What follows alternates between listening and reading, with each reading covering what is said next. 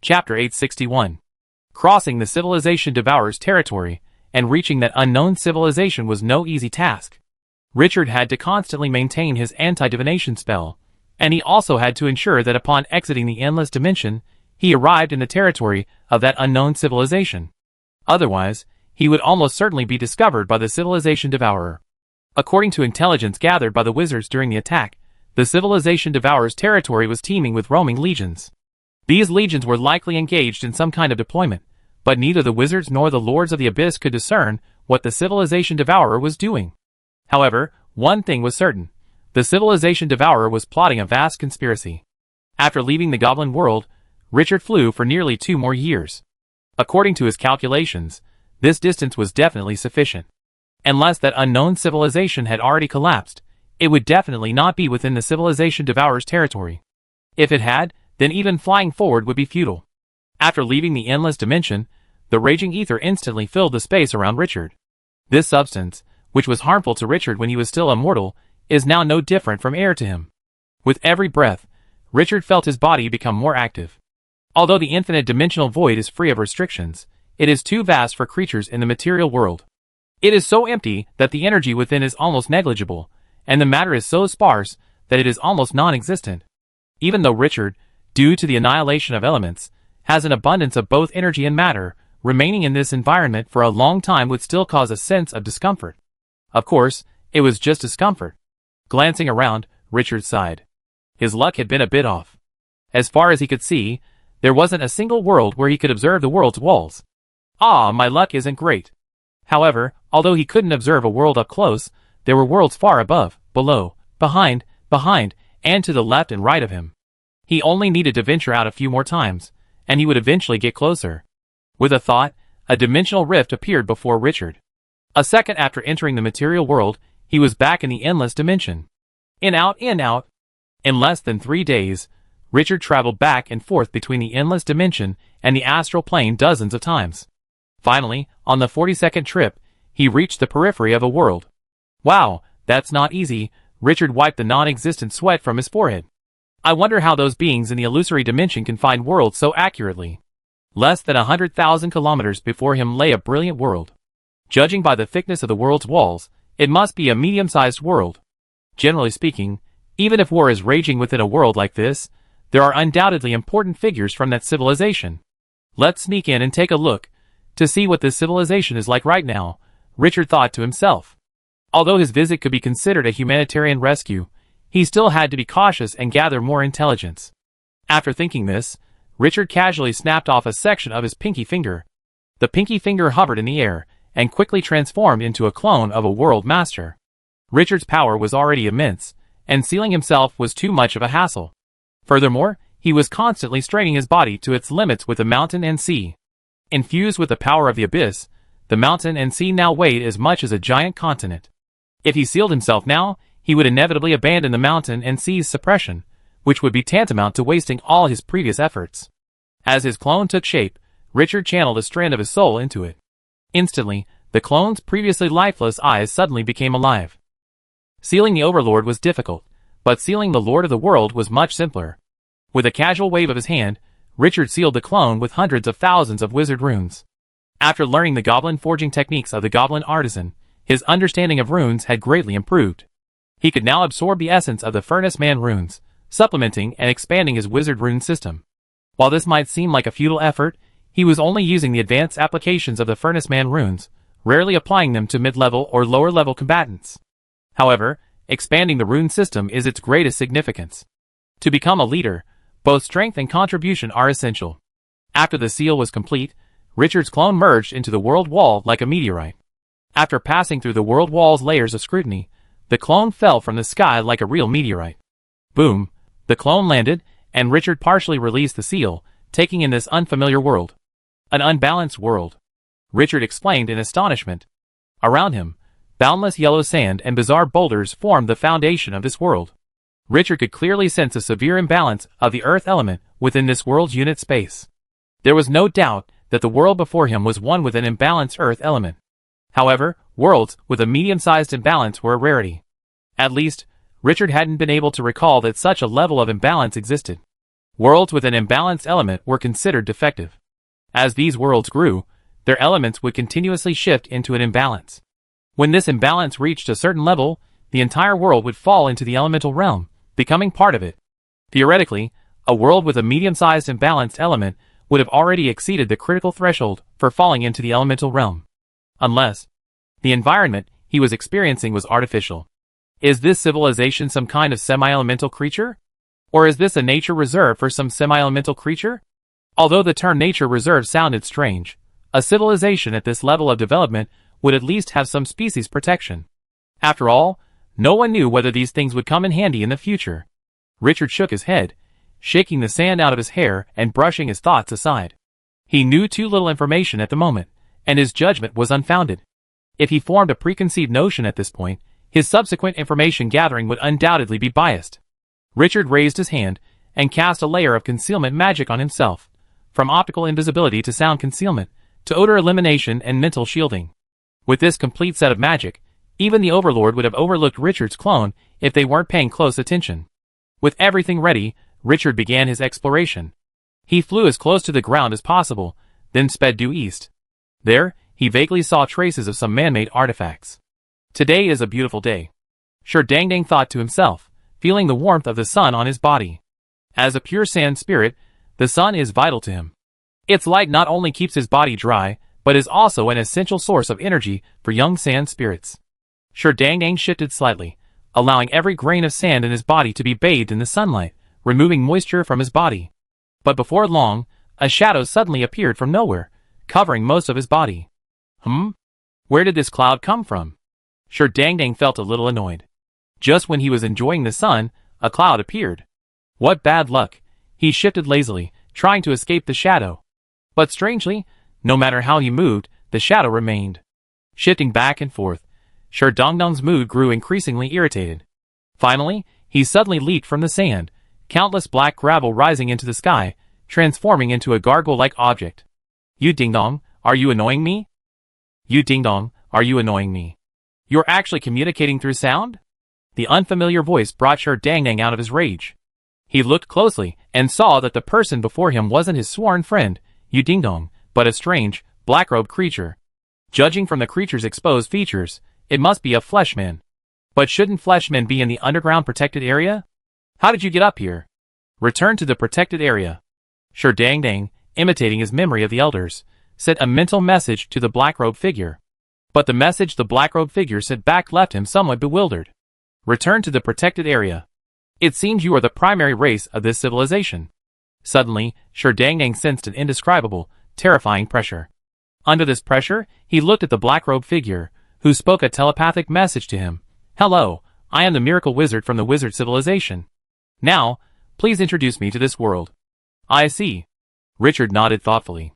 Before him, Sure Dang, transformed into a sand sculpture, trembled. According to Sure Dang, the civilization he currently resided in was called the Spirit Desert Civilization. Its primary race was sand spirits, like Sure Dang. This civilization's expansion began relatively late, even about an epoch later than the wizard civilization. However, it boasted numerous powerful individuals, including 5 overlords alone, and above them, the mysterious prophet of the desert. However, seemingly because he was only a cub, Sure Dang was not fully aware of the war situation on the front lines. Alright, stop using shockwaves to tip off. Richard looked at the trembling Sure Dang and spoke calmly. Your little tricks wouldn't fool anyone with even a little bit of experience. If you want to tip off, just be direct. Sure Dang, who was trembling, froze immediately after Richard's words. He had thought his disguise was good enough, but the fleshman before him, claiming to be a miracle wizard, saw through him instantly. However, it was too late to stop now. He had already passed the information to his best friend, Yu Ding Dong. The law enforcement team would arrive soon. As his thoughts turned, tiny shockwaves traveled through the soil. Richard's 4 eyes opened, and within his sight, a group of massive, half-elemental creatures flew towards him. Giant Dragon? Chapter 862. Giant dragons, the biological servants of the Supreme Civilization. These terrifying creatures, engineered by the Supreme Life Engineering, possess immense adaptability, and can interbreed with almost any creature. Even fresh blood, if contaminated by beings with less potent bloodlines or less powerful strength, will transform them into dragon bloods. Undoubtedly, these are powerful beings, so powerful that wizards in the Age of Darkness spent countless years to overthrow the dragon's throne. And now, these powerful creatures seem to have become part of the Spirit Desert civilization. Do you still tame dragons? Richard asked, tilting his head. Taming? At this, a flicker of anger flashed in Sir Dongdong's jewel-like eyes. What do you mean by taming? Dragons are our sand spirit's best friends. Oh! Friends. Richard's heart flickered with surprise, and then a hint of interest spread across his face. This truly blows my mind. Dragon friends. Those dragons, so arrogant to their core, would actually become friends with you. This is truly fascinating. Richard raised his hand, and the sand on the ground rose from thin air, transforming into a massive stone pillar, pointing the way for the dragons. Sure Dang was only a juvenile sand spirit, and his knowledge was very limited. He now needed to find a more mature sand spirit to learn more about this civilization. Captain, look at that pillar. A dragon at the front of the enforcement team suddenly exclaimed. Behind him, a three-headed dragon narrowed its eyes, its pupils dilated, and an invisible dragon aura instantly enveloped the entire team. That guy is pointing us in the direction, the dragon head in the middle, known as the captain, slowly said. Pointing us in the direction? The team members were stunned. Isn't this a trick? One team member said cautiously. We can't really be encountering a world master from another civilization. The infinite dimension is vast, and the space between world communities is vast. To be frank, if you randomly explore other world communities in the infinite dimension without a target, the probability of finding one is almost negligible. It's not a trick, the captain suddenly said. As he spoke, another pillar appeared in the law enforcement team's field of vision. The team members looked at each other, some confused, and their flight slowed down. Finally, the captain said, keep going. No matter what he is, we have to go check it out. Sure Dang is the old captain's only offspring. We can't let anything happen to him. The mention of the old captain caused the team to fall silent, and their speed increased. Their old captain had died on the front lines, and they absolutely could not allow his only offspring to be harmed. Beside the stone pillar, Richard, holding Sure Dang, gazed at the sky and muttered to himself, judging from their speed and movement, they are indeed dragons. But why do I always feel something is off? These dragons were impeccable in terms of speed, posture, appearance, and even their majesty.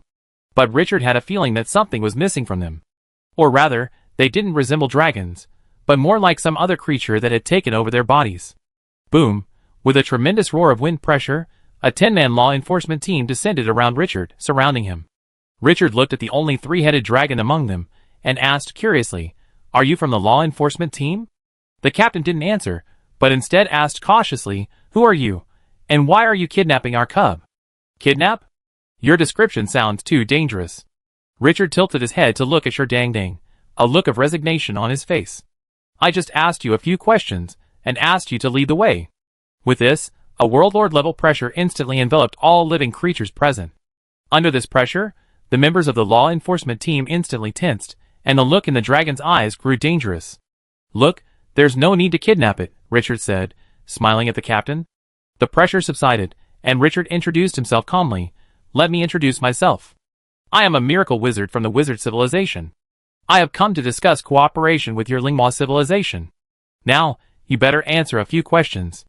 Otherwise, my methods may cause you some headaches for a while. Richard's voice was calm, seemingly speaking normally, but the meaning behind his words sent a shudder through the dragon present. As members of the civilization, they naturally understood that the so-called headaches referred to the side effects of soul searching. What do you want to ask? The captain asked. It's very simple.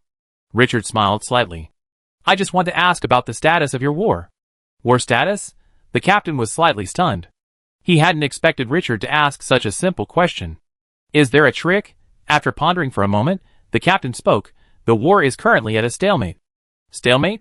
Richard raised his brow, a hint of sternness in his words. Do you think I'm so gentle that I can be easily teased by a little thing like you? Instantly, the captain felt as if the sky were collapsing before his eyes, as if the entire world were pressing down on his soul, nearly shattering it. It's indeed a stalemate. Those things have recently stopped attacking. In the moment before his soul collapsed, the captain finally revealed the truth. Stop attacking? Richard withdrew his pressure, his brows furrowed slightly. Stop attacking is not a good thing. For a civilization devourer, recovering from injuries is the top priority. And there are only 4 possibilities that could cause him to stop attacking. 1. His injuries have healed, and he no longer needs to devour worlds. 2. He no longer has the strength to devour. 3. He is preparing a plot to make his next devouring smoother. 4. He needs time to digest worlds, and he is currently digesting them. Judging from the current situation, the latter two scenarios are far more likely than the former. In other words, the current stagnation of the offensive signals a formidable onslaught in the future. This isn't good, Richard mused, then addressed the law enforcement officers beside him in a deep voice. Take me to your superiors. I need one at the level of a world master. Faced with Richard's orders, the law enforcement officers readily obeyed. After all, their strongest captain had fainted at the mere sight of Richard. They were completely unequipped to engage Richard. While the mantis trying to stop a chariot is admirable, it's of no practical significance. Please follow me, said a two-headed dragon. The enforcement team's superior resided in the center of this world, giving Richard ample time to observe the sand spirits. The sand spirits are a peculiar race. Although they appear to be a pile of sand, they resemble some kind of earth elemental creature. But in reality, sand spirits are silicon-based creatures, close relatives of alchemical machinery, and are definitely not elemental creatures. The earth elemental imbalance in this world is simply due to the sand spirits' preference for dry environments, which they have modified. Sand spirits possess an innate energy cycle, and due to their body structure, they can manipulate energy with extreme precision. A mature sand spirit can form its body into any shape, and it remains incredibly strong. In summary, there's no doubt that the sand spirits are a spiritually evolved race. However, while sand spirits may be spiritually evolved, the spirit desert civilization is more than just spiritual. Oh! You mean, you've achieved a symbiotic relationship with the dragon? Richard looked at the law enforcement officer beside him in amazement. The officer nodded slightly. Yes, we have a symbiotic relationship with the dragon. As he spoke, the officer's expression suddenly changed, his golden dragon eyes suddenly filled with arrogance and disdain. That fits the bill. This is truly the smell of a dragon. Richard nodded slightly, ignoring the dragon's provocation. Instead, he scanned its body over and over, as if it were a rare treasure. Symbiotic relationships. The world is truly full of wonders. With Richard's skill, once he revealed the symbiotic relationship, their relationship was no longer a secret. Dragons are highly adaptable creatures. After years of symbiosis, their form had become drastically different from the dragons Richard remembered. The sand spirit's body flowed within the dragon's body, providing it with internal defense and ranged energy attacks. The dragon, in turn, provided the sand spirit with a constant source of energy, also solving its melee problems. Of course, this relationship also worked the other way around. The sand spirit transformed into armor to protect the dragon, while the dragon used its draconic sorcery for ranged attacks. After a week of flight, Richard finally arrived at the center of this world. While the sand spirits didn't need buildings, their symbiotic race, the dragons, had a passion for them. Across the vast plains, a towering and magnificent city rose on the horizon. It was a city forged of gold and silver, with 81 towers arranged in a 9-square grid. The towers grew shorter as they moved farther out, taller as they moved inward. In between, church-like buildings of all sizes were scattered. Atop these towering towers, ornate tree patterns grew like vines. These patterns weren't static decorations. The veins, resembling flowing gold, shifted in shape with the sun's movement. The energy flowing within them was the key to preventing these metal structures from sinking into the earth. Gemstones dotted the tower's surfaces like stars. In the sunlight, the entire city shimmered. So beautiful, like a crown jewel, Richard exclaimed softly. He gazed at the tallest tower in the city center. His gaze seemed to penetrate space, perceiving its occupant, studying within. Inside the tower, a giant dragon with pure white scales turned, its 8 snake-like head suddenly darting in Richard's direction. Oh! A visitor has arrived. Chapter 863. The Dragon Lord's gaze met Richard's across the walls and space. Even with the tens of kilometers of distance and numerous enchanted walls between them, the Dragon Lord could sense the arrival of a powerful figure. A clone of the Lord. Which Lord had emerged from the infinite dimension? The Dragon Lord wondered. However, regardless of this Lord's origins, since he had arrived in his dragon lair, he naturally had to greet him. Kodo Kol. The Dragon Lord let out a deep dragon roar, and the next moment, 2 extremely complex formations appeared before his throne. This formation was unlike the complex geometric patterns of wizards, resembling an incredibly lush golden tree. 2 level 5 dragons emerged from the formation, one with crimson scales, the other with azure blue. One had a single horn, the other with 2, seemingly two different subspecies. However, their scales were covered in golden patterns. The same patterns as the tree patterns of this city. "Teacher, what are your orders?" the two dragons asked in unison. "Guests have arrived. Go and greet them." The white dragon casually toyed with a ball of amorphous metal with spreading golden patterns. "Guests?" A hint of confusion crossed the two dragons' faces. At this time of year, all the emperors are fighting on the front lines. "How could there be any guests?" the white dragon lazily replied, a clone of the Lord, appearing from nowhere. "Don't be indifferent. I finish this thing and then leave." The two dragons were stunned. A lord appearing from nowhere? That's quite a rare occurrence. Yes. Outskirts of the city. Richard held the most magnificent tower in the city center, a smile suddenly breaking across his face. He said to the law enforcement officers beside him, "Your mission is over. I never expected a clone of the Overlord to reside in this world. This has saved me a lot of trouble." As he spoke, two doors painted with golden patterns suddenly appeared out of thin air. Two giant dragons, one red and one blue, flew out from them, one on each side. In an instant, a mighty dragon power enveloped the entire sky. Under this overwhelming dragon power, the law enforcement officers almost convulsed, and were on the verge of falling to the ground. Richard would not let them fall. Although these people were from the Lingma civilization, at this moment, they were on Richard's side. With a thought, a pressure from the Abyss Titan dissipated the dragon power. The two dragons sensed Richard's pressure, and immediately withdrew their dragon power. They had no intention of provoking Richard. They flew in front of Richard, and the red dragon said, "I am Kodo."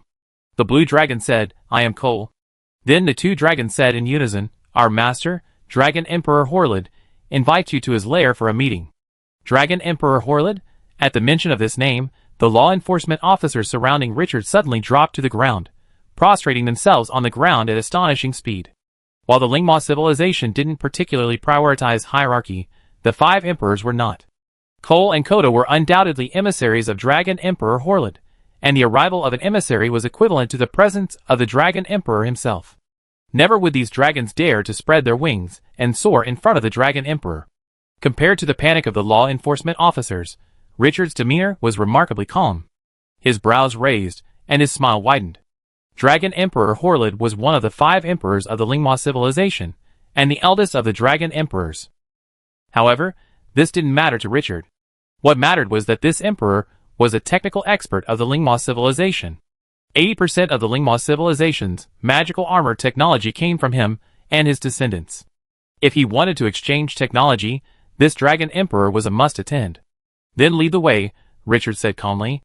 At Richard's response, the two dragons spread golden patterns, resembling tree patterns, along their claws, into the void. Instantly, a golden gate, even more magnificent than the one they had entered, appeared before Richard. "Come in," the two dragons growled simultaneously.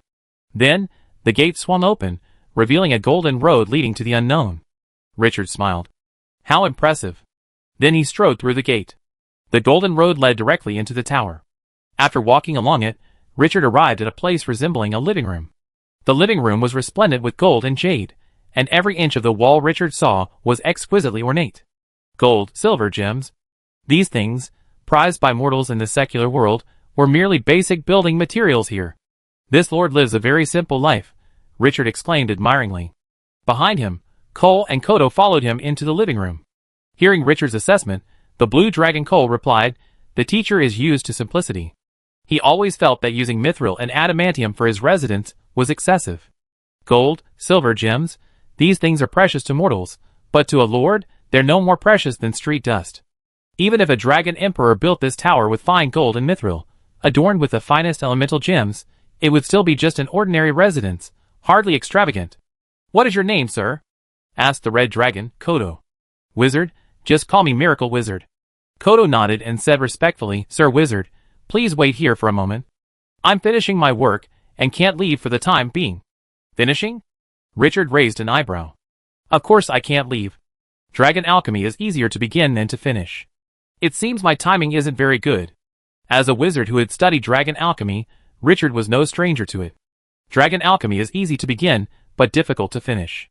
The further you go with a tree pattern diagram, the less room you have to explore, so you must be extremely cautious. "Oh, Your Excellency also knows about dragon alchemy?" The two dragons were slightly taken aback by Richard's comment. While dragon alchemy isn't exclusive to the Spirit Desert civilization, it hasn't spread to other world communities. Could it be that this Excellency civilization is from the same world community as theirs? I learned it when I was young, but I haven't used it for years, so I'm a bit rusty. Richard's voice was filled with regret. As he spoke, Richard surveyed the living room and said with a hint of admiration, "From a distance, it doesn't look very real. But up close, this tower is truly meticulously crafted." Hearing this, Cole said with a hint of complacency, "This is the work of our senior brother. In all of Spirit Desert, the only one who can surpass him is our teacher." "Oh, that's quite impressive indeed," Richard said with a hint of surprise. Although he could see many flaws with the tower, if it were the work of a world master, it was indeed worthy of praise. "It's just a barely acceptable thing." Accompanied by a low dragon's roar, a golden patterned door materialized from thin air in the reception room. The door swung open, and a massive, pure white dragon, seemingly carved from marble, slowly emerged. Its draconic majesty filled the entire reception room, like a tidal wave. Richard observed the dragon. The 8 heads on its head clearly announced its identity.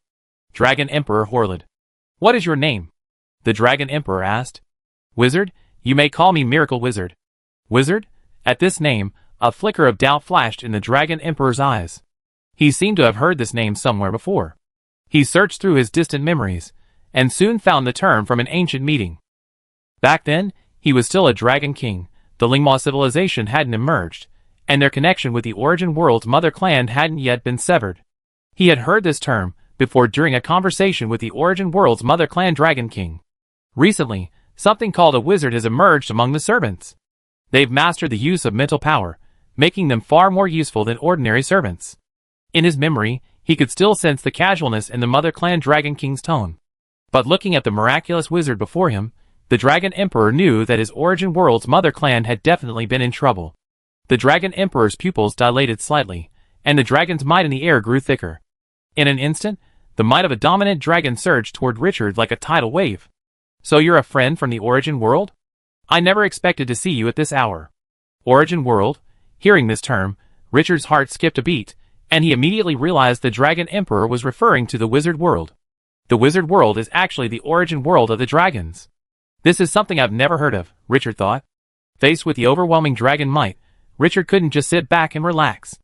Undoubtedly, this was a test from the Dragon Emperor, a test of his strength, and also of the wizards. Richard's mind flickered, and the next moment, the titanic might of the Abyss Titan collided with the Dragon Emperor's dragon might. Buzz, the collision of these two powerful forces caused ripples in the air.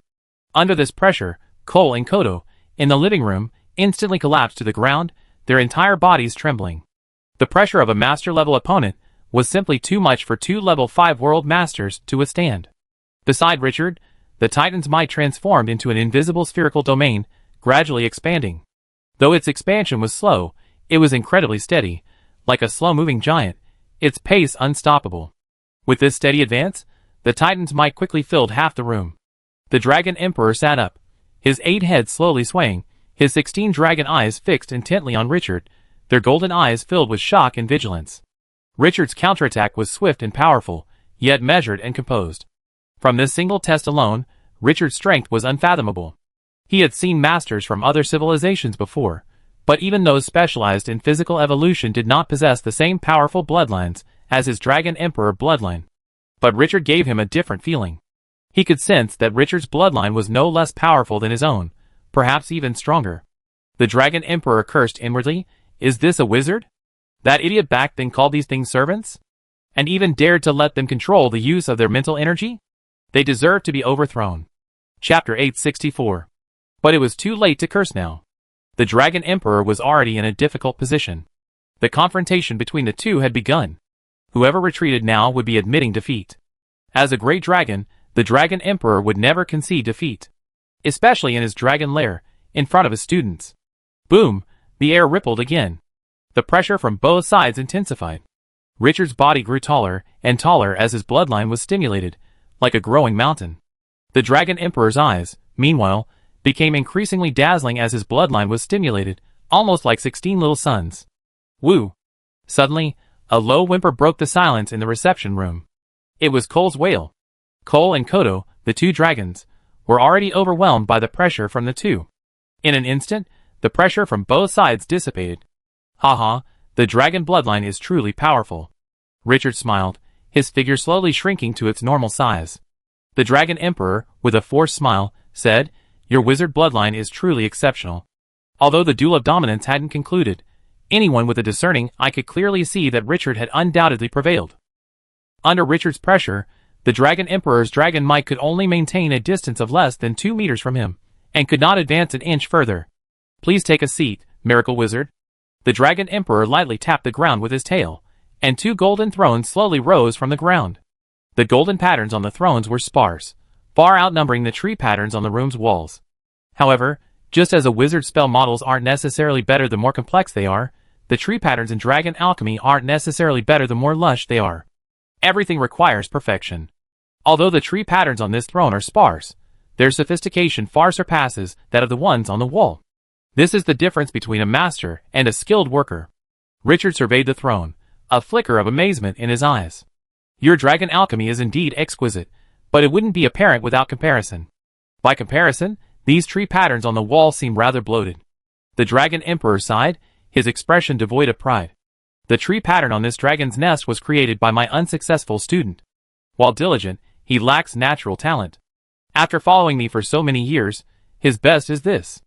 "Hey, sir, you've strayed from the topic." Richard shook his head. "Although this tree pattern is a bit cumbersome, the artist's thinking is still evident.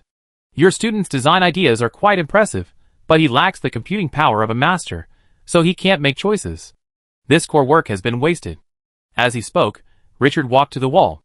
A surge of magical energy, along with the energy cycle, flowed through Richard's arm and into the tower.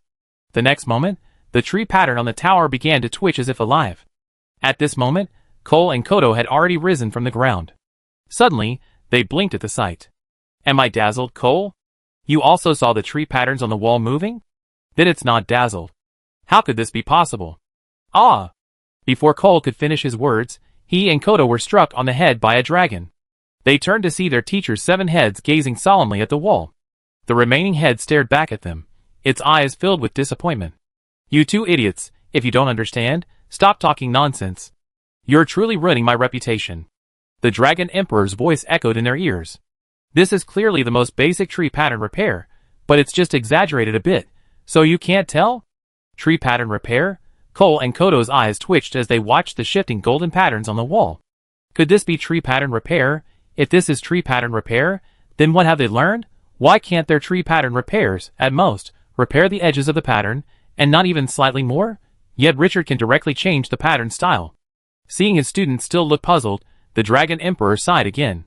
However, this time, he didn't complain. Richard's work was truly enormous, so extensive that even a master like him couldn't discern what he was doing. Although the tree pattern on this tower was a patchwork, it was still essentially a tree pattern. What Richard was doing now was altering the entire structure of the tree pattern all at once. But why does his technique always feel a little rusty? The Dragon Emperor wondered, perplexed, as he observed the shifting tree pattern. Logically, anyone who dared to do this was a master of dragon alchemy. Fundamentals like these were almost instinctive, so it shouldn't be possible for them to be rusty. Could this be a unique technique of wizard civilization? Under Richard's manipulations, the tree pattern's bloated branches gradually vanished. Like a piece of unpolished jade, its surface gradually peeled back, revealing the perfect state envisioned by its designer. Soon, Richard removed his hand and said with a slight sigh, "Alas, I'm really getting rusty. This skill requires practice." "Rudimentary?" Cole and Kodo's expressions nearly faltered upon hearing this. "If you're rusty, then what are they? Alchemy apprentices?" The Dragon Emperor ignored Richard's sigh. The 16 eyes on his 8 heads scanned the walls of the room, like microscopes. After Richard's pruning, the tree pattern on the tower became much sparser, but the main branches remained the same. After removing these redundant branches, the tree pattern's energy loss was instantly reduced by more than half, while its effectiveness was nearly doubled. "Incredible, incredible," the Dragon Emperor muttered in admiration. "Even I, your teacher, didn't realize that this kid was actually limited by his computational power, holding him back. But you saw it in just a moment. Your alchemical skills are probably superior to mine." "You're too kind, Richard waved his hand. "I'm only an apprentice in dragon alchemy. In terms of skill, I'm afraid I'm not even as good as these two." He pointed to Cole and Kodo beside him. "I can make changes, But my computational power far surpasses your students, and my understanding of the rules far surpasses his. Richard's earlier statement about not studying dragon alchemy for years was true.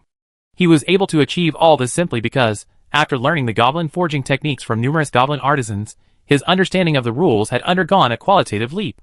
Dragon alchemy is essentially a tool that exploits the rules. Once you understand the rules, using computational power to infer the tools is not a complex task. The Dragon Emperor's mind raced. Richard's explanation sounded logical, and perfectly explained why he felt Richard's technique was clumsy. However, if this explanation were true, another fact loomed before him. Richard's understanding of the rules surpassed his own. In other words, Richard, a wizard clearly experiencing physical evolution, possessed a greater knowledge base than he did. This conclusion was truly difficult for the Dragon Emperor to accept. Richard returned to his throne and gazed at the Dragon Emperor with an incredibly calm gaze, like a towering mountain, unshakable. In front of this gaze, the cautious Dragon Emperor seemed like a begging guest. After this contest of strength and knowledge, the Dragon Emperor's contempt and arrogance had vanished. What remained was only solemnity and caution. Although the dragon was arrogant, it was no fool. After a moment's silence, Richard slowly spoke, "You just said I am from the origin world. I imagine you know the location of our civilization." The Dragon Emperor nodded slightly, "Indeed." Richard continued, "That saves me the trouble of explaining. I believe the Lingma civilization has already realized that its path has been completely blocked by the world devourers." Civilization devourers? You mean the Hardman Legion? Yes, Richard nodded. I didn't expect the Lingma civilization to recognize them as the Hardman Legion. The Dragon Emperor shook his head. "A million years ago, an accident obliterated all our memories of the Supreme Beings. After I became the Overlord, I discovered the missing memory in my inherited memories, and I began searching. Unfortunately, I found nothing beyond the name of the Supreme Beings. However, I did find quite a bit of information about the Hardman.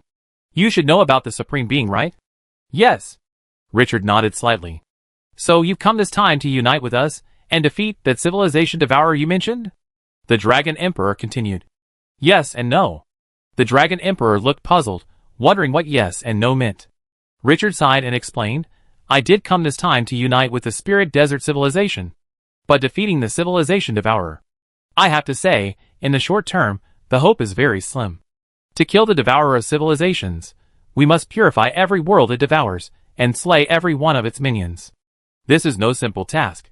Furthermore, since the devourer of civilizations invaded the astral realm, its true form has not appeared. It has been its minions that have been active. No one knows how powerful the devourer of civilizations' true form is. You must know that even limit breakers are ranked among their superiors, and above them lie the civilization leaders, a rank rivaling several limit breakers. All of this is why the Wizard Alliance hesitates to launch a large-scale attack. Faced with a being that destroyed the previous Civilization Alliance, the Wizard Alliance must approach it with the utmost caution. Is the hope very slim?"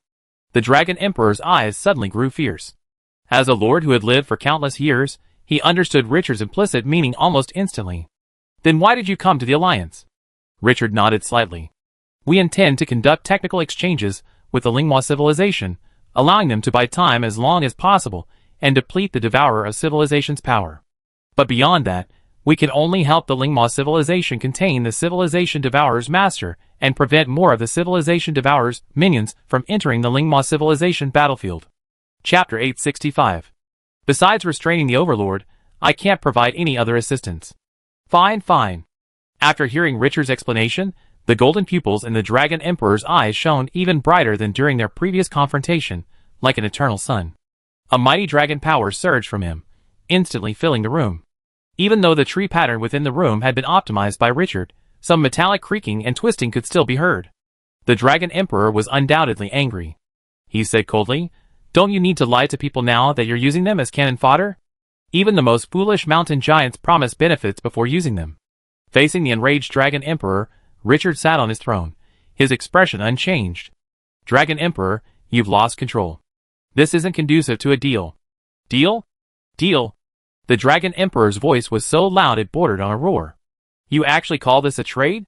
How can such a deal exist in this world? You offer a tiny bit of knowledge, and we're trading it for our entire civilization. What? Your knowledge can transform a person into a 9th-level creature." Richard remained calm.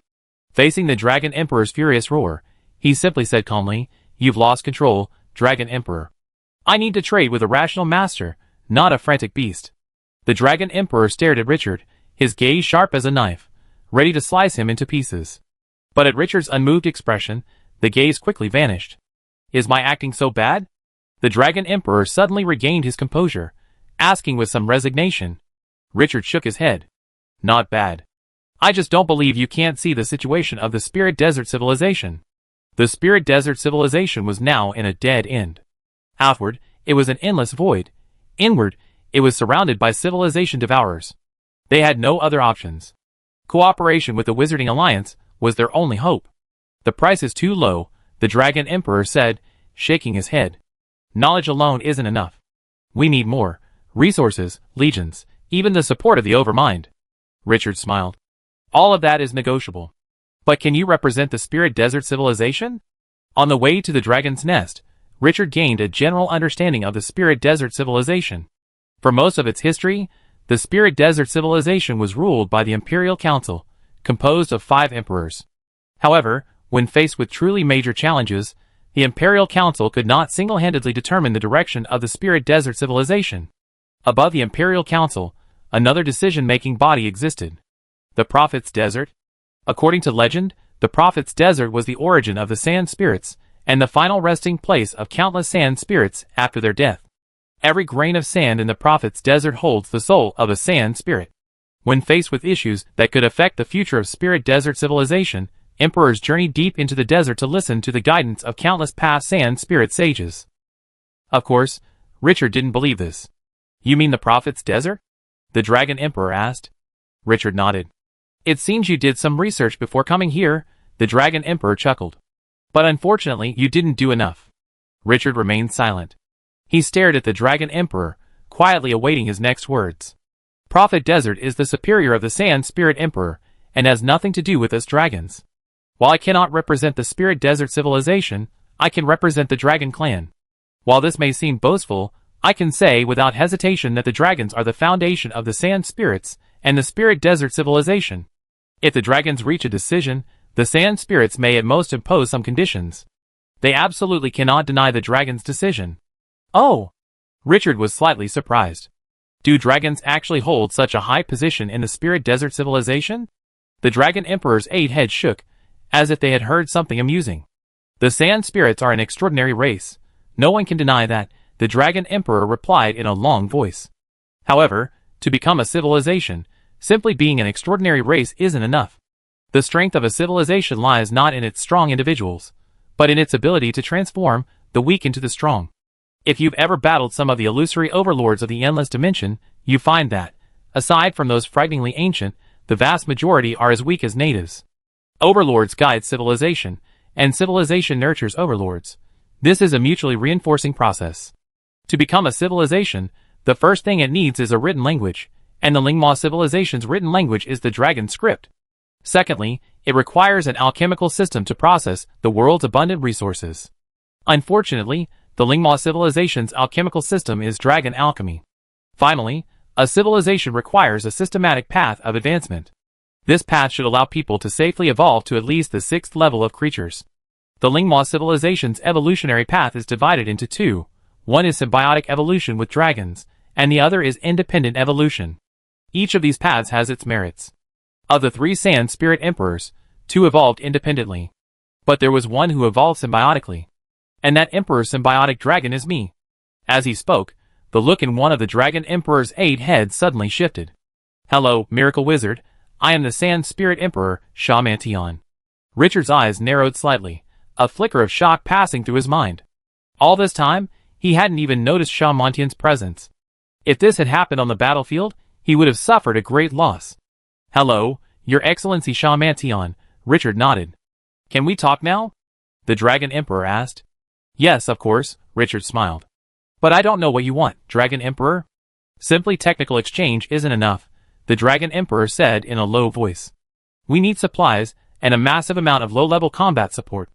We also need experienced technical craftsmen, experienced strategic commanders, and, if possible, support from the Overlord. Listening to the Dragon Emperor's eloquent terms, Richard's expression remained unchanged. A deal always involves bargaining. You're asking for a lot. Richard sat up straight.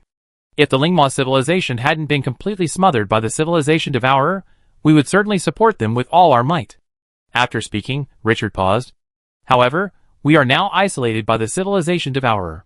Even our most powerful interworld navigation technology cannot cross such vast distances to provide support to the Lingma civilization.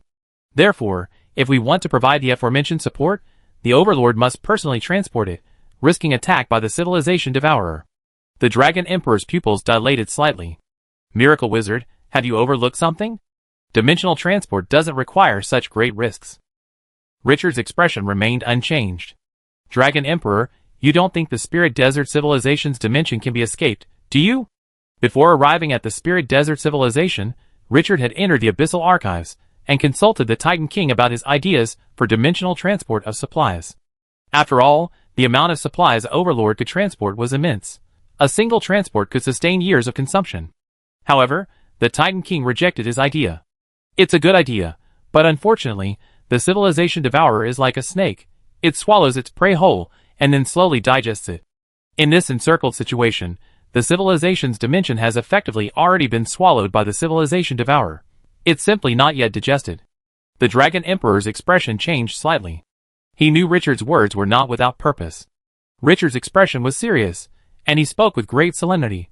The Lingma civilization has effectively been devoured by the civilization devourer. Even if we sign an alliance, the Lingma civilization's dimension cannot reach the alliance dimension.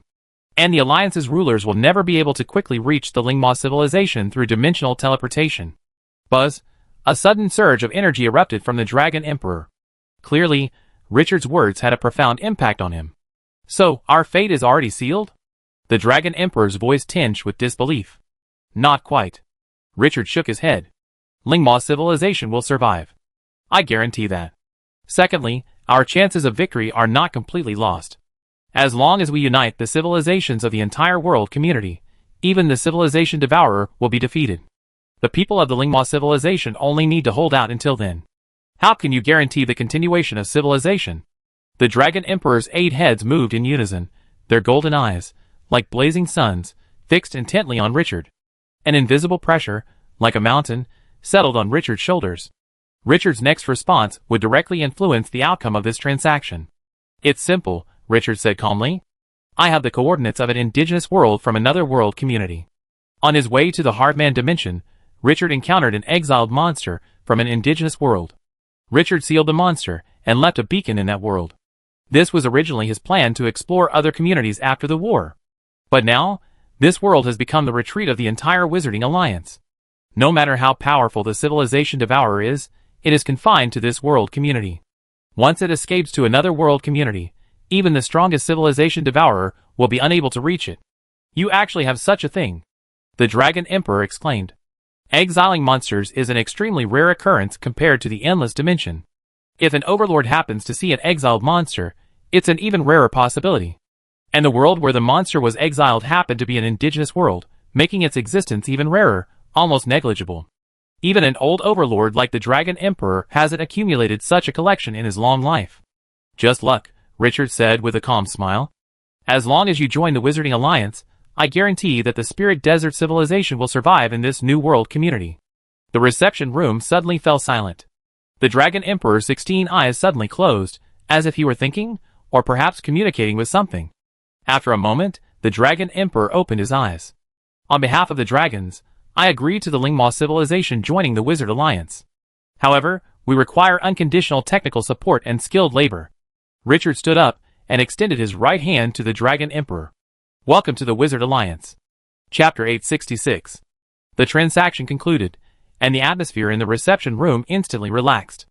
The Sand Spirit Emperors were going to the Prophet's Desert to seek enlightenment, and a response wouldn't be forthcoming for a while. Richard had considerable time to spare before they could offer their response. This was a good time for Richard to discuss dragon alchemy with the Dragon Emperor.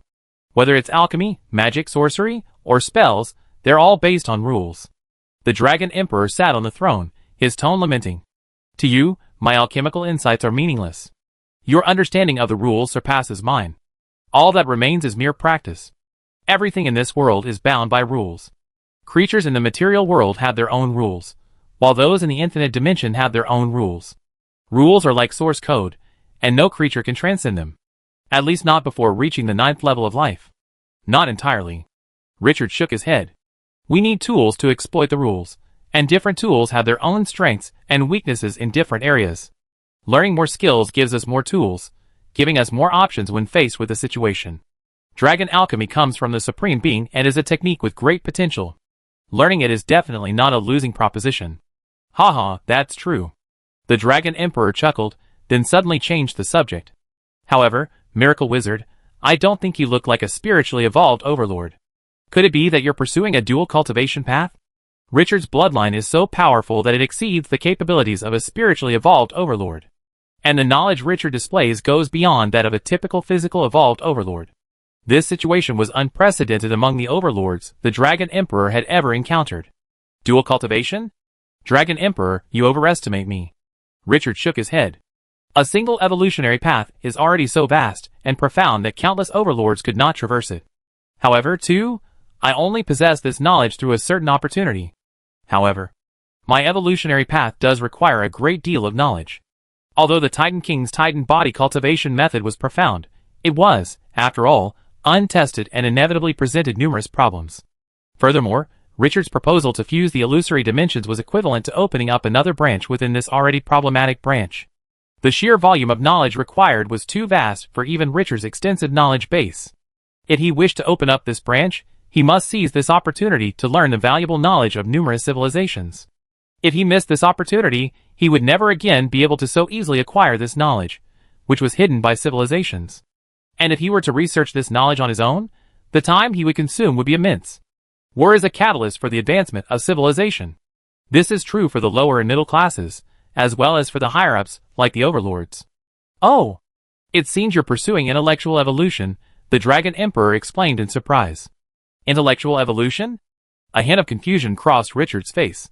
That's a term I heard from an overlord of an alien civilization, the Dragon Emperor explained. They don't categorize the path of evolution into spiritual or physical, but rather into intellectual and non-intellectual. Intellectual evolution refers to the principle of rationality, building one's own knowledge system, and thus promoting one's own evolution with purpose and direction. Oh! What about non-intelligence? Richard asked curiously. Non-intelligence simply follows a fixed path, evolving step by step without adapting to circumstances. The Dragon Emperor pointed at himself. I am a non-intelligent evolutionary master. My evolution has followed the established path of dragon evolution. Even after becoming a master, I haven't blazed a new trail. All my research has been aimed at refining the existing path of dragon evolution. In other words, non-intelligent evolution is like a tailor mending torn clothes. Intelligent evolution is like a tailor crafting clothes. Richard waved his hand. I'm hardly a tailor.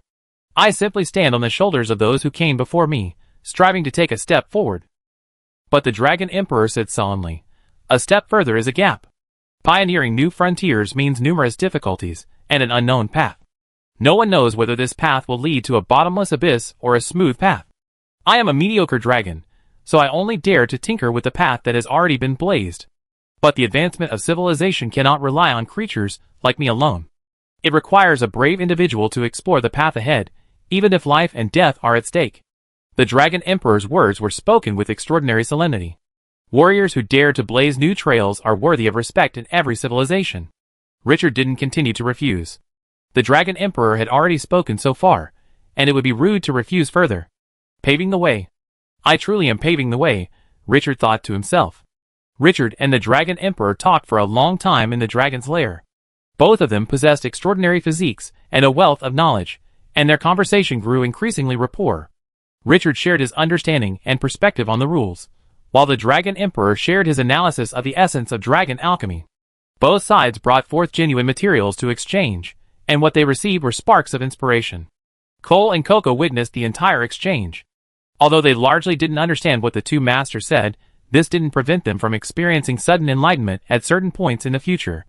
Years later, Cole and Coco often recalled the long conversation between their teacher and the miracle wizard.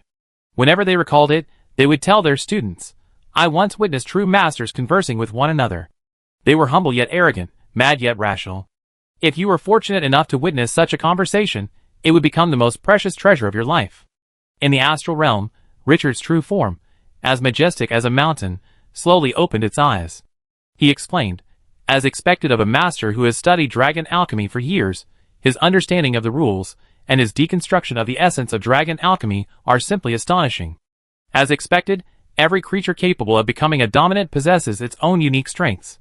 Richard's exchange with the Dragon Emperor was fruitful. Not only did this exchange provide him with a deeper understanding of dragon alchemy, it also solved a problem: how to program the rules a second time. Although the Titan body training method had no issues with the initial program, Richard had, out of caution, refrained from conducting the second program. Who knows if the second program will be as smooth as the first? This conversation dispelled Richard's concerns. The method used to incorporate the rules the second time was indeed flawed.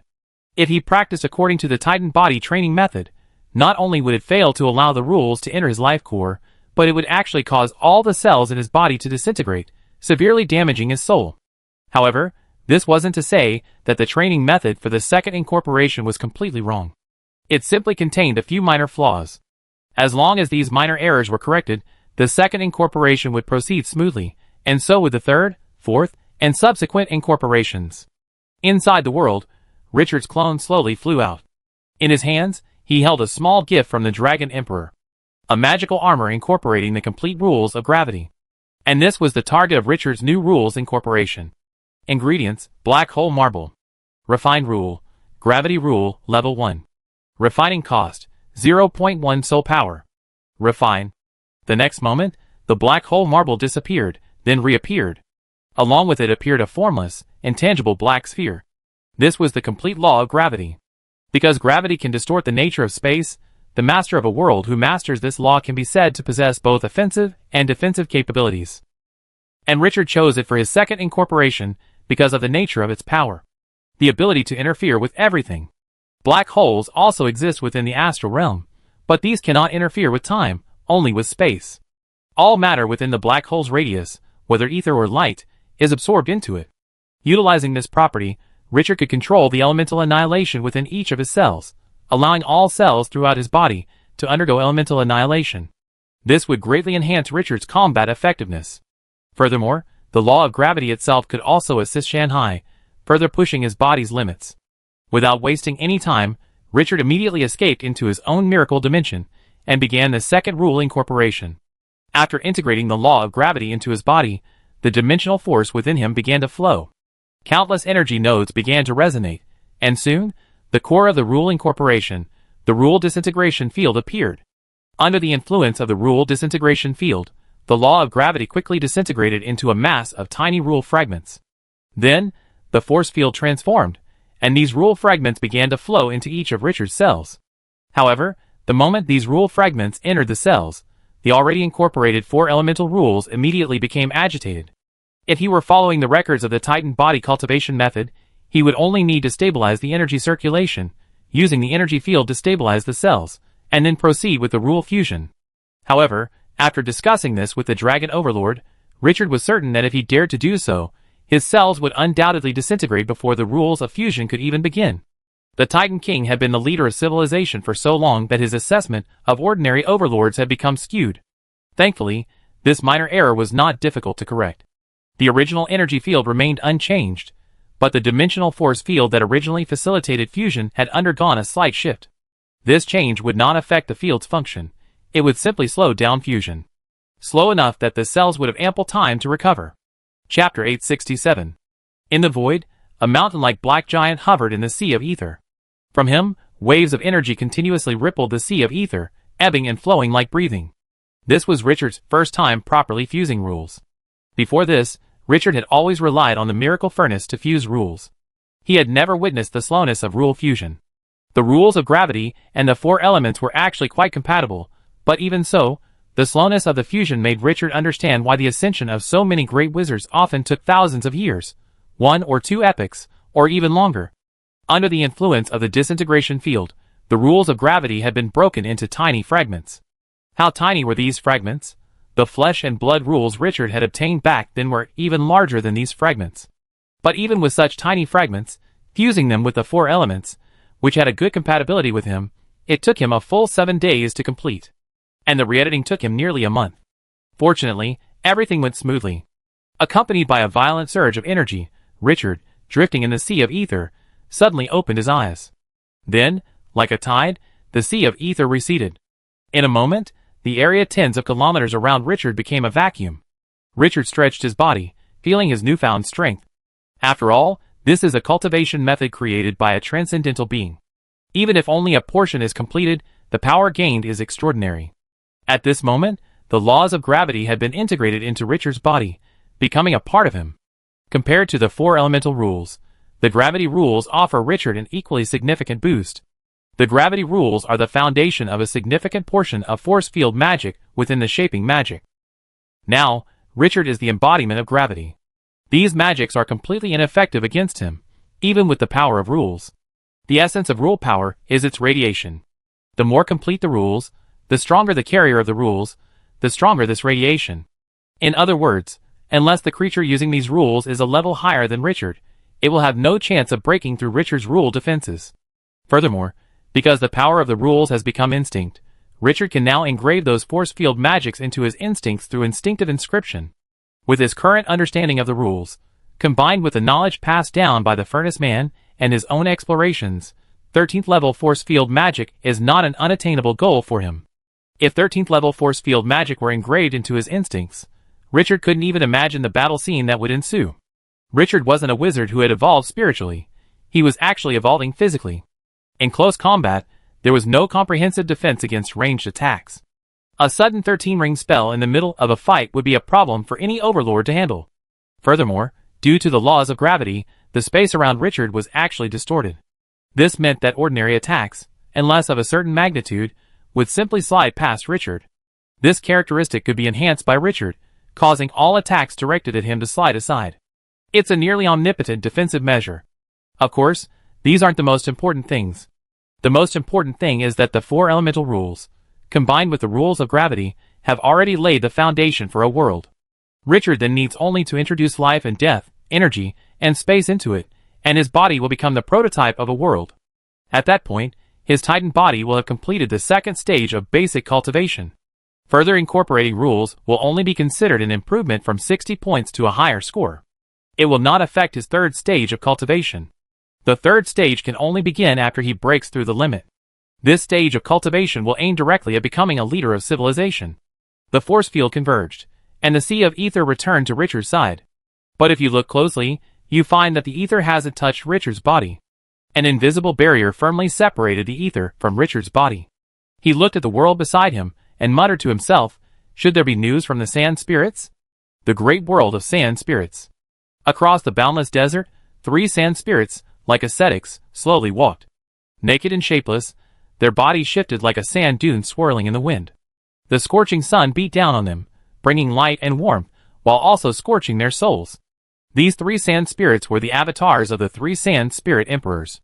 Though theoretically, the emperor's true form was required to enter the prophet's desert to receive revelations, the current situation on the front lines was tense.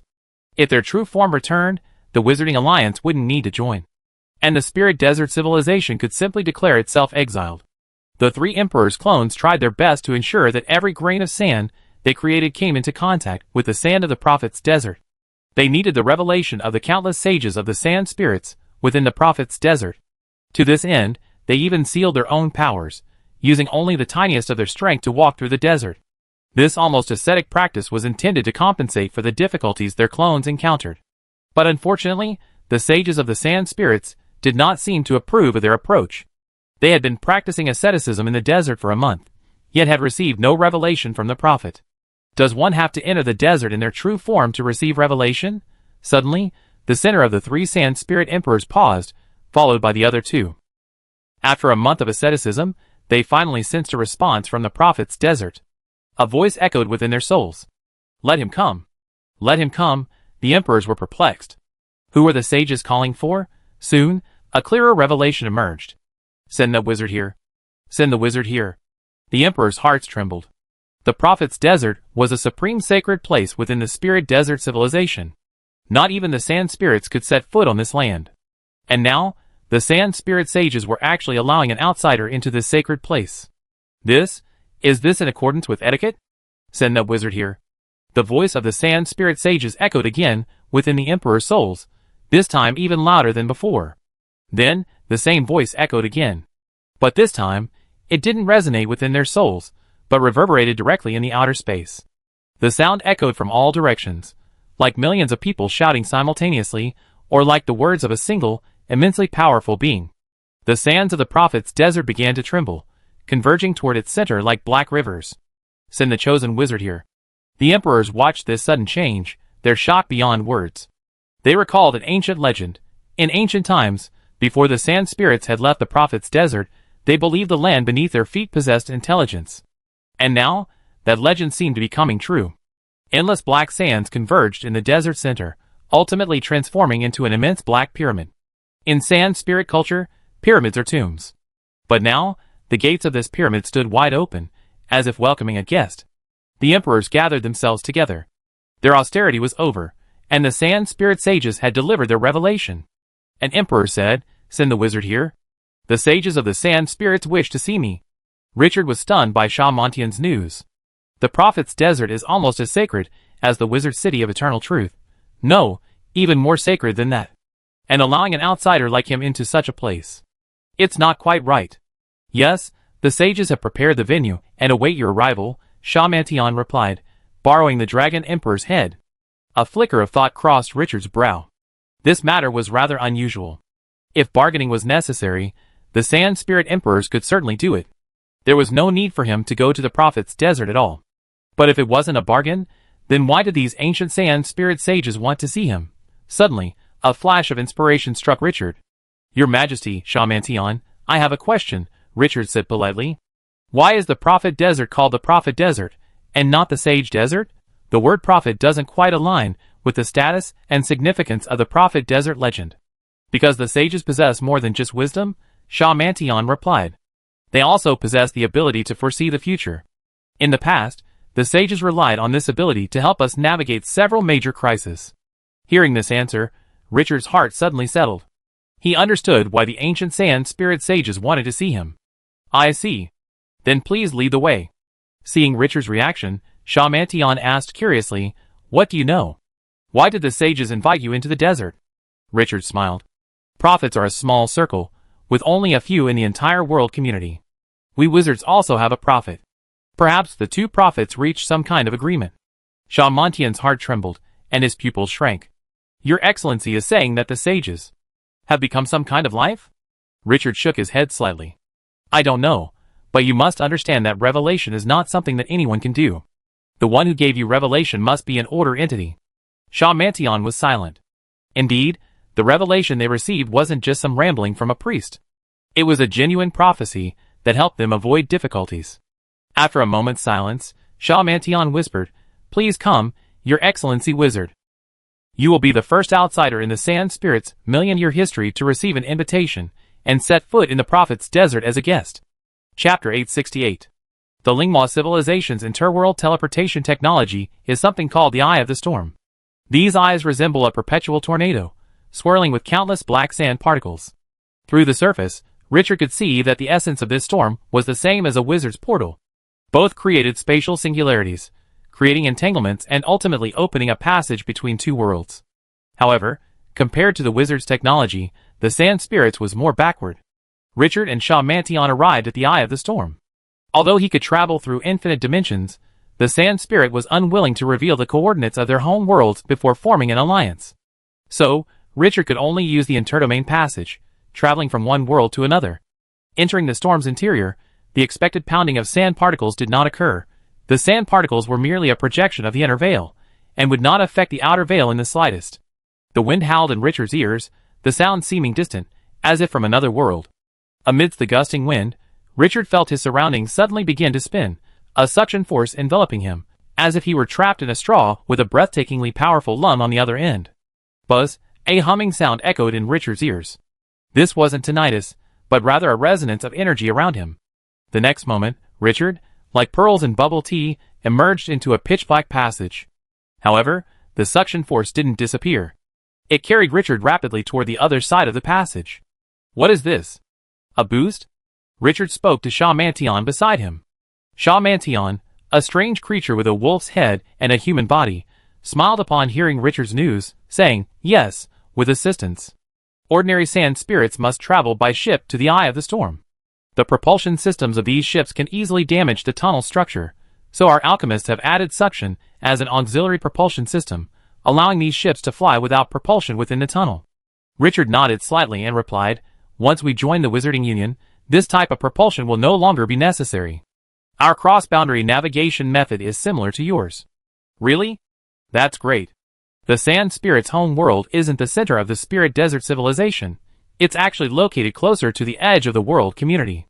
In the past, this location slowed the expansion of the Spirit Desert civilization. But in this age of war, it has made the core of the Spirit Desert civilization more secure. Following the route planned by the Sand Spirit Emperor, Richard traveled through 6 worlds before reaching the Sand Spirit's home world.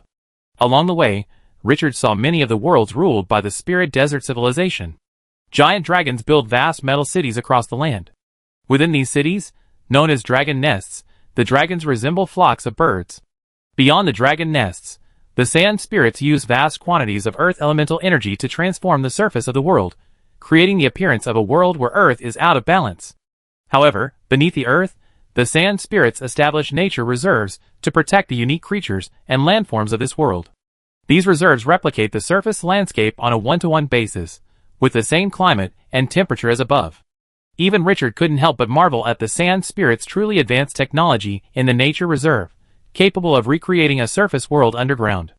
If this technology could be expanded and extended, transforming the climate and environment would be no problem.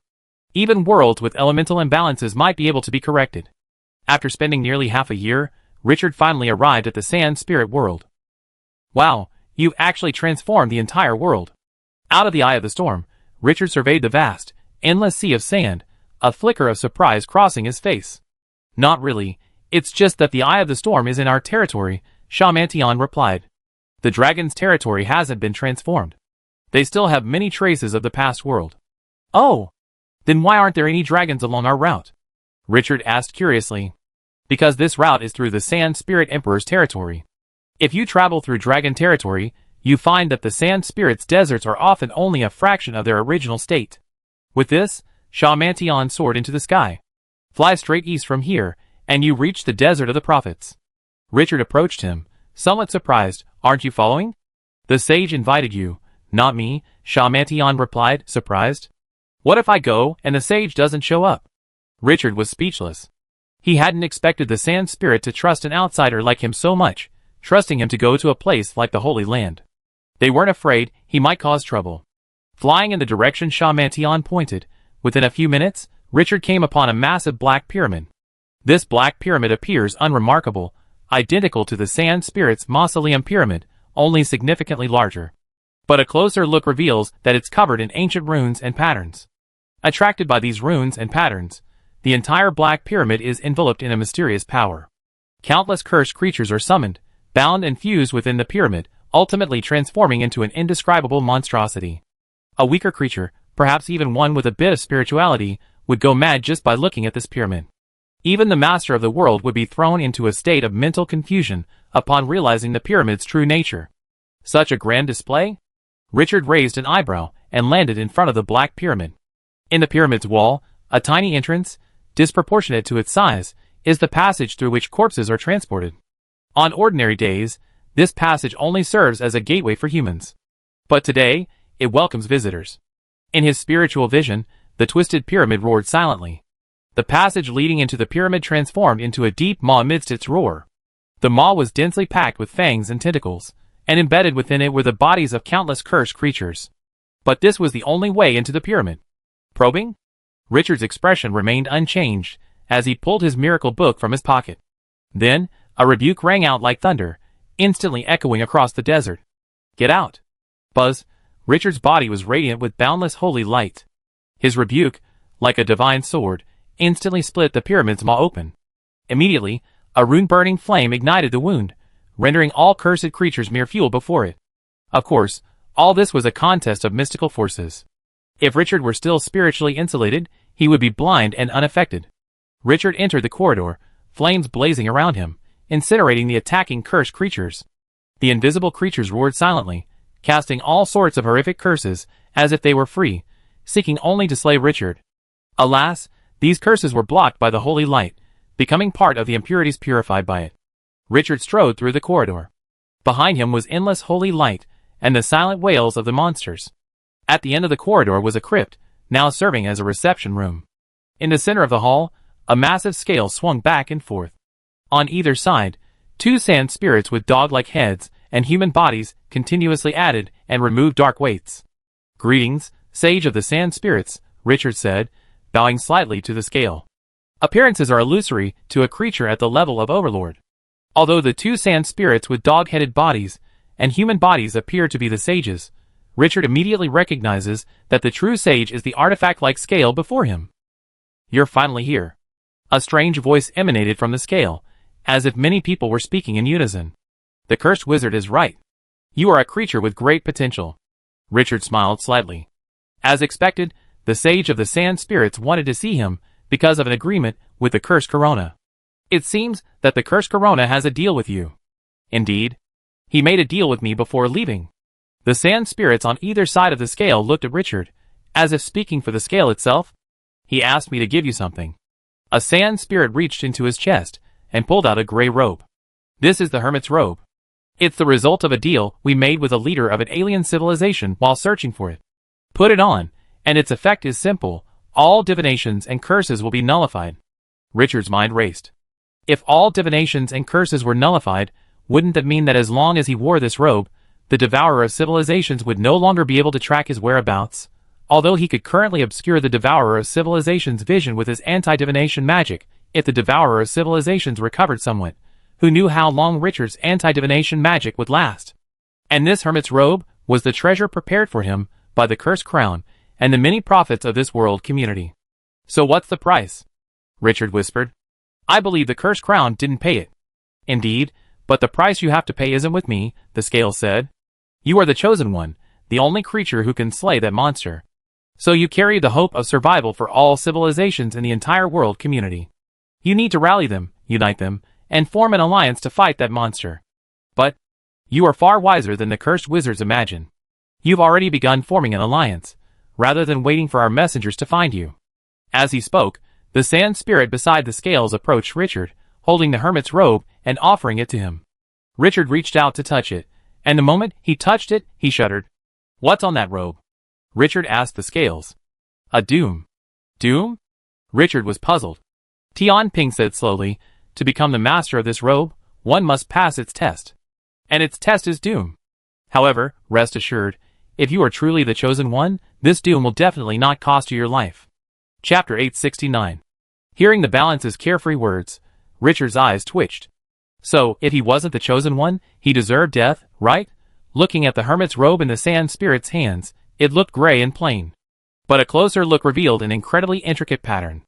It was just that the patterns were so dense that they were barely discernible. Richard could sense that dimensional forces flowed through these patterns. These forces circulated like atmospheric currents, endlessly. The balance didn't urge him. It was a prophet, believing everything was determined by fate. Bad luck? I hope it's not too bad. Richard took the robe and draped it around himself. Donning the robe now was undoubtedly irrational, but if he didn't, the sand spirit's ancestors would never let him take it. This was a test. A test only the truly chosen one could overcome. The moment he donned the robe, Richard shuddered. A sense of foreboding descended upon him, leaving him feeling somewhat uneasy.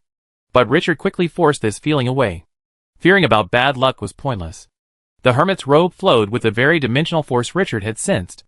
As a high-level power, its potential was truly limitless.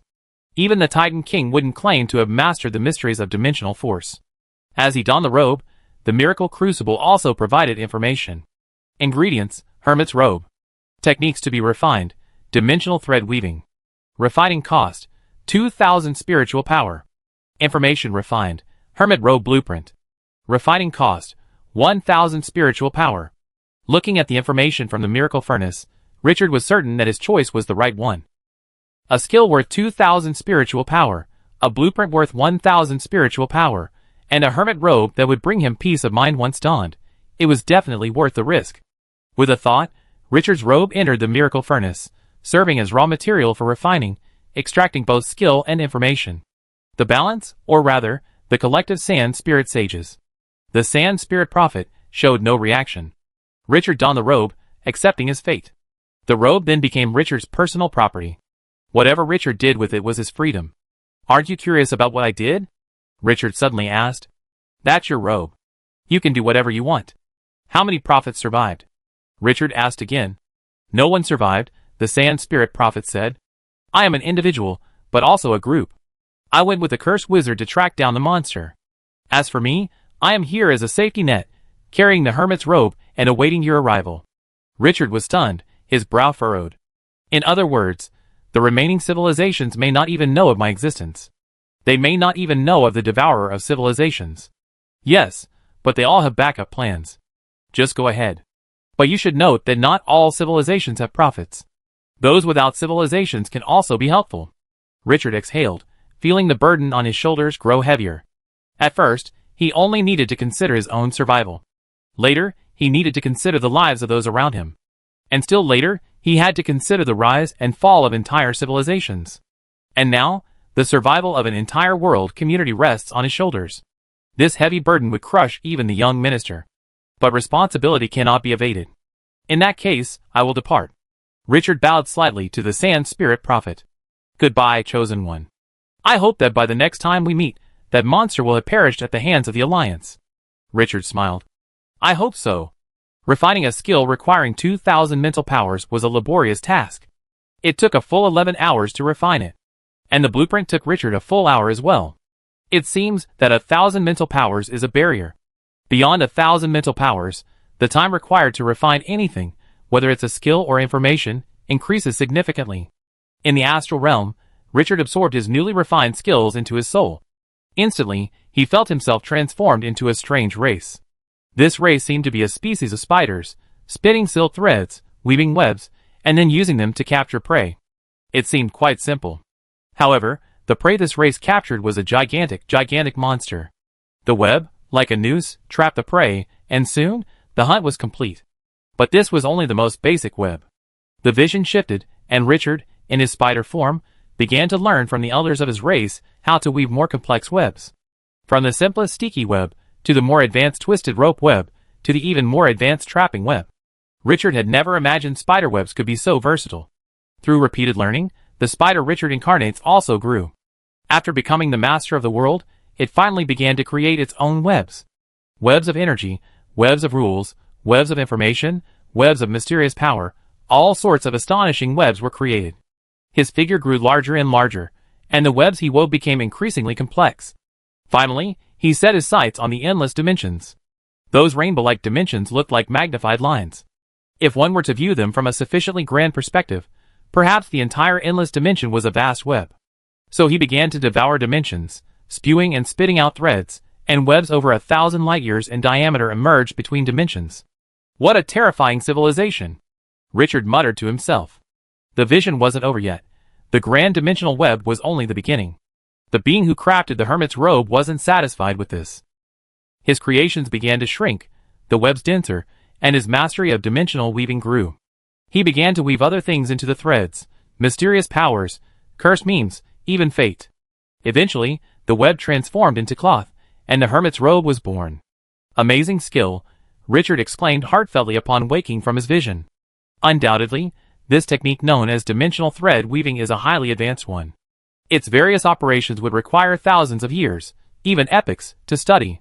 Richard was almost certain that no creature in the entire world community, save for the remnant spirit of the Titan King, could master a technique more advanced than this dimensional weaving technique.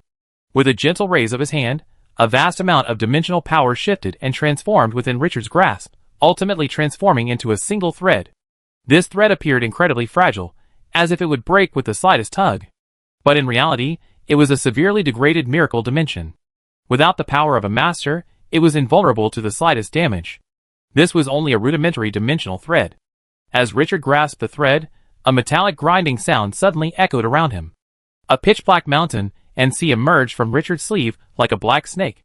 Richard grasped the mountain and sea together with the dimensional thread, and then the dimensional power began to flow. The vast dimensional power transformed into an extremely complex formation within Richard's palm.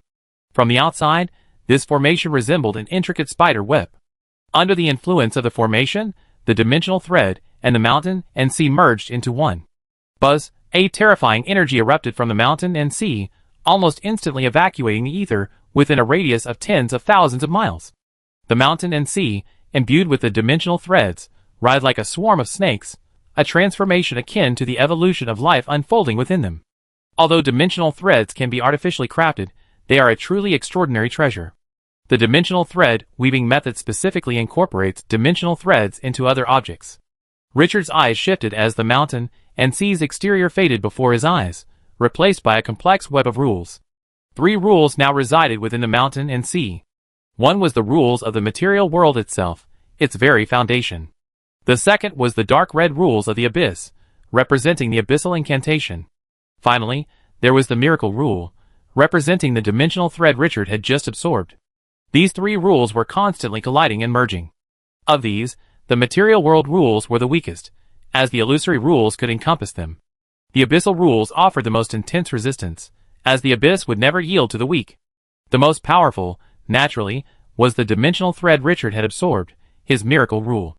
Dimensional power continuously surged into the mountain and sea, and the miracle rule, representing the dimensional thread, gradually suppressed the other 2 rules.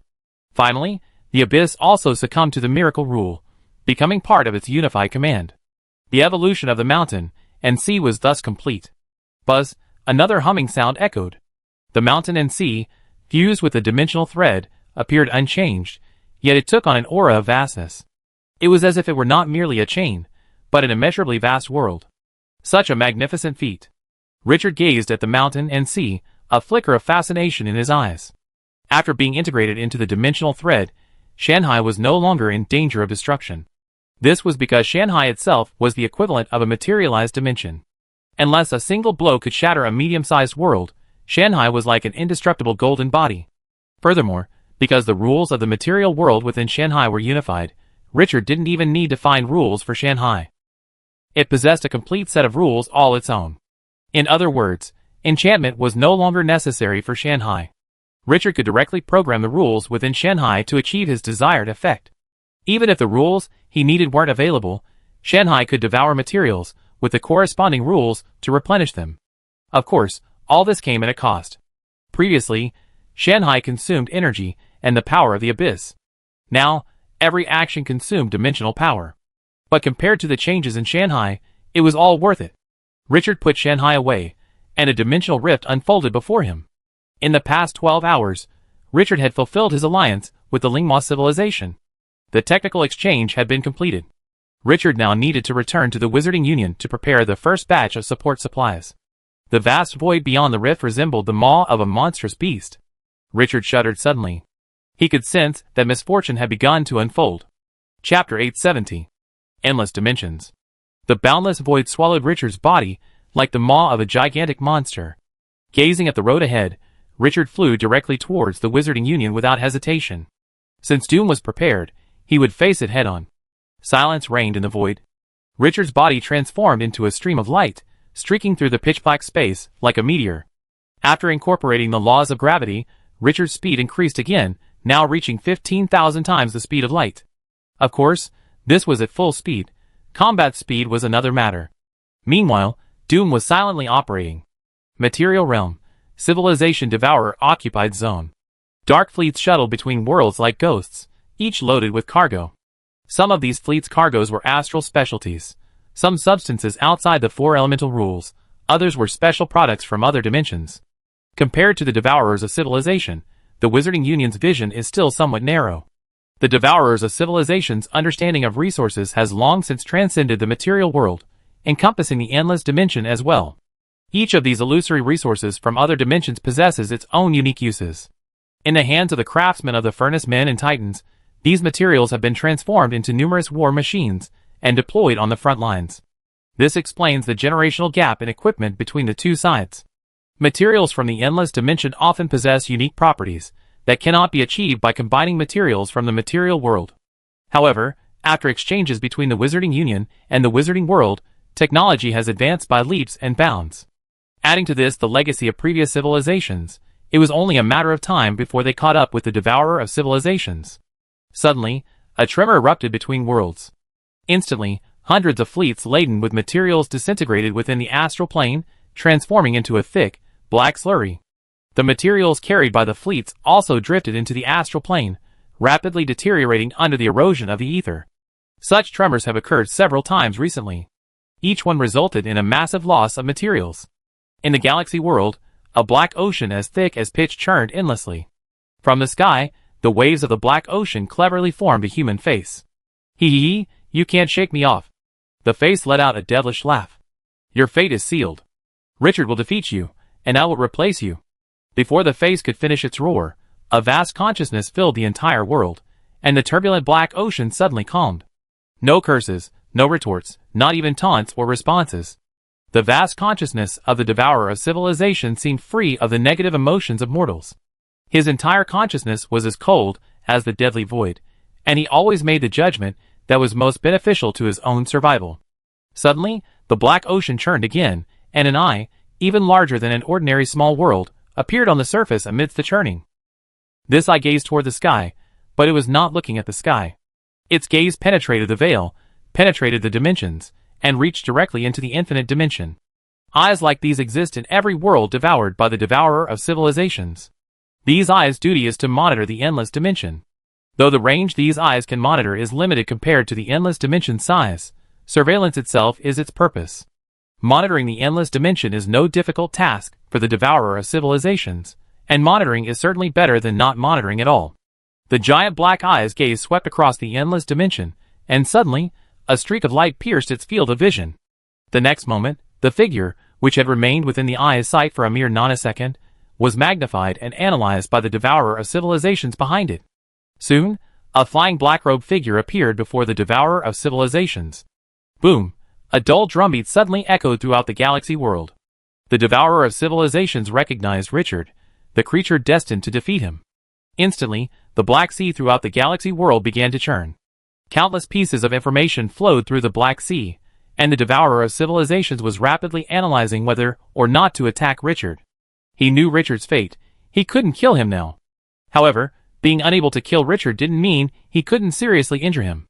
If he could injure Richard enough to cause him to fall into a deep sleep for hundreds of years, Richard's fate would be irrelevant to him. By then, he would undoubtedly have recovered enough strength to escape this fate. However, he also knew that hunting down Richard would likely only fuel his evolution. If he couldn't seriously injure Richard, then his pursuit would effectively advance his destiny. To kill or not to kill, that was the question. The Black Sea churned continuously. The devourer of civilizations analyzed various information regarding Richard, the Wizarding Alliance, and even the Spirit Desert civilization. In a matter of moments, the devourer of civilizations had simulated hundreds of thousands of battles. In these battles, although Richard could escape, he would always be seriously injured. The probability of escaping with minor injuries was almost negligible. However, these were conclusions based on known information. If numerous hypothetical unknown factors were factored in, the probability of Richard escaping with minor injuries increased significantly, from negligible to almost 1 in 1,000. This probability was enough to give the devourer of civilizations pause for thought. Misfortune flowed silently. And as it affected the devourer of civilizations, the ancient monster sensed it almost instantly. Though he did not know the source of this misfortune, he could sense that it was directed at Richard. With the factor of bad luck factored in, Richard's chances of escaping with minor injuries dropped even further to negligible levels. And with this data, there was no reason for him not to pursue him. The black ocean began to churn, and a massive body, over 100,000 meters long, slowly emerged from the water. Then, a fragmented soul was injected into the body as its core. In a matter of moments, a limit-breaking titan appeared on the surface of the sea. At the same time, the Titan Overlord, engaged in battle with Samuel on the front lines, suddenly collapsed. After Richard eliminated a limit-breaking Overlord and 3 ordinary Overlords, even the Civilization Devourer's puppet Overlord was somewhat stretched thin. Although he had the ability to create Overlord minions without using the Overlord's soul, he couldn't yet create a clone at the level of a limit-breaking Overlord. The Civilization Devourer issued a command, and the Titan Overlord immediately entered the infinite dimension, preparing to ambush Richard. At the same time, the black ocean began to churn again. After the limit-breaking Titan appeared, 3 more Titan bodies that had reached the limit of ordinary Overlords surfaced. While 1 limit-breaking Overlord was sufficient to ambush Richard, adding 3 ordinary Overlords as support was clearly a safer option. According to his calculations, even if Richard broke through to the limit-breaking Overlord status, he would still be seriously injured. Adding more overlords was not only pointless, but would also cause the limit-breaking overlord soul to misperceive. After all, using one limit-breaking overlord and 3 ordinary overlords to ambush a single ordinary overlord was already excessive. With the addition of more overlords, the limit-breaking overlord soul would undoubtedly sense something was amiss. After the 3 overlords completed their deliberations, the Black Ocean fell silent once more. However, the devourer of civilization's magnificent consciousness remained unmoved. Under its will, countless fleets shuttled between worlds like a swarm of insects. Many of these worlds were filled with machines resembling propellers. The devourer of civilization seemed to be manipulating the world. Endless dimensions. The ominous feeling within Richard grew stronger. His intuition told him that doom was imminent. Boom! Suddenly, Richard's flight path abruptly shifted, and his previously straight flight path suddenly formed an obtuse angle. At the same moment, a pitch-black spear flew past Richard's body. Richard sensed a chilling murderous intent from the spear. Had he deflected a nanosecond later, the spear would have instantly pierced his chest, his soul tainted by the murderous will it carried. Sure enough, the greatest misfortune I could ever face is you. Richard stopped. A split second away, a titan, over 200,000 meters tall, clutching a pitch-black spear, stared silently at him from the void. In that gaze, Richard could only see cold murderous intent. Traitor, today is your day of death. The titan raised his spear, and a chilling murderous intent instantly enveloped Richard. This murderous intent wasn't just a feeling, it was a genuine mental attack. A world master, even a quasi-master with the rudiments of a dimension, would be completely disoriented at this moment, and even more so, their soul would collapse.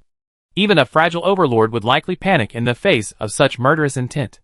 In the past civilizations, there was only one Titan overlord possessing this ability. Kronfing. Richard spoke the Titan overlord's name. Very good. Since you know my name. Kronfing's figure suddenly vanished, and when he reappeared, his spear was less than 10 meters from Richard's head. Then begin your prayers. Bang! The pitch-black spear, swathed in murderous intent, like a life-binding chain pierced from hell, pierced Richard's head. Instantly, the spear's tip collided with Richard's hooded head, creating a sound like the earth collapsing. An invisible ripple, centered around Richard, rippled into the void. Just this aftermath was enough to annihilate the bodies of some newly ascended overlords. However, Karen Feng's expression did not improve. A beautiful thrust, Richard's voice was remarkably calm. But unfortunately, it's still not enough. Richard removed his hood, revealing his true form. Above Richard's massive form, over 100,000 meters long, the pitch-black sea and mountains enveloped him like armor, completely enveloping him. The tip of the pitch-black spear now rested in the keyhole of the sea and mountains. It could not advance an inch. Chapter 871. Cologne Peak's attack was powerful, powerful enough to cause a microcosm to disintegrate and vanish into the astral plane. If Richard had withstood this blow in the past, not only would his head have remained intact, but even the upper half of his body would have been ripped apart. But now, this attack was useless to him. After the fusion of the dimensional threads, the mountain and sea had reached an incredible level of strength. Attacks that couldn't destroy a medium-sized world were virtually ineffective against the mountain and sea.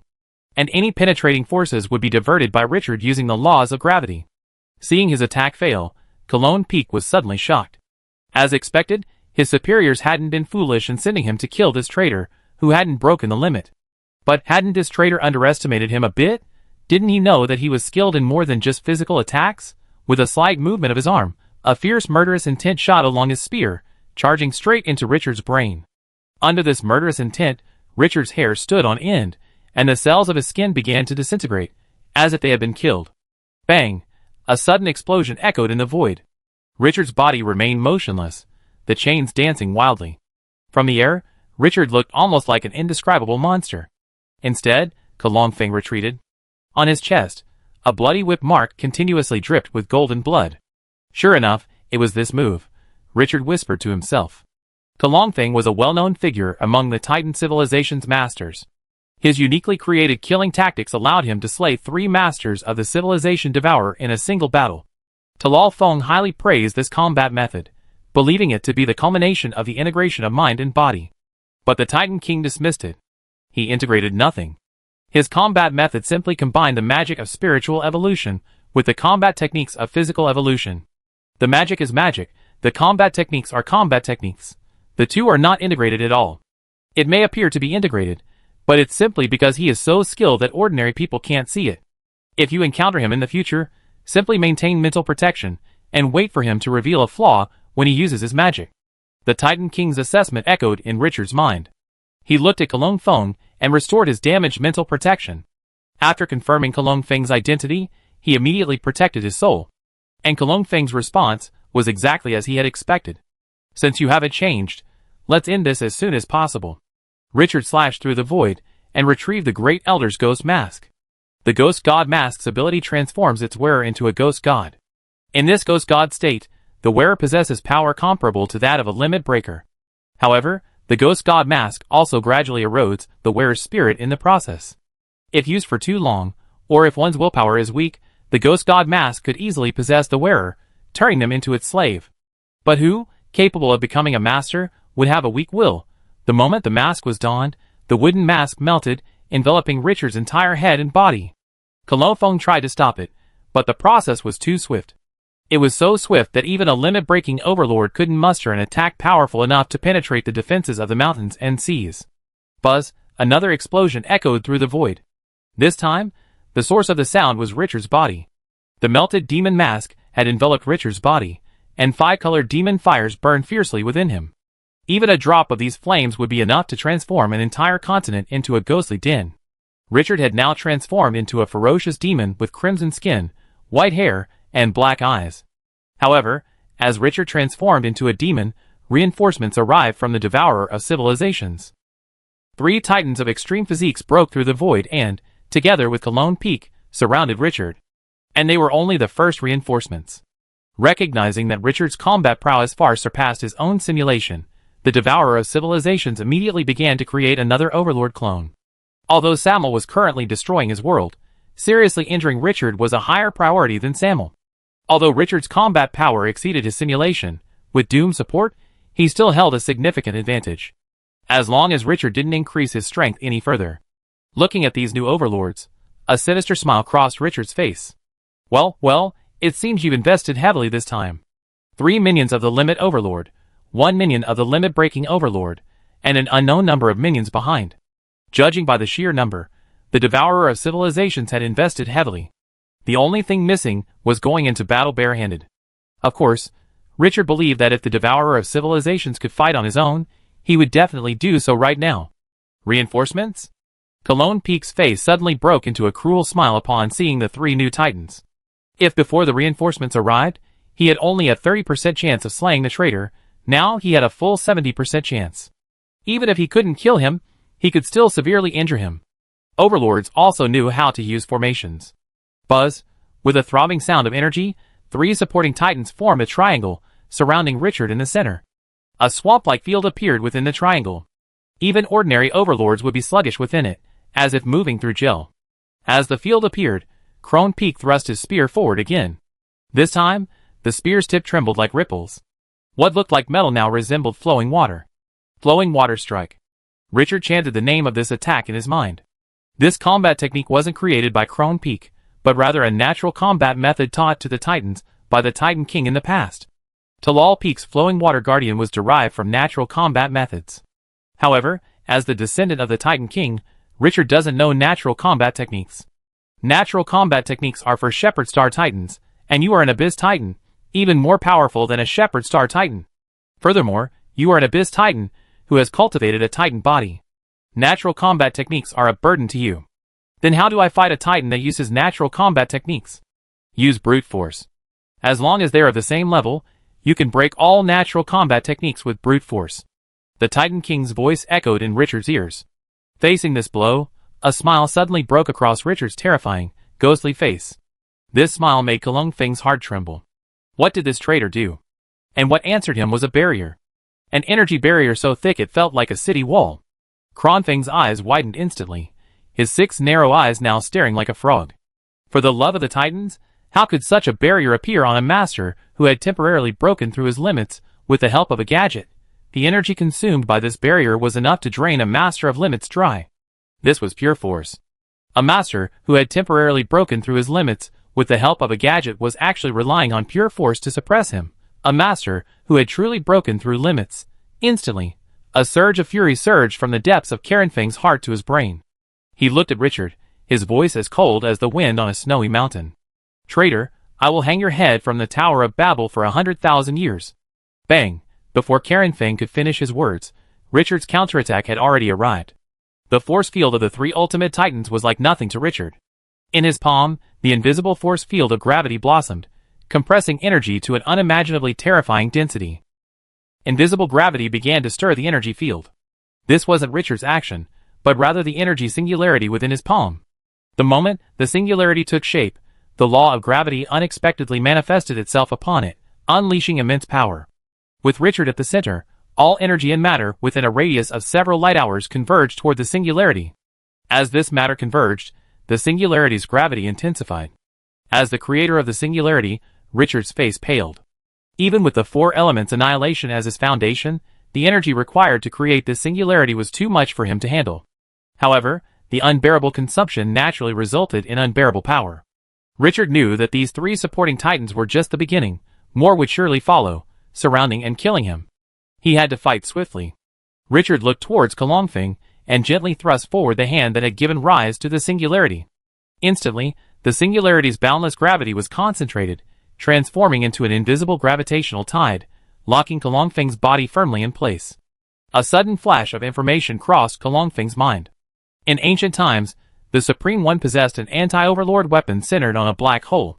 Any overlord captured by that weapon's gravity would never be able to break free. "Damn it! Move!" Feng roared and struggled, his entire body radiating boundless divine light.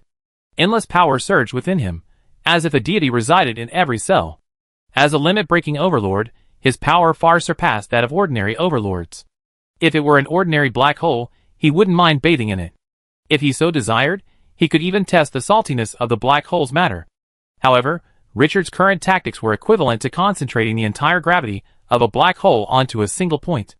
The gravity at this single point was millions of times greater than the original black hole's gravity, tearing even the leader of a civilization to pieces. While the black hole in Richard's hands wasn't as powerful as a regular one, Feng wasn't a civilization leader like the Titan King or the Furnace King. The moment he was caught in the gravitational surge, his fate was sealed. Boom boom boom. Brilliant flashes of light continuously erupted from Richard's body. The attacks of the three civilization-devouring clones rained down on him, like a barrage of bullets. But against the defenses of the mountain and sea, these attacks were nothing but harmless fireworks. Amidst the gravitational surge, Feng's body edged ever closer to the singularity. His skin began to bleed, his muscles began to break, and even his bones crackled under the gravitational pull. As the singularity's gravity continued to grow, was Feng's death inevitable? Suddenly, a rift appeared beside Feng. Chapter 872. Astral Realm, Civilization Devourer Occupied Zone. In a gray building resembling a giant chimney, countless furnace men moved like worker ants. They moved silently. Not even the sound of footsteps could be heard throughout the building. Whether in the rooms or the corridors, the only audible sound was the subtle vibrations of mechanical operation. Suddenly, the furnace men in the building stopped simultaneously. Or rather, all creatures in the entire world stopped. For a vast consciousness had descended upon this world, taking over the minds of all. Richard's repeated exceptional performances had somewhat exceeded the civilization devourer's expectations. Be it the ghost mask, the current energy singularity, or even Richard's ability to use the laws of gravity to constrain gravity, all exceeded his expectations. Constraining the singularity's gravity wasn't something that could be achieved with a simple lip service. To achieve this, the Overlord not only needed to master the laws of gravity and thoroughly explore its mysteries, but also required the assistance of dimensional power. This assistance is an extremely advanced application of dimensional power. Even in previous civilizations, this kind of application was only possible for civilization leaders and a few elderly overlords. In contemporary civilization, the devourer of civilizations has not found a single overlord possessing such knowledge. This should have been an impossible event. But now, it has happened. Thankfully, he has a backup plan. Since the overlord puppets are currently ineffective, he can only reveal a trump card to achieve his goal. Under the devourer of civilization's control, the hearthmen and titans of the entire world began to work together, as precisely as the gears of a machine. The furnace men in the massive chimney building began to move, checking energy lines, activating valves, and starting the reactor. Everyone was busy with their own tasks, yet their activities did not interfere with each other. Buildings like these were everywhere in this miniature world. As the machines within these buildings were activated, an unimaginable wave of energy began to resonate across the earth. Massive energy flowed through pipes buried beneath the earth, converging into a towering tower at the center of the world.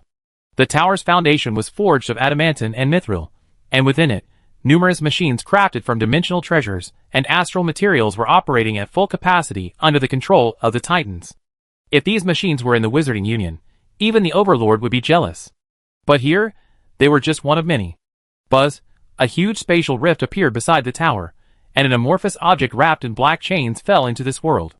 If Overlord were present at this moment, they would undoubtedly recognize it as a dimensional fragment, and a considerable one at that. If there were one or two more of these fragments, they could even transform a level 7 Overlord into a level 8 Overlord, just like how the Furnace Man dimension infused Richard. The moment the fragment fell into the world, several Titans emerged from the tower and quickly transported the fragments inside. At the center of the tower, the fragment was placed in a massive reactor. Stimulated by energy and dimensional force, the seal on the fragment instantly shattered, taking the fragment with it. Instantly, an unimaginable dimensional force surged from the reactor. This force merged with the energy of the other buildings, constantly transforming within the tower. With each floor it passed, another was rendered useless. Invaluable machinery, at this moment, became consumable. Finally, this force converged at the tower's summit, where a dimensional rift, like an eye, appeared. On the other side of the rift, Pete Cologne struggled against the gravitational pull. The moment the rift appeared, Richard's hair stood on end. In his eyes, the danger beyond the rift became almost tangible, erupting like a volcano. Richard had only one thought: escape. At the same moment, the last floor of the tower behind the rift shattered with a resounding boom. A torrent of energy, too bright to be seen, gushed from the tower, pouring into the rift at the speed of light, then shooting towards Richard at an unimaginably terrifying speed. In its path, whether it was Mount Cologne, the energy singularity, or the mountains and seas surging like a tide, attempting to intercept the flashes, all vanished into nothingness. Before this torrent, Richard once again felt a sense of powerlessness. The feeling of a mortal facing a natural disaster. The protective mountains and seas shattered. The energy barrier shattered. Gravity deflection, weak effect. Energy manipulation, weak effect. Dimensions unfolded, the cycle of life and death, probability manipulation. In that instant, Richard employed nearly every ability he possessed, even his body undergoing a transformation comparable to the evolution of natural selection. Richard was a man of contradictions. While he accepted his fate, he was by no means a puppet at its mercy. In the face of natural disasters, human power, though feeble, is by no means useless. Boom! A mighty torrent of energy engulfed Richard's body. Then, silence fell over the void. A dominant puppet, not caught in the path of the attack, arrived at Richard's location and gathered some information. Then, a message was transmitted back to the massive body of the civilization devourer. The dimensional destruction cannon was effective. In the void, a drifting object, resembling a meteorite, streaked across the sky like a meteorite. In the void of the infinite dimension, energy and matter are extremely sparse. Flying in such an environment, without external intervention, an object traveling at the speed of a stream of light would remain stationary even for thousands of years. This drifting object, however, was traveling at tens of thousands of times the speed of a stream of light. According to common sense, it would have flown for dozens of epochs without stopping. Bang! Suddenly, a dimensional rift appeared in the void. A world lord, exploring the infinite dimension, emerged from it and collided head-on with the drifting object.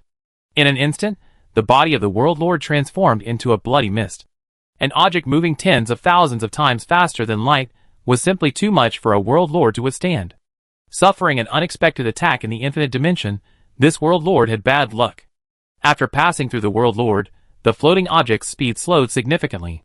And stimulated by the world lord's flesh and blood, the floating object suddenly trembled. A vast, anxious, and fragile consciousness awakened within the floating object. I've actually survived. It seems I likely survive before the devourer of civilization escapes its fate. The will awakened within the drifting object was naturally Richard, and this meteorite-like object was Richard's body, which had evolved under the threat of the Dimension Destruction Cannon. The Dimension Destruction Cannon reduced Richard's massive true form, spanning hundreds of thousands of meters, to a mere fragment the size of a human palm. However, this wasn't a problem for Richard. As long as he returned to the material world, he could easily restore his true form. The real problem was that, in order to protect this seed-like piece of flesh and blood, Richard's entire soul was nearly ripped apart by the dimension destruction cannon. His current mental power was nearly equivalent to that of a newly promoted level 1 creature. With this level of mental power, Richard couldn't even expand a dimension, let alone open a dimensional rift to return to the material world, or even use coordinates to accurately return to the wizarding world. Dimensional travel also requires a foundation of mental power. This is a bit troublesome, Richard said, feeling a bit of a headache. He now found himself in the same predicament as Elise's had been. His soul had been shattered to the point where its ability to recover had nearly ceased to function. He now had to enter the material world, use his shattered flesh to create a usable body, and then plunder soul essence to activate his soul's healing abilities. As long as he recovered to the level of World Master, he could harness the power of the dimension to open the dimensional gate. The rest was simply a matter of normal recovery. As the owner of the Miracle Furnace, even without the resources of civilization, he could recover to peak condition in a decade or more by hunting in other dimensions. However, all this presupposed his return to the material world. Unable to return to the material world, all his thoughts were delusional. Forget it, let's stop for now. Flying aimlessly isn't the answer. After determining his current situation, Richard quickly decided his first move: stop. He was currently flying at thousands of times the speed of light. If he didn't take action, he would only fly further and further away. The further he flew, the less likely he would encounter creatures from the same world. With a thought, Richard's meteorite-like form instantly erupted with a gravitational pull. Then, as Richard spun around, this gravitational force became resistance. The bombardment from the dimensional destruction cannon wasn't entirely detrimental to Richard. Under its pressure, Richard's body successfully reached the boundary. According to common sense, this process should have taken decades. Now, as long as he regained his true form, he could immediately break through the limit. Relying on the gravitational barrier, it took Richard nearly 3 months to completely stop. During this process, he continuously used gravity to gather surrounding matter and energy, allowing the flesh seed to grow larger. That's not easy. A gash appeared in Richard's body, swallowing the surrounding matter. But even if this amount of matter were gathered together, it wouldn't even fill the space between a human fingernail. For Richard's current state, it was a drop in the bucket. Richard felt a sense of despair. If this continued, the devourer of civilizations would devour the entire world community, and he probably wouldn't even have escaped the infinite dimension. The price of this disaster was too high. However, before Richard could finish his complaints, a figure appeared before him. A strange creature, resembling a large tree but bearing a strong scent of flesh and blood, approached him, and uttered a complaint that bordered on curses into the void. Damn it! That thing was definitely flying in this direction. How could it not be there? Chapter 873. Lal Redshirt had never imagined that he would one day encounter such a calamity in the endless dimension. As a tree herder of the Tree Spirit clan, Lal Redshirt had been happily exploring the endless dimension today, hoping to find a new dimension and some new tree species. But he didn't know if he was cursed or if Mercury was in retrograde. Having just entered the endless dimension, and before he could even take in his surroundings, he saw a streak of light hurtling towards him. The light was so fast that he was struck by it the moment he saw it. To be fair, as a blood redshirt of the Tree Spirit clan, Lal considered himself to be extremely resilient. Even in the entire Natural Federation, there weren't many world masters of his level who could surpass him. But before this streak of light could reach him, Lal felt as if he had been struck by a meteorite, with no resistance at all. In other words, before he could react, his body was shattered. Fortunately, this stream of light carried nothing, a purely physical attack. The tree spirits possess incredibly tenacious vitality. As long as a single branch or seed remains, they can survive. Otherwise, Ral would have been slain by Richard by now. Damn it! That thing is definitely nearby. Ral roared, sweeping the surrounding void with his mental power. He had performed a divination before chasing Richard. However, he had taken a tactical tactic. He divined not on Richard, but on his blood. After Richard crushed Ral, his body was inevitably stained with Ral's blood. However, in the infinite dimension, matter and energy are extremely sparse, and the heat from the high-speed flight prevented any blood stains from being incinerated. Ral knew that anything capable of shattering him was likely something formidable. The cost of direct divination would likely be horrific.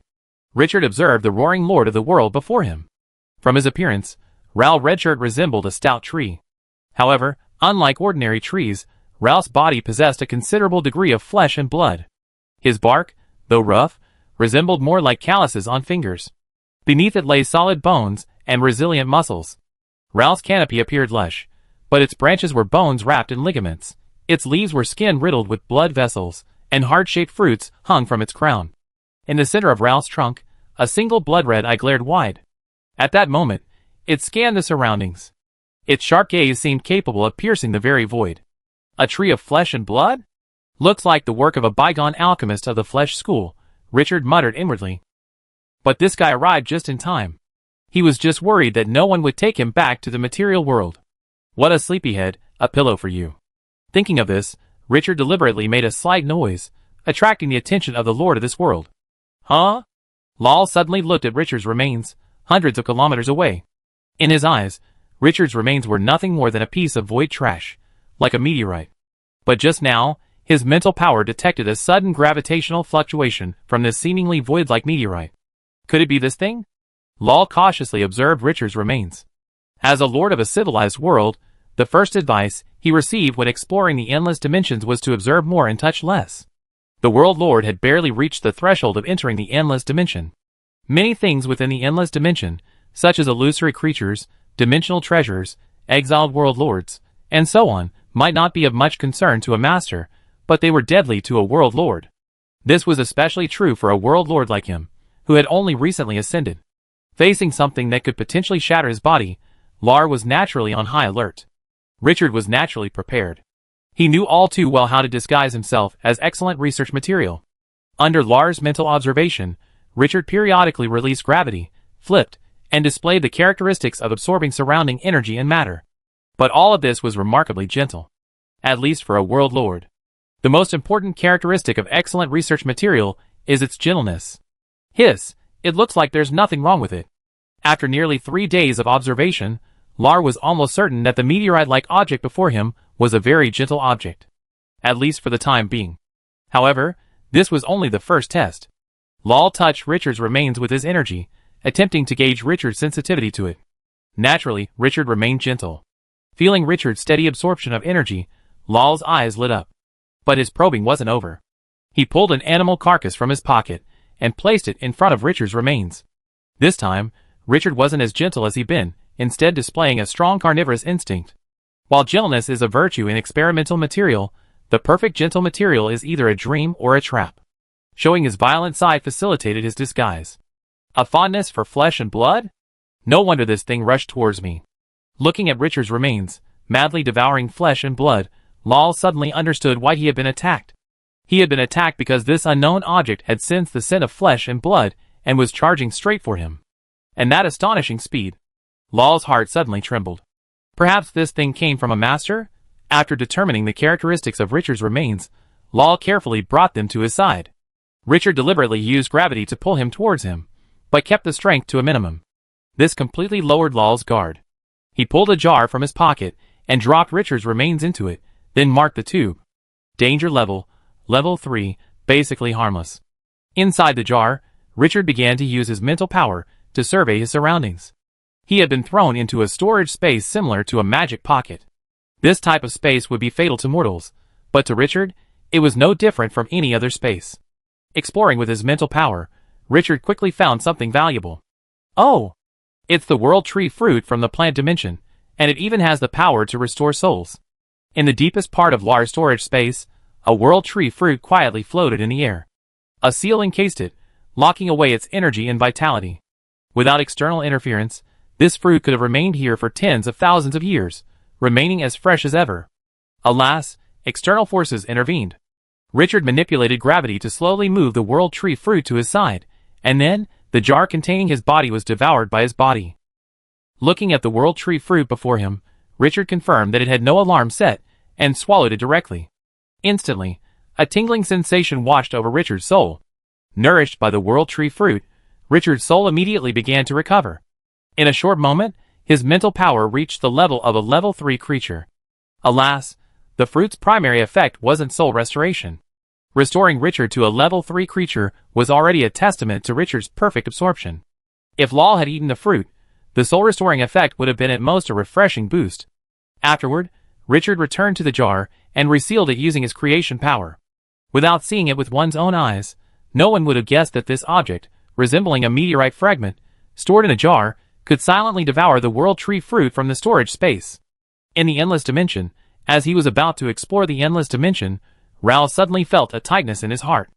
A sudden sense of foreboding washed over him. Is this another bout of bad luck? Ral's heart shuddered. Although the tree spirit was tough and sturdy, this was the endless dimension, and there were plenty of things that could kill him. Forget it, let's go back and study that thing first. Thinking, Ral's dimensional power surged within him, and a rift back to the astral realm opened in the void. Across the vast plains, a dense forest rippled in the wind. Warcraft darted through the trees, flocks of birds danced in the sky. Everything resembled the most primitive world, devoid of any trace of civilization. And this scene was not isolated. From the plains to the mountains, from the rainforest to the plateau, this world lacked any sign of intelligent life. In this astral realm, where nearly every world harbored intelligent life, such a situation was simply inconceivable. Suddenly, a dimensional rift opened in the sky. Followed by this, a massive fleshy tree fell from it. In the vast, endless dimension, Ral's size was inconspicuous, but back in the astral realm, his massive frame, over 500 meters long, instantly became a behemoth. It feels so comfortable to be home. Ral descended from the sky, landing in the center of the world. There, a magnificently robust world tree stood tall, its petrified bark bearing witness to its ageless passage. Arriving at the world tree, Ral shrank, transforming into a small tree only a dozen meters tall. Then, a portal opened in the world tree. As Ral entered, a melodious music suddenly filled his surroundings. The leaves on his body trembled slightly, as if dancing to the music. Traveling through the passage, Ral arrived at a place resembling a laboratory. Here, a large number of machines clearly from a civilization were displayed. Ral removed the bottle containing Richard from his body. The crimson eyes on the tree trunk held a hint of greed. Let me see what you are. With that, Ral extended a fleshy tentacle and removed the remains of Richard from the bottle. And this was an opportunity. The moment the fleshy tentacle touched Richard's remains, a virus silently entered Ral's tentacle, rapidly spreading through his body fluids and energy circulation. After consuming the fruit of the world tree, Richard was no longer so weak, and his means at his disposal were slightly more diverse. Although he wasn't a virus expert like Beelzebub, he had studied and created viruses for the sake of evolution. These viruses weren't Beelzebub's life-giving viruses, but the flesh and blood red shirt before him wasn't dominant either. In the face of Richard's viruses, Ral's immune system was no match for them. In a single breath, the viruses had spread throughout his body. Then, the outbreak began. Why am I a little dizzy? Ral stared at the 8 remains of Richard in front of him, a trace of doubt flashing through his mind. But then, a sudden shock struck him. Something was wrong, but it was too late. Ral could feel his body decaying and rotting, taking his soul with it. What had happened? Then, a message resolved his doubts. Lord of the alien world, you need to make a deal with me. Chapter 874.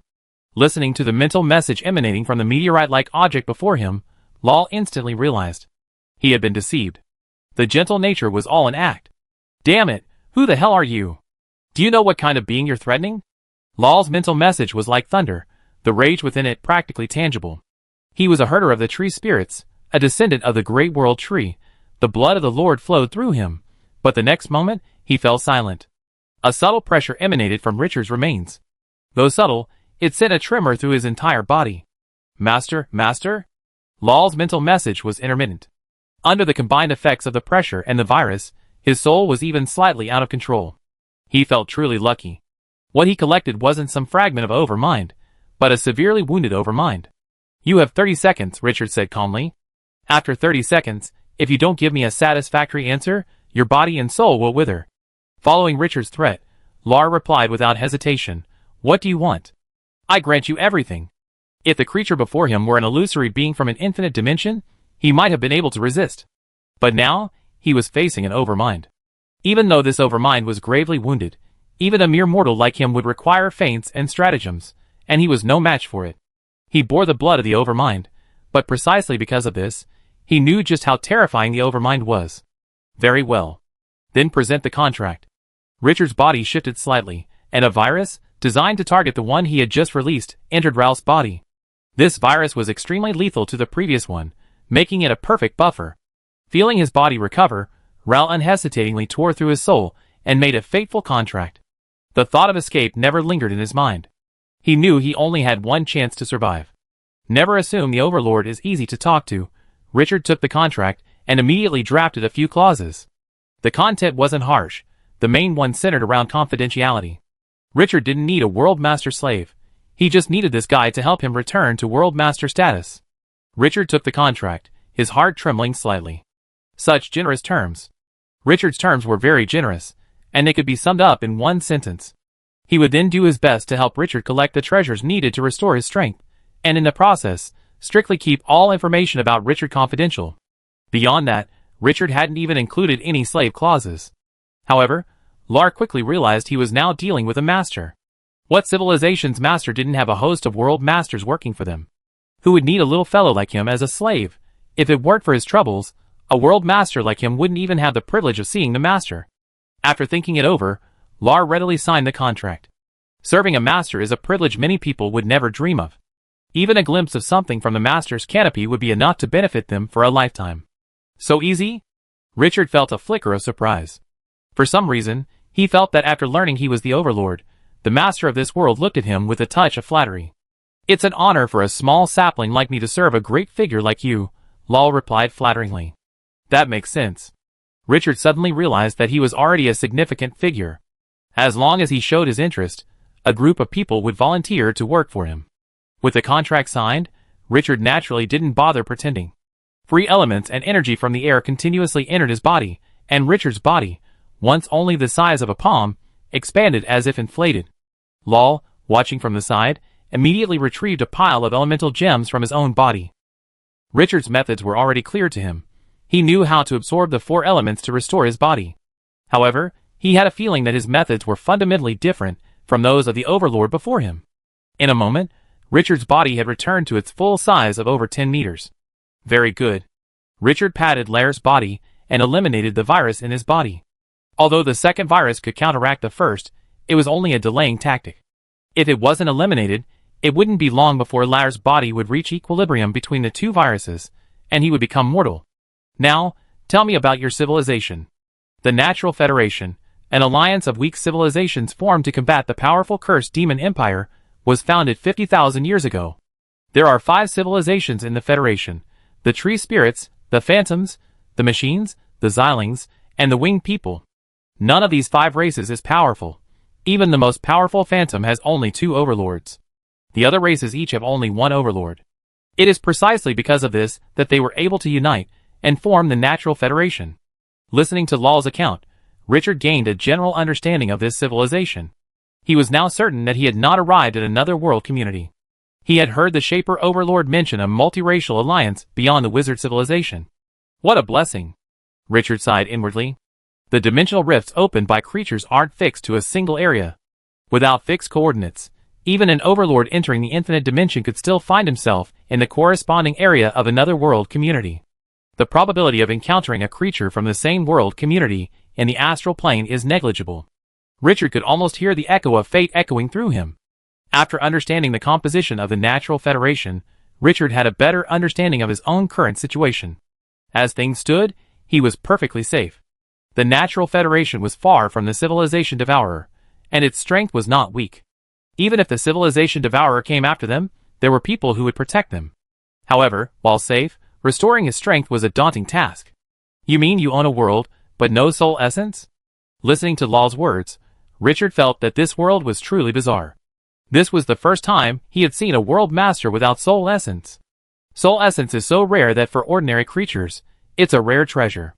But for a world lord, it's relegated to a scarce material. A world is so vast that even the smallest microcosm can find some soul essence if one is willing to look. Sir, you don't know, Lal said somewhat awkwardly. Soul essence is a strategic resource, directly controlled by the Federation. While our war with the cursed demon empire has temporarily ceased, resource controls remain. Unless there's a legitimate reason, no world lord can obtain soul essence. What constitutes a legitimate reason? Richard asked. In the past, anyone on the battlefield would receive rations. Even if injured, they would receive rations. But now? Lal hesitated. Unless the cursed demons attack again, there's no reason to obtain soul essence now. Richard was speechless for a long moment, then sighed softly. This is a bit troublesome. Soul essence is one of the few soul-repairing substances that has no resistance, and it's also the easiest to obtain for healing soul wounds. Without it, he had no idea how long it would take to recover. But as he pondered, Richard felt as if he had forgotten something. This feeling persisted since he returned to the material world. He felt that there must be some way to quickly return to the wizarding world from the material world, but he couldn't recall it. It seems the memory loss is quite severe, Richard thought to himself. With a soul severely damaged, memory loss is inevitable. However, Richard had backed up all the important contents of the Hearthman's legacy in the wizarding world. The skills passed down from the goblin craftsman were not part of memory, and there was no risk of loss. Overall, the damage wasn't significant and still manageable. However, I definitely need to back up my memories next time. Even if the Civilization Devourer's anti-memetics aren't effective against him, the amnesia caused by soul damage is inevitable. Putting his thoughts aside for the moment, Richard looked at Lal. Since there's no soul essence, we can only make more soul-restoring potions. Hearing this, Lal hesitated, then said, "Sir, there are only a few people in the entire Natural Federation who can create a potion effective for a being like you. Even the ingredients are only accessible to a handful of people. Of these, the only one I can connect with is the spiritual medicine sage of our Tree Spirit clan. But this sage has a rather peculiar personality, so—" "It's enough to connect with him," Richard interrupted bluntly. "As long as you can meet him, he'd definitely take action." "Sir, you can't do anything about this person." Seeing Richard's decisive words, Lal's expression suddenly changed. "This lord is a descendant of the Great World Tree. If you touch him, the Great World Tree will definitely discover you." "Don't worry about that," Richard glanced at Lar calmly. "I'm not a native who only relies on brute force.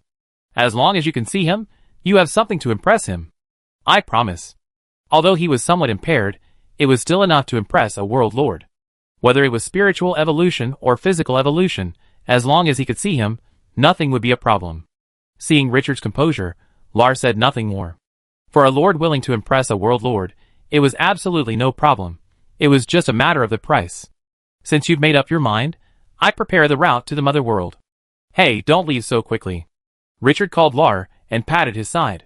The next moment, a stream of evolutionary matter entered Lar's body. Instantly, Lar's body trembled continuously.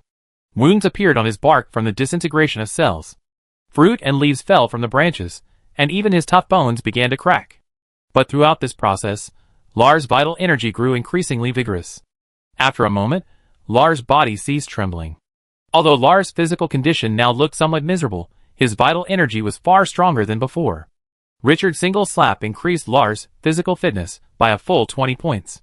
"Do my work, and you definitely benefit from it," Richard said calmly. At that, Lar's entire body bent 30 degrees toward Richard, as if bowing. "Thank you, sir, for your cultivation. I will definitely live up to your trust." Chapter 875. Unlike wizards, potion brewing is a monopolized skill in the Natural Federation. A united organization called the Alchemy Guild monopolizes all creatures within the 5 tribes that possess the ability to brew potions. Or rather, it is the alchemists within these 5 tribes that make up the Alchemy Guild. In peacetime, every alchemist is a respected figure in the Federation. And in times of war, alchemists are exempt from the front lines, allowing them to safely produce potions in the rear. To put it bluntly, alchemists are a kind of aristocracy in the Natural Federation. Of course, alchemists also have ranks. The Alchemy Guild divides alchemists into 5 ranks, with rank 1 being the highest. However, truly powerful figures know that rank 5 alchemists are not the upper limit of the alchemy community. Beyond the rank 5, there are numerous alchemy masters scattered throughout the Federation. These masters are at least as powerful as world lords, and each potion they brew is of immense value. During wartime, the creations of these masters are exclusively used by the world lords. But in normal times, even world lords would pay a hefty price to acquire these masters' potions. Among these masters, the spiritual medicine sage is the master of masters. Get him out. In the towering world tree, a slightly shorter tree spirit, radiating the aura of life, roared angrily. Beside him, his apprentice, a tree spirit of the same race, but weaker, couldn't help but sweat profusely. "Teacher, this lord of the Yuhai clan is the descendant of the Yuhai lord. Please speak." A little more tactfully. "Then get him out." The spiritual medicine saint roared again. "I've told you many times, I'm not a rag collector. Don't bring the junk to me and expect me to make elixirs." The spiritual medicine saint's roar was like thunder, shaking the utensils in the room. Fortunately, this was inside the world tree, with excellent sound insulation. Even if a prominent figure, the son of the lord, sat outside, there was no need to worry about him hearing the spiritual medicine saint's rant. Hearing the spiritual medicine saint's roar, the apprentice began to sweat again. Even though he was a tree spirit, he didn't sweat. The Lord's descendant of the Yuhai clan outside had brought a rare and precious dimensional treasure. A 6th-level world tree branch from the plant dimension. If this thing were left outside, who knows how many tree spirits would fight for it.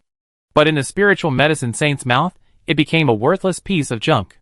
Then I asked him to leave right away. I mean, tell him to get out. Yeah. The apprentice hummed perfunctorily, then walked out of the room with the branch.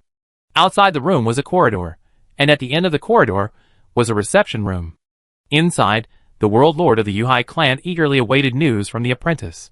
The spiritual medicine sage is one of the few alchemists who can refine potions that aid in advancement. If he could obtain a potion from a spiritual medicine sage, his chances of reaching level 5 and level 6 would increase significantly. However, he was clearly going to be disappointed. I'm sorry, Master Yuka. The teacher isn't very happy with this branch. You know, ever since the teacher agreed to a world tree branch as a reward, many masters within the Federation have been eager to build us a palace with it. Hearing the apprentice's response, Yuka's face suddenly showed disappointment. He wanted to say something, but in the end, he kept silent. Although he was the descendant of the Lord, the spiritual medicine saint was also the descendant of the Lord, and a very favored one. In terms of status, he had no power over the spiritual medicine saint. As for strength, ever since the spiritual medicine saint devoured a level 6 cursed demon on the battlefield, no one dared to display their power in the spiritual medicine saint's abode. Alright, Yuka sighed, then pushed the world tree trunk toward the apprentice and asked via telepathic message, Master, please tell me what the saint wants. The apprentice shook the tree's crown and reluctantly pushed the branch back. If I knew what Master wanted, your branch wouldn't have entered the alchemy room. Seeing this, Yuka gave up. But just as he was about to leave, a strong life radiation suddenly caught his attention. On the other side of the reception room, a man in a red-blooded robe walked down the hallway, apparently also seeking medicine. Yuka glanced at the newcomer in a red-blooded robe and shook his head inwardly. World lords these days are becoming increasingly clueless. Even a mere tree herder dares to come and ask for medicine. Tree herder is the name the tree spirits use for world masters. In ancient times, tree spirits who reached this level of power could travel across the astral planes and spread tree seeds to other worlds, hence the name tree herder. But above the tree herders were great tree herders and saints, which was why Yuka felt that the man in a red-blooded robe before him was clueless. What good could a level 4 creature possibly get? Seeing the flesh-red shirt, the apprentice immediately greeted him. Lal, this way. The apprentice introduced Yuka. This is my old friend Lal, descendant of the Red Shirt King. Hearing the name Red Shirt King, Yuka was slightly surprised. The Red Shirt King was one of the 4 tree kings of the Tree Spirit clan, a descendant of the Great World Tree. His power surpassed that of an ordinary saint, even possessing some dominance. However, the Red Shirt King was a tree spirit who loved to sow seeds. Meeting one of his descendants was not uncommon. Yuka nodded politely to Lal. Although he somewhat despised Lal's strength, he had no need to deliberately offend him. Examples of unfavored descendants rising to power in war were not unheard of in the Natural Federation. Seeing Yuka nod, Lal waved his canopy in return. In the past, if he had met a prominent figure like Yuka, who was clearly of high status, he would have at least struck up a conversation and established a relationship. He didn't ask for favors, but at least they wouldn't be strangers if they met in the future. But right now, Ral just wanted to get the potion done quickly. With Yuka, the benefits were hard to come by. But working for Richard, the benefits were instant. Seeing Ral's composure, Yuka felt a touch of surprise. He was so cold to him. Could this flesh-and-blood red shirt be the favored offspring of the Red Shirt King? Yuka suddenly felt like he could stay a little longer. He really wanted to see what Ral had in exchange for the potion. Ral, that thing better be as powerful as you say, the apprentice said to Ral. I just got a lecture from the master. If you bring something he doesn't like again, I'd be back to the furnace to start the fire. Don't worry, Quila. The saint will definitely appreciate this thing of mine, Lar promised, practically patting his chest. With that, Lar pulled out a ball of flesh covered in white fascia from his abdomen. Puff, Yuka, standing beside him, couldn't help but scoff. Honestly, under normal circumstances, he wouldn't have laughed. But what Lar had produced was a bit too outrageous. A mass of flesh, and a seemingly ordinary one at that, since it lacked even a hint of aura. This thing was worthy of being exchanged for a spiritual elixir? Was this red-shirt man out of his mind? Apprentice Quila looked at the ball of flesh in Lar's hand, a look of helplessness on his face. Brother, don't act so frivolous at this moment. You want to exchange this for medicine? Hurry, and show me your real stuff. But Lal said seriously, Kuei-la, believe me, this thing will definitely work. I swear by the Great World Tree, I'm not kidding. The Great World Tree is the patriarch of the tree spirits and their origin. When a tree spirit swears by the Great World Tree, whatever it says is absolutely serious. Yuka was slightly taken aback by this, his heart beating for some unknown reason. This tree spirit spoke so seriously. Could there be some hidden meaning in this thing that he couldn't discern? Yuka looked at the flesh ball, but no matter how he looked at it, it looked ordinary. It seems this tree spirit has truly gone mad, Yuka thought to himself. The flesh red shirt is the most unique of the tree spirits. Their flesh and blood bodies make their mental state more susceptible to problems than other tree spirits. Most flesh red shirts are insane. Seeing Lar's dedication, even offering the Great World Tree as a guarantee, Kuei-la, a brother with a life or death bond, could only pray that his brother wasn't crazy. Carrying the meatball, Kuei-la trudged into the alchemy room. Yuka shook his head, suddenly feeling that this wasn't going to be fun anymore. Bang! A loud explosion echoed down the hallway into the reception room. Yuka's heart trembled at the sound. Is the saint so furious? No, we have to leave quickly. Yuka was about to stride away, but the overwhelming pressure from the spiritual medicine saint had already reached the reception room through the hallway. Even Yuka, a descendant of the Overlord, couldn't help but tremble under the pressure of a level 6 creature. Soon after, a seemingly short figure entered the reception room. Whose stuff is this? The short figure shouted. As he shouted, an unreserved pressure emanated from him, nearly suffocating Lar and Yuka. Mine? Ral began tremblingly. This is mine, Master Saint. The medicine saint, upon seeing Ral's admission, teleported to him. This is yours? How could a tree herder like you possess such a thing? It is indeed mine, Master Saint, Ral argued vigorously. Richard's fateful contract strictly restricted information from Richard, preventing even the most tacit understanding from revealing his identity. The medicine saint looked at Ral, his eyes on the tree trunk, their gaze practically transmuted. What do you want? Potion, Master Saint. I need a soul-restoring potion. Soul-restoring potion? The medicine saint's pressure suddenly subsided, and the entire tree spirit instantly calmed. He spoke earnestly. The medicine is fine, as much as you want, but I have one condition. He must come to see me. Of course, I can also come to see him. Chapter 876. Is it okay for me to go see him? Hearing the spiritual medicine sage's somewhat humble request, Yuka felt his worldview flipped upside down. Is this still the same arrogant spiritual medicine sage? Even if the item were precious, shouldn't he have called the tree spirit into the alchemy room and examined it with a gaze that was part disdain, part contempt, part composure, and part curiosity? Then, with the master's characteristic nonchalant tone, he said, Your item is quite interesting. Have the person behind you come see me. I'm very interested in him. But now, the spiritual medicine sage had actually come out in person, his attitude so humble that he said, If he doesn't come see me, I can go see him. Is he still sane? Could this be an illusion caused by the pressure? Yuka shook his head, trying to break free from the illusion before him. But no matter how he shook, the scene before him didn't change. No, it did change a little. The spiritual medicine saint noticed this Yuhai clan member, who was constantly shaking his head. Kuei-la! Why is this guy still here? The spiritual medicine saint roared towards the passage leading to the alchemy room. The next moment, Kuei-la staggered out. Teacher, what's wrong? The spiritual medicine saint pointed his branch at Yuka and said impatiently, Why is this guy still here? The voice sounded like he was asking, Why hasn't this pile of garbage been cleaned up yet? Yuka was about to argue, but Kuei-la interrupted him.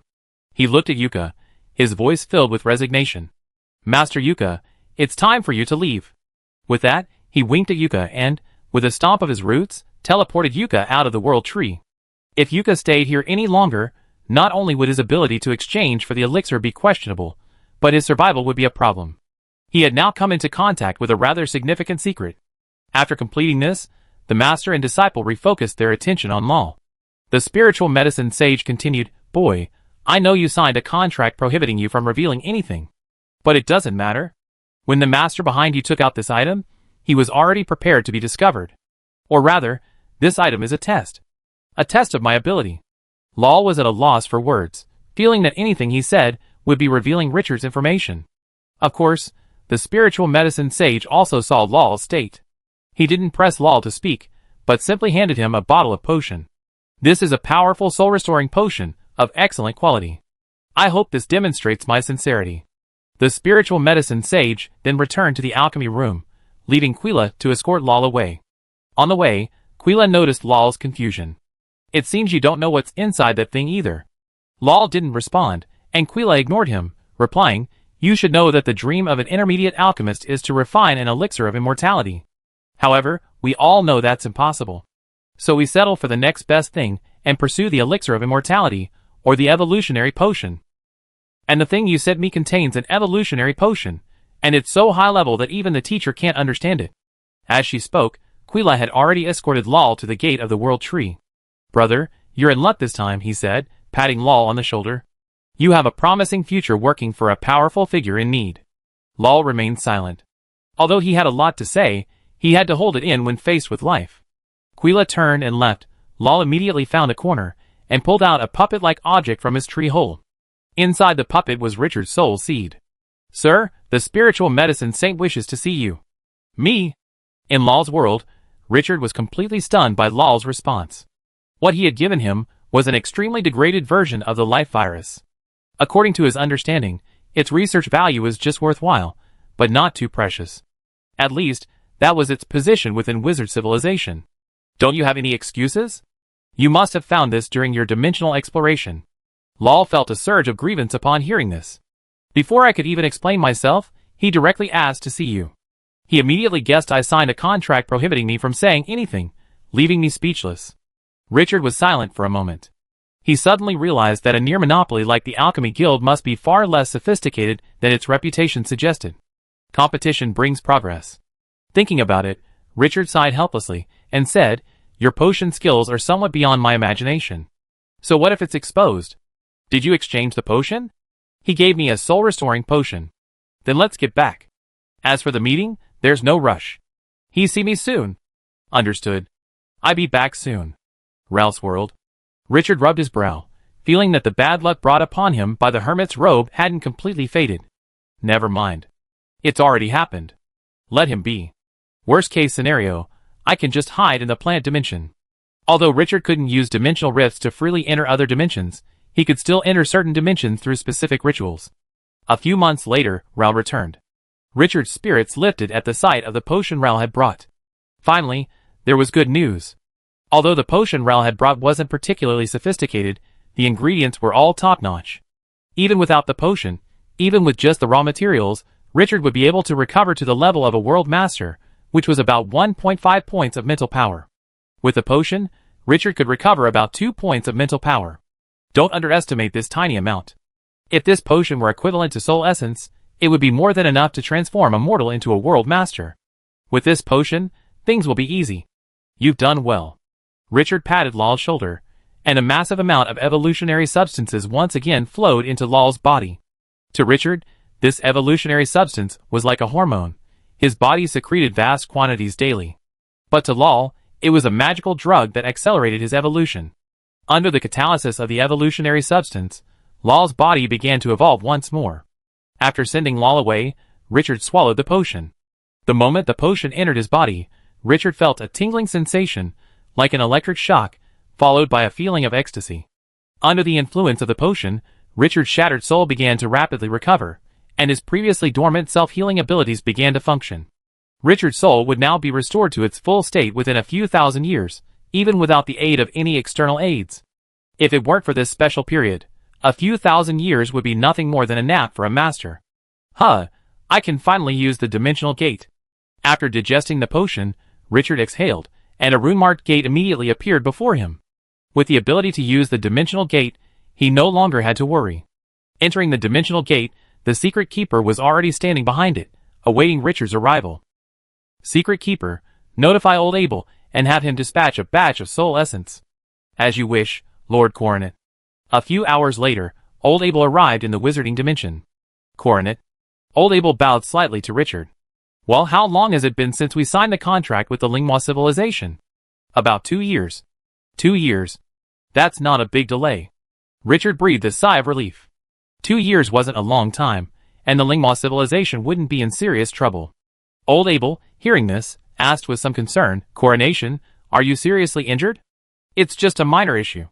Inform the council that I'm currently in the Natural Federation, intending to discuss alliance matters. Have them arrange for someone to go to the Lingma civilization. Old Abel was stunned, confused as to why Richard had suddenly ended up in a place called the Natural Federation. However, as a veteran wizard, he knew exactly what to ask and what not to ask. I understand, Old Abel said respectfully. After devouring the soul essence brought by Old Abel, Richard's mental strength increased again, almost returning to the level of a fifth-ring Grand Wizard. With this strength, he could venture into the Ghost Dimension and Nightmare World to hunt. With a little time, he would be back to his peak. What's going on within the Alliance lately? What's happening with the Devourer of Civilizations? Everything is fine. The Alliance has conquered 5 Devourer of Civilizations worlds. However, the coordinates of these worlds have shifted from previously determined coordinates. The Alliance suspects the Devourer of Civilizations is gathering these worlds to create a single, super-large world as its body. Super-large world? Richard rubbed his brow, sensing a grim development. While scattered worlds are difficult to conquer, the power of a single world is also limited. Without considering the Overlord, conquering a small world is much easier than conquering an area of a similar size from a larger world. However, Richard did not express pessimism in front of Old Abel.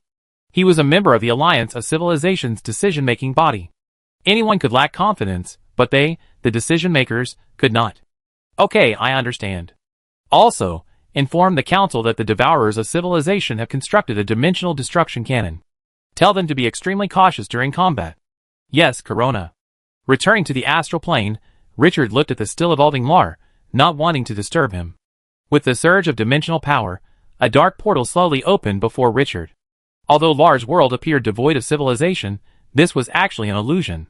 This world was filled with tree spirits, but they remained motionless, giving it the appearance of being devoid of civilization. And where there are intelligent creatures, there must be nightmare worlds. Taking in the ominous scent emanating from the dark portal, Richard's face flickered with a hint of nostalgia. Hee, the smell of a bountiful harvest. Chapter 877. The Mother World of Tree Spirits, the World Tree. Sir Saint, that Lord has agreed to a meeting. He is currently in my world. Hearing Lar's reply, the spiritual medicine saint's mood suddenly brightened. Excellent, no, perhaps too excellent. Where is your world? I'd be there. As he spoke, the spiritual medicine saint's leaves trembled, and the vitality within him surged like a tide, even bringing life to the demonized plants on the shelf beside him. Don't you need to make any preparations? Lar was slightly taken aback. He had expected the spiritual medicine saint to make some preparations, perhaps some treasures or spiritual herbs as offerings. But he didn't expect the spiritual medicine saint to depart immediately, as if he couldn't wait any longer. Prepare for what? Oh yes, you reminded me.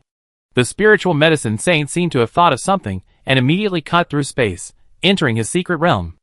A moment later, he emerged again and casually tossed Lar a branch of a vibrant branch. This is for you. I prepared a gift, guaranteed to be a treasure. Lal was startled, then instinctively grasped the branch. The next moment, he realized what the spiritual medicine sage had given him. No, I'm just a messenger. How could I possibly accept such a precious treasure from you? Lal held the branch in his skeletal limbs, extremely respectful. The spiritual medicine sage had given him none other than a branch from the great world tree. Take it.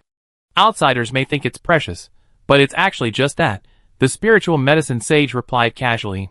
The mother tree sheds countless branches like this every day. They're valuable simply because ordinary tree spirits can't reach them.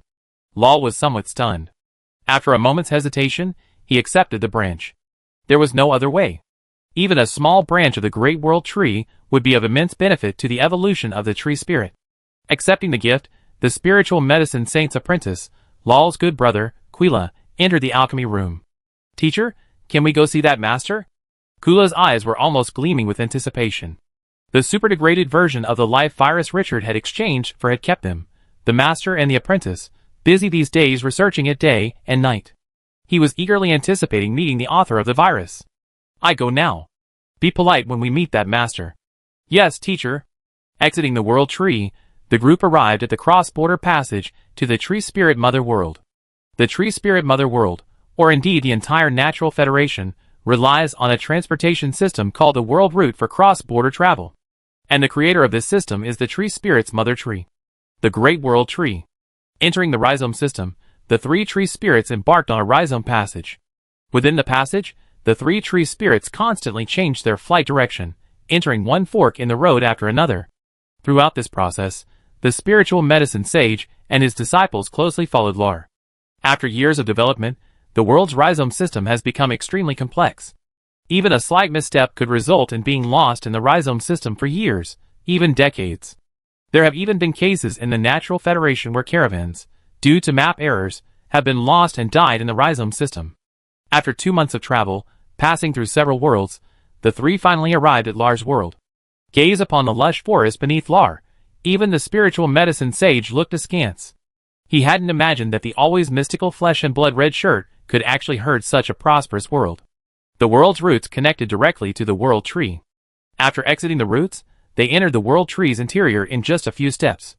The door to the laboratory where Lal had come was tightly closed.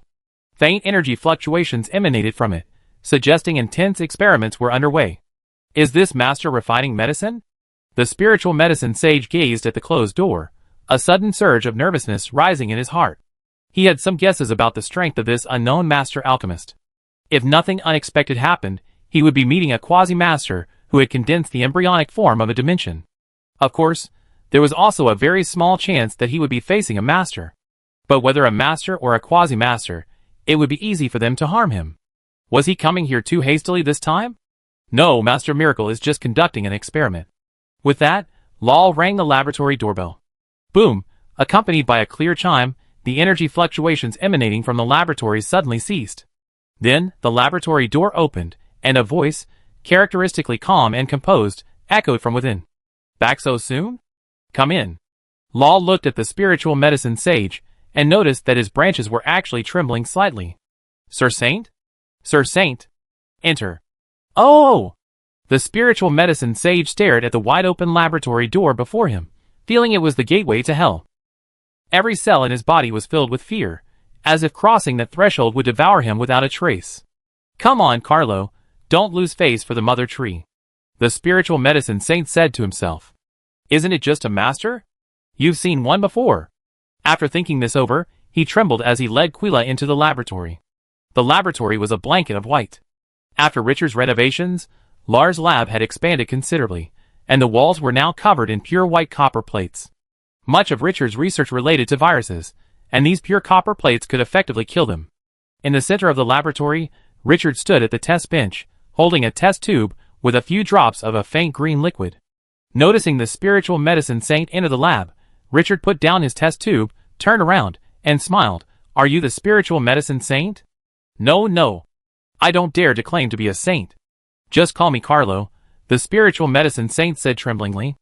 As he spoke, his eyes remained fixed on the tube of faint green liquid in Richard's hand. He felt completely foolish. He actually thought his fear came from the master before him. How could the master scare a world master like him? He was simply afraid of the test sample in the master's hand. Richard noticed Carlo's gaze and followed it. A flicker of surprise crossed his eyes when he saw Carlo examining his test sample. As expected of the Tree Spirit clan's finest alchemist. While his skills may not be up to par, his vision is certainly impressive. The test tube contained the latest variant of the alien life virus, which he was planning to use as a matrix, then further degrade to enhance the World Master's physique. If successful, the Wizarding Union would be the first to possess technology more advanced than any previous civilizational alliance. Carlo didn't respond. He simply stiffly used a branch to carve open space and pulled out the gifts he had prepared. Sir, I've come to visit you, and have brought you some small gifts. I hope you won't mind. Li Cha examined the gifts Carlo handed him. There were 3 in total. The first was a fruit from a dominant level world tree, the second was a large mass of pure ether liquid crystal, and the third was an extremely complex crystal creation. Richard's gaze lingered on the final crystal creation for a moment, then he smiled and said, You're quite generous. I'm glad you don't mind. So what do you want? Richard said calmly. This gift isn't the price of a casual visit. Hearing this, Carlo immediately perked up and said, I want to learn your alchemy, even if it's just a little bit. Alchemy. What you want isn't cheap. Richard looked at Carlo with interest. You should know that the most expensive thing under the starry sky is knowledge. While your little bit is remarkable, it's still far from enough to exchange for knowledge. Carlo's heart sank at this. He had already given away his best treasures, but even so, he couldn't exchange them for the Lord's alchemy skills? However, your timing is perfect. I just need someone to connect me.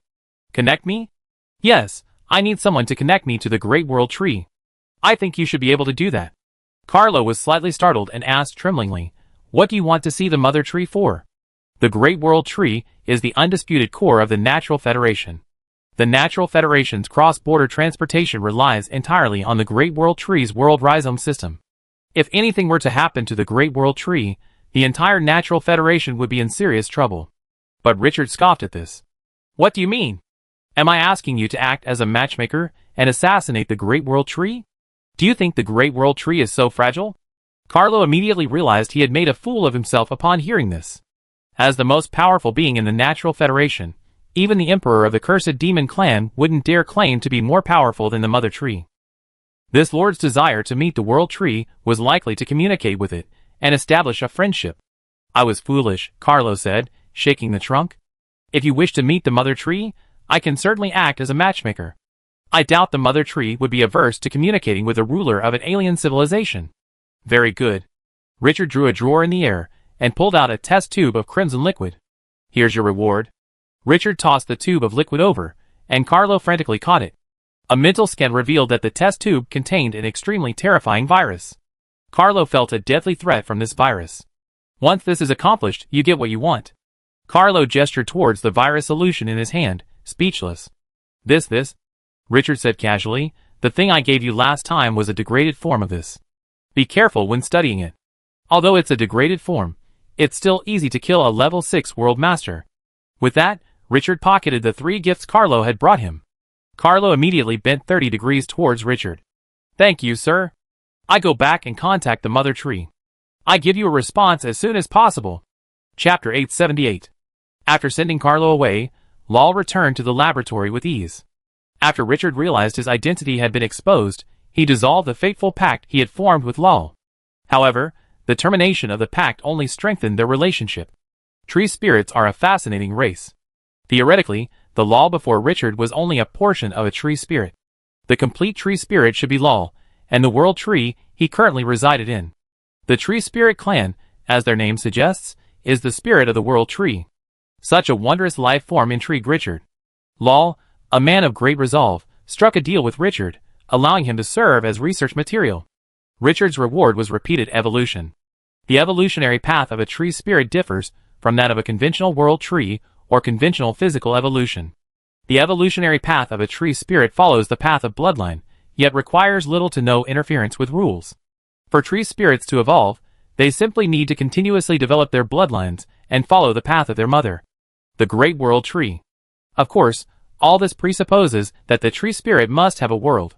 Without a world, the tree spirit will be permanently stuck at the 3rd level of life, unable to move. However, the astral realm has no shortage of worlds. If all else fails, large secret realms can make do. There are only so many tree spirits who can reach the level of world master, so worlds are not a scarce resource. Entering the laboratory, Lar asked a question he had been meaning to ask. Sir, there's no need to go to such lengths to meet the Great World Tree. Simply demonstrate your strength, and the Great World Tree will definitely meet you. But what's the point of such a meeting? Richard glanced at him, and replied calmly. What I want is a private meeting with the World Tree. A high-profile meeting would be the same as no meeting at all.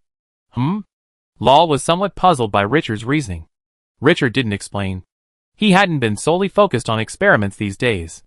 Thanks to his clones, he had gained a thorough understanding of the Natural Federation.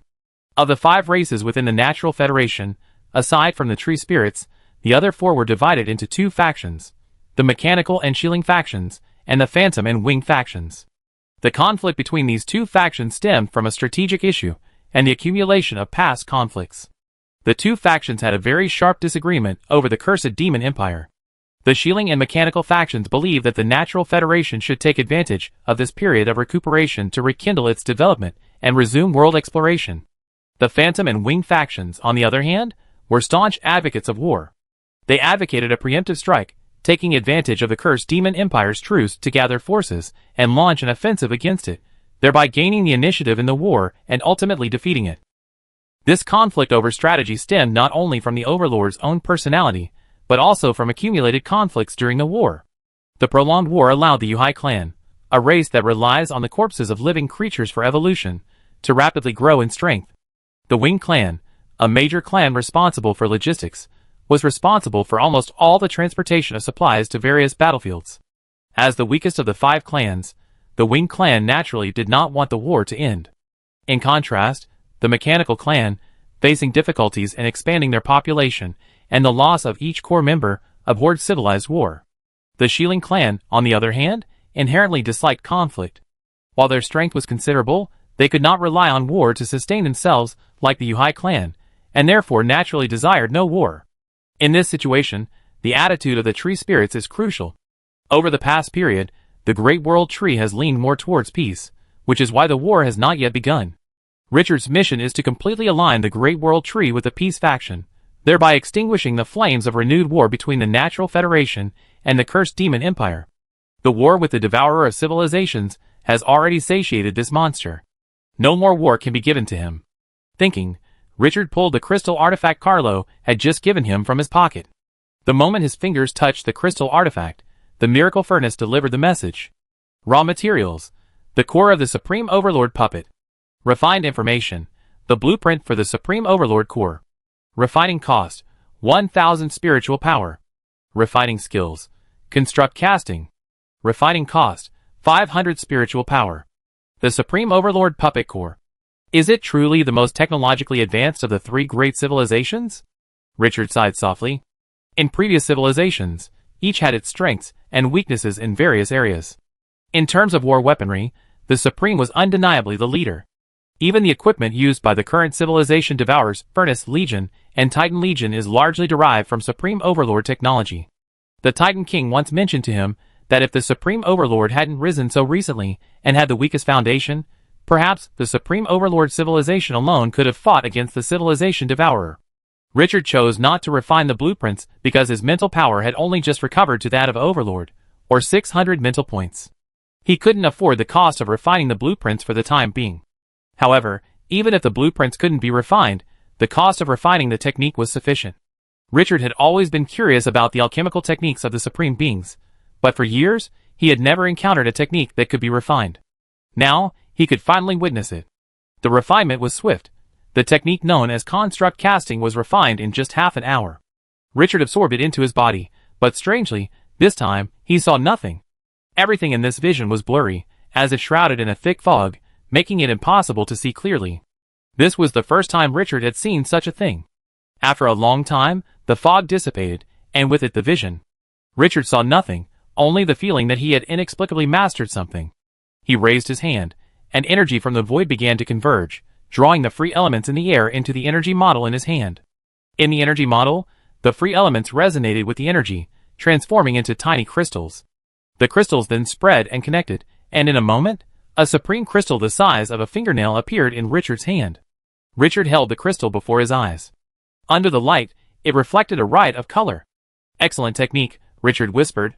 This technique, known as construct casting, essentially relies on energy and elements to form a stable structure, thereby transforming enchantments into material properties. The dragon alchemy used by the dragons is merely a simplified version of this technique. Against materials created with this technique, all enchantment techniques are ineffective. After all, you can't strip a material of its fundamental properties. Alas, this technique is too difficult and too complex.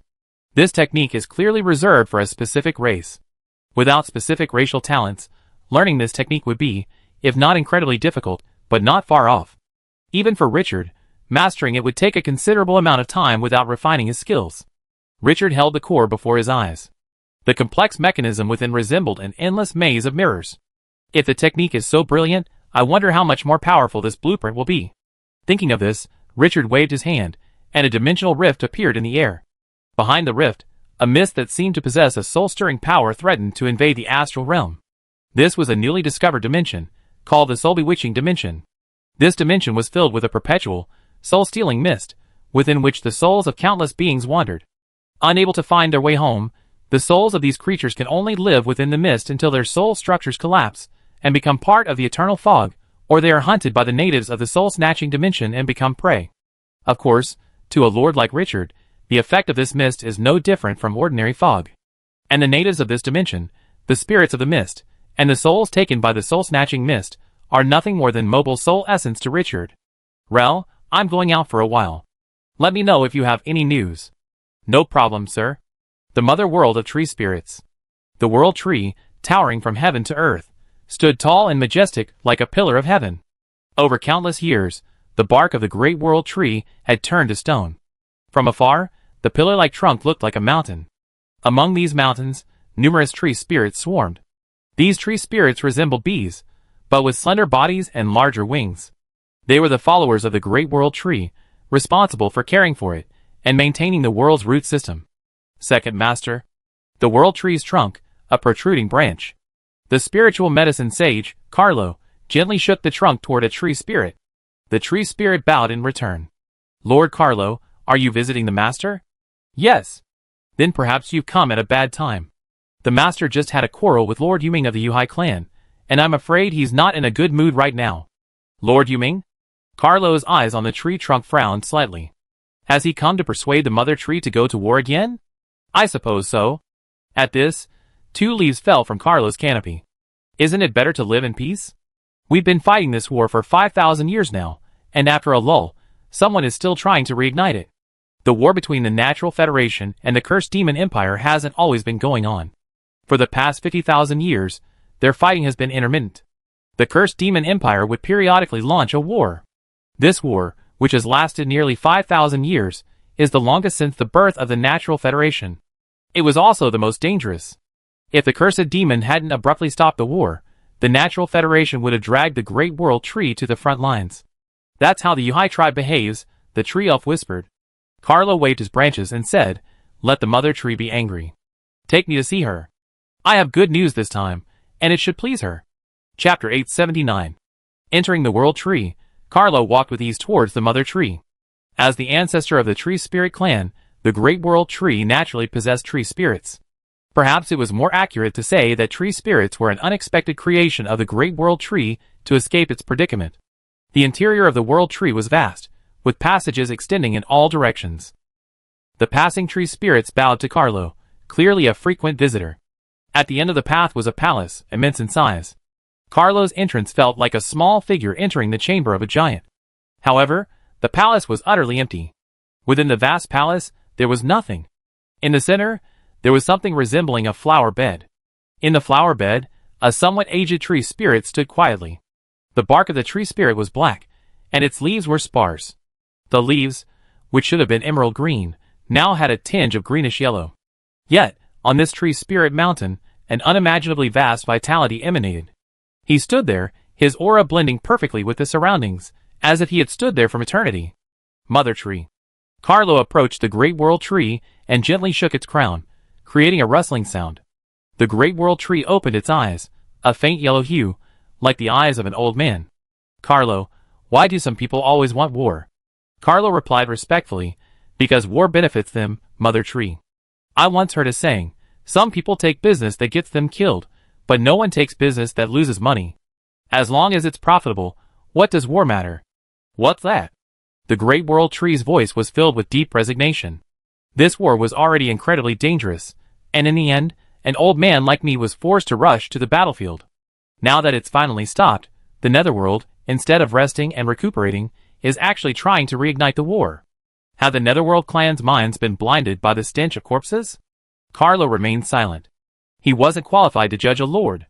The great world tree ignored Carlo and continued to mutter to itself. Yuming said that the cursed demon's cessation of attack must be due to some major internal problem. We must seize this opportunity and strike first, otherwise, by the time the cursed demon recovers, we'd be doomed.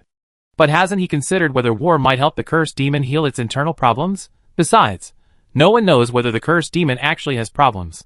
He's being reckless and reckless. He doesn't even consider the consequences if his suspicions are wrong. Alas, these short-lived creatures, their vision is always so narrow. Carlo remained silent, simply listening to the great world tree complain about the foolishness of Yuming, the overlord of the Phantom tribe. He knew his advice was useless.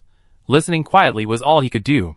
The great world tree complained for a long time, but finally, it stopped and looked at its child. Carlo was its favorite child because he looked most like it. Little Carlo, what brings you here today? Carlo shook the treetops and replied, Mother Tree, I met a master from another civilization a few days ago. I offered him a treasure in exchange for knowledge, but he didn't agree. In exchange for the treasure, he hopes I can help him connect with you, so he can meet you privately. Carlo made no secret of his purpose. The Great World Tree was his father, his mother, his mentor, and the object of his reverence. He would not lie to the Great World Tree. Oh, a ruler of an alien civilization wants to meet me privately. A hint of surprise flashed in the Great World Tree's eyes as he listened to Carlo's story. Meeting him wasn't difficult, but meeting him privately, as a ruler of an alien civilization, was something special. According to the Wind Catchers, the entire world community was at war. The wizards behind them were said to have formed an alliance with several civilizations to jointly fight against a terrifying civilization. Little Carlo, what did that ruler look like when you saw him? The Great World Tree asked slowly. A fleshy man, an upright creature with 4 limbs, and what seemed to be 4 eyes. 4? A hint of doubt flashed in the Great World Tree's eyes. Carlo's previous description had almost convinced him that this ruler was a wizard. But the 4 eyes gave him pause. If he remembered correctly, wizards should only have 2 eyes. However, the alchemist said that wizards are a race that enjoys self-transformation, so a wizard with 4 eyes isn't uncommon. Then let him come over, the Great World Tree said. I also like to hear what he has to say. Why must we meet in private? Thank you for your generosity, Mother Tree, Carlo said respectfully. The Great World Tree said nothing more, its eyes closing on its trunk as if it were asleep. Seeing this, Carlo quietly retreated from the vast, yet empty palace. The news of the agreed meeting quickly reached Richard's ears. When he received the message, he was in the bewildered dimension, hunting wandering souls and mist spirits. Okay, I understand. Richard responded, and with a flick of his hand, the pitch-black mountain and sea shattered a mist spirit comparable to a level 6 creature. Unlike the ghost mask, which had been nearly destroyed by the dimensional destruction cannon, the ghost mask's entire form had been nearly shattered after the dimensional destruction cannon. It was currently restoring itself within Richard's soul, along with his soul. Although the mountain and sea were nearly completely destroyed by the dimensional destruction cannon, after fusing with the dimensional threads, its very nature had been transformed. As long as one link of the mountain and sea remained, it was effectively undamaged. As long as the dimensional power was injected into it, the mountain and sea would quickly return to its original state. And at the last moment before the dimensional destruction cannon struck Richard, he had placed a link of the mountain and sea within the dimension. Therefore, at this moment, the mountain and sea could still be used by Richard. As for the hermit's robe, the cause of all this, like the ghostly mask, it had fused with Richard's soul. However, unlike the ghostly mask, the hermit's robe only required dimensional power to restore itself. It had now been restored to its original state, and was currently concealing all details concerning Richard's fate. He had taken the body of the level 6 mist spirit within his grasp. Mist spirits were, in a sense, parasitic creatures. They inhabited the bodies of creatures that entered the mist, gradually transforming them into a state of half flesh and half mist.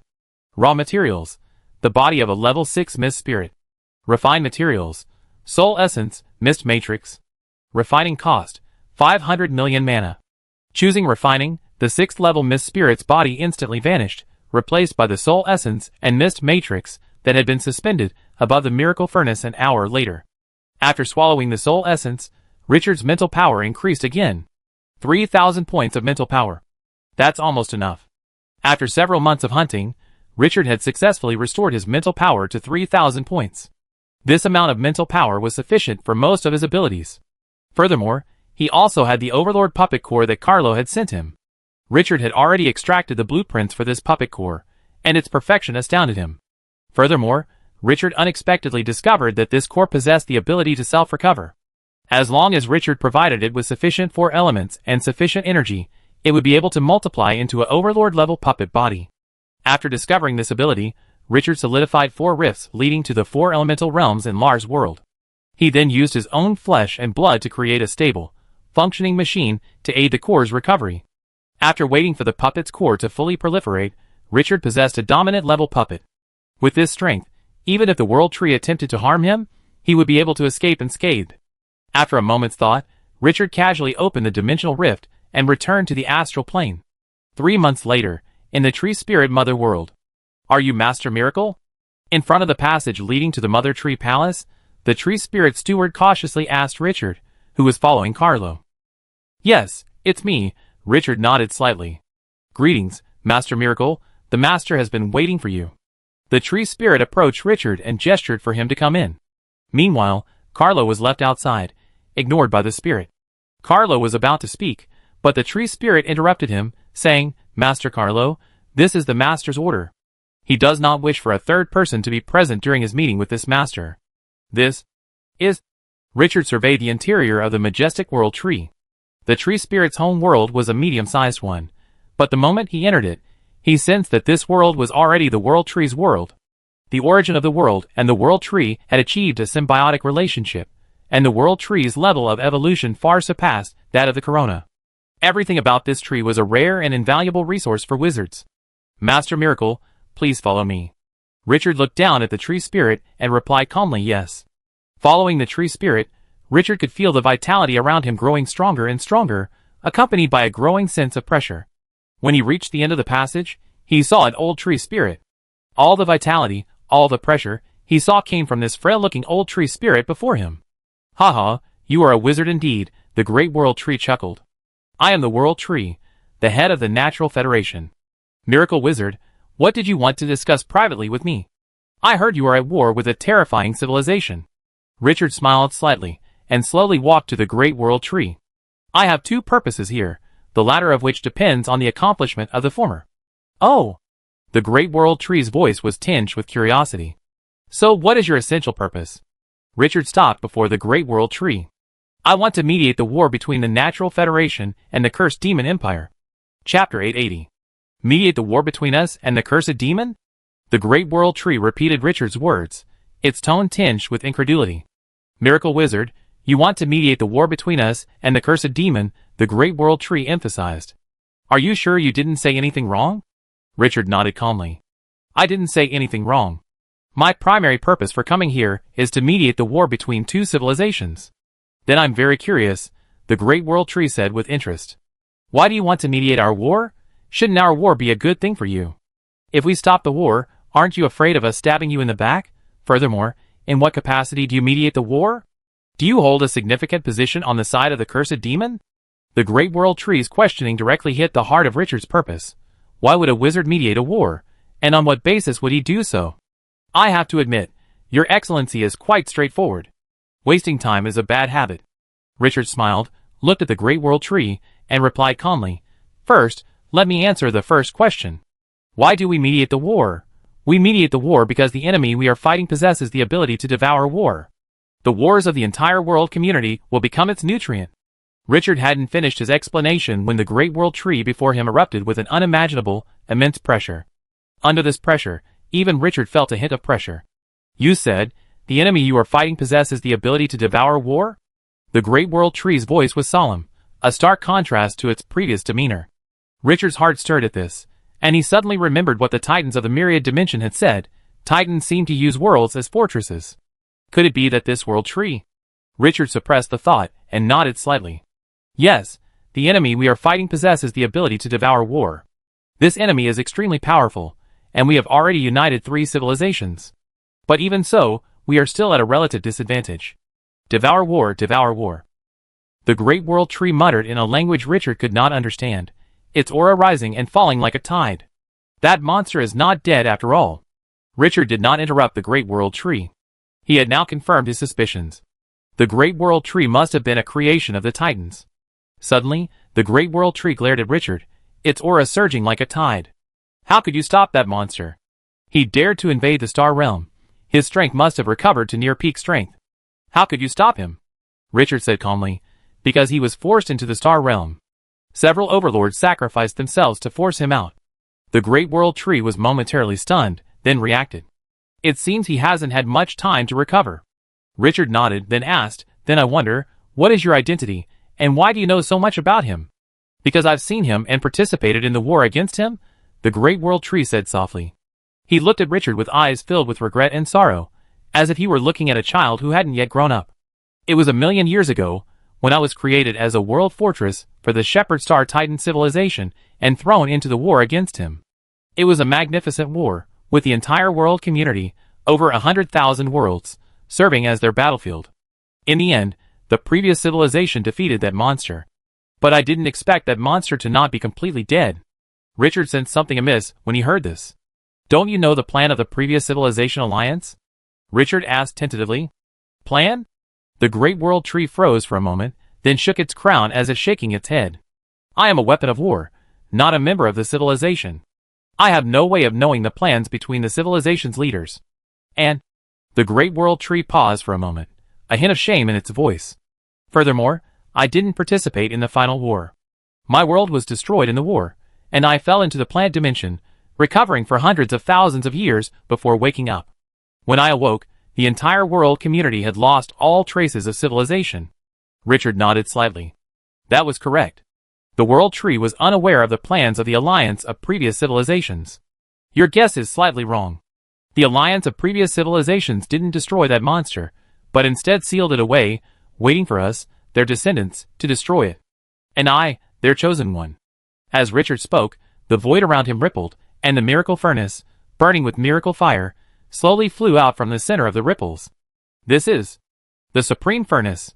The moment the great world tree saw the miracle furnace, it recognized its identity. Though a weapon of war, the battlefields he occupied were always filled with the presence of overlords. In his mind, every appearance of the miracle crucible represented the fall of a civilization-devouring overlord. But Richard's display wasn't over yet. Besides, I'm a titan. Richard released his control over his body, and in an instant, a powerful aura both familiar and unfamiliar from the great world tree filled the palace. Under this pressure, an ancient fragment within the great world tree's bloodline activated. The entire tree instantly straightened and addressed Richard respectfully. World Fortress 145, salutes you. At the same time, Richard also straightened almost instantly. He too sensed the activation of the vital information within his bloodline. He replied solemnly, Commander, I have received it. I'm happy to cooperate with you, World Fortress 145. After the bloodline activation was complete, the great world tree looked at Richard, the dimness in its eyes gone, leaving only a resolute fighting spirit. I never thought that after 1,000,000 years, I'd still be fighting alongside the Titans. Richard said, also surprised. I never thought you, despite having already broken your limit, would not abandon this fragment. Abandon? The great world tree's voice suddenly grew angry. This is my past, the meaning of my past. Abandon it? I never abandon it, even if I die. Richard bowed slightly in apology. He saw in the great world tree the stubbornness of a veteran. The great world tree had lived through that war. It had never left. Since you experienced that war, I needn't say anything further. You should be able to handle the natural federation. We need an alliance. The great world tree shook itself, pulling its roots from the flower bed. Then, its body returned to normal, transforming into a wooden titan. I can only represent the tree spirit, not the entire natural federation. Neither of the Phantom Tribe has been trying to persuade me to restart the war. This guy is also a limit breaker overlord. Although he's only recently reached that level, the Phantom Tribe possesses the ability to extract skills from corpses, making their combat power formidable. Richard raised a brow. What are you going to do? Hold a meeting and follow Federation procedures. What if he disagrees? He must agree. If he doesn't, then the Phantom Tribe has no need to exist. The great world tree's voice was icy cold. A veteran who had survived the battlefields of previous civilizations, he understood the horrors of the civilization devourer better than anyone else. Before engaging in external warfare, the most important thing is to purge the inner turmoil. If the Yuhai clan is a destabilizing factor, then there's no need for them to exist. Stop, Richard interrupted hastily. While your idea is excellent, you have to understand that I haven't yet dealt with the cursed demon. While persuading people to change their mindsets takes time, cultivating a master is even more time-consuming, not to mention that he's a limit breaker. The great world tree looked at Richard and asked, What do you suggest? This? Richard stroked his chin and suddenly asked a somewhat unrelated question. Have you excavated any remains of previous civilizations? The great world tree asked, somewhat puzzled. Why are you asking this all of a sudden?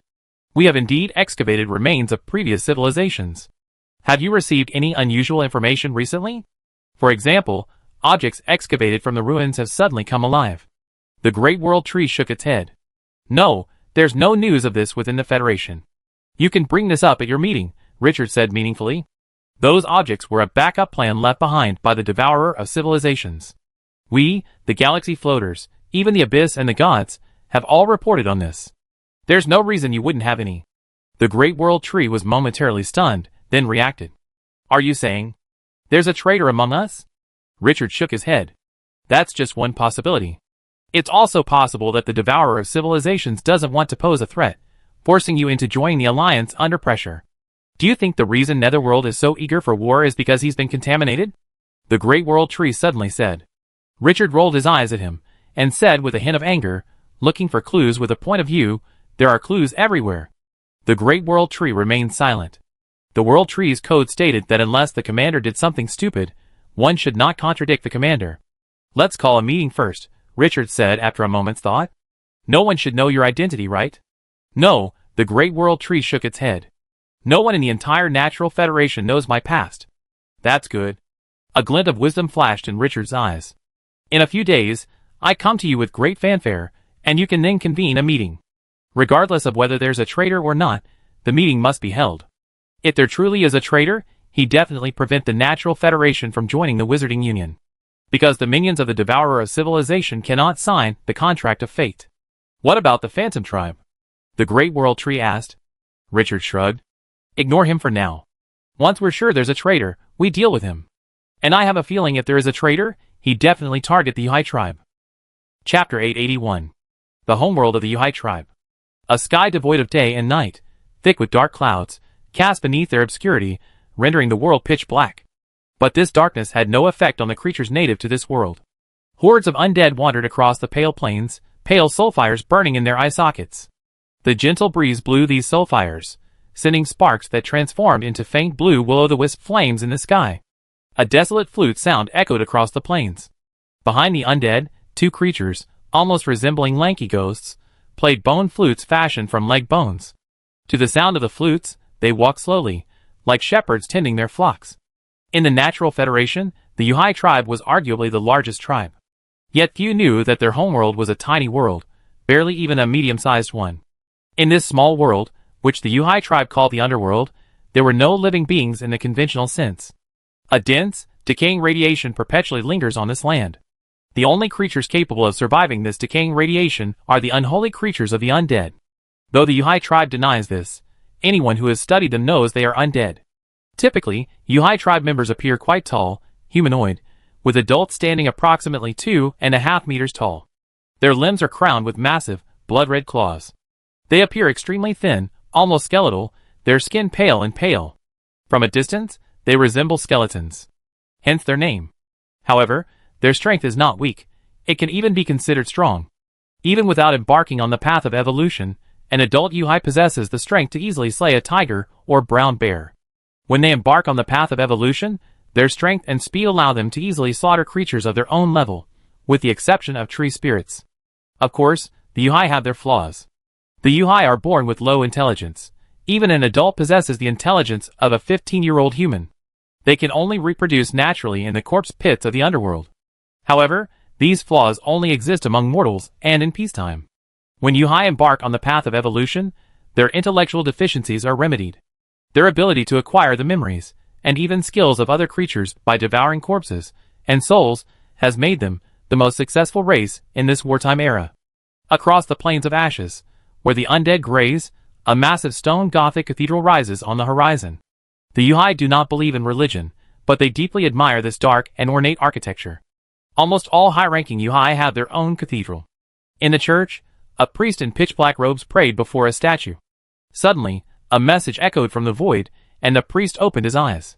His brow furrowed slightly, his bloodshot eyes filled with confusion. Convening a Federation meeting. Old Tree, what are you up to? This praying priest was Netherworld, the limit-breaking overlord of the Netherite clan. 3 days ago, he received news that an overlord of an alien civilization had descended upon the Natural Federation, and met with the Great World Tree. And now, before that overlord had even left, the Great World Tree had convened a Federation meeting. What did he learn from that overlord? Ewing had no idea, but his intuition told him that this meeting was more than just a simple one. Knock, knock, knock.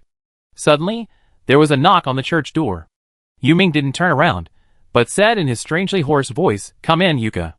Creaky, the door hinges creaked, and then Yuka, whom Mar had met at Carlo, the spiritual medicine saints, slowly entered the church. He walked up behind Yuming and said respectfully, "Grandpa, the Mechanids and the Xylings are causing trouble again.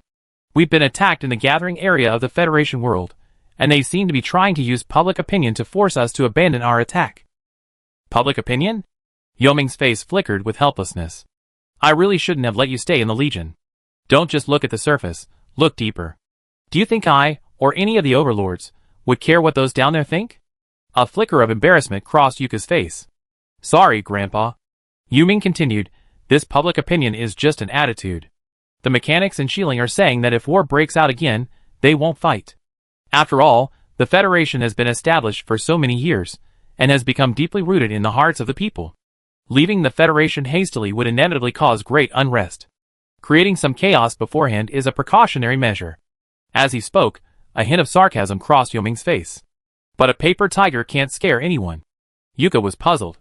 Hadn't they just said this was the mechanics and Shielding's attitude? How did it become a paper tiger later?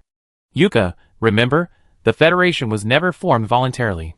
It was created to combat the Cursed Demon Empire, Yuming said slowly. As long as the Cursed Demon Empire exists, the Federation's worst fate will be annihilation, not disintegration. Without the Federation, none of our 5 tribes, save the old tree, can survive. Therefore, the mechanics and the Xylings will never allow the Federation to disintegrate.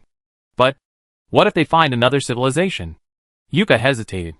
That for an overlord, I feel he...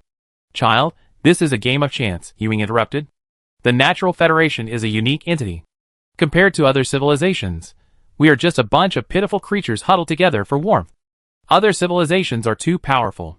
If they were to unite with them, they would inevitably risk being swallowed up by them. We need to strike a balance that allows the Natural Federation to survive. We no longer have room for expansion.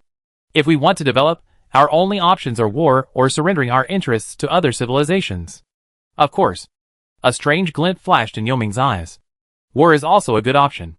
Yuka nodded, half understanding, then suddenly changed the subject, asking somewhat sheepishly, Grandpa, do you have any small items here that you don't like? That little fellow from the Tree Spirit clan doesn't want the World Tree branch anymore? Yuka nodded, then said somewhat angrily, that spiritual medicine saint has a strange taste. I offered him a level 6 World Tree branch in exchange, but he ignored me. But a tree herder took something he didn't know, and he treated it like a treasure. He even came out and demanded to meet the owner. Yu Ming ignored Yuka's complaints.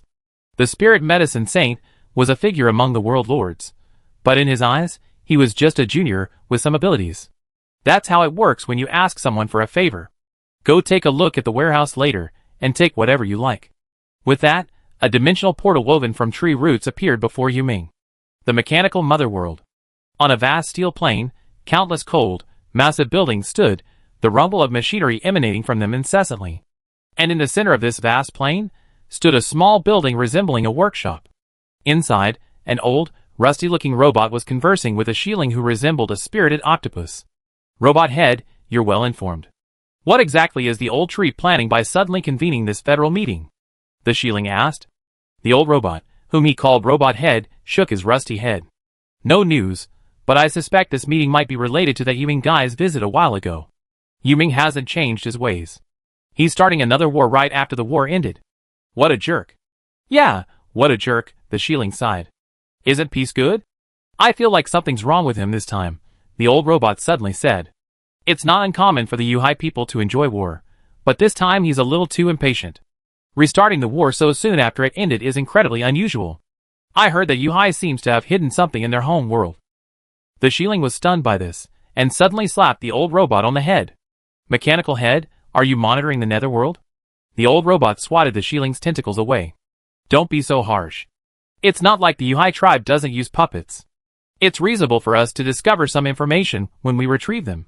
Hey, you bastard. I throw away all our puppets when I get back. You're so cunning, you old bastard. The old robot glanced at the Shieling, calmly removed a red-hot metal ingot from the nearby furnace, and formed a gear with his hands. Don't act like you don't know. Your holy land has never had a puppet enter. You're fucking spying on us. The Shieling continued to roar. That's called an unexpected discovery. The old robot oiled the gear, and then stuffed it into his body. The next moment, a dimensional portal woven from tree roots appeared before them. Let's go! It's time for the meeting. The Federation Conference was not held in the Natural Federation dimension, but in a neutral Federation world. These areas within the Federation world were divided among 5 races, and belonged to no single one. In the center of the Federation world, The Great World Tree and Richard stood before the conference hall's doors, chatting idly. Honestly, isn't it a bit inappropriate for an outsider like me to attend this meeting? Richard scratched his head. Crystals clashed, creating a sharp, cutting sound. Out of caution, Richard didn't come in person, but instead used a dominant puppet as his body. The Great World Tree glanced at him and replied, "You're the protagonist of this meeting. If you don't come, how can I persuade that stubborn donkey?" Stubborn donkey? A dimensional portal suddenly opened before the two of them, and Nether, a lanky, ghostly figure, emerged from it, a terrifying smile on his face. "Old Tree, who are you talking about?" Chapter 882. "Whoever answers is the one who speaks," the Great World Tree replied bluntly. Netherworld, unfazed by this, turned his cheerful gaze towards Richard, who stood beside the Great World Tree. "I suppose you are the overlord of that alien civilization." Richard looked at Netherworld. Netherworld looked like any other member of the Yuhai clan, perhaps even a bit thinner. But those eyes were almost unbearable to look into. The moment he looked into those eyes, Richard felt as if he were being sucked into a blood-red world. In this blood-red world, a terrifying Netherworld, like a demon, stared at him intently. Suddenly, a coolness washed over Richard's soul. It was the soul protection specially prepared by the Overlord puppet. Richard's spirit broke free from the illusion and nodded slightly to Netherworld. "It's me. I suppose you are the Overlord of the Yuhai clan, the Overlord?" Netherworld was startled, a flicker of surprise in his eyes. Richard, a master who hadn't yet broken through the limits, had unexpectedly broken free from his Netherworld so quickly. You know, his Netherworld would have been so powerful that even the cursed demon emperor of the cursed demon empire would have suffered if he wasn't prepared. And yet, this master of a different civilization, trapped within it, had broken free in less than a millisecond. Even if he hadn't fully utilized the Netherworld, the master's power was not to be underestimated. "It's me. You look familiar to me. Could you be a wizard from the wizarding civilization behind us? Your vision is quite sharp, indeed." Your Highness was about to say something, but before he could, two dimensional portals opened beside him. From one dimensional portal emerged a four-limbed humanoid, with wings on its back and an eagle-like head. From another portal emerged a very old-looking robot, its parts covered in red embroidery, white steam rising from its cracks. In a wizarding civilization, such a thing would only be found in museums and garbage dumps. Beside him stood a shieling, resembling a spirit of an octopus, with an octopus head and a lower body shaped like a humanoid using tentacles. There was no doubt that these three were the leaders of the other three tribes. "You've all arrived quite quickly." The Great World Tree looked at the leaders of the other three tribes, a flicker of surprise crossing his face. "Since you're all here, let's get into the meeting." With that, the Great World Tree was about to lead everyone into the council hall. "Old Tree, who is this person next to you?" the mechanical leader suddenly asked. His eyes flashed red, and he looked at Richard with a look of wonder, as if he had witnessed something extraordinary. "He's an alchemist from the wizard civilization." "Is that a problem?" the Great World Tree asked. The mechanical chief shook his head, then said with a hint of wonder, "I thought my body was already a masterpiece, but I never expected to witness an even more magnificent one today. I admire you, I admire you." The mechanical chief's admiration came from the heart. As a mechanical creature, he could tell at a glance that the technical prowess of Richard's body far surpassed his own. Richard didn't deny this. There was no doubt that the Overlord puppet was the pinnacle of supreme technology, and until the mechanical chief reached his limit, there was no way he could surpass it. However, not denying it wouldn't prevent Richard from engaging in a round of business exaggerations. "Hey, your body is a masterpiece of ingenuity," Richard said with a smile. The mechanical leader's body, though worn, was merely a camouflage shell. Richard could discern that a vast secret realm had been integrated within it, and that the rules of the secret realm, combined with those of the mechanical body and the illusory, had been used to construct this body. If Richard's vision was correct, this body could easily withstand attacks that could destroy a microcosm. After their business exaggerations, the shieling leader suddenly spoke up. "Old Tree, this Federation meeting is our business, but I see this alchemist wizard also attending." "He will," the Great World Tree said. "Believe me, you will have questions for him at the meeting." The shieling leader was about to speak again, when Netherworld spoke up. "Oh? Is there something wrong with the wizard?" "You find out once you get in," the Great World Tree said impatiently. "Wasting time is a bad habit." Seeing the Great World Tree about to get angry, the other clan leaders stopped dwelling on Richard's question. The Great World Tree was the head of the Natural Federation. Besides being the unifying force that held the Natural Federation together, His strength also played a significant role. Except for Netherworld, none of the clan leaders present could guarantee survival from the Great World Tree. So, since Netherworld didn't object, the other clan leaders could only acquiesce. Entering the hall. The council hall was intricately decorated, with ornaments from 5 races filling the space. However, despite the complexity of these decorations, they exuded a complex beauty. The 6 people sat down at the massive wooden round table. Richard sat next to the Great World Tree, facing the Shieling clan leader, while the Great World Tree faced Yu Ming. After taking their seats, the Great World Tree immediately spoke. The meeting begins now. The main purpose of this meeting is to discuss the war with the Cursed Demon Empire and the relationship with the Wizard Alliance. Let's discuss the first issue first, our war with the Cursed Demon Empire. According to the alchemist, the Wizard Alliance is currently fighting a terrifying monster. This monster was the cause of the demise of previous civilizations, and now it has returned. This monster has the power to devour entire world communities in war. In other words, all our wars only increase the monster's strength. After the Great World Tree finished speaking, the entire hall fell into a dead silence. The Great World Tree's words carried a tremendous amount of information. First and foremost, the Wizard Alliance. The masters present had all heard of it from the illusory creatures, and behind them lay a wizard civilization. But wizard civilization and the Wizard Alliance are 2 different things. Alliance means more than just one civilization. In other words, the monster they're fighting is now capable of rivaling at least 2 civilizations. The subsequent destruction of the previous civilization reveals a terrifying truth. This monster is likely not yet at its peak. Compared to this news, the somewhat mysterious ability to devour war and increase power seems rather insignificant. All present are overlords, and they've all seen this kind of conceptual ability before. After a moment's silence, the Netherlord spoke first. How do you prove this is true? His gaze turned to Richard, and an invisible pressure permeated the hall, nearly transforming it into a ghostly din. I have a fateful contract with the Great World Tree, Richard said calmly. Besides, if you don't believe me, you can ask the illusory creatures. All of you wind catchers should be able to find it. The hall fell silent again. If Richard's words were correct, then this was undoubtedly bad news. How's your war going? The Wing Tribe leader asked. You've actually sent a lord to negotiate.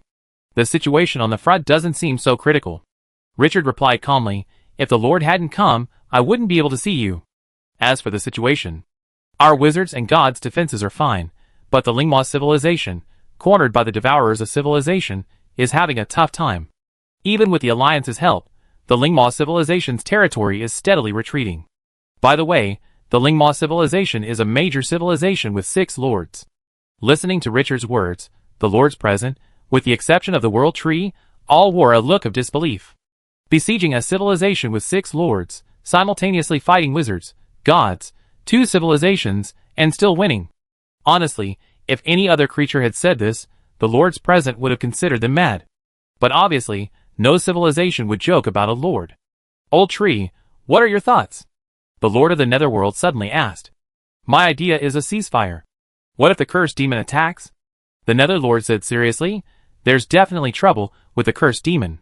However, this issue can be large or small, and it could be resolved at any time. What should we do if they attack us? After saying this, he looked at Richard. Your words are indeed horrifying, but I believe that the situation is definitely not at a point where the survival of civilization is threatened. Your words simply want us to cease fire, and not cause you any trouble. But the problem is, in the past 50,000 years, we have never initiated a war, not once. The Netherlord's voice was low, but it was deafening to Richard's ears.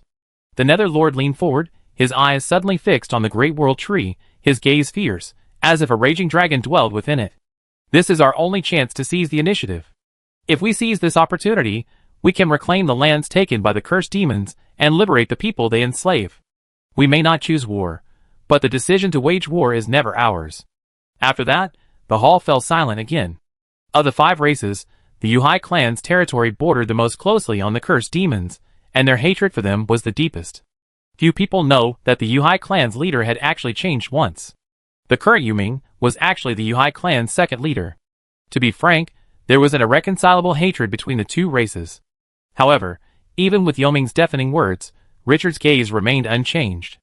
We're all 1,000-year-old foxes, so why bother playing strange stories from a Chinese studio? Civilizations exist only for interests, not hatred. When one civilization destroys another, It's always because the other civilization harmed its interests or blocked its path. Yoming's words had only two meanings, one superficial, the other subtext.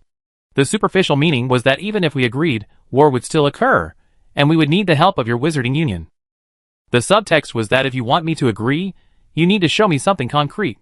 Chapter 883. Lord of the Underworld, mediation isn't just for you. I also go to the cursed demons, Richard replied calmly. Although he could hear both sides of the underworld's meaning, if he spoke now, it would inevitably lead to a ripple of anger. The two parties requesting assistance were of different status. Furthermore, in Richard's view, allowing the underworld to join the Wizarding Union was already a good thing.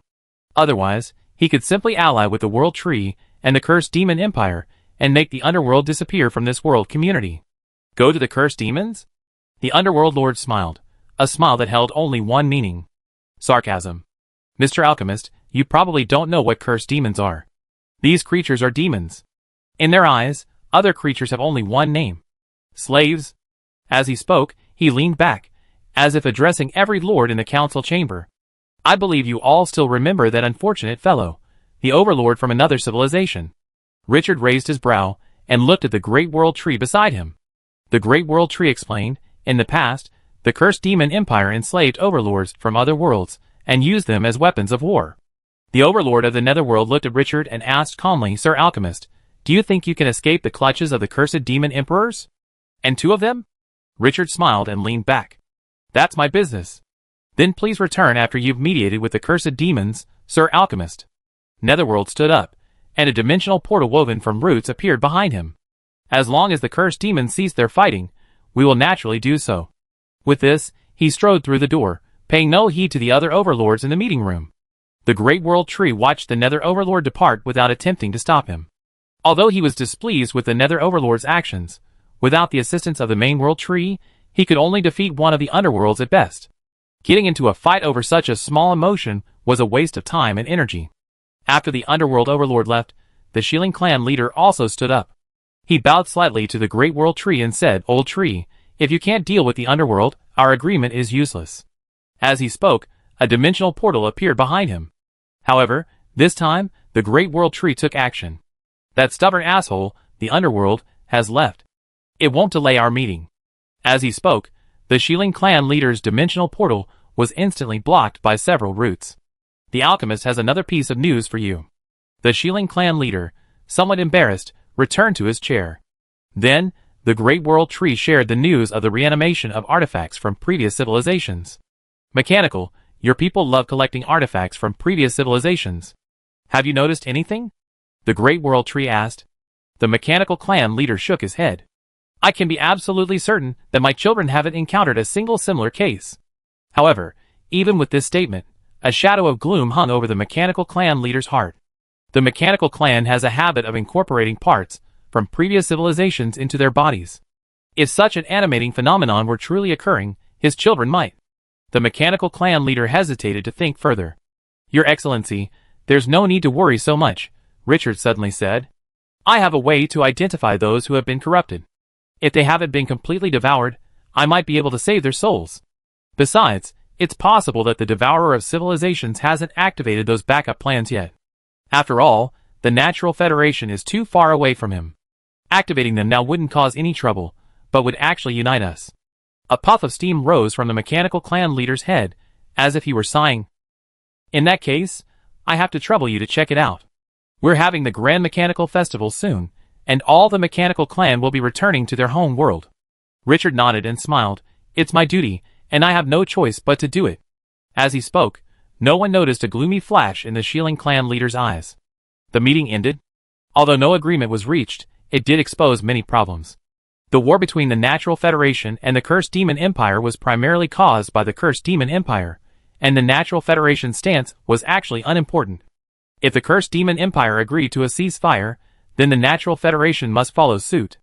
Otherwise, the Natural Federation would challenge the entire Wizarding Alliance with the power of a single civilization. While the Wizarding Alliance was temporarily unable to defeat the Civilization Devourer, it was still sufficient to control the Natural Federation. Combined with the Cursed Demon Empire, the Natural Federation would be doomed. In the bewildered dimension, Richard's original form rubbed his chin. He felt that going to the Cursed Demon Empire now would be more effective. However, the cursed demon empire is so unfriendly, I'm afraid going there directly won't work. Richard pondered this, casually crushing the soul of a level 4 creature and tossing it into the miracle furnace for refinement. After years of erosion, the essence of these souls trapped in the mist has become part of the mist dimension, allowing both these souls and the mist spirits to extract soul essence. We must recover our strength as soon as possible. It's time to start constructing the personalities of those two souls. In his miracle dimension, there are still two dominant souls that have yet to be dealt with. Their personalities have been erased, and he must rebuild them and infuse them with memories before they can become dominant souls. If Richard can complete the personalities of these two souls and prepare bodies for them, then, regardless of success, mediation with the cursed demon empire will at least be safe. However, neither constructing a body nor constructing a personality is an easy task. Constructing a body is self-explanatory, and constructing a personality is no easy task either. Richard is not editing a baby personality, but a mature dominant personality. This personality must possess a rich memory to maintain, and he also needs sufficient knowledge to empower them with combat power. Furthermore, the most troublesome thing is that these souls may still harbor many chaotic memories. If these memories are normal, it's fine, but if they are memories of torture, Richard will have to clear them.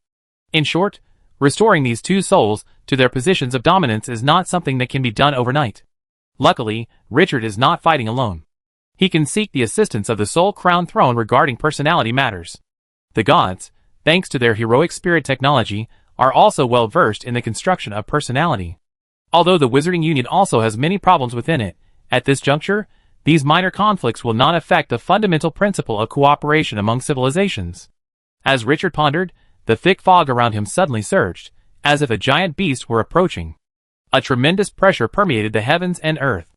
Richard narrowed his eyes, a slightly sinister smile appearing on his face. "Hey, Overlord? Looks like the time it takes to recover its strength will be shortened. Star Realm, the mechanical race's home world. Is this the mechanical race's home world? I never thought such a unique world existed within the Star Realm." Stepping out of the world route, Richard gazed upon the iron plane before him, and couldn't help but exclaim. The mechanical race's home world was a medium-sized one, but within it, Richard sensed a sense of encroachment from illusory rules. "Our world is indeed unique," the mechanical clan leader laughed. "According to my research, a master once fell within this world. This master's dimension was imprinted upon the origin of the world, thus creating this world in us." Richard's mind flashed back to the Myriad Machines dimension, where he had once visited. The mechanical clan's home world indeed bore many similarities to the Myriad Machines dimension. "What a pity," Richard sighed softly. "I once saw a dimension very similar to this one, but it was swallowed by a master. If it hadn't been swallowed, perhaps you could have directly merged that dimension. In the Natural Federation, only the Great World Tree and the Netherworld possess complete dimensions. The Great World Trees was due to age, while the Netherworld relied on inherited dimensions. If the Myriad Machines dimension hadn't been swallowed by the Mind Image Master, this mechanical clan leader would have undoubtedly used it to become a level 8 master." The mechanical chief was stunned for a moment. "Really? That's a shame indeed." Deep in the Iron Plains, the mechanical chief brought Richard to his small workshop. Compared to the massive, cold metal buildings surrounding it, the small workshop seemed quite outdated. "Sit down, alchemist. The Grand Mechanical Festival isn't until 2 months, so perhaps we could exchange ideas during this time." "Exchange? Exchange is good." Richard found a stool in the workshop and sat down. "Exchange is the ladder of progress." "Exchange is the ladder of progress. That's quite true." The mechanical chief casually tossed a metal ingot into the furnace.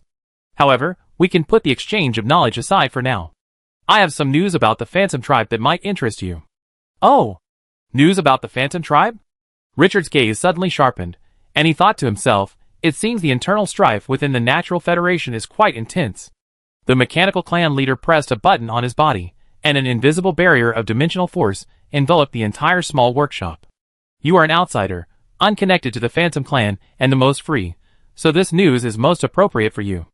Richard narrowed his eyes, and asked with interest, "What kind of news is this that makes you so cautious?" The craftsmanship of this dimensional barrier was evident. It resembled his hermit's robe in many ways, both utilizing dimensional force to conceal fate. However, the mechanical clan leader's creation was much cruder than his hermit's robe. Originally, this news was insignificant, but your mention of the reanimation of objects from previous civilizations has made it a bit more serious, the mechanical clan leader said gravely. According to my intelligence, the Phantom Clan's netherworld has hidden an object in their home world, an object excavated from the ruins of a previous civilization. Chapter 884. Something excavated from the ruins of a previous civilization. That's something I can't just talk about, Richard pondered. At this point, if the Yuhai tribe were to be accused of such an offense, they would essentially be deemed traitors. For a race possessing a limit-breaking overlord to serve as a pawn for the devourer of civilizations is truly unbelievable. I can guarantee this information is true. Yuming even had Yugue personally inspect that object, the mechanical tribe leader said seriously.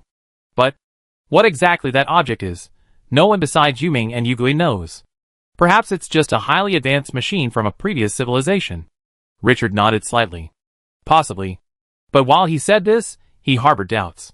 The Luran civilization must have deliberately destroyed any information about the previous civilization during their sacrifice. Otherwise, there's no reason why the dragon couldn't have established a civilization. In other words, these relics are either unknown to the Luran or they've been deemed unimportant and won't affect the development of civilization. Under these circumstances, it's highly unlikely that something could cause even the Overlord to act in secret. Furthermore, Nether's actions this time are somewhat odd, the mechanical clan leader continued. The Nether's bellicosity is well known within the Federation, but this time, Nether seems a bit overly hasty. The war just ended, and decades later, they're already clamoring for a resurgence. Considering what you said, Nether is truly suspicious. Richard remained silent, taking the mechanical clan leader's message to heart. Any more news on this matter? Richard asked. The mechanical tribe's leader shook his head slightly, and removed the dimensional barrier. That's all for now. This is all I can do. The future of the Federation depends on you, sir. Richard exhaled and suddenly changed the subject. There's no rush. I've heard you've made considerable contributions to machinery, energy circulation, and rule building. I happen to have some research in this area as well. We hit it off today. Why not exchange ideas and make progress together? The mechanical tribe leader was stunned for a moment, then smiled and said, very well. I also like to witness the wizard's skills. The world of the mother of the dark tribe. Nether sat before the statue, praying as usual. But this time, a sickening muttering suddenly echoed through the church. Before Nether, the marble statue suddenly changed its appearance. Its face became incredibly hideous, its once smooth lines now filled with asymmetrical straight lines. The whispers echoing through the church emanated from this very statue. Ewing opened his eyes, his expression impassive. Clearly, this wasn't the first time this had happened. A blood-colored mist suddenly emanated from his body. Within the thick fog, he looked like a ghost king from hell, ferocious and terrifying. Ewing, you always make me so uneasy. As he spoke, the scene in the church suddenly shifted. The once dark and magnificent church suddenly became hideous and monstrous. Black veins, like blood vessels, grew through the church walls.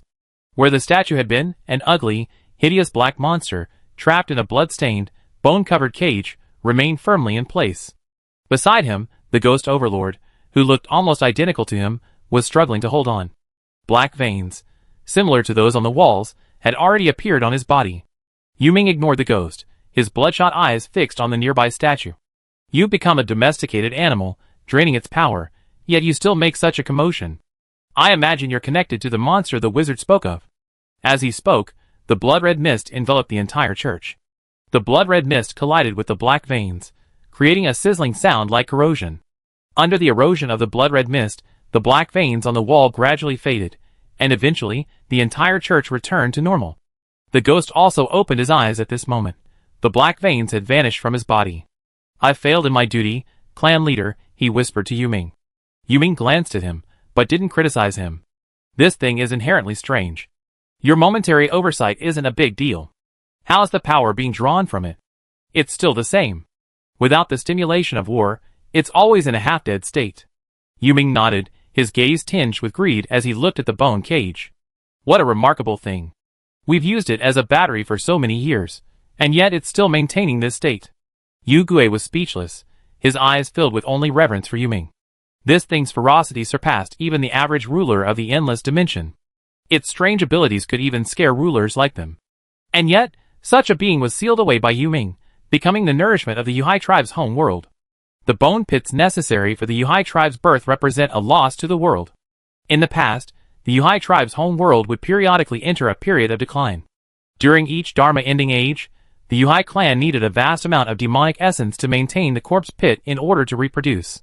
Otherwise, the corpse pit would disappear with the Dharma ending age. But since the sealing of this object, the corpse pit no longer requires the support of the world. Even the expansion of the world has resumed. For the Yuhai clan, whose home world is a small one, this is a truly auspicious opportunity. Be careful for now, Yuming suddenly said. This object's origins are not simple. I suspect it's part of some terrifying being. We must not underestimate it just because it's sealed. Also, has it been more active recently? Yugue was stunned. After a moment of careful consideration, he frowned and said, as for activity, it's certainly more active recently. However, after I increased the extraction power, its activity level dropped back down. You increased the extraction power? Yuming immediately frowned. Why didn't you tell me about this? Yugue felt a little apprehensive, unsure why Yuming had suddenly become angry. Chief, I only increased the power slightly. This is within the normal adjustment range. We did the same thing when its activity decreased before. Yuming was silent for a moment, then said seriously, next time, please report this to me promptly. Yes, Chief. Time flew by, and in the blink of an eye, it was the beginning of the Grand Mechanical Festival. On this day, mechanical tribes from across the Federation would gather on their home world for a massive, worldwide celebration. The carnival lasted for a full 7 days, during which the mechanic tribe would abandon their work and devote themselves entirely to recreation. Even during the war years, the Grand Mechanic Festival never ceased, though the number of participants decreased. In front of the mechanic tribe leader's workshop, Richard observed the mechanic tribe returning from all over the Natural Federation and suddenly asked the mechanic tribe leader beside him, "What do you celebrate during your Grand Mechanic Festival?" "What?" The mechanic tribe leader laughed and replied, "We don't celebrate anything. The Grand Mechanic Festival only takes place every 5 years, and it's a day of relaxation for the ever-toiling mechanic tribe. My friend, although I may look like a machine, we are also living beings. As living beings, we need rest." Richard was stunned. He hadn't expected this festival to be meaningless. No, rest itself is the meaning. Haha, that's my narrow-mindedness. Festivals are days for people to relax. As Richard laughed, a sudden surge of energy emanated from his body.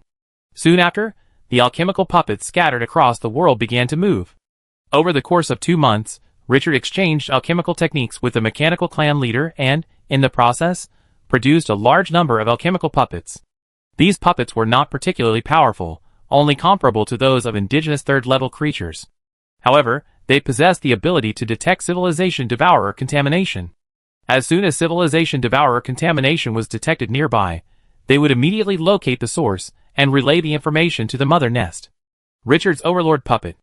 The mechanical clan leader sensed the energy fluctuations, and his expression grew serious. A wave of dimensional power emanated from him, and outside the world, a vast, almost sky-blackening, galactic warships began to move. These warships were the dimensional creations of the mechanical clan leader. They would completely seal off the mechanical clan's homeworld for the time being. Not even a fly, not even a scrap of iron, could escape this world. Richard walked over to the mechanical clan leader and patted him with a smile. "Mechanic, don't panic. My puppets haven't detected a single contaminator so far. Given this probability, even if there truly is a contaminator." Richard's smile faltered before he could finish his words. Just a moment ago, over 1 in 100,000 of his alchemical puppets had sounded the alarm. And the percentage was rising. Richard's expression grew serious. Wow, this is a bit too much. Sensing the change in Richard's expression, the mechanical clan leader's heart suddenly plummeted. After these days of communication, he knew the alchemist before him was definitely no ordinary person, and his words were certainly no joke. In other words, the monster's contamination was absolutely real. Is it serious? The mechanical clan leader couldn't help but ask. Richard was silent for a moment, then shook his head slightly. It's not serious, it's just that the situation is very wrong. There are too many contaminated. With this number of contaminators, your natural federation should have been overrun by the devourers of civilization long ago. The mechanical clan is the most widespread of the 5 races, aside from the tree spirits. Except for certain special worlds, the mechanical clan can be found in almost every world. They are perfect factory owners, perfect workers, and even more so, perfect engineers. Other races need the mechanical clan to help them develop local resources. Richard switched his view to the puppets. He saw the crowd, caught in a frenzy, twisting and turning. Parts fell from their bodies one after another, then were haphazardly reattached. This was perfectly normal at the Grand Mechanical Festival. Watching the scene, Richard had a flash of inspiration. No! Someone is deliberately spreading the pollution. Chapter 885. After watching the mechanicals casually attaching other people's parts to themselves, Richard immediately understood that it wasn't because there were too many polluters, but rather someone spreading the contamination. Mechanic, you calm the people while I send the infected into the dimension, Richard said to the mechanical leader beside him. The mechanical leader didn't hesitate, decisively saying, all right. Richard's puppet body was operating at full capacity. A tidal wave of dimensional power poured into it from the void, transforming into its power source. With just a fragment of his soul, Richard couldn't accurately separate the polluters from the crowd and place them in the miracle dimension. So, he now had to use this puppet's most powerful ability. The virtual dimension. The immense dimensional power continuously transformed and woven within the puppet's body. Ultimately, through the interweaving of energy and rules, it transformed into a virtual dimension. This dimension possessed all the functions of a normal dimension, its only problem being that its existence consumed a vast amount of dimensional power.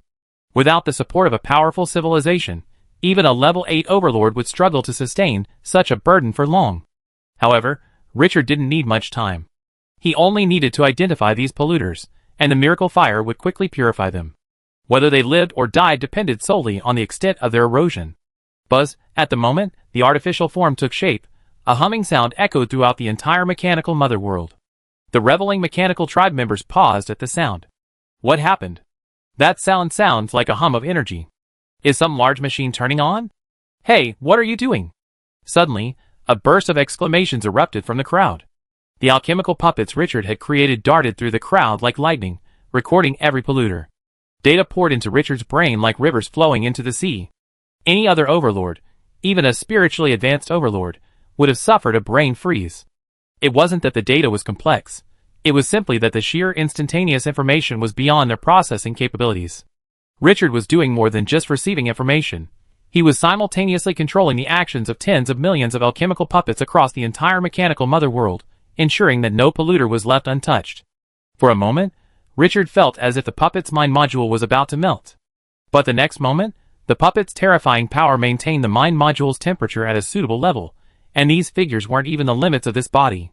The mind module instantly completed the puppet's action plans and summarized their information. Then, the first wave of collection began. The artificial dimension unfolded in an instant, and under Richard's selection, all the polluters discovered in this wave were accurately collected within the artificial dimension. During this process, the puppet's mind modules operated at full capacity. Richard felt as if the entire world had stopped. In that moment, he felt as if his calculations could predict the future trajectory, and even the fate of everything in the world. Can the Overlord achieve this? Richard muttered to himself. He suddenly felt that his understanding of spiritual evolution was somewhat superficial. Knowledge is only one part of spiritual evolution, but the transformation it brings is equally crucial. Creatures specializing in spiritual evolution will undoubtedly possess greater computing power than physically evolved creatures of the same spiritual power. This is because spiritually evolved creatures inevitably alter their soul structure, accelerating computation, and thus gaining an advantage in research and even combat. While he possessed ample knowledge, his soul remained a physically evolved one. Perhaps I should apply my knowledge of soulology and slightly modify my soul structure, Richard thought. The first round of quarantine soon ended. But Richard's alchemical puppets did not slow down. They moved through the crowd like lightning, repeatedly screening for polluters. Soon, some of the polluters that had been missed appeared before Richard's eyes. These polluters were all higher-level mechanics. Although they were also reveling, they did not mingle with the ordinary mechanics. After all, their power was too great. Mixing with those level 1 creatures, or even mortals, the slightest movement would cause chaos. Hey, who are you? A level 3 mechanoid mating in the factory yelled in panic. But Richard's alchemical puppet ignored him. Its glowing red crystal eyes scanned the mechanoid, and a mark fell on him. Safe. Then, it left as hastily as it had arrived, as if it were an accident. Such farces continued to unfold across the world, with mechanids in hidden corners being sought out by the alchemical puppets, each one screened for contaminants. Soon, the second round of screening concluded. The discovered contaminant entered the artificial dimension again. Then the third round of screening began. This time, the mechanoids realized something was amiss. After all, the sudden disappearance of someone close to them was not a common natural phenomenon. Shock and panic spread through the crowd like a plague. Don't panic. The mechanoid leader's voice suddenly echoed through the hearts of the mechanids. Their disappearance is normal.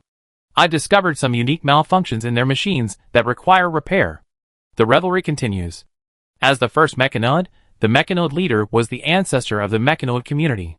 His words were considered holy words among the mechanoids. Seeing this ancestor speak out, the remaining mechanoids naturally felt reassured.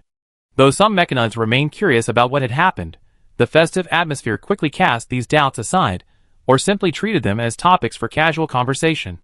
Soon, the third round of screening concluded. After 3 rounds of screening, Richard had tossed all the contaminants into the artificial dimension. Out of caution, Richard even used his own reconnaissance methods, spending several hours scouring the entire world to ensure that no one had slipped through the net. Once this was done, the rest would be easy. In the dimension, the captured mechanicals were already in a state of panic. After all, they had been reveling one moment, and the next, they were trapped in this strange space. This would have filled anyone with fear. Among them, several world masters were more insightful and recognized this as a method of domination. But they couldn't understand why they had been brought to this strange dimension. Suddenly, ripples began to form in the dimension's sky. Richard and the mechanical clan leader entered this artificial dimension. Looking at the vast sea of mechanical clan members within the dimension, the mechanical clan leader gasped. Are these all contaminated? Richard nodded slightly. They all show signs of contamination, but we need to carefully screen them to determine if they're completely contaminated. As he spoke, the void around Richard rippled again, and a ball of golden miracle fire appeared at his hand. The miracle fire is attracted to the power of the devourer of civilizations, and using this to remove contamination is both efficient and harmless. Hiss this flame. The mechanical clan leader gazed at the miracle fire, his heart awestruck.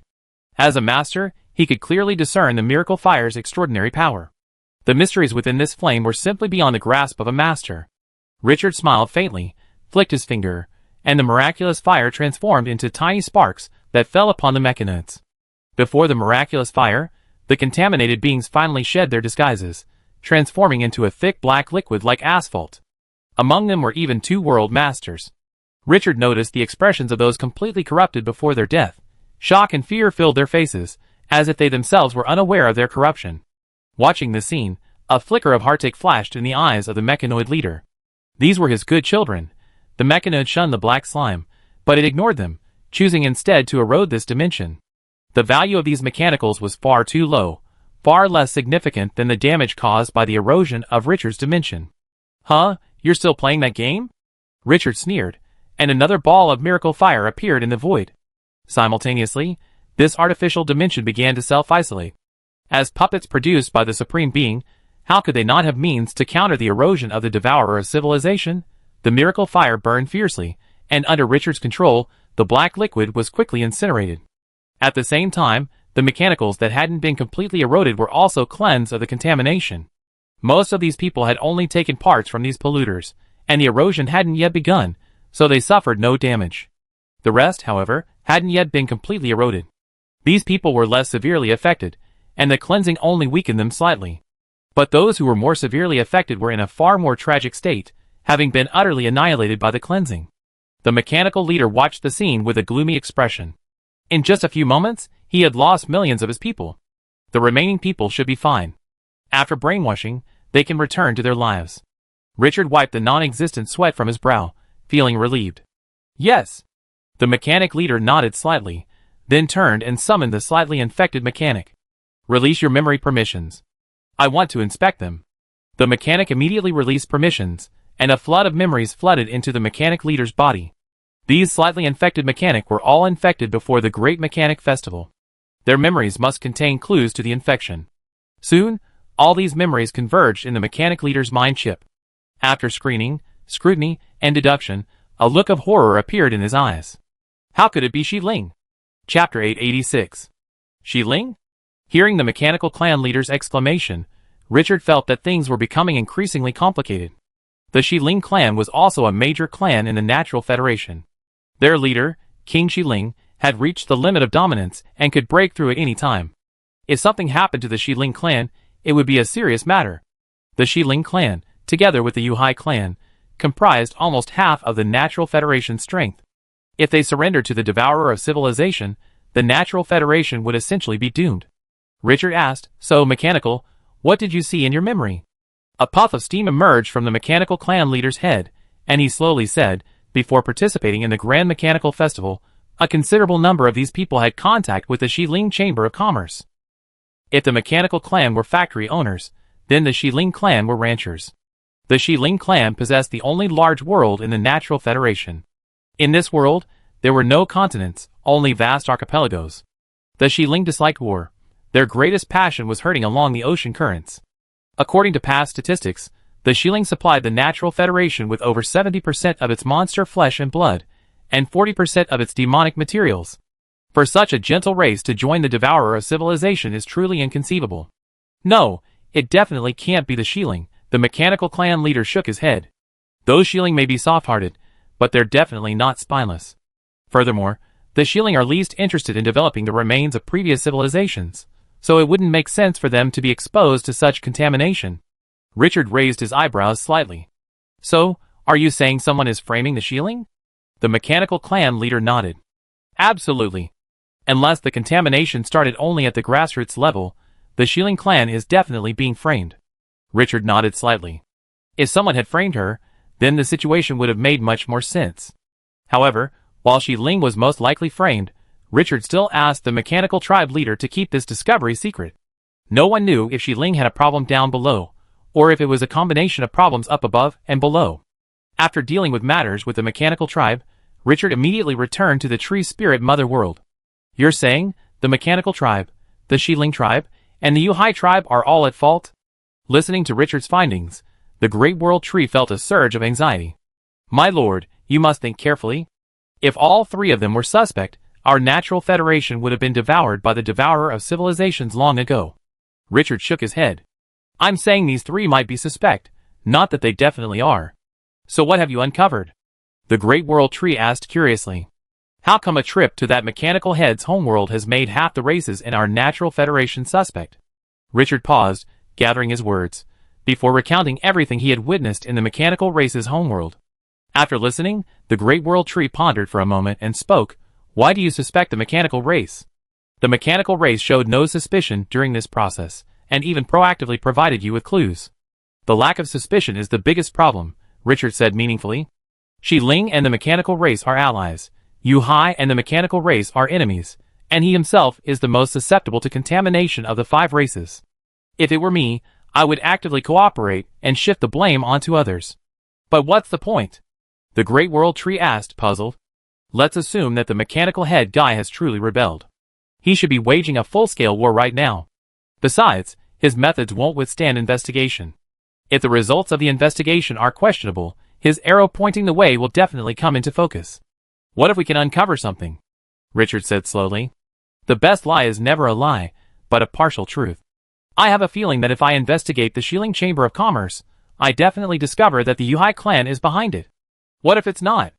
No, I'm overthinking it. But, Richard leaned back. My feelings are always accurate.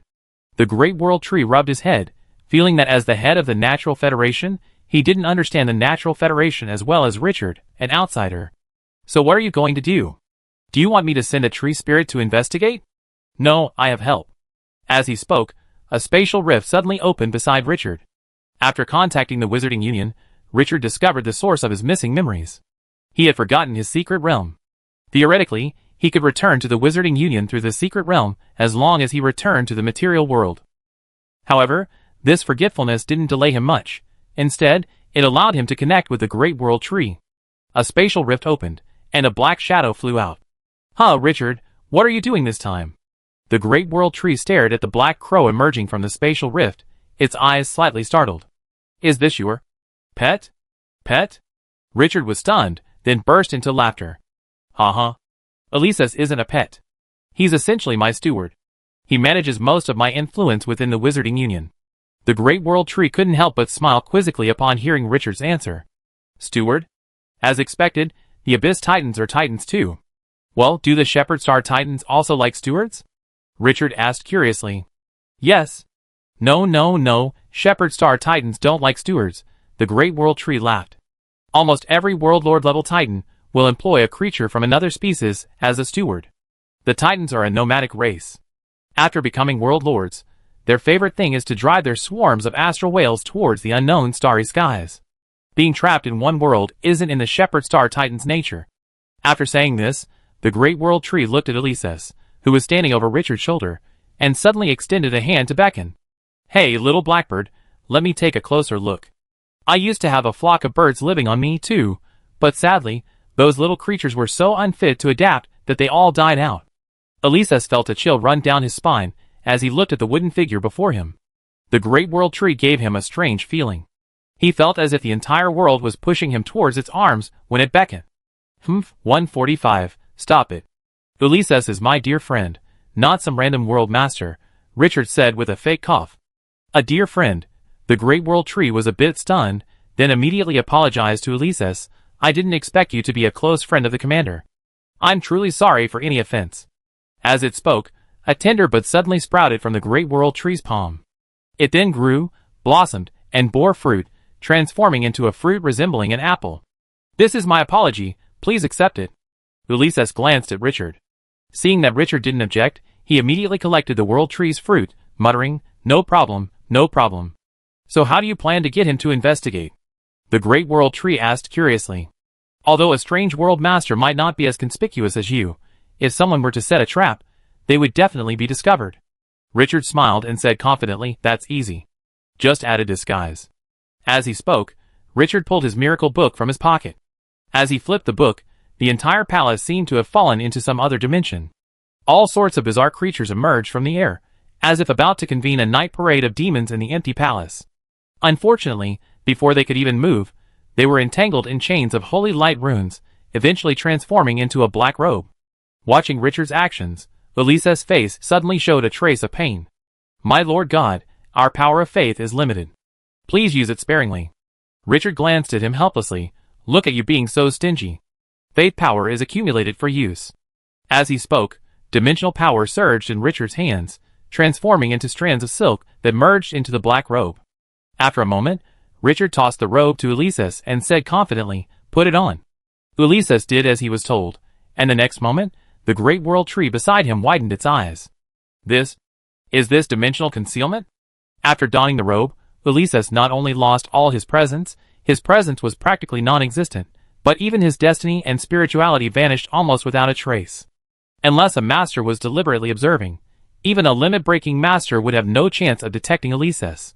A little trick, Richard said calmly. This is no small trick. The great world tree shook its head, its tone filled with wonder.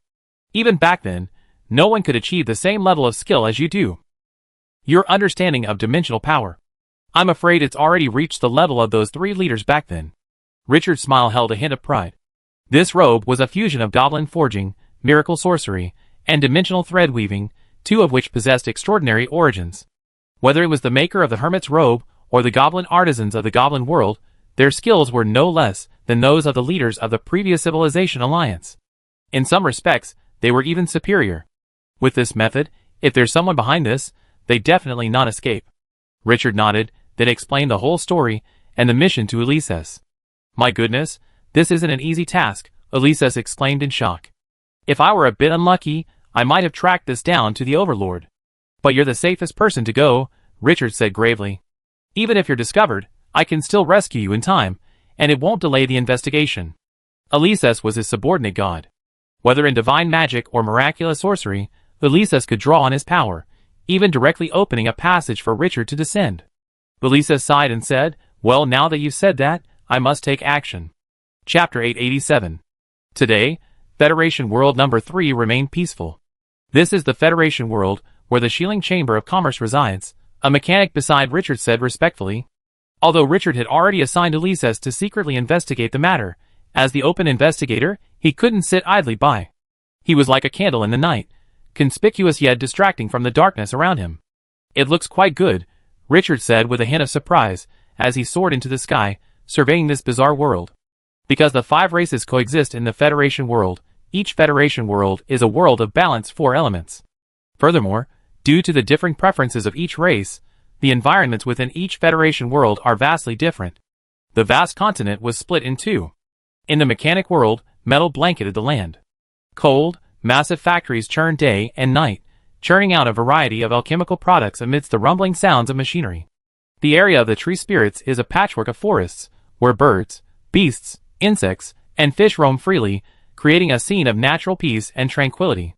The tree spirits grow around the world tree. Though their bodies remain motionless, their spirits roam freely within a network unique to the tree spirits. The winged people occupy the sky, living on islands in the sky.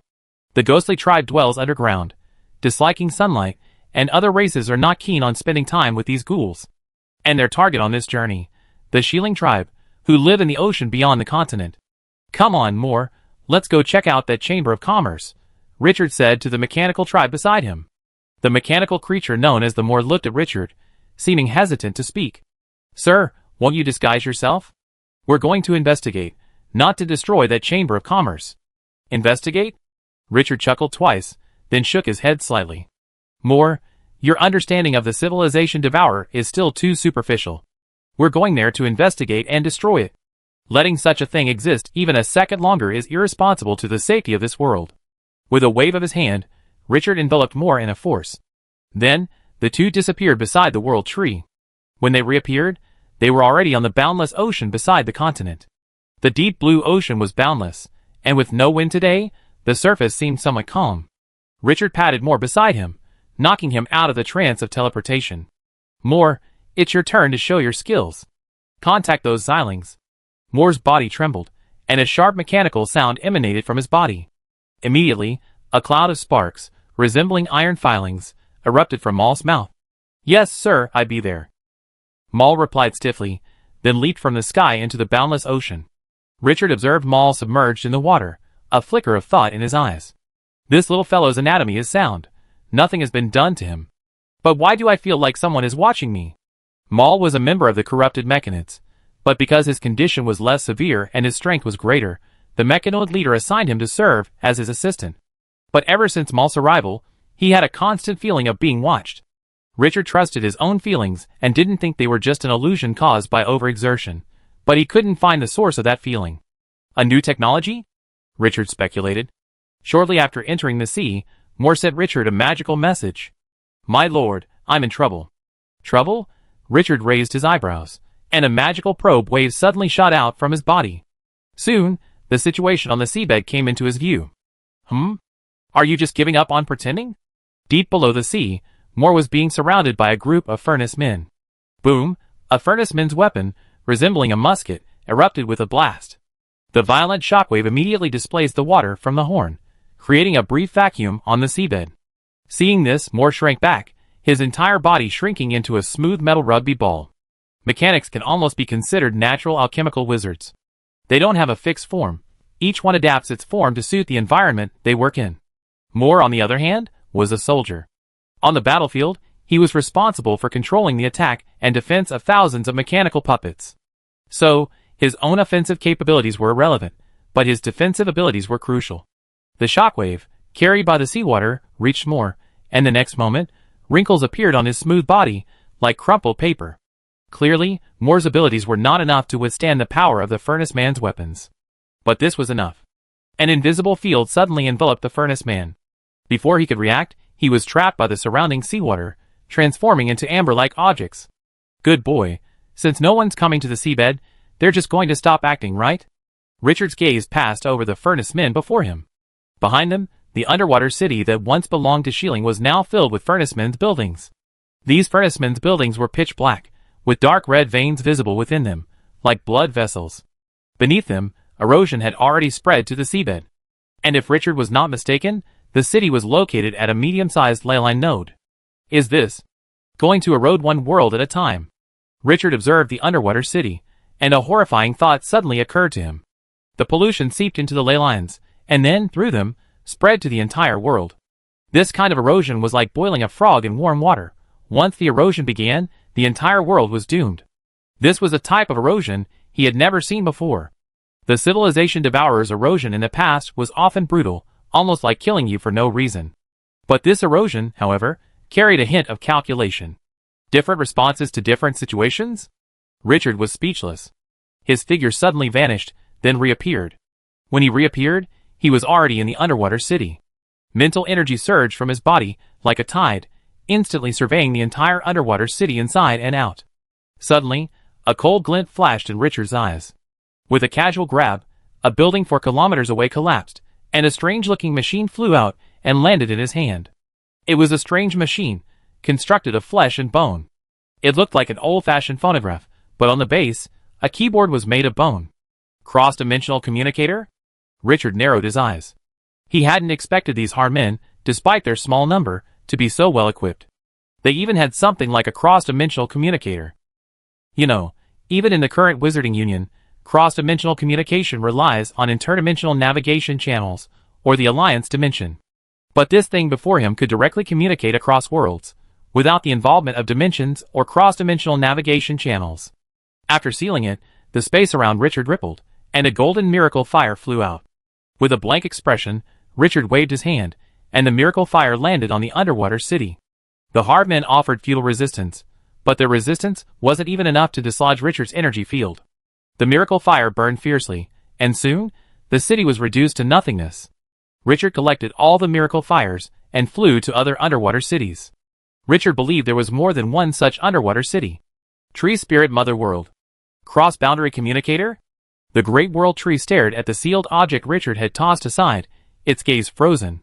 Yes, Richard nodded slightly, his expression grim. I found it in the hands of those infected.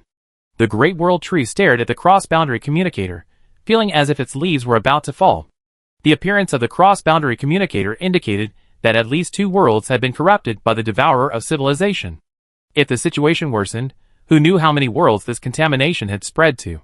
The Great World Tree had never imagined before that the Natural Federation had actually stepped on a minefield. If they left, this mine would shatter the entire Natural Federation. Can you crack this thing? Richard asked the Great World Tree. I need the coordinates. The Natural Federation governs even more worlds than wizards. Nearly 20,000 of them exist. If we were to investigate each world one by one, who knows how long it would take? Furthermore, investigating them one by one would easily alert the enemy. Richard didn't want to play hide-and-seek with these things. It can be cracked, the Great World Tree said. Give me 3 days. This thing is essentially the same cross-border communicator the Alliance used back then, but it's incorporated with some technology from other civilizations. Give me some time, and cracking it won't be a problem. Richard nodded. Okay, I leave it to you. With that, Richard stood up and, using the connection between the Pantheons, contacted Ulysses. Ulysses, how's the situation over there? I've discovered that the city on World 3 has become a Heart City. Heart City? Federation World 5. Ulysses listened to Richard's news, a hint of surprise in his voice. I went there, and when I got there, it was still a city of those octopus people. How come, in just a few days, it's become a Hearth People city? What? You mean, those cities were Shieling People's cities just a few days ago? Yes, otherwise I would definitely report to you, Ulysses complained. Am I so unreliable in your eyes? Richard remained silent, Ulysses' news resonating in his mind like thunder. If these cities were still Shieling cities just a few days ago, why were they all Hearth People cities when he went there?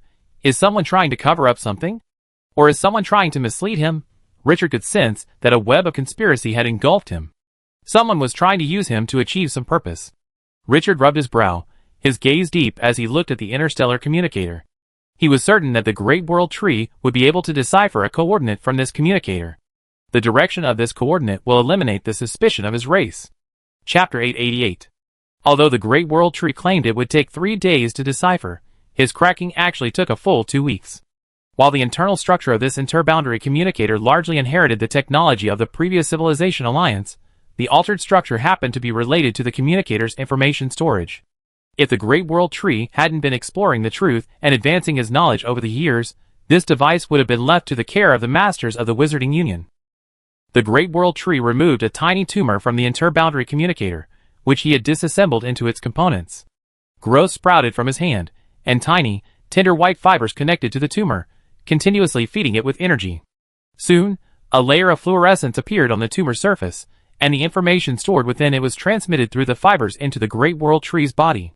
It's done, the Great World Tree said with a sigh of relief. Although this monster has changed its storage medium, the new technology it's using is still from a previous, extinct civilization. Richard nodded slightly, then asked hurriedly, what are the coordinates of this communicator? Don't worry, let me translate it carefully. The Great World Tree closed its eyes in deep thought. The information from the tumor continuously collided in its mind, transforming into lines of coordinate data. A4561, B4587, C7584. How could this world exist? Suddenly, the Great World Tree, who was translating the coordinates, exclaimed in surprise. Richard immediately asked, "What world is this?" The Great World Tree opened its eyes, its face filled with disbelief. This coordinate is the home world of the Yuhai clan, the true home world. This place is watched daily by the Netherworld and the Phantom Ghosts, so how could it possibly be infected? Although the Great World Tree had suspected the Yuhai clan of being a traitor, when the facts were laid before him, he still felt a wave of disbelief. Yuhai was a proud, even arrogant master. Even before he achieved limit break, he resisted the mental enslavement of the cursed demon emperor of the cursed demon empire with unwavering determination. How could such a creature surrender to the devourer of civilization? But just as the Great World Tree was stunned, he suddenly heard laughter. Richard's laughter. Ha ha. Richard suddenly laughed, and in that laughter, the Great World Tree heard a hint of mockery. As expected, as expected. In the end, it all leads back to the Yuhai clan. The Great World Tree froze at this. You predicted this? Richard stopped laughing, and looked at the Great World Tree with a wise look. I did have some suspicions, but actually confirming this news still took me a bit by surprise. 145. Barring any unexpected incidents, the Yuhai tribe should be fine. But if we investigate, we definitely find any. The Great World Tree was bewildered by Richard's words. What do you mean? What do you mean by the Yuhai tribe is likely fine, but if we investigate, we definitely find any? Richard gathered his words and slowly explained, what I mean is, the Yuhai tribe likely hid something in their home world, and that something is related to the monster, the devourer of civilization. However, this thing hasn't affected the Yuhai tribe, and they're acting normally. The Great World Tree was stunned again, puzzled as to why Richard had come to such a conclusion. Logically speaking, based on the intelligence he had obtained and the Yuhai tribe's behavior, the Yuhai tribe could already be labeled a traitor.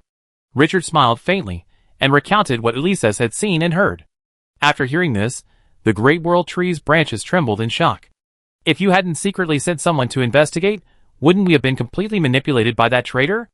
The traitor had calculated that the mechanical overlord would invite Richard to inspect the contamination, that Richard would be able to locate the Shieling Chamber of Commerce, that Richard would recognize the interdimensional communicator, and that Richard would be able to decipher the information contained within.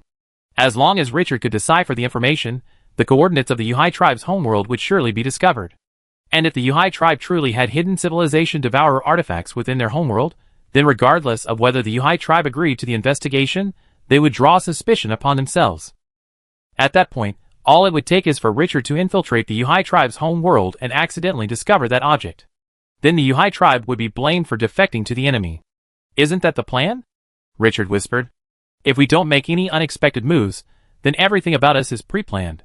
But unfortunately, plans are most afraid of unexpected events. The Great World Tree looked at Richard. What are you going to do? Richard smiled faintly. Since he's set the stage for us, why don't we just go along with it?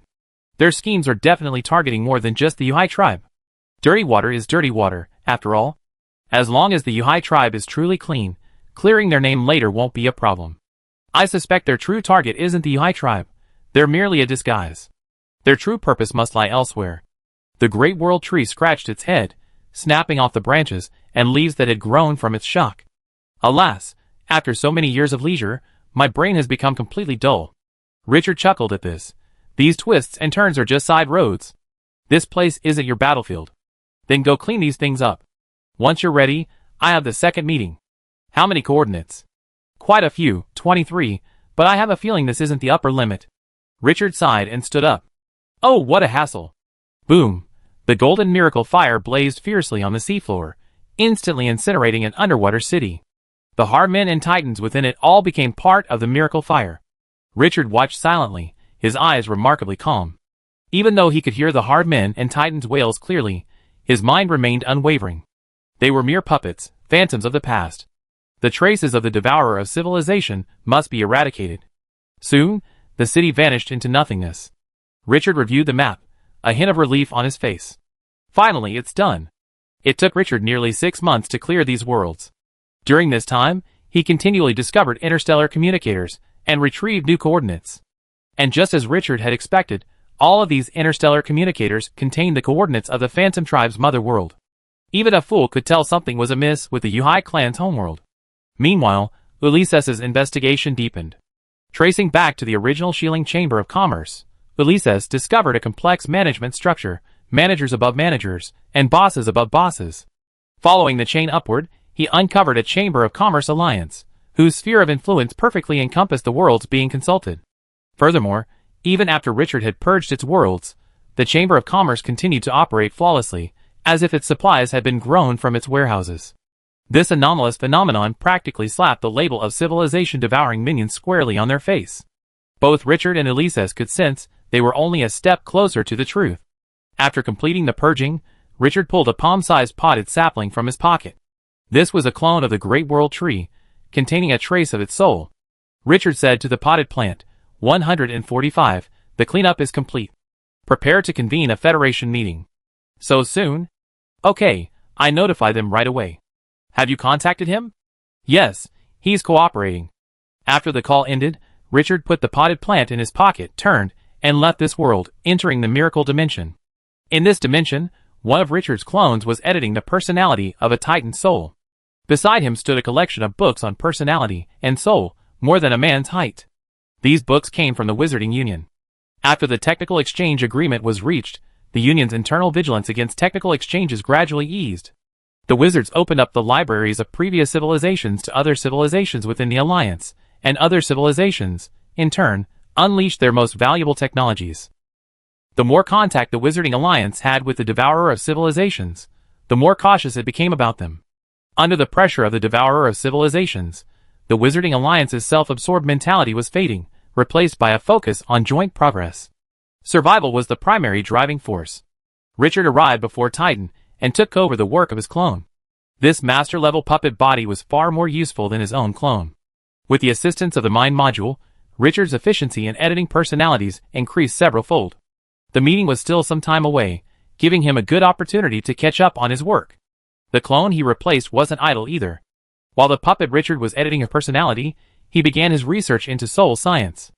Altering soul structure and increasing soul computing power were also on Richard's agenda. 7 days later, Richard received news from the Great World Tree that the Federation Conference was reconvening. The theme of this meeting was the Civilization Devourer pollution. In front of the council hall, several overlords, who had recently met, gathered again. But unlike the harmonious atmosphere of last time, this time, every overlord could sense an undercurrent stirring among them. Suddenly, a dimensional portal opened, and Netherworld emerged, his expression calm. "Ha, I'm the last one this time," Netherworld laughed. The Great World Tree glanced at him and replied, "Let's begin the meeting. We're all familiar with each other, so let's not waste time like last time." Entering the hall, the overlords took their seats, the seating arrangement unchanged from last time.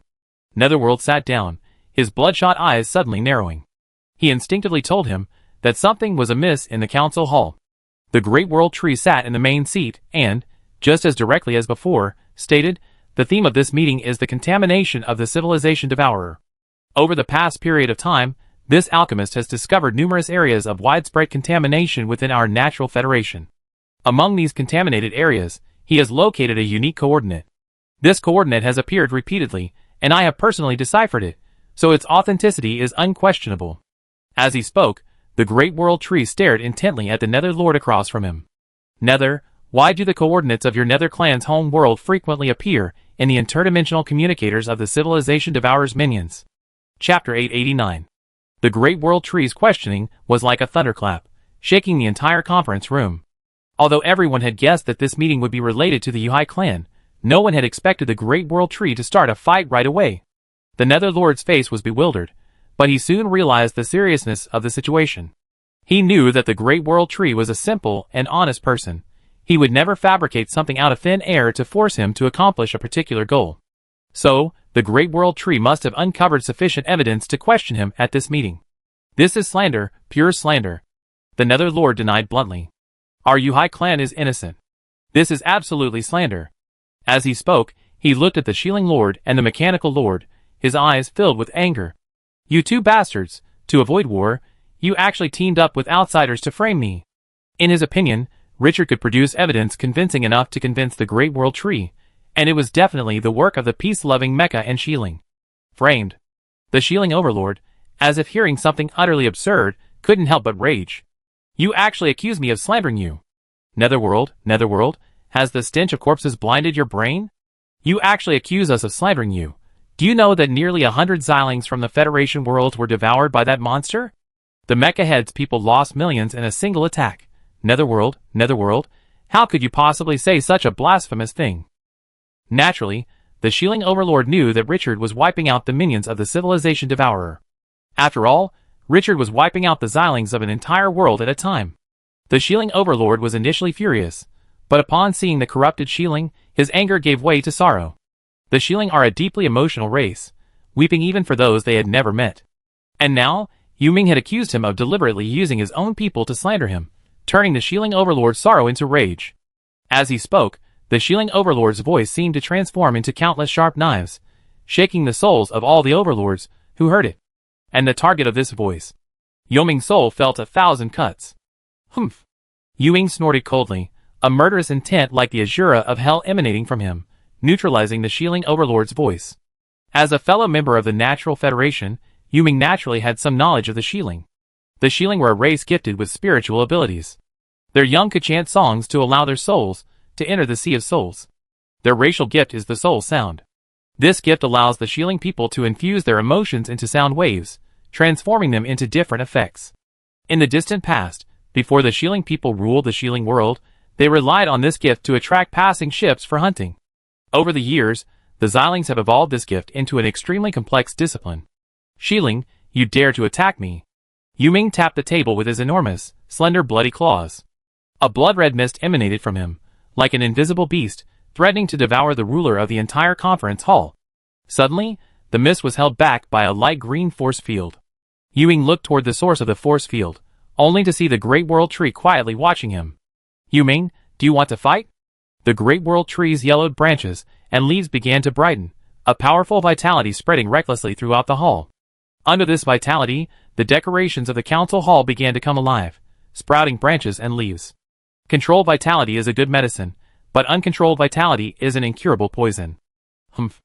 Yuming snorted indignantly and retracted the blood-colored mist. He could deny the Shieling overlord his respect, but he couldn't deny the Great World Tree his respect. I told you, this is pure slander. Our home world is right under my nose. There's no way the pollution you're talking about exists. We know if it's pure slander at a glance, the Great World Tree said calmly. Your ghost festival is about to begin, isn't it? The Netherlord's eyes narrowed slightly, and the blood-red mist seeped out of him again. Old Tree, I respect you as the head of the Federation, but you better understand. I'm unwilling to fight, not unable to. Searching my home world? How dare you say such a thing? For a race, the home world is undoubtedly the most sacred and private place. The secrets within are enough to make a race scrutinize even the slightest trace before leaving the world. Allowing the lords of other races to enter the home world and search it is no different from stripping naked in front of a group of people, and being searched by hooks and hooks. Nether, I'm telling you this too, the Great World Tree said word by word. I've been wanting to give you a beating for a long time. Ever since you luckily broke through the limit, your behavior has become increasingly unruly. This search, whether you agree or not, I'm going ahead. If you try to stop me, I fight you. I want to see just how powerful you are. As he spoke, a powerful aura erupted from the Great World Tree, so intense that even the ordinary overlords present felt a slight suffocation. Seeing this, Yuming also unleashed a powerful aura, his momentum no less powerful than the Great World Tree's. Come on, do I really fear you? In a fraction of a second, the pressure from both sides escalated to a terrifying level. Even the meticulously enchanted Parliament Hall began to tremble under the pressure. Just as the tension was building, a voice suddenly interrupted them. Ahem, why are you two so hostile? The Great World Tree and the Lord of the Underworld simultaneously turned toward the source of the sound, only to see the source of this conflict. Richard, watching them calmly. Although the devourers of civilizations have always acted with dominance, no one can rule out the possibility that this is a conspiracy by them to provoke our internal strife. Why don't you two calm down and talk? I don't think the Lord of the Underworld is unreasonable. Your Excellency, World Tree, there's no need to be so aggressive and jeopardize the harmony within the Alliance. Talk? What are you talking about? The Lord of the Underworld sneered. You're putting the blame on me right away. What's the point of talking? Richard shook his head at this. Lord of the Underworld, you should calm down for a moment. I don't think the Underworld clan is strong enough to confront the other 4 clans. You're so happy with your words, but the clan behind you will suffer greatly. Yu Ming looked at Richard, his eyes gleaming coldly. As long as I'm here, the Yuhai clan will still exist. But you? Who of you can watch over all the worlds? Richard couldn't help but smile sarcastically at this. Have you never heard of divination? You're just a limit breaker. Divining your whereabouts isn't a big deal for the Wizarding Union. I repeat, calm down. I'm here to seek allies, not to sow discord. Richard had said this, and Yu Ming withdrew his pressure. Although he spoke tough, he knew in his heart that if a fight broke out, he wouldn't be able to escape. The Great World Tree also withdrew its pressure upon seeing this. Seeing that both sides had calmed down, Richard spoke again. Although the current evidence shows a large number of coordinates of the Yuhai clan's home world, however, I believe that the Yuhai clan as a whole is not in danger. Just as the Shieling Overlord was unaware that a group of his Xylings had been corrupted, the Civilization Devourer's methods are varied and treacherous. Who knows if he somehow infiltrate the Yuhai tribe's home world, and take advantage of the opportunity to establish himself there. Nether Overlord, although you often stay in the home world, you must also understand the principle of darkness beneath the light. The most dangerous place is also the safest place. I imagine you wouldn't want your home world to be contaminated unnoticed. The Nether Overlord looked at Richard and said, "What do you want to say?" Richard smiled faintly. "I want to say that I can help the Yuhai tribe identify the contamination." "You're coming?" Yu Ming suddenly laughed. "So you were waiting for me here." As he spoke, his eyes suddenly grew sharp. "I don't trust you, outsider." Richard shrugged nonchalantly. "I can use a clone, but the Mechanical Overlord, the Shieling Overlord, or even the Great World Tree, someone has to go take a look." The Overlord of the Underworld was about to say something, but the Great World Tree interrupted him. "I go." The eyes on his trunk fixed on the Overlord of the Underworld. "Yu Ming, you be assured of my presence?" Yu Ming remained silent for a moment. Then, he looked at the Great World Tree and slowly said, "Okay. But you have to come to the Ghost Festival." The Ghost Festival is a grand festival of the Underworld clan. On this day, a large number of Underworld clan members return to their home world to perform a ceremony for the great ghost who, according to legend, created the Underworld clan. In the past, the Ghost Festival did include invitations to other overlords. However, in recent years, the Netherworld has suddenly stopped inviting people to the Netherworld. "Then it's a deal," Richard said with a smile. "You see, a calm discussion is always better than a fight." The Netherworld gave Richard a cold look, and a dimensional portal appeared behind him. The other overlords, seeing this, did not linger. After saying goodbye to the Great World Tree, they all chose to leave. After they left, Richard and the Great World Tree exchanged a glance. "Do you see the problem?" Richard tapped his fingers lightly on the council table and shook his head slightly. "I don't think there's anything wrong, but my intuition tells me that Shi Ling is a problem." Although Shi Ling wasn't an indigenous person, for a civilization with only one overlord, the abilities he displayed truly surprised Richard. That voice truly shook Richard's soul. After all, his soul was firmly protected by the overlord's puppet. Then continue. The Great World Tree stood up, and a dimensional portal appeared behind it. As long as they have a purpose, they always reveal their flaws. Chapter 890.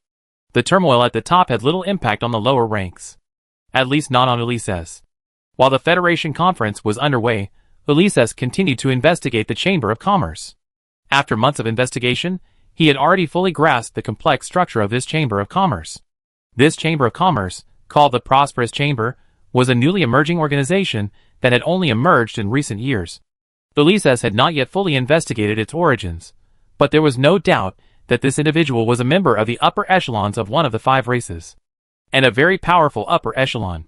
While the Natural Federation was a simple organization for the 5 clan leaders, it was a colossus for the middle and lower echelons. Every aspect of the Natural Federation was divided up by the middle echelons of the 5 races. Behind every chamber of commerce and every factory, one could find a corresponding world master. The Prosperous Chamber of Commerce, however, had an absurdly large number of subordinate organizations. Besides the Shieling Chamber of Commerce, which Richard already knew about, its subordinate organizations included all 5 races of the Natural Federation. It was clear that a powerful figure with far-reaching influence was supporting them. But what intrigued Ulysses was what this powerful figure was actually up to. In the tavern, the tree spirit avatar controlled by Ulysses ordered a stiff drink. He, in turn, reported his recent investigations to Richard. "I can't figure out what this guy is up to," Ulysses said. a hint of confusion in his tone. This guy's guild covers everything from food and clothing to housing and transportation. But it's simply not progressing. All the managers I've investigated over the years are at most level 3 creatures. This is truly bizarre. Food, clothing, housing, transportation, everything? Richard's voice was tinged with doubt. Elise's investigation had left him bewildered. After a moment's silence, Richard's voice rang again in Elise's ears. Perhaps he intends to pursue a low-level approach. You see, the Natural Federation is still a traditional civilization, and their world masters don't pay enough attention to the low level. As long as enough low-level creatures are infected, it would only take a few minutes to overwhelm a world.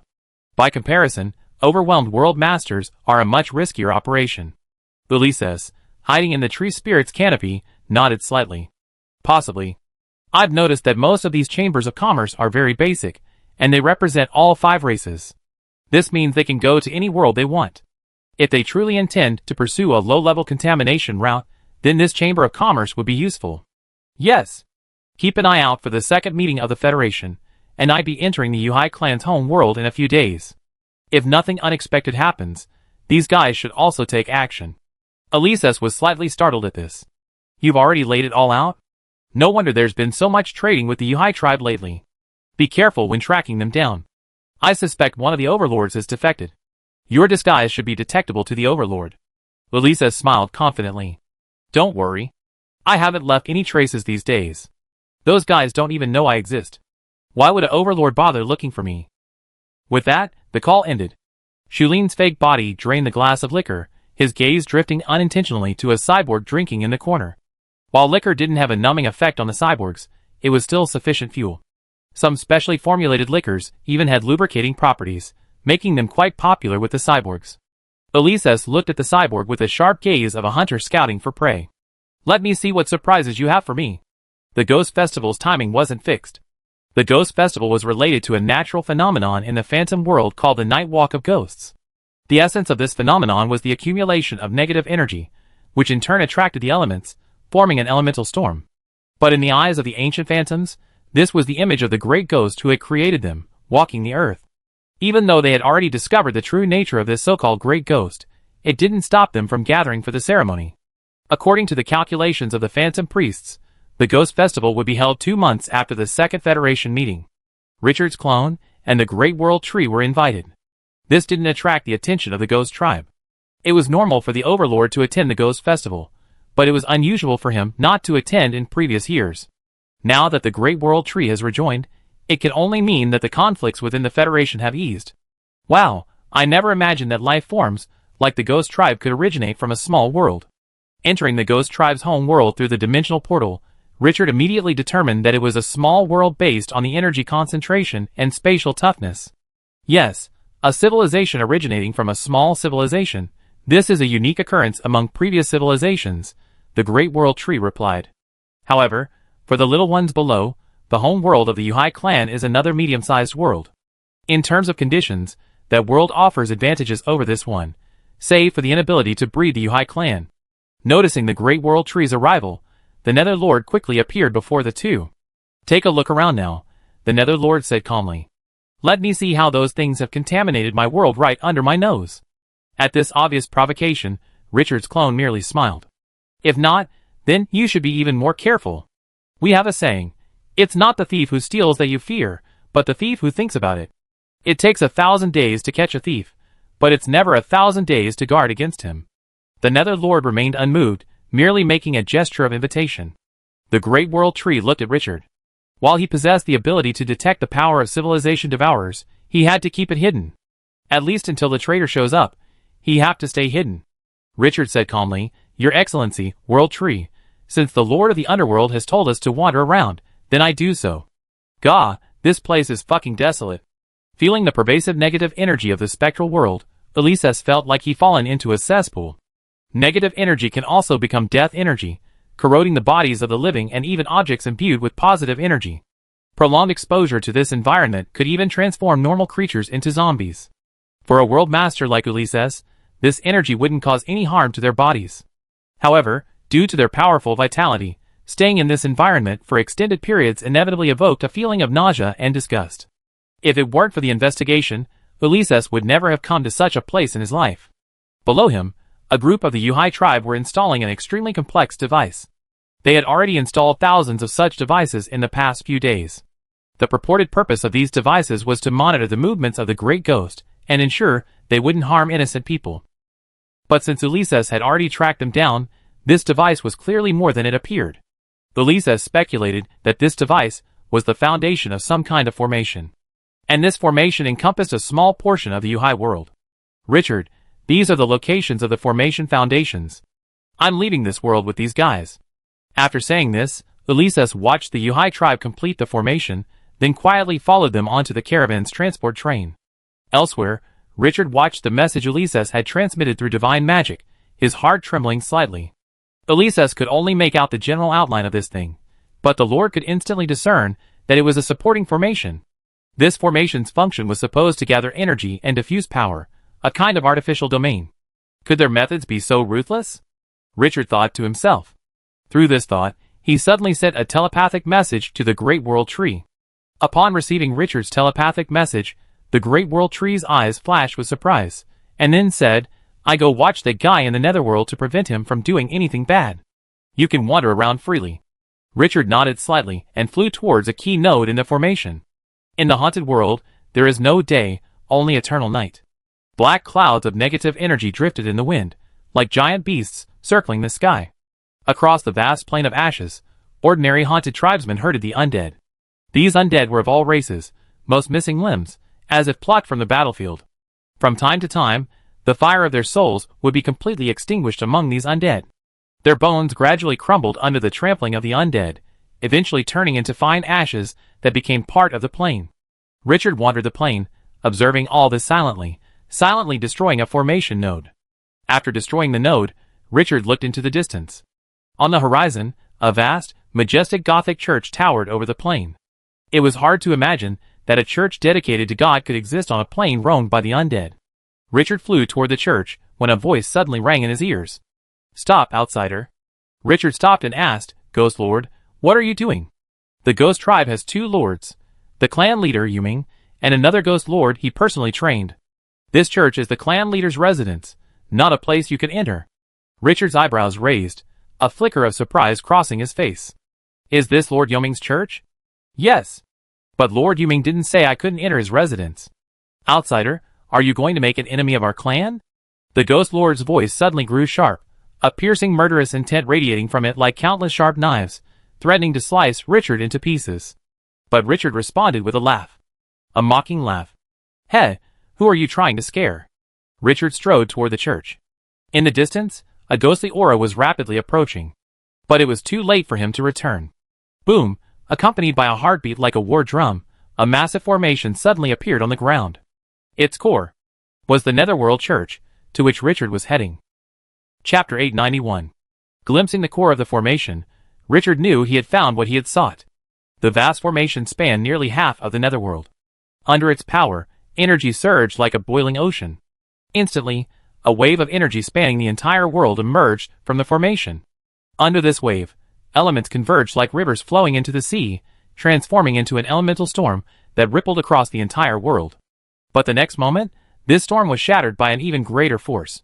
Hundreds of kilometers away, the Netherworld Overlord's face was ashen, and blood-red mist continuously flowed from his body, almost rendering him a hideous ghost. Beside him, the Great World Tree glowed with a green light, representing life. Endless negative energy entered his body, instantly transforming into positive energy and storing it within his body. The cycle of life and death was not a difficult ability for a creature of the Great World Tree's level.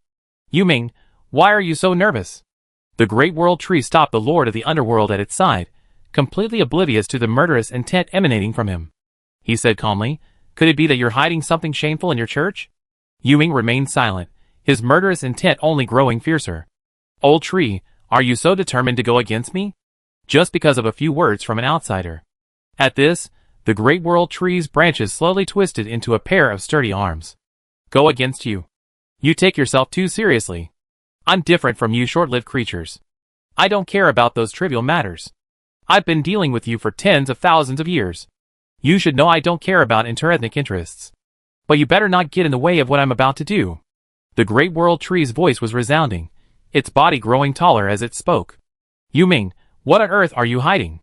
Yuming remained silent, the mist surrounding him suddenly expanding. Like an invisible beast, it swallowed the great world tree's body in its maw. As the mist spread, the entire world resonated with it. The endless negative energy of the horrible world converged within the blood mist, unexpectedly creating another world within it. Old tree, you're too confident. This is my world. Yuming's voice was icy cold. Although he knew this sudden situation was a trap, he knew the best approach was to handle it together with the great world tree and coordinate effectively. But if he could think of something, how could the person who framed him not have? Judging from the current situation, Phantom was probably powerless to stop the monster's actions. If things went any further, he might even have been corrupted and controlled by the monster. If the great world tree discovered Phantom's actions, not only would Phantom's fate be unknown, but the entire Phantom clan would be labeled suspicious. And if that alchemist took advantage of this opportunity to cause trouble, it's possible that he, the Phantom clan leader, would be imprisoned as a potential traitor. This was something he absolutely could not tolerate. If his intentions were more sinister, it's possible that the Great World Tree could use this opportunity to eliminate the Phantom clan, a stumbling block to the alliance. This matter must be dealt with quickly. Phantom thought to himself, appearing in the church almost instantly. The once dark and magnificent church was now utterly dilapidated, its entire structure covered in black veins, like blood vessels. At the foot of the church, these veins were expanding at an alarming rate. If unchecked, the entire haunted world would be engulfed by the contents of this church. As expected, a voice interrupted Yoming's thoughts. He glanced sideways, and saw a dimensional portal appear next to Richard's clone. Richard's master puppet clone had crossed over to the haunted world. You are indeed connected to the devourer of civilizations. Yoming's face turned ashen, and the blood-red mist surrounding him grew thicker, as if the entire world was about to be swallowed by it. Outsider, you talk too much. As he spoke, Richard felt the world spinning around him, as if the entire world had undergone some unpredictable distortion. A spatial attack detected, dimensional anchor activated. The puppet's voice echoed in Richard's ears, and then the space around him suddenly became stable. To be able to master spatial manipulation to this level, you can truly be considered to have broken through limits, Richard commented calmly, but unfortunately, it's not enough.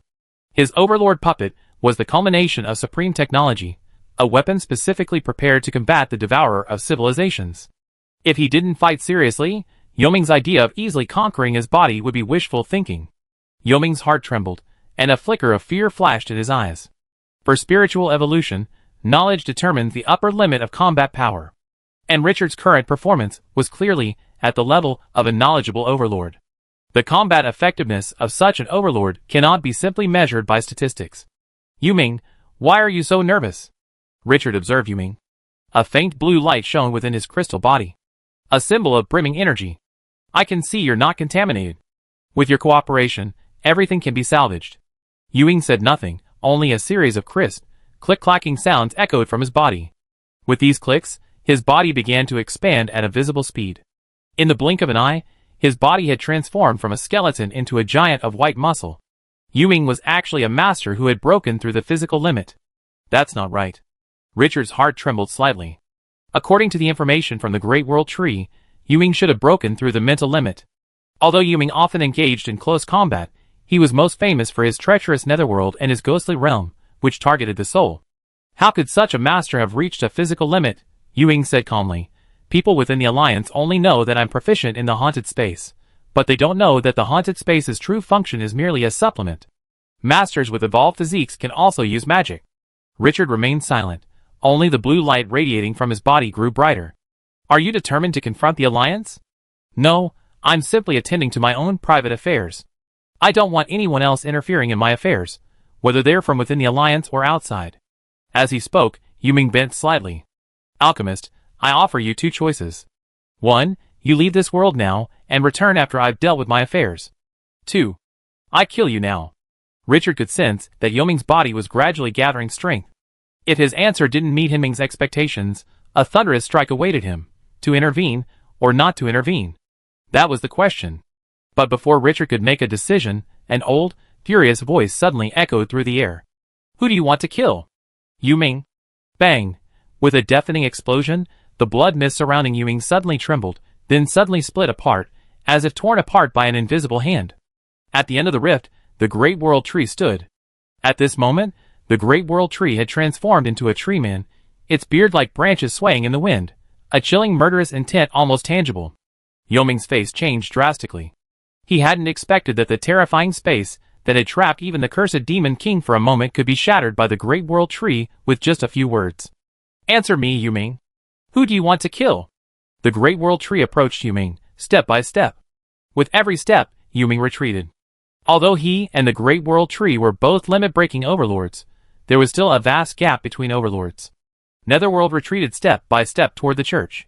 With each step, an indescribable whisper echoed in his ears. That whisper was like the whisper of a demon, threatening to plunge him into an endless hell. "Damn it, has the Phantom Ghost finally given up?" Netherworld roared inwardly. And in response, a roar of near ecstasy erupted. "Haha, I did it, I did it. Chief, I did it. I've got him under control."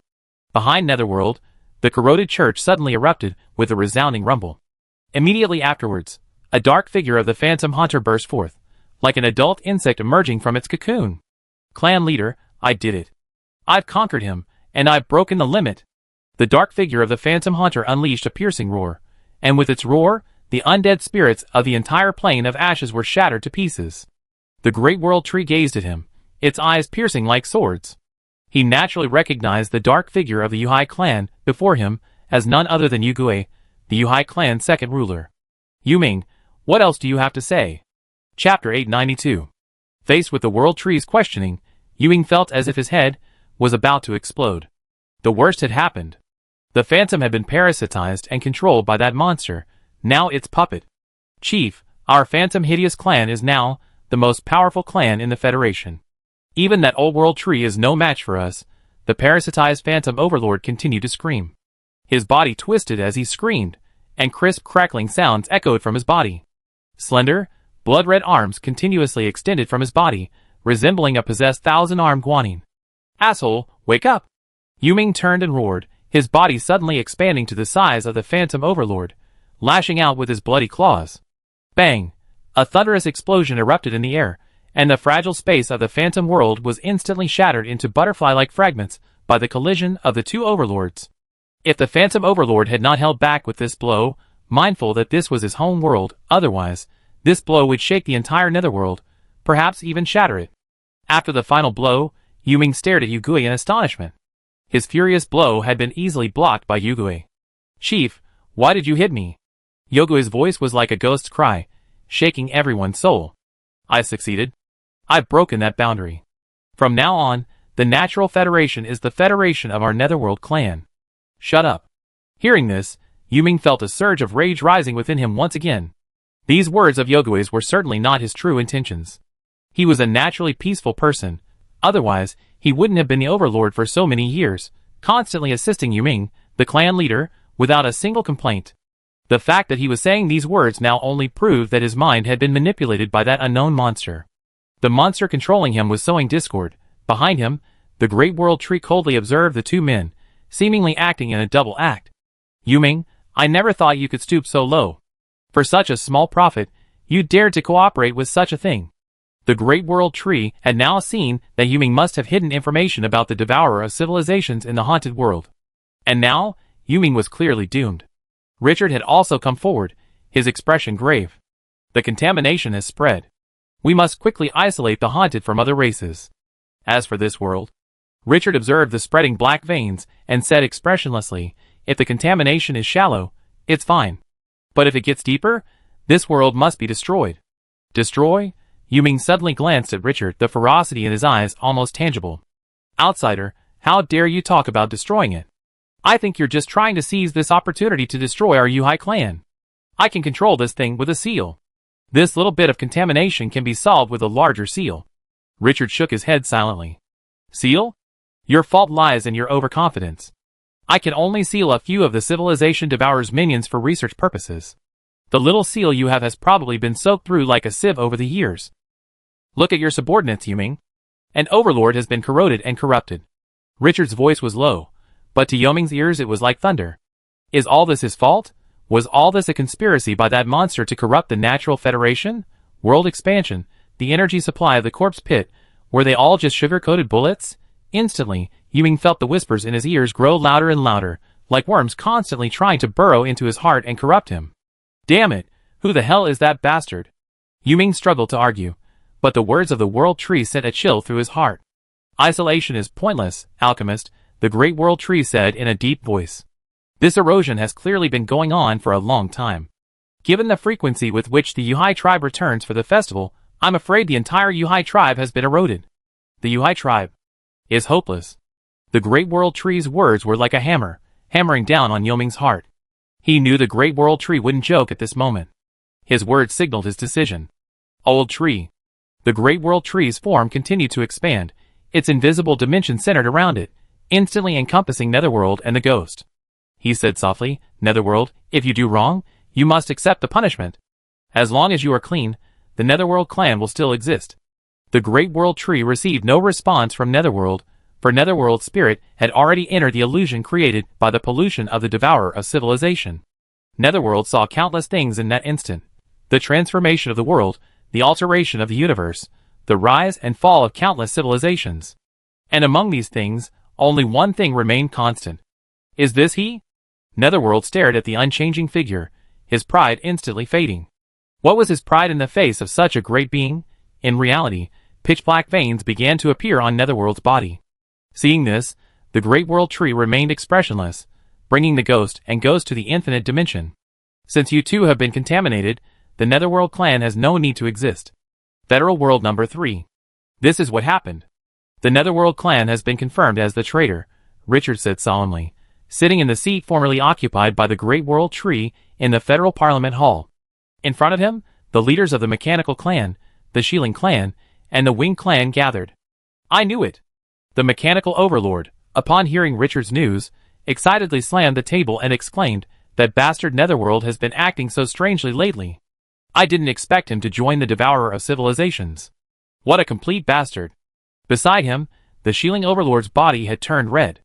That bastard, I never thought he actually defected to the Devourer of Civilization. He's responsible for the deaths of all my people, and yet he shamelessly accuses me of slandering him. The Shieling Overlord was losing control. His anger made his voice, like a sharp blade, slicing through the souls of those who heard it. In a corner, the Winged Overlord remained silent. Before, the Winged and Yuhai tribes were staunch allies. But now, this relationship has become a shackle that weighs down the Winged. The Yuhai tribe has been labeled traitors. If they can't prove their innocence, they undoubtedly face trouble in the future. Even if they are innocent. Ahem, everyone, calm down for a moment. Richard coughed twice, quieting the council hall. Although the Yuhai clan has surrendered to the enemy, the Nether Lord was only temporarily vulnerable, allowing him to be infected. Even the Ghost Lord was unaware of the civilization devourer's true nature, and was therefore tainted by its power, becoming its pawn. These are all understandable. As long as we can control them, they can still be saved. The lords are not just any cats and dogs. They won't be completely corrupted so easily. As long as we can capture and seal them, the miraculous fire of our wizarding union will naturally purify them. Purify? Can they still be purified? Shieling Lord asked in astonishment. What about my people? Lord Shieling, your people are too weak. Their souls have been completely digested, and purification is meaningless. Shieling Lord fell silent, his crimson body suddenly taking on a deep blue hue. That was a sign of sorrow. The Mechanical Overlord murmured, then replied, Capture. Capture is fine. Although Yuming is a jerk, he still has some abilities. Richard nodded slightly, and a dimensional rift, also of the infinite dimension, appeared beside him. In that case, everyone, follow me to support Lord World Tree, and capture Yuming and Yugui. Material World. Kill these ghouls. Drive them out of the Alliance. In the Federation World, a coalition of mechanical and shieling races broke through the Yuhai blockade. These people included mortals, evolvers embarking on the path of evolution, children, and retired soldiers due to injuries. But at this moment, they had only one identity. Defenders of peace. News of the Federation meeting spread like wildfire, and the people knew their peace was once again being thwarted by the Yuhai tribe. But this time, the people didn't opt for a soft attack, instead choosing a direct assault on Yuhai tribe territory. They wanted to drive these ghouls, who were standing in their way of peace, out of the Federation. What a mess. Elises gazed at the rioting crowd, his eyes impassive. The Federation world only accounted for 1% of the natural Federation, and the riots in these worlds were no big deal for any one race. But these riots were enough to spur those hiding in the shadows to take action. Ulysses flapped his wings and slowly ascended. Not far away was the massive World Tree. Unlike ordinary worlds, the World Tree in the Federation world wasn't a descendant of the World Tree, but rather an incarnation of it. They were connected to the Great World Tree through a system of world roots, sharing their common prosperity and common suffering. And now, taking advantage of the riots, a group of people were quietly approaching the World Tree, surrounded by the tree spirits.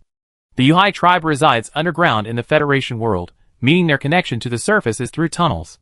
These tunnels are scattered throughout the continent, encompassing both the Mechanic tribe's territory and the tree spirits' territory. This distribution naturally transformed the riot from a 3-race conflict into a 4-race conflict. The tree spirits, a neutral race, were also swept up in this chaos. Amidst this chaos, the tree spirits, originally responsible for guarding the World Tree, were forced to maintain order. This gave some people an opportunity to exploit. Or perhaps, this was the reason for this massive riot. Watching the Mechanic tribe stealthily installing devices on the World Tree's clone, Ulysses said to Richard, "Richard, it's almost time to close the net." Chapter 893. Endless Dimensions. In the void, the mountainous World Tree swayed its branches. With him at its center, within a radius of half a second, a realm resembling a world unfolded. Within this realm, snow-capped mountains, deserts, high mountains, oceans, and every kind of bird, beast, insect, or fish was present. The World Tree sat at the center of this world, and every sway of its branches caused the vast realm to tremble.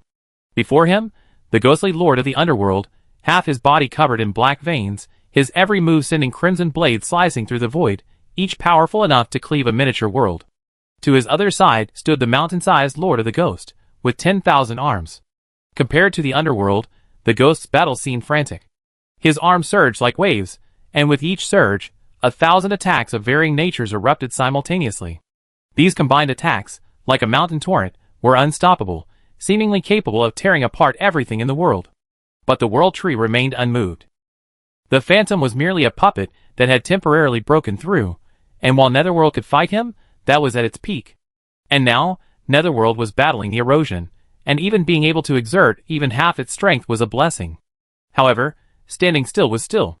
The Great World Tree had no power to fight back. Now, his body was incomplete. He was merely a tree spirit, the soul of a living being. His body had not arrived with him in the astral realm. Without the support of his body, the Great World Tree could only maintain a watertight defense and await Richard's reinforcements. Boom! The Phantom Lord surged his arms once more, an endless wave of energy washing over the Great World Tree's domain like water encountering a reef. But this time, the Great World Tree's expression changed. He swept his gaze across the entire domain, and within sight, a palm-sized black quagmire caught his eye. The Great World Tree's gaze was deep. Did they forcibly erode it? It seems the tree spirit's body alone isn't enough. With a flick of his branch, he ripped the quagmire from his domain. His aura subtly weakened. He and this domain share a common destiny. Even if he could only rip off a fragment, it would be a loss of strength for him. The Great World Tree looked at the Phantom Lord, tempted to use the methods he had laid aside for years. But then, he abandoned the idea. The plan hadn't even been completed, and now, he was losing it. Why hasn't Richard arrived yet? Could it be that the traitor has already launched an attack? The Great World Tree wondered. But just as he finished his words, a dimensional rift appeared in the void. Richard's puppets, the Mechanical Overlord, the Shielding Overlord, and the Winged Overlord filed out. "Old Tree, we're here to help you," the Shielding Overlord shouted. As he spoke, his sound waves merged with the Great World Tree's domain, and the next moment, a burst of vitality erupted from within.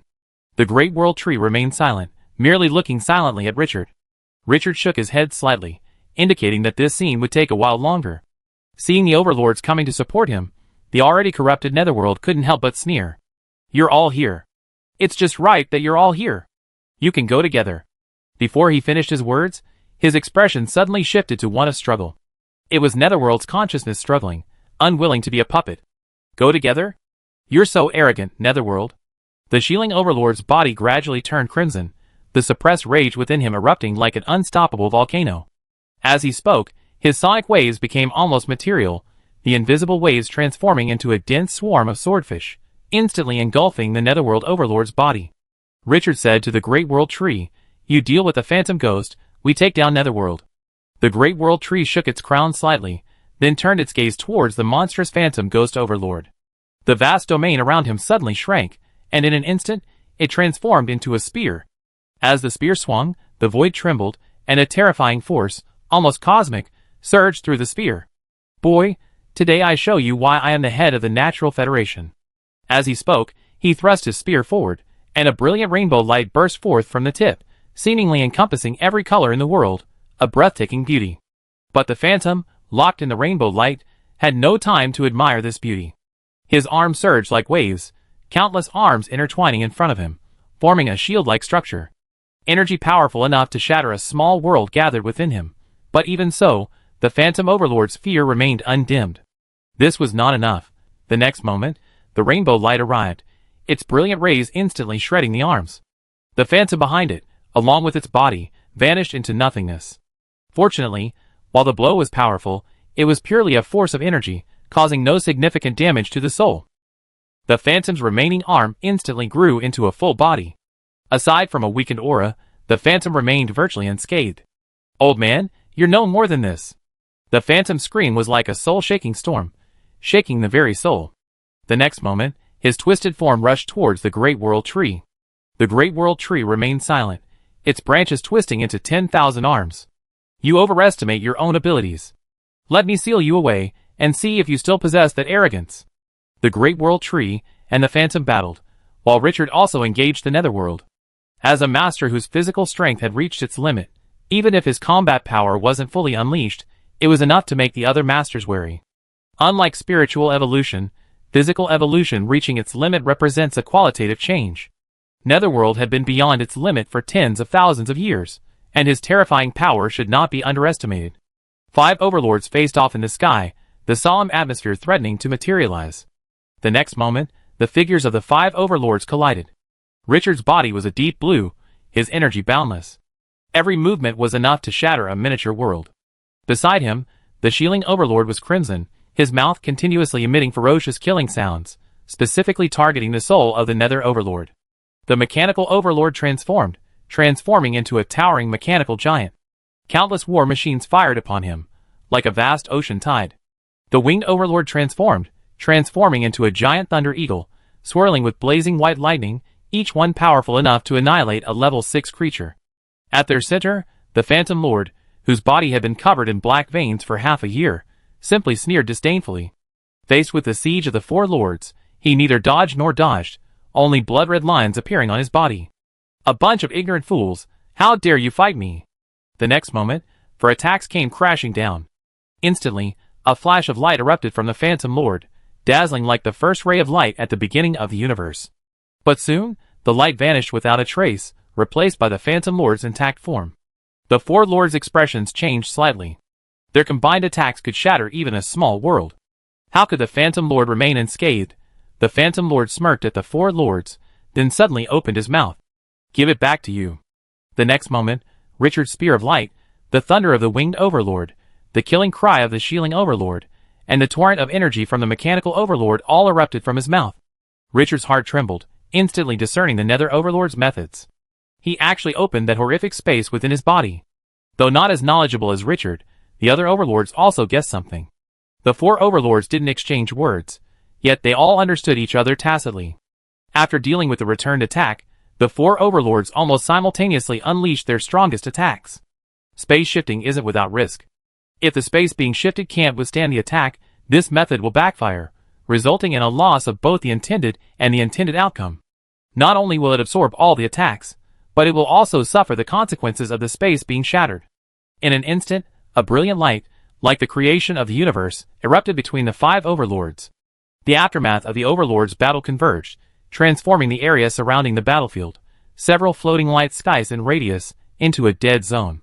In this area, whether it was the world lords of the astral realm, the illusory creatures of the illusory dimension, or the bizarre and abnormal cursed creatures, all were doomed to annihilation. "Richard, it's almost time to close the net." Suddenly, Ulysses' voice echoed in Richard's mind, along with Ulysses' report. Richard, with a thought, relayed the message to the Great World Tree. The drama had finally come to an end.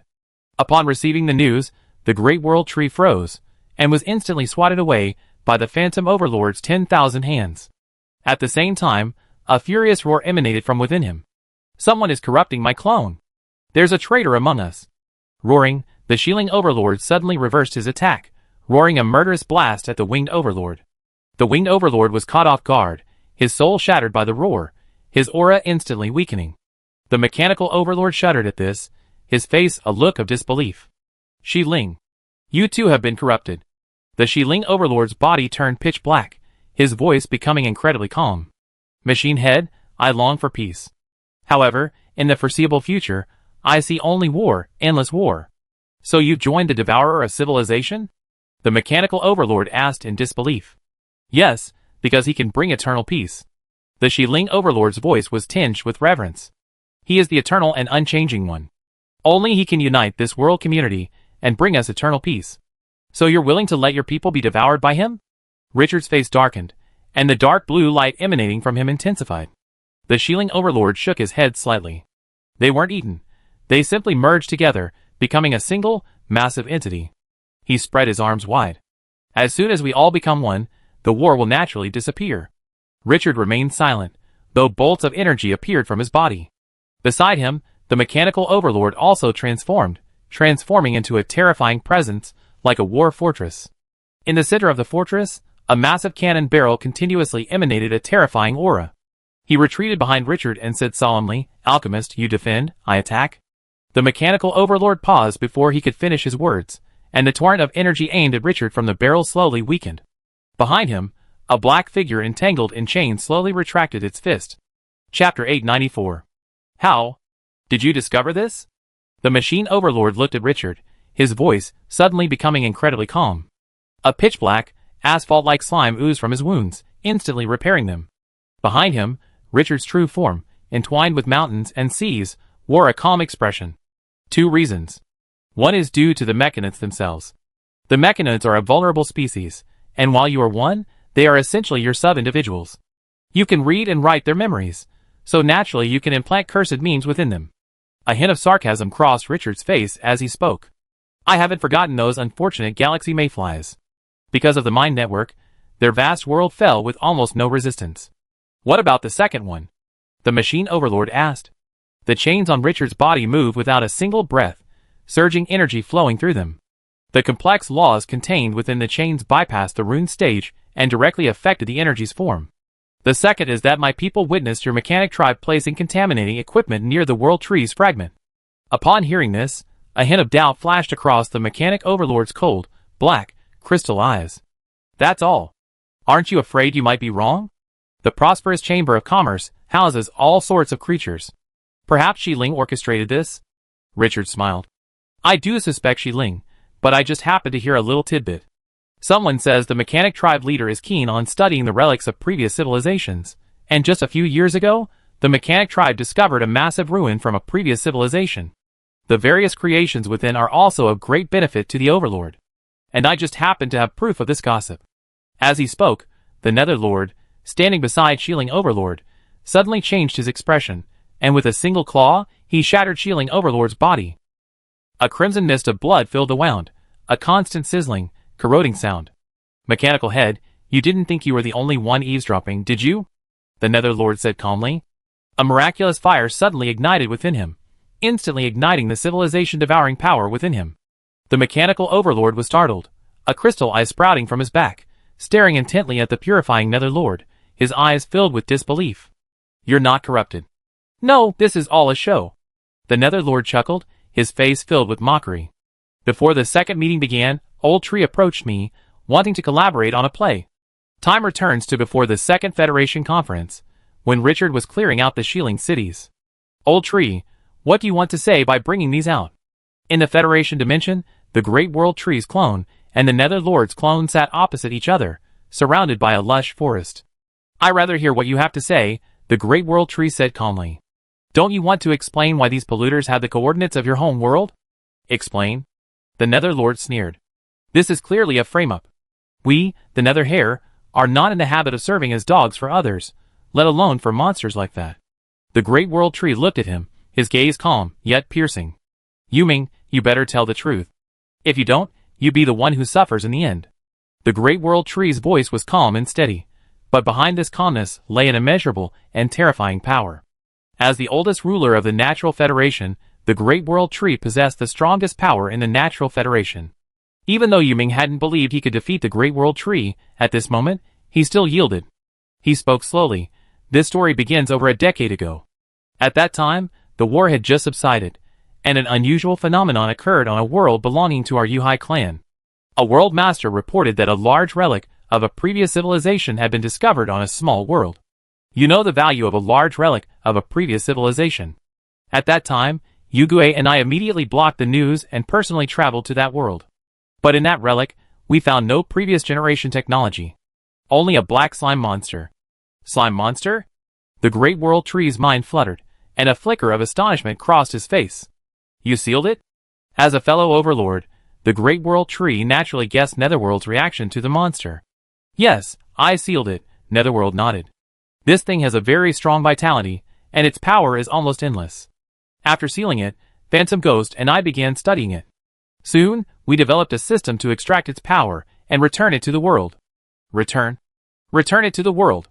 If the sealing had merely surprised the Great World Tree, then extracting the power of the civilization devourer's minions and returning it to the world completely exceeded its expectations.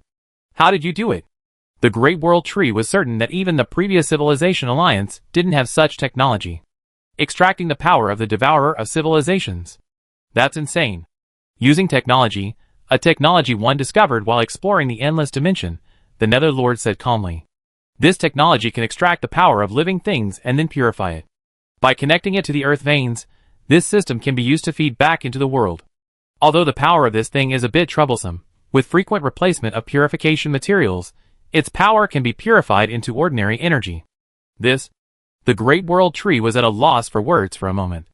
The endless dimension was incredibly vast, and connected all world communities. There was no telling how many relics of other civilizations lay within each dimension. Although Nether's statement was a bit far-fetched, there was no doubt that this was a real possibility, albeit an extremely small one. However, precisely because the probability was so small, his words seemed all the more believable. Something so outrageous that it might actually be true. So you've been using that thing as an energy source for over a decade? Yes. Hearing this, the Great World Tree was at a loss for words. No wonder that traitor targeted you. If I hadn't told you, who knows what shocking things you'd be capable of. What are you going to do? Nether asked. It's simple. We need you to help us put on a show, the Great World Tree said calmly.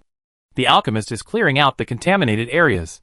Once he's finished, I convene a federal meeting. Then, we put on a show. I go investigate the Phantom World. They definitely make some moves. Then we just have to go along with his plan and wait for them to reveal themselves. Phantom, you're quite ruthless. The mechanical overlord instantly figured out Richard's scheme and felt a pang of regret. He should have known there was a conspiracy behind this.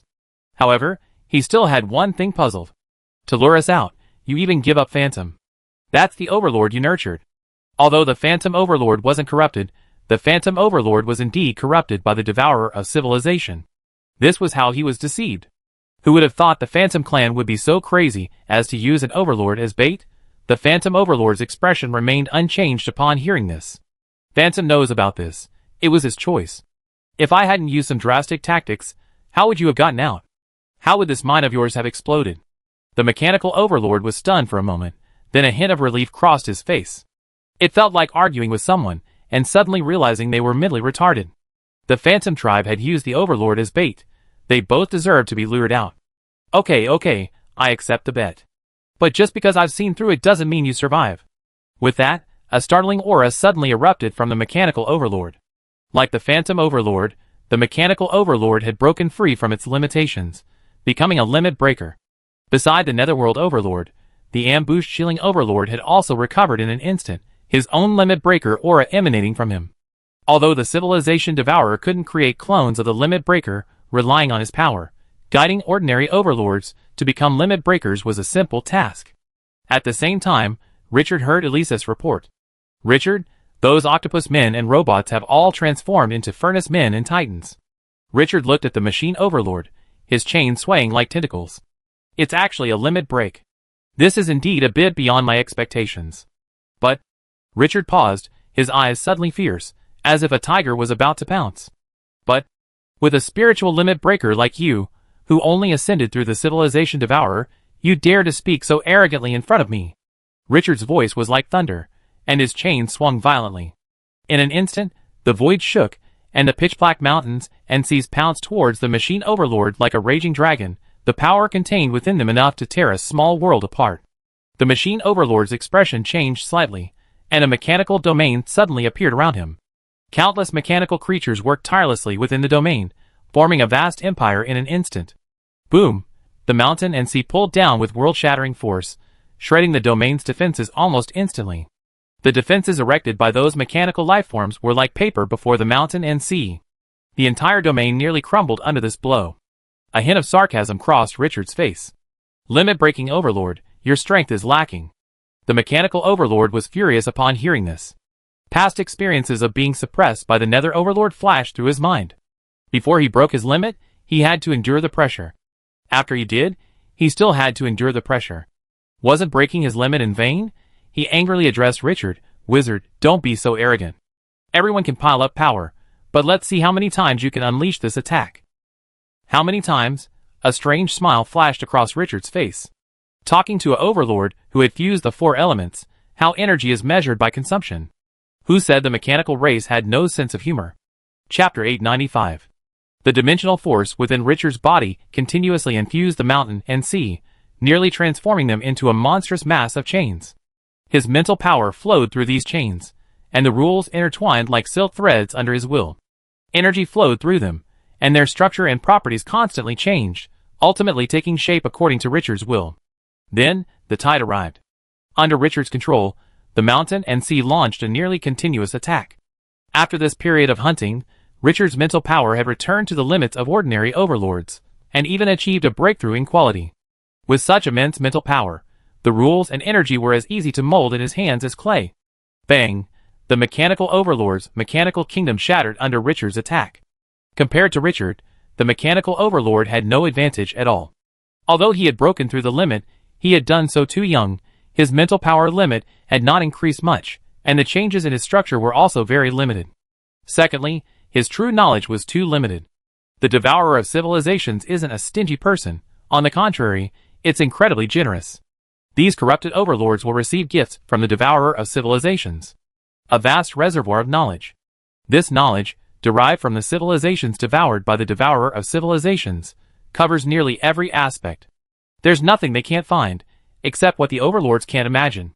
But it's precisely because of this generosity that the mechanical overlord is now in such a state of disarray.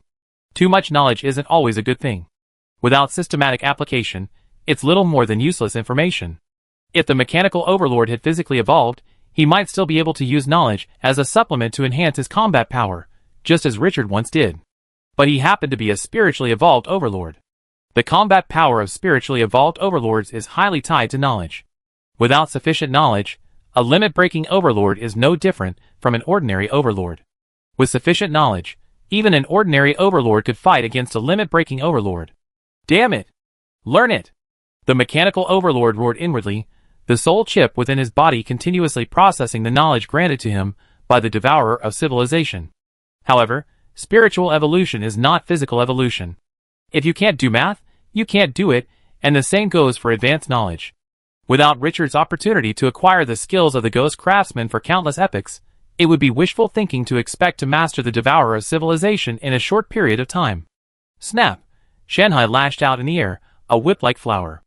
A surge of energy emanated from Shanghai's final link, like a crescent moon.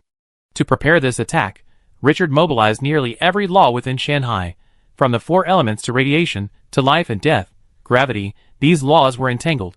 Rules are not isolated, and the entanglement of different rules often produces unexpected effects.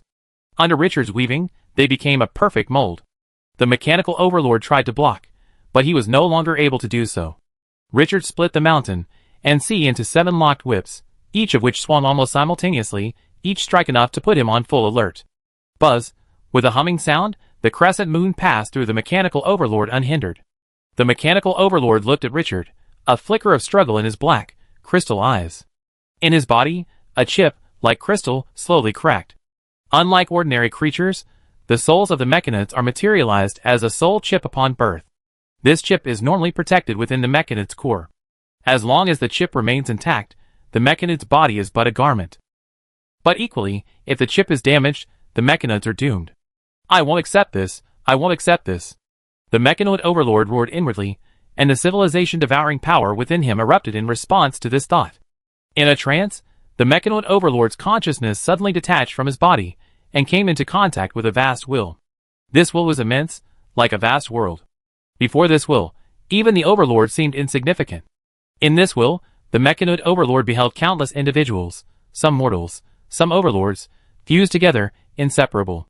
Like a tide, they constantly emerged from this vast will, then vanished in a moment imperceptible to the overlords. The mechanoid overlord knew this was the true nature of the civilization devourers. Truly magnificent.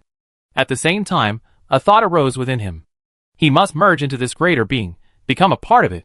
He must abandon his ego, abandon everything that made him an individual, and embrace this greater being. The mechanoids are a peculiar race. Though they are individuals, they possess a mindset almost like that of Gestalt creatures. Their egos are subject to change at the will of their superiors, and all mechanoids obey the supreme mechanoid master. And now, the mechanoid master has found his superior.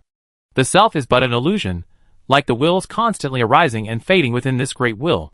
Selflessness is the true reality. In reality, pitch-black veins began to appear on the mechanical overlord's soul chip. These veins spread like vines, instantly covering the entire chip. The overlord's soul is no mere cat or dog. If the overlord refuses, even the devourer of civilization will gradually erode and digest it. But now, the mechanical overlord has surrendered. He has made a choice truly born of his own will. This choice was not a miscalculation made by the devourer of civilization, but a decision made with full awareness. Whatever the reason for the original contamination of the mechanical overlord, at least at this moment, the mechanical overlord surrendered to the devourer of civilization. The shattered soul chip, bound by these veins, like blood vessels, was once again united.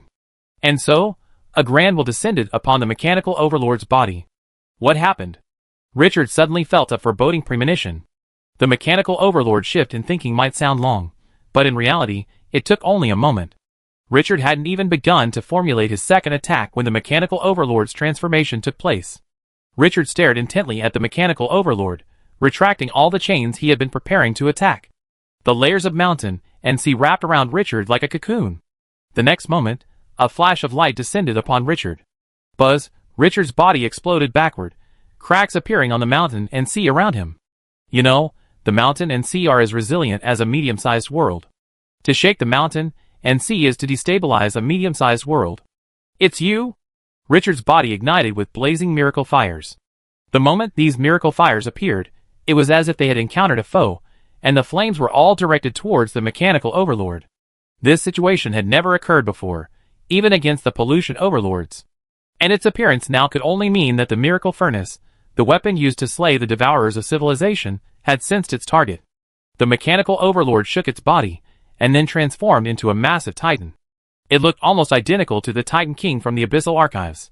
He stared at Richard, his 6 pitch-black eyes motionless, like a deep mountain chapel, utterly silent and eerie. Without a word, the mechanical overlord gently raised his hand. Buzz, a beam of light that made Richard tremble erupted from his hand. It was the scent of the dimensional destruction cannon. Richard exclaimed in shock. Impossible. The dimensional destruction cannon requires a vast amount of specialized materials, and these conditions are beyond the reach of a single overlord. While the power of a Star Realm overlord can overcome many material barriers, there are some things that simply cannot be overcome. The next moment, a flash of light descended upon him. Boom! Instantly, Richard heard a mournful wail from the mountain and sea within him, and another crack appeared on his already damaged form. Although the mountain and sea consisted of many segments, they were actually a complete entity. Unless Richard deliberately separated them, all of the segments would be destroyed. However, despite the damage to the mountain and sea, Richard showed no fear. Instead, he even smiled. Sure enough, it's not the dimensional destruction cannon. This is just some imitation of the dimensional destruction cannon. Dimensional power surged within him, instantly dispelling the cracks in the mountains and seas. Richard gazed at the mechanical overlord, a boundless fighting spirit rising within him. He beckoned to the mechanical overlord, and every one of the trillions of cells in his body flared to peak activity. He and the civilization devourer were mortal enemies. The mechanical overlord stared at Richard, his reaction unwavering. A sudden crack opened behind him, and countless floating cannons flew out, spreading across the void like a peacock's feathers. The next moment, a saturation attack began. Boom, boom, boom. The small dimensional destruction cannons rained down like raindrops, almost instantly engulfing Richard's form. Not good. On one side of the battlefield, the Great World Tree noticed the changes, and a flicker of panic crossed his heart. As an old man who had survived from a previous civilization, he naturally recognized the mechanical overlord's tactics. The small dimension destruction cannon was a weapon used by the Supremes in the past. As a comrade in arms of the Supremes, he was well aware of its power. Under such a force, even a medium-sized world would be reduced to ashes in an instant. In the past, the Supremes had used this method to annihilate countless worlds polluted by the devourer of civilizations. Across the battlefield, the Nether Lord, locked in combat with the Shieling Lord, was also filled with shock. Is this a weapon capable of being used by a lord? Under such a powerful attack, even he would be reduced to ashes in an instant. Things like the Phantom Dimension were a joke under such a blow. The moment these attacks were diverted into it, they would be shattered by the blow. Damn it, that wizard is finished. Old tree, summon your true form. Without the Great World Tree's true form present, a blow of this magnitude would doom both him and the Great World Tree. However, the Great World Tree did not respond, staring blankly at the center of the light. The light from the small dimensional annihilation cannon faded, and at its center, Richard's figure, though emaciated, stood as immovable as a pillar of heaven. Richard was still alive. Chapter 896. At the center of the attack, Richard's body was almost devoid of flesh, leaving only a pitch-black skeleton. However, to the Overlord, bones and flesh were imperceptible. Even if a single hair remained, the Overlord could heal as before. Survived? The Great World Tree looked at Richard and, with a casual strike, sent the Phantom Overlord flying beside him. Now that he no longer had to act, the Phantom Overlord posed no threat to him. The Underworld Overlord's eyes widened, their bloodshot pupils filled with disbelief. This wizard actually survived. How could he have? Even he couldn't have blocked that attack. This wizard was just an ordinary Overlord. How could he have withstood it? Richard's body began to heal itself. In an instant, a layer of flesh and blood sprouted from his bones, filling his body at a visible speed. How powerful! Richard's voice cracked. You've displayed such strength simply by descending with your will. If your true form had come in person, I'd probably be dead by now. But alas, your true form can't make it. Such a multitude of small-dimensional annihilation cannons was beyond the Shanghai's ability to withstand. However, just because Shanghai couldn't resist didn't mean it couldn't be weakened. After separating and storing a section of Shanghai, the remaining Shanghai absorbed the vast majority of the small-dimensional annihilation cannons for Richard. He then absorbed the remaining power with his body. After all, he was a master who had experienced and survived the original dimensional annihilation cannon. His body was specialized enough to withstand it head-on. Thanks to this specialization, Richard withstood the remaining terrifying power, which could have torn a medium-sized world apart. The mechanical overlord stared at Richard, his crystal eyes devoid of emotion. Cold data crunched in his mind. To use the concentrated fire just now, the mechanical overlord's dimension had been completely shattered.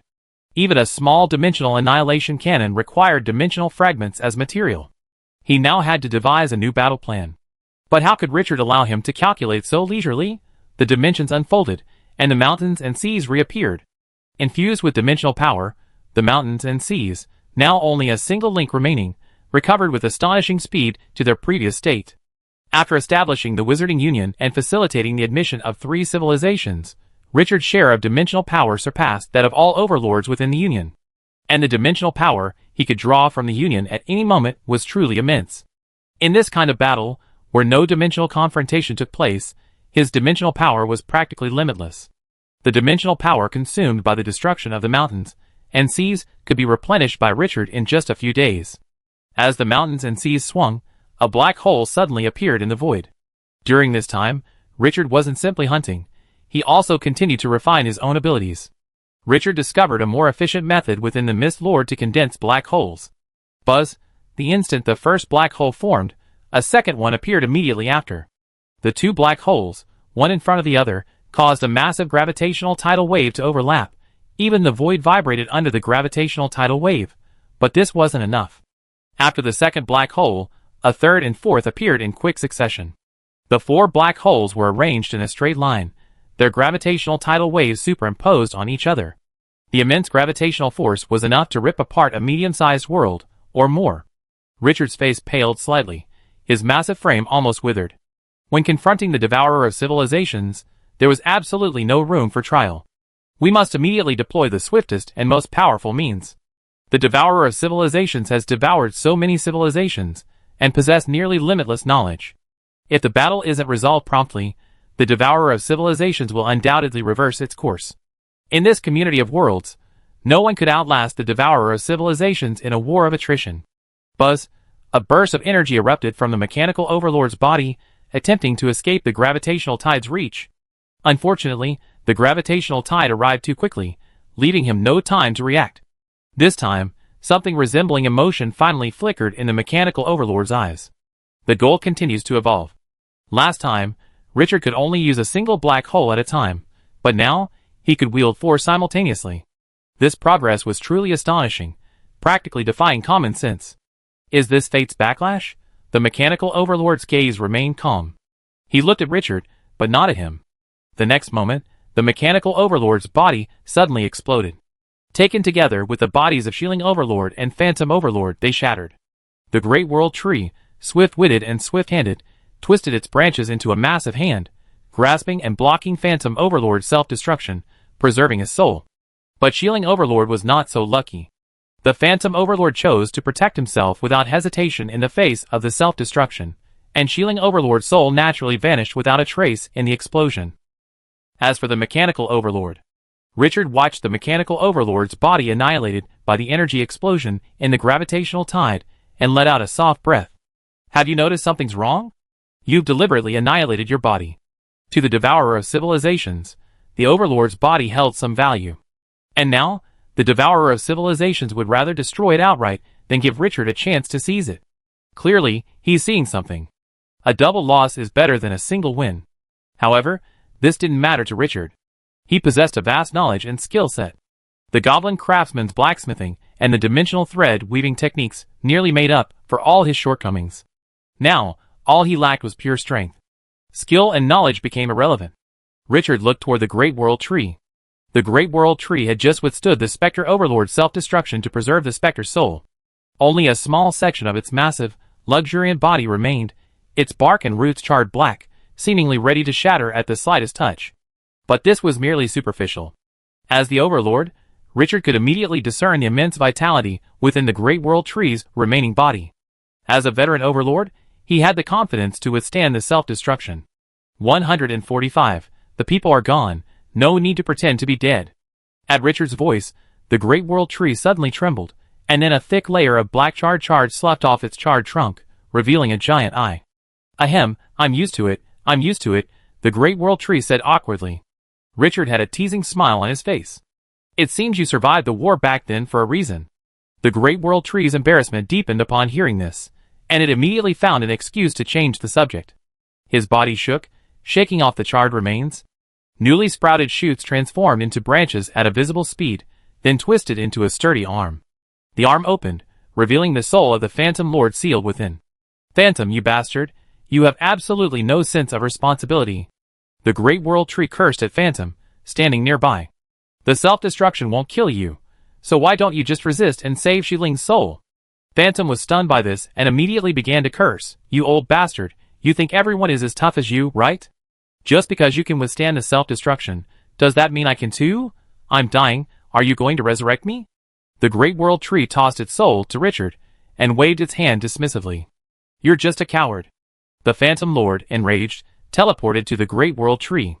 You old man, who are you calling cowardly? You're a coward. The Great World Tree wasn't finished, when a weary Richard interrupted. You two, stop arguing. Don't forget, even though the Overmind has been dealt with, the contamination within the world still exists. My clone has confirmed that the Machine Clan's world, part of the Shieling Clan's world, and the Federation world have all fallen. If we don't return, the Overmind clone of the Civilization Devourer will emerge. While battling the Machine Overmind, Richard's Overmind puppet clone had returned to the astral plane and begun dealing with the contamination. As Richard predicted, the entire Machine Clan had been implanted with the contamination meme.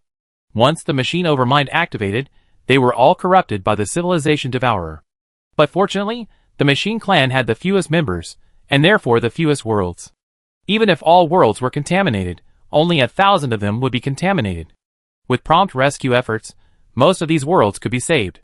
However, while the mechanical race's worlds are few, the shielding race's worlds are quite numerous. Furthermore, because they live in the ocean, shielding races also inhabit many worlds of other races. The presence of these Xylings makes the task of decontamination incredibly arduous. After learning about the current situation of the Natural Federation from Richard, Nether, and the Great World Tree immediately put aside their playful thoughts. Then I leave the Phantom Ghost to you. The old tree and I will deal with the contamination first, the Nether Lord said solemnly to Richard. Richard nodded slightly. Don't worry, Phantom Ghost will be fine. Have you prepared a backup of his memories? Yes, he and I have. That's good. After he's purified, he'd likely lose some of his memories. A backup will allow for immediate recovery. Before the performance, Richard had reminded Nether Phantom Ghost to back up his memories to prevent any problems after the battle. It seemed his words had been heeded.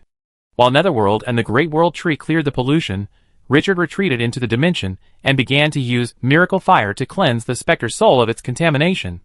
Whether it was due to the breakthrough from utilizing the power of the Devourer of Civilization, or perhaps due to the deliberate attempt to allow the erosion of his heart to build, the Spectre's soul was purifying very slowly. Richard's purification lasted a full year before it was completely cleansed. But the benefits were obvious.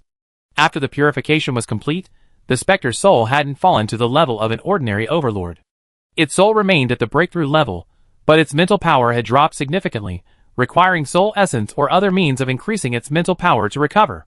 I'm in. Is this your dimension? The completely purified Phantom looked at Richard. After a moment of confusion, he immediately realized what was happening. Is the show over? Who is the traitor? Richard said calmly, the machine and the machine are the traitors, but Shi Ling must have been corrupted by him. The Phantom Overlord was shocked. Two of them? Then the battle. He didn't finish his words before realizing he asked a foolish question. According to the plan, he was to be corrupted. Now that he'd been rescued, the battle was naturally over. The battle went smoothly. Don't worry about that, Richard replied casually, rummaging in his pocket. After searching for a while, he suddenly pulled out a massive body, nearly 3 meters tall, from the narrow opening of his pocket. Your body was crafted from the flesh and blood of your Yuhei clan. The Phantom stared blankly at the form before him. The body Richard had escaped from wasn't exactly identical to a typical Yuhei clan member, but it was completely unrelated. While typical Yuhei clan members possess immense strength, their bodies are often thin and gaunt. From a distance, they resemble almost lanky ghosts. But this body before him was as sturdy as a giant.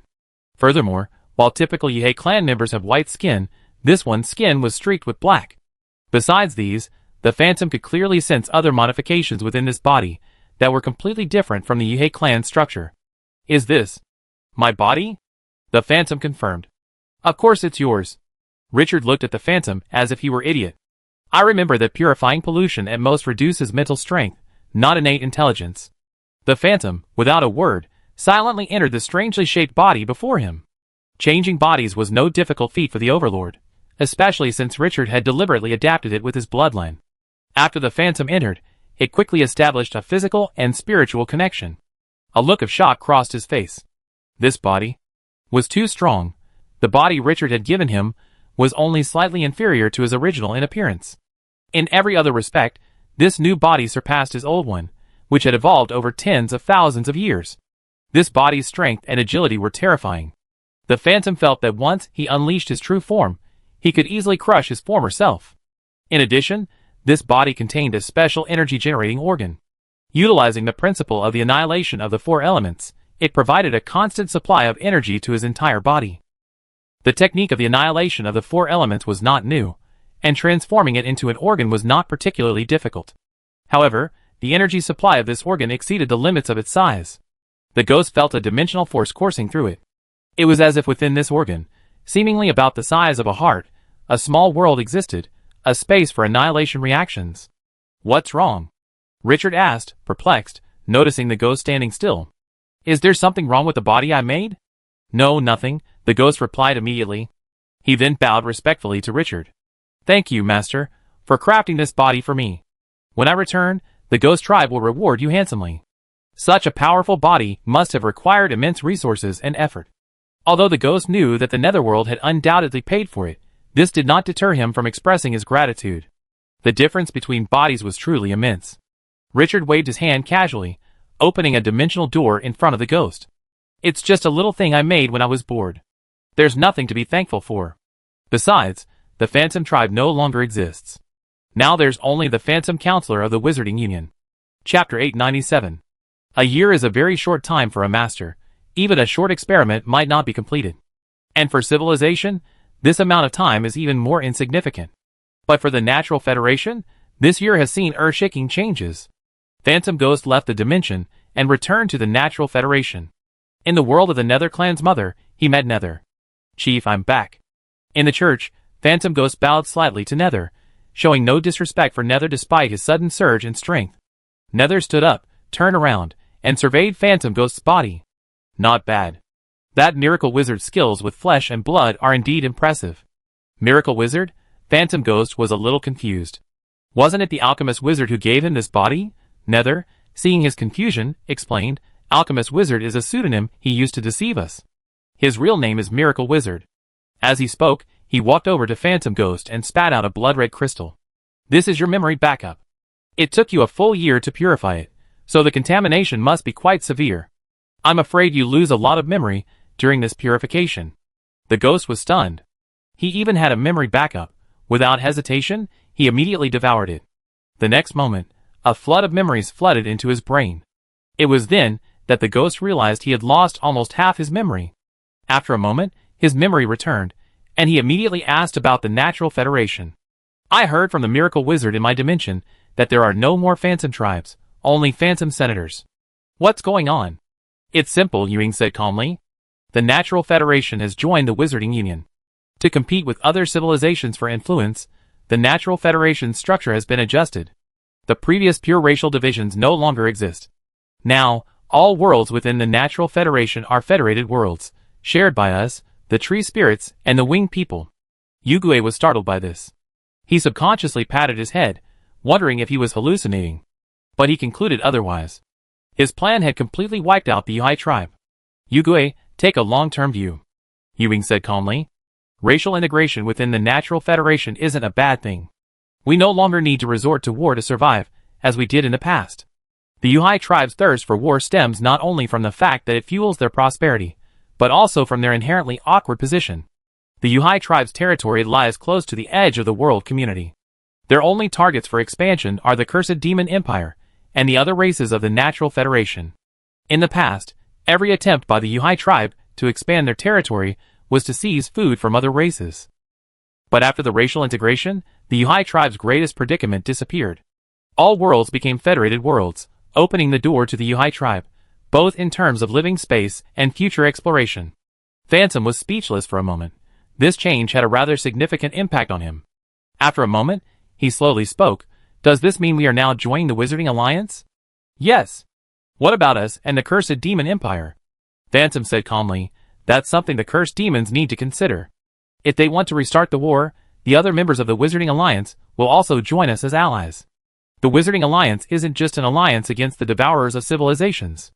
If its members are attacked by other civilizations, the Alliance will also provide support.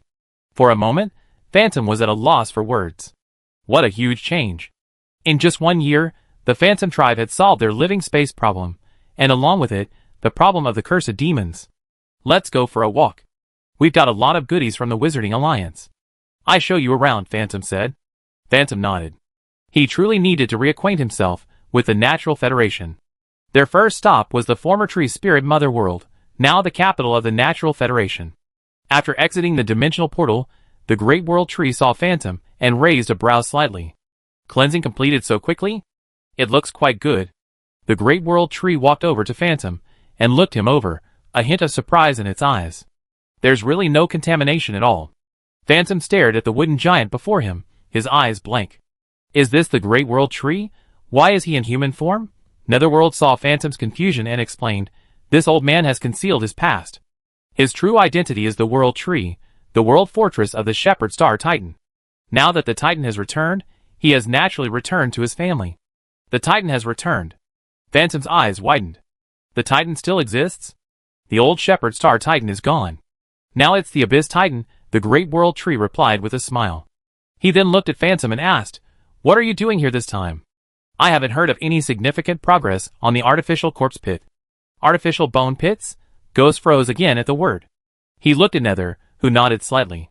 Well, through technology sharing within the Wizarding Union, we've acquired many new technologies. To absorb these, we established the Natural Federation Research Institute. Artificial bone pits are a key project.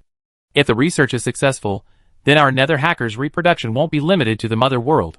Ghost was completely lost for words. The biggest factor limiting the Nether hackers' development is their reproduction mechanism based on the Mother World's bone pits. If bone pits could be created in other worlds, the Nether hackers' potential would be fully unleashed. Following Nether, they arrived at the Natural Federation Research Institute, a magnificent structure.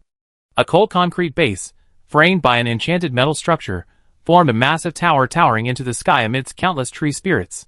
Standing beneath it, any creature would marvel at the grandeur of civilization.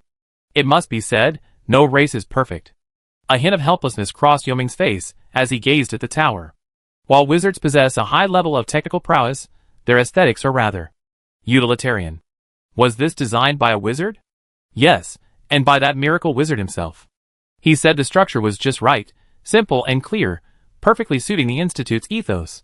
But you ask me, how can something without even a relief be called a building? Yuming grumbled as he entered the tower.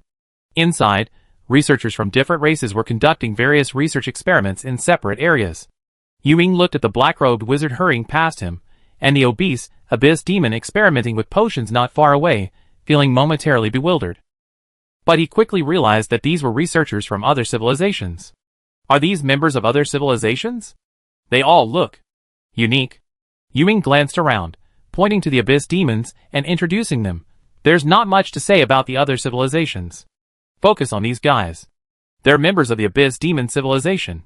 It's uncomfortable to be around them, but don't just shoot them down. Phantom nodded, committing Yoming's words to memory.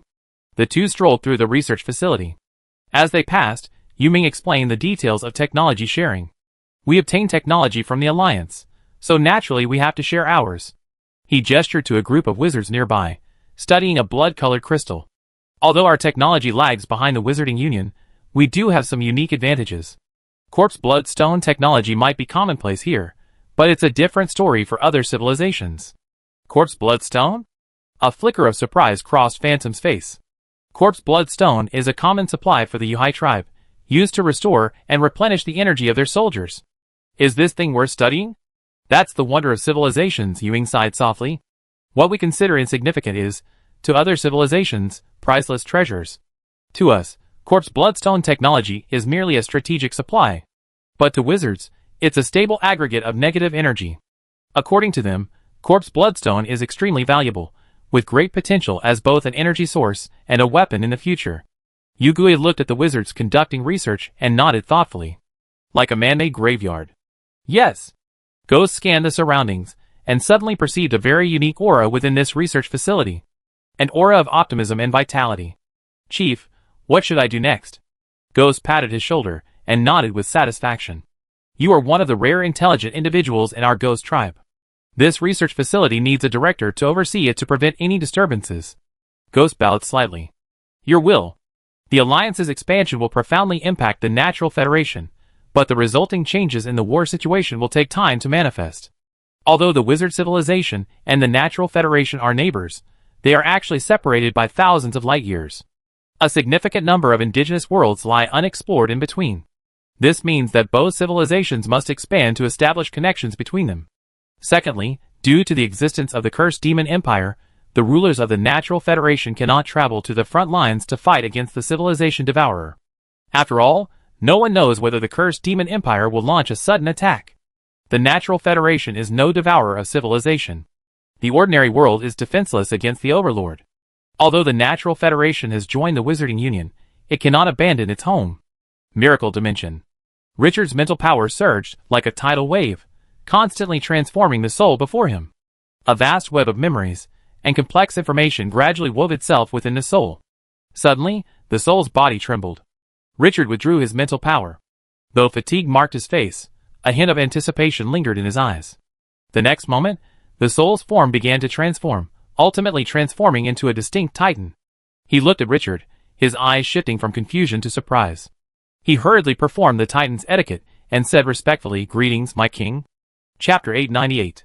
Looking at the saluting titan soul, Richard let a hint of satisfaction cross his face.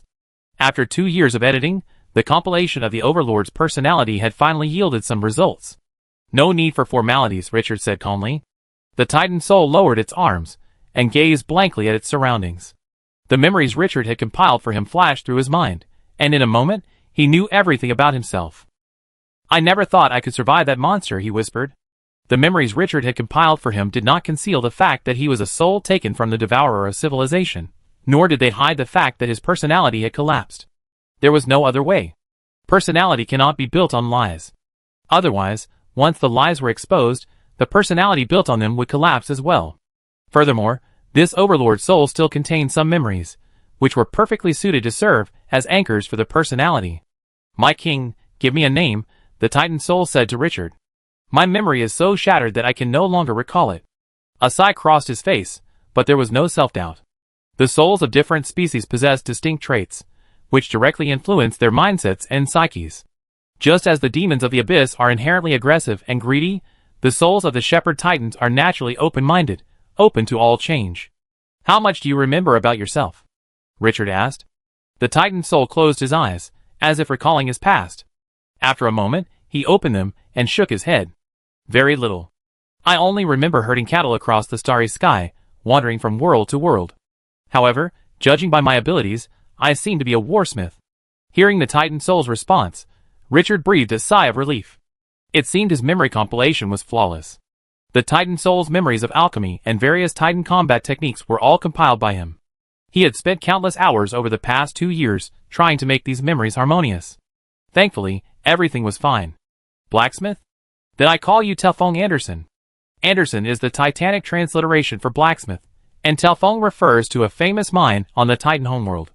Before the Titans came to dominate the world, it was once a sacred place for Titan blacksmiths, home to thousands of them year-round, mining minerals and forging weapons day and night.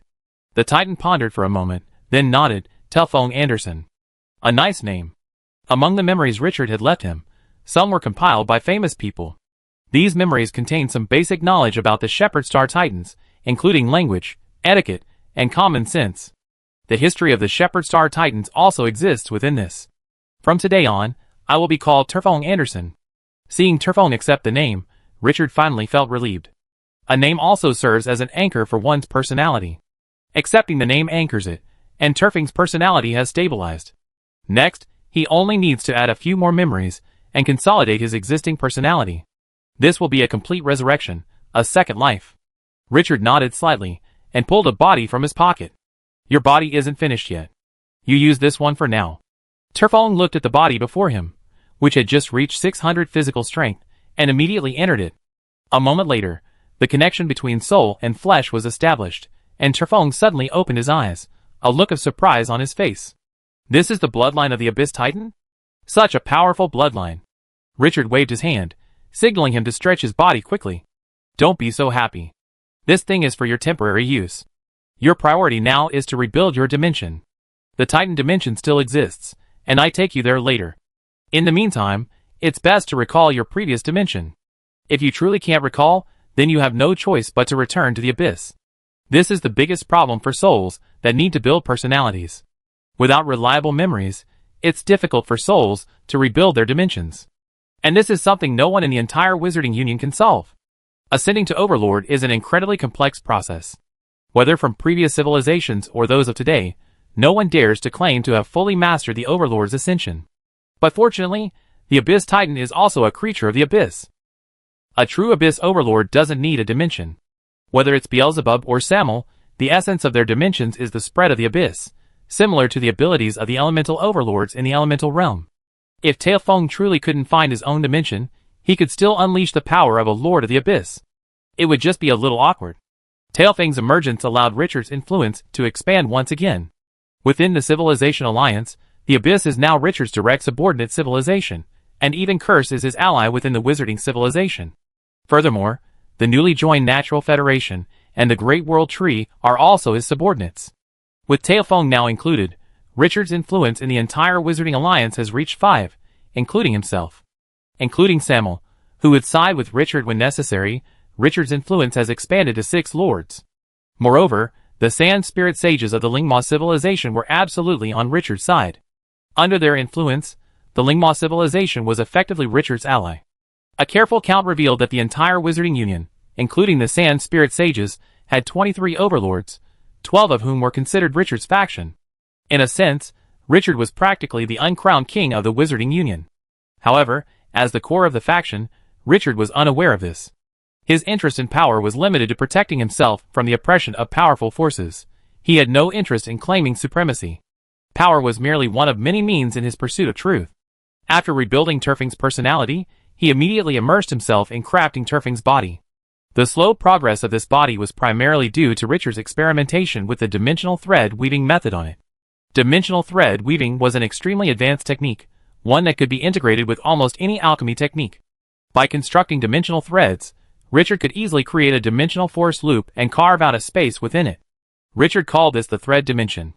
The size of the thread dimension was limited by the strength of the dimensional threads, but the space within it possessed a certain degree of illusory dimensional properties. Leveraging this property, Richard creatively developed the first dimensional organ within the ghost's body. By constructing the thread dimension and codifying its rules, Richard successfully opened channels within the thread dimension that connected to the 4 elemental realms, causing all elements flowing through these channels to be annihilated within the thread dimension. The immense amount of energy generated by this annihilation was nearly 1/10 of what Richard could annihilate with all his strength. In other words, with just 10 such organs, any overlord could possess Richard's nearly endless energy. This achievement was truly astonishing. And this was only a portion of the application of the dimensional thread weaving method. Richard had a hunch that this technique would be the greatest aid in improving his Titan body cultivation. However, just as Richard was immersed in exploring the mystery, a voice suddenly echoed within him. "Wizard, wizard, come quickly. Your hammer is ready." In the endless dimension, Richard gazed at the stick figure-like door before him, feeling the astonishing efficiency of these ghostly craftsmen. In just a few years, his hammer was already complete. You have to remember that when he commissioned it, he had already prepared himself for a wait of more than a decade, even decades. Pushing open the door, Richard entered a pitch-black space. It was filled with all sorts of bizarre artifacts, dolls, masks, clothing, shoes, everything. However, Richard did not touch any of them. He could tell that these items, like the ghost masks, were the work of the Great Elder. After entering the space, another stick figure-like door appeared before Richard. Richard pushed it open again, this time arriving directly at the Elder's village in the Goblin world. Compared to before, the Elder's village had undergone a dramatic transformation. The original simple village was gone, replaced by a vast, ancient dome-shaped structure resembling the Pantheon in Rome. In the center of this Pantheon, the miraculous fire gifted by Richard to the Goblin artisans burned fiercely. Like an eternal, unwavering holy fire. "You're here fast enough." A voice suddenly echoed in Richard's ears. He turned and saw the stick figure-like Great Elder standing behind him. However, unlike a few years ago, the Great Elder's stick figure now had some more muscular definition. "It seems the master has gained a lot these past few years. His appearance has changed," Richard said with a smile. "Of course," the Great Elder said with a hint of complacency. "In all my years, this is the first time I've felt so fulfilled. We old folks haven't dared to waste a single moment these days, afraid of missing out on anything. We can't leave this damn place." As he spoke, the Great Elder looked Richard up and down. "Wizard, you've learned a lot recently. Your aura is becoming increasingly mysterious. Your application of dimensional power has taken a significant step forward compared to last time." Although the Great Elder himself lacks a dimension, through years of exploring the puppet dimension and studying dimensional treasures, he has also gained a deep understanding of dimensional power. Richard gave a thumbs up and praised, "Master, you have a good eye." The Great Elder looked at Richard again, then shook his head, muttering something about not understanding. "Forget it. I have plenty of time to discuss this with you later, once we're free. For now, let's take a look at your hammer." With that, the Great Elder called out to the outside of the Pantheon. "Bring up the hammer." Richard stared at the outside of the Pantheon in astonishment. He saw a group of strange-looking goblin craftsmen, collectively carrying a pitch-black hammer, entering the Pantheon. "Look at your hammer," the Great Elder said with pride. "This hammer took almost all of the skills of us old guys, and even incorporated the secrets we discovered from this flame. I guarantee it's no less powerful than those dimensional treasures." Chapter 899. Richard walked toward the hammer. It looked unremarkable, like an ordinary forging hammer, with only a few more Damascus-like markings. But for some reason, the moment Richard laid eyes on it, He felt it was meant for him. Lifting the hammer from the somewhat comical goblin craftsman's hands, Richard felt a sudden sense of weight, like a mountain. But soon, this uncomfortably heavy feeling transformed into a perfectly comfortable weight. The Great Elder approached Richard and said with a hint of pride, "The Realm Stone is a valuable asset. Its toughness allows for many methods unattainable with conventional materials. Guess what I did to this hammer to satisfy your request?" Richard remained silent, silently observing the information before him. Raw materials: forging hammer forged by the goblin craftsman. Refined information: forging hammer design. Refining cost: 500 spiritual power. What did you do? Richard spread the news of the miracle furnace. While he could have learned more by directly refining it, since the Great Elder had already asked, it would have been somewhat disrespectful. These goblin artisans were so skilled that, if the opportunity arose in the future, the rulers of the Wizarding Union would have wished to have a piece of their work. It was simply not worth causing such displeasure over such a minor matter. Hee, the Great Elder chuckled smugly. I've simulated a world within this hammer using rules. Simulated a world using rules. Richard's eyes widened at the words. This wasn't an act. He was genuinely astounded by the Great Elder's skill. You mean, you simulated a pure world based on rules? And even placed that world inside my hammer? The Great Elder nodded. Indeed, I used the Realm Stone as the world's skeleton, and used the rules to construct a simulated world inside your hammer. The weight of this world will increase with the increase of the 4 elements, and the rules within it can also be used to assist you in the use of magic, perfectly meeting all your needs. Richard gasped, looking at the Great Elder as if he were looking at a monster. You truly are a master. No, you are a master among masters. Using rules to simulate worlds has been proven feasible by the Transfiguration Corona, but even that was only successful once. The rules for simulating a world are incredibly complex. Beyond the basic rules, a world requires a vast number of rules to compile and evolve. Only then can it be considered a world. Ever since the Transfiguration Corona accidentally achieved the truth, he has always wanted to create a simulated world again, relying solely on his own strength, without relying on dimensional power. But until now, his most successful creation has been the World Mirror, an object that requires reflection to construct the world. Yes, the World Mirror is actually the work of the Shaper Corona, with the Alchemical Corona merely modifying it for practical purposes. Including the Soul Maze and the World Mirror, most of the Wizarding World's truth armor is actually the Alchemical Corona's modification of other Coronas. Furthermore, its effects aren't as miraculous as Richard had heard from ordinary wizards. But the hammer before him was different. If this hammer truly contained a simulated world, then it could practically be called a divine artifact. What material in this world could compare to a world? Haha, I wasn't exaggerating back then, the Great Elder said smugly. But unfortunately, this thing isn't perfect. A simulated world is just a simulated world, after all. While the World Annihilation Stone is powerful, it has its limits. If there were a world seed at the core of this simulated world, then this hammer would be truly perfect. But alas, world seeds are something you can only find by chance. Even I don't have one. The Great Elder froze in his tracks before he could finish his words. Richard suddenly pulled a crystal ball from his pocket. The object sealed within the crystal ball was none other than a world seed that hadn't yet sprouted. Master, do you want this? Richard laughed. The Great Elder said nothing, silently accepting the crystal ball and examining it carefully. After confirming he wasn't mistaken, the Great Elder exclaimed in amazement, I never could have guessed that despite your young age, you possess such a remarkably rich collection. You even have world seeds.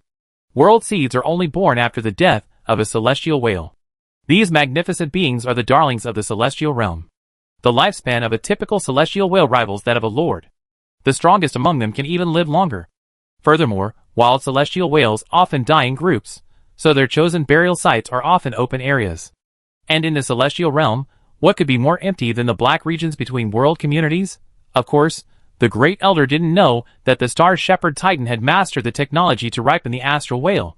Even a world master could witness the growth and death of an astral whale. This thing is quite good. Although it's much weaker than the world seeds I've seen, it's still a world seed. With this, the Great Elder took the hammer from Richard's hand. Wait here for a few days while I incorporate this seed into it. The Great Elder's voice was a little excited. Goblin artisans are also artisans, with their own pursuits. No artisan with such ambitions would pass up the opportunity to create a perfect work. Master, don't worry. Richard smiled. I have something else. As he spoke, the dimensional force within Richard began to surge, a tide-like force weaving through his body. Soon, a silk thread appeared in Richard's hand. "Master, take a look at this." The great elder stared at the silk thread in Richard's hand, his stick figure eyes widening with excitement. This, what is this? What dimension is this dimensional treasure from? No, that's not right. This is man-made, something just created. As a veteran goblin craftsman who had seen countless rare treasures, the great elder's intuition told him that this item was top-notch. The craftsmanship of this thread surpassed even all his other creations.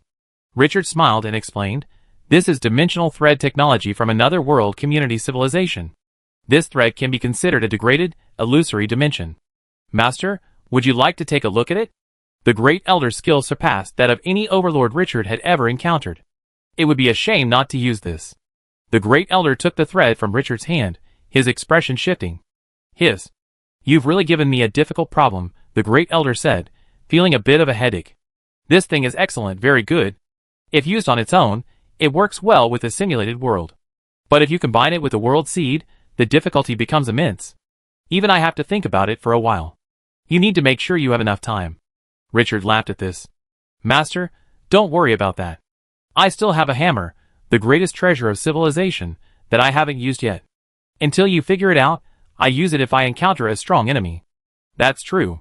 The great elder nodded slightly. "In that case, just wait. I'll let you know once I've figured out the method. Also, I'm likely going to have some questions for you in the meantime, so be prepared." Richard immediately replied, "No problem. Feel free to ask me any questions. But you need to let me use this hammer first." The great elder asked, puzzled. "Don't you have the hammer, the ultimate treasure of civilization?" Richard gave an awkward smile. "I need to use this hammer to pass a trial, and then I can get it." The great elder raised his eyebrows, a hint of teasing on his face. "So you haven't even got your hammer yet?" Richard laughed, took the hammer, and then left the goblin world. Returning to the infinite dimension, Richard grasped the hammer and swung it slightly. The immense kinetic energy from the hammer's swing practically rippled the very air. Richard fiddled with his new weapon, his eyes filled with excitement bordering on jubilation. "With this hammer, I think it should be enough to pass the Titan trial." Furnace Man Dimension. Scorching hot winds, swirling with flames, swept across the land like waves, again and again. Across the vast plain, countless charred hard men wandered aimlessly. A gust of hot wind blew across the plain, and waves of shrill wails echoed across the plain. Everything remained the same. Richard stood among them, his expression solemn. Suddenly, a great sun fell from the sky. With a resounding boom, a violent shockwave instantly reduced the charred hard men across the plain to dust. "You've made remarkable progress." The dimensional avatar emerged from the sun, staring at Richard with amazement. How long had it been since Richard last came? In just that short time, Richard had elevated his physical fitness from 7,000 points to the ultimate physical limit for a master. Furthermore, on this basis, he specialized his bloodline to the point of reaching the limit. In other words, Richard had reached the brink of breaking through his limits. He could do so at any time if he chose. "It was just a coincidence," Richard said calmly. "Fate is pushing me towards that monster's end." The dimensional incarnation looked at Richard, his eyes unfazed with admiration. Fate's push varies depending on the individual. If you lack the ability, then even with Fate's push, your progress would never be so rapid. Only those with the ability can catch the pie that falls from the sky. Those without the ability will be crushed to death by it. Richard said nothing more, accepting the dimensional incarnation's praise. "Begin the trial, Elder." Richard pulled the hammer forged by the great elder from his pocket. In an instant, both his body and the hammer expanded tens of thousands of times. The dimensional incarnation looked at the hammer in Richard's hand, his brows raised slightly. "You actually found those goblins?" "Ha, the fate of kings always remains the same." As he spoke, the dimensional incarnation also grew larger, almost instantly reaching the same size as Richard. His form transformed into that of a titan, and the forge in his hand transformed into a hammer. "Let me see. As a fellow king, with a weapon forged by a goblin craftsman, just how powerful are you?" Chapter 900. Without further ado, the two behemoths engaged in battle the moment their true forms unfolded. The hammer in Richard's hand looked plain and simple, but as it swung, it unleashed a force as devastating as the earth itself. This was the simplest attack in the world, yet also the most unstoppable. All means were shattered by sheer force. Faced with this blow, the dimensional incarnation suddenly recalled the image of the former Titan King swinging his hammer. The same devastating force. The same unstoppable force. Brave. The dimensional incarnation roared, and the hammer in his hand suddenly melted, transforming into an incredibly thick brass shield. If Talal Peak were present at this moment, he would surely recognize this shield as the weapon of a former Titan overlord from the Shepherd Star Titans. That overlord was known for his contradictions, fighting by using his shield to withstand attacks, and then counterattacking in between blows. His fighting techniques could almost be described as crude. However, this overlord was one of the most skilled warriors among the Shepherd Star Titans. Simplicity can sometimes be a symbol of the absence of superfluous elements. Bang! The hammer fell, and the brass shield surface trembled like ripples under the blow. At the center of the blow, a deep dent nearly pierced the shield. Powerful! The dimensional avatar shouted with laughter. A brass spear suddenly appeared in his free hand. The next moment, the spear thrust forward. The strike landed precisely at the point where Richard's previous attack was about to expire. At this point, Richard's energy had not yet begun to generate new tactics, and his old tactics were still in place. This was the perfect opportunity for a counterattack. Even a nanosecond slower would have significantly missed the target. Countless Titan runes gleamed on the brass spear, flames and lightning condensing on it, resembling dancing dragons. With one thrust of the spear, 9 dragons roared. If struck by this spear, even Richard would have been shattered in half. However, the dimensional avatar saw no emotion on Richard's face, as if the blow hadn't been directed at him. Buzz! The brass spear suddenly paused, and at the tip, a layer of chain firmly blocked its path. The dimensional avatar was startled by this sight. This strike would have pierced even a small world, so how could this chain block the spear's path? But the facts before him made the dimensional avatar unbelievable. In the moment he paused, Richard's hammer struck again. This time, the hammer aimed precisely at the groove in the shield that had nearly pierced through it. Bang! The dimensional avatar's brass shield was pierced by the hammer, and the pitch-black hammer had shattered one of its arms. Good! The dimensional avatar cried out, its body suddenly shattering before reassembling thousands of kilometers away. Its reassembled form had fully recovered from the damage sustained by the hammer. I didn't expect you to have such a treasure. 2 weapons, one for attack and one for defense, quite a complete package. Richard examined the dimensional avatar's form, his brows raised slightly. How do I win? He suddenly realized that killing the dimensional avatar within this dimension was impossible. But if he couldn't kill it, wouldn't he never be able to defeat it? It's easy to defeat me. The dimensional avatar slashed across his chest and produced a stone covered in golden crystals. If you break this thing, I lose. The dimensional avatar hadn't finished his words when a crimson bolt of lightning shot straight towards the golden crystal. The lightning's power reached 1 billion energy levels. The dimensional avatar shifted slightly, creating a barrier just in front of the bolt. The lightning, powerful enough to shatter a microcosm, was intercepted intact by the barrier. Richard narrowed his eyes. He could tell that the dimensional avatar's barrier was an extremely advanced application of rules. This kind of application required a profound knowledge of shapery. How many things do you know how to use? Richard asked. The dimensional avatar replied truthfully, all of them. Richard scratched his head, a trace of distress on his face. The Titan dimension records all the skills of the ancient sages since the Shepherd Star Titans became a civilization. Now that the dimensional incarnation had said to use all of it, Richard was not fighting just one overmind, but nearly every previous overmind in the history of the Shepherd Star Titans. This was no easy challenge. But such was the nature of trials. Richard gripped his warhammer tightly, his eyes suddenly filled with a surge of fighting spirit. Driven by this fighting spirit, every cell in his body rejoiced. Abyssal Titans were also creatures of the abyss, and Richard shared the inherent belligerence of abyssal creatures. It was just that Richard usually suppressed this impulse with reason. Richard looked towards the dimensional incarnation, and the mountains and seas on his body seemed to have a life of their own, wrapping around him, transforming into a chainmail armor. He raised his hammer and whispered, "Let me see just how powerful the Titan's ancestors truly are." In this era, no one can truly say how many overlords there have been in the history of the Shepherd Star Titans.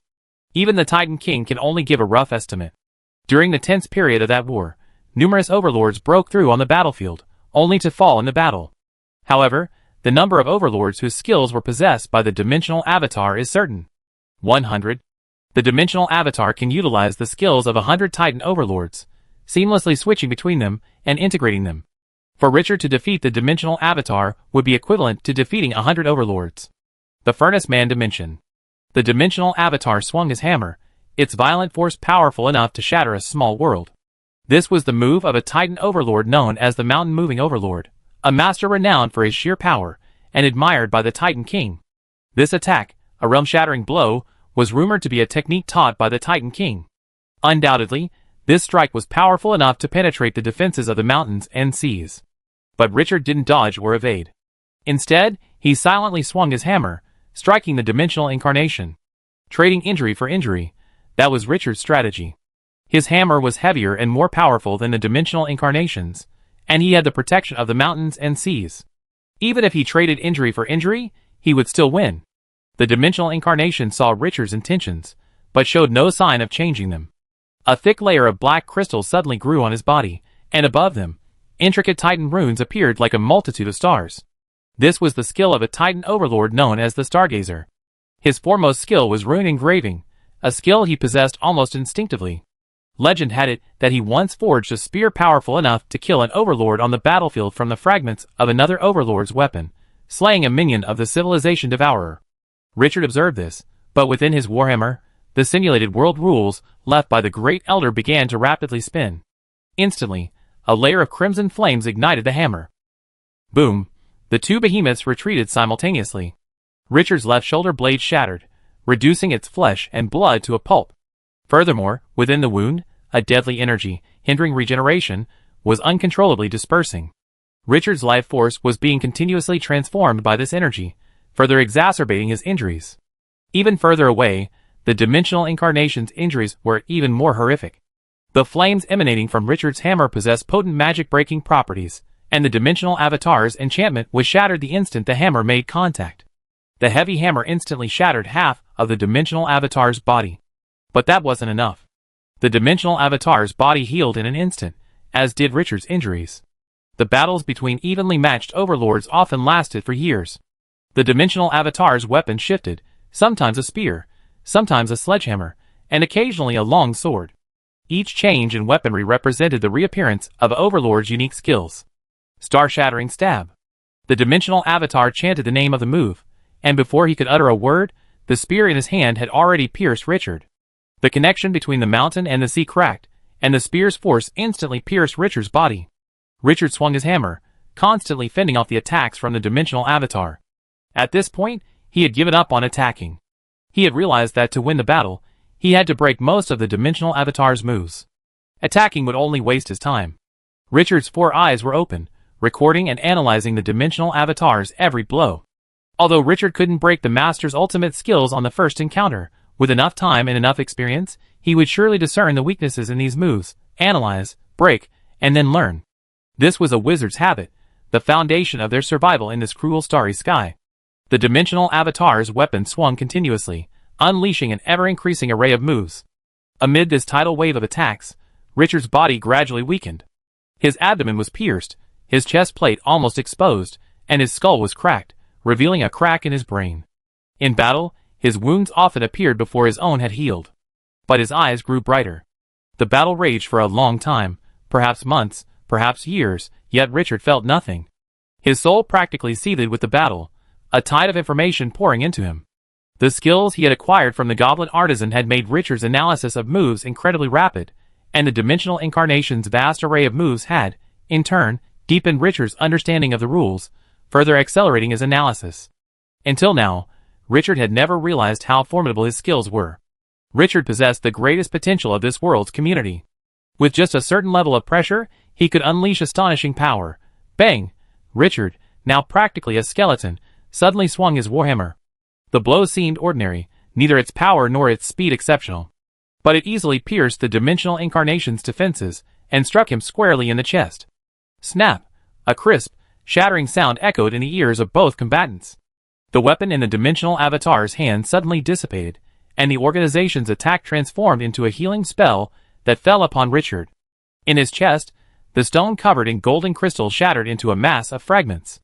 Richard retracted his warhammer and looked at the dimensional avatar. Behind the dimensional avatar, he seemed to see 100 massive beings bowing respectfully to him. Greetings, my king. Chapter 901. The shadow dissipated, and the dimensional incarnation's appearance returned to that of a furnace man. He looked at Richard, a little amazed, and asked, "How did you do that?" Richard was puzzled. "What do you mean?" "You saw my weakness, the dimensional incarnation replied.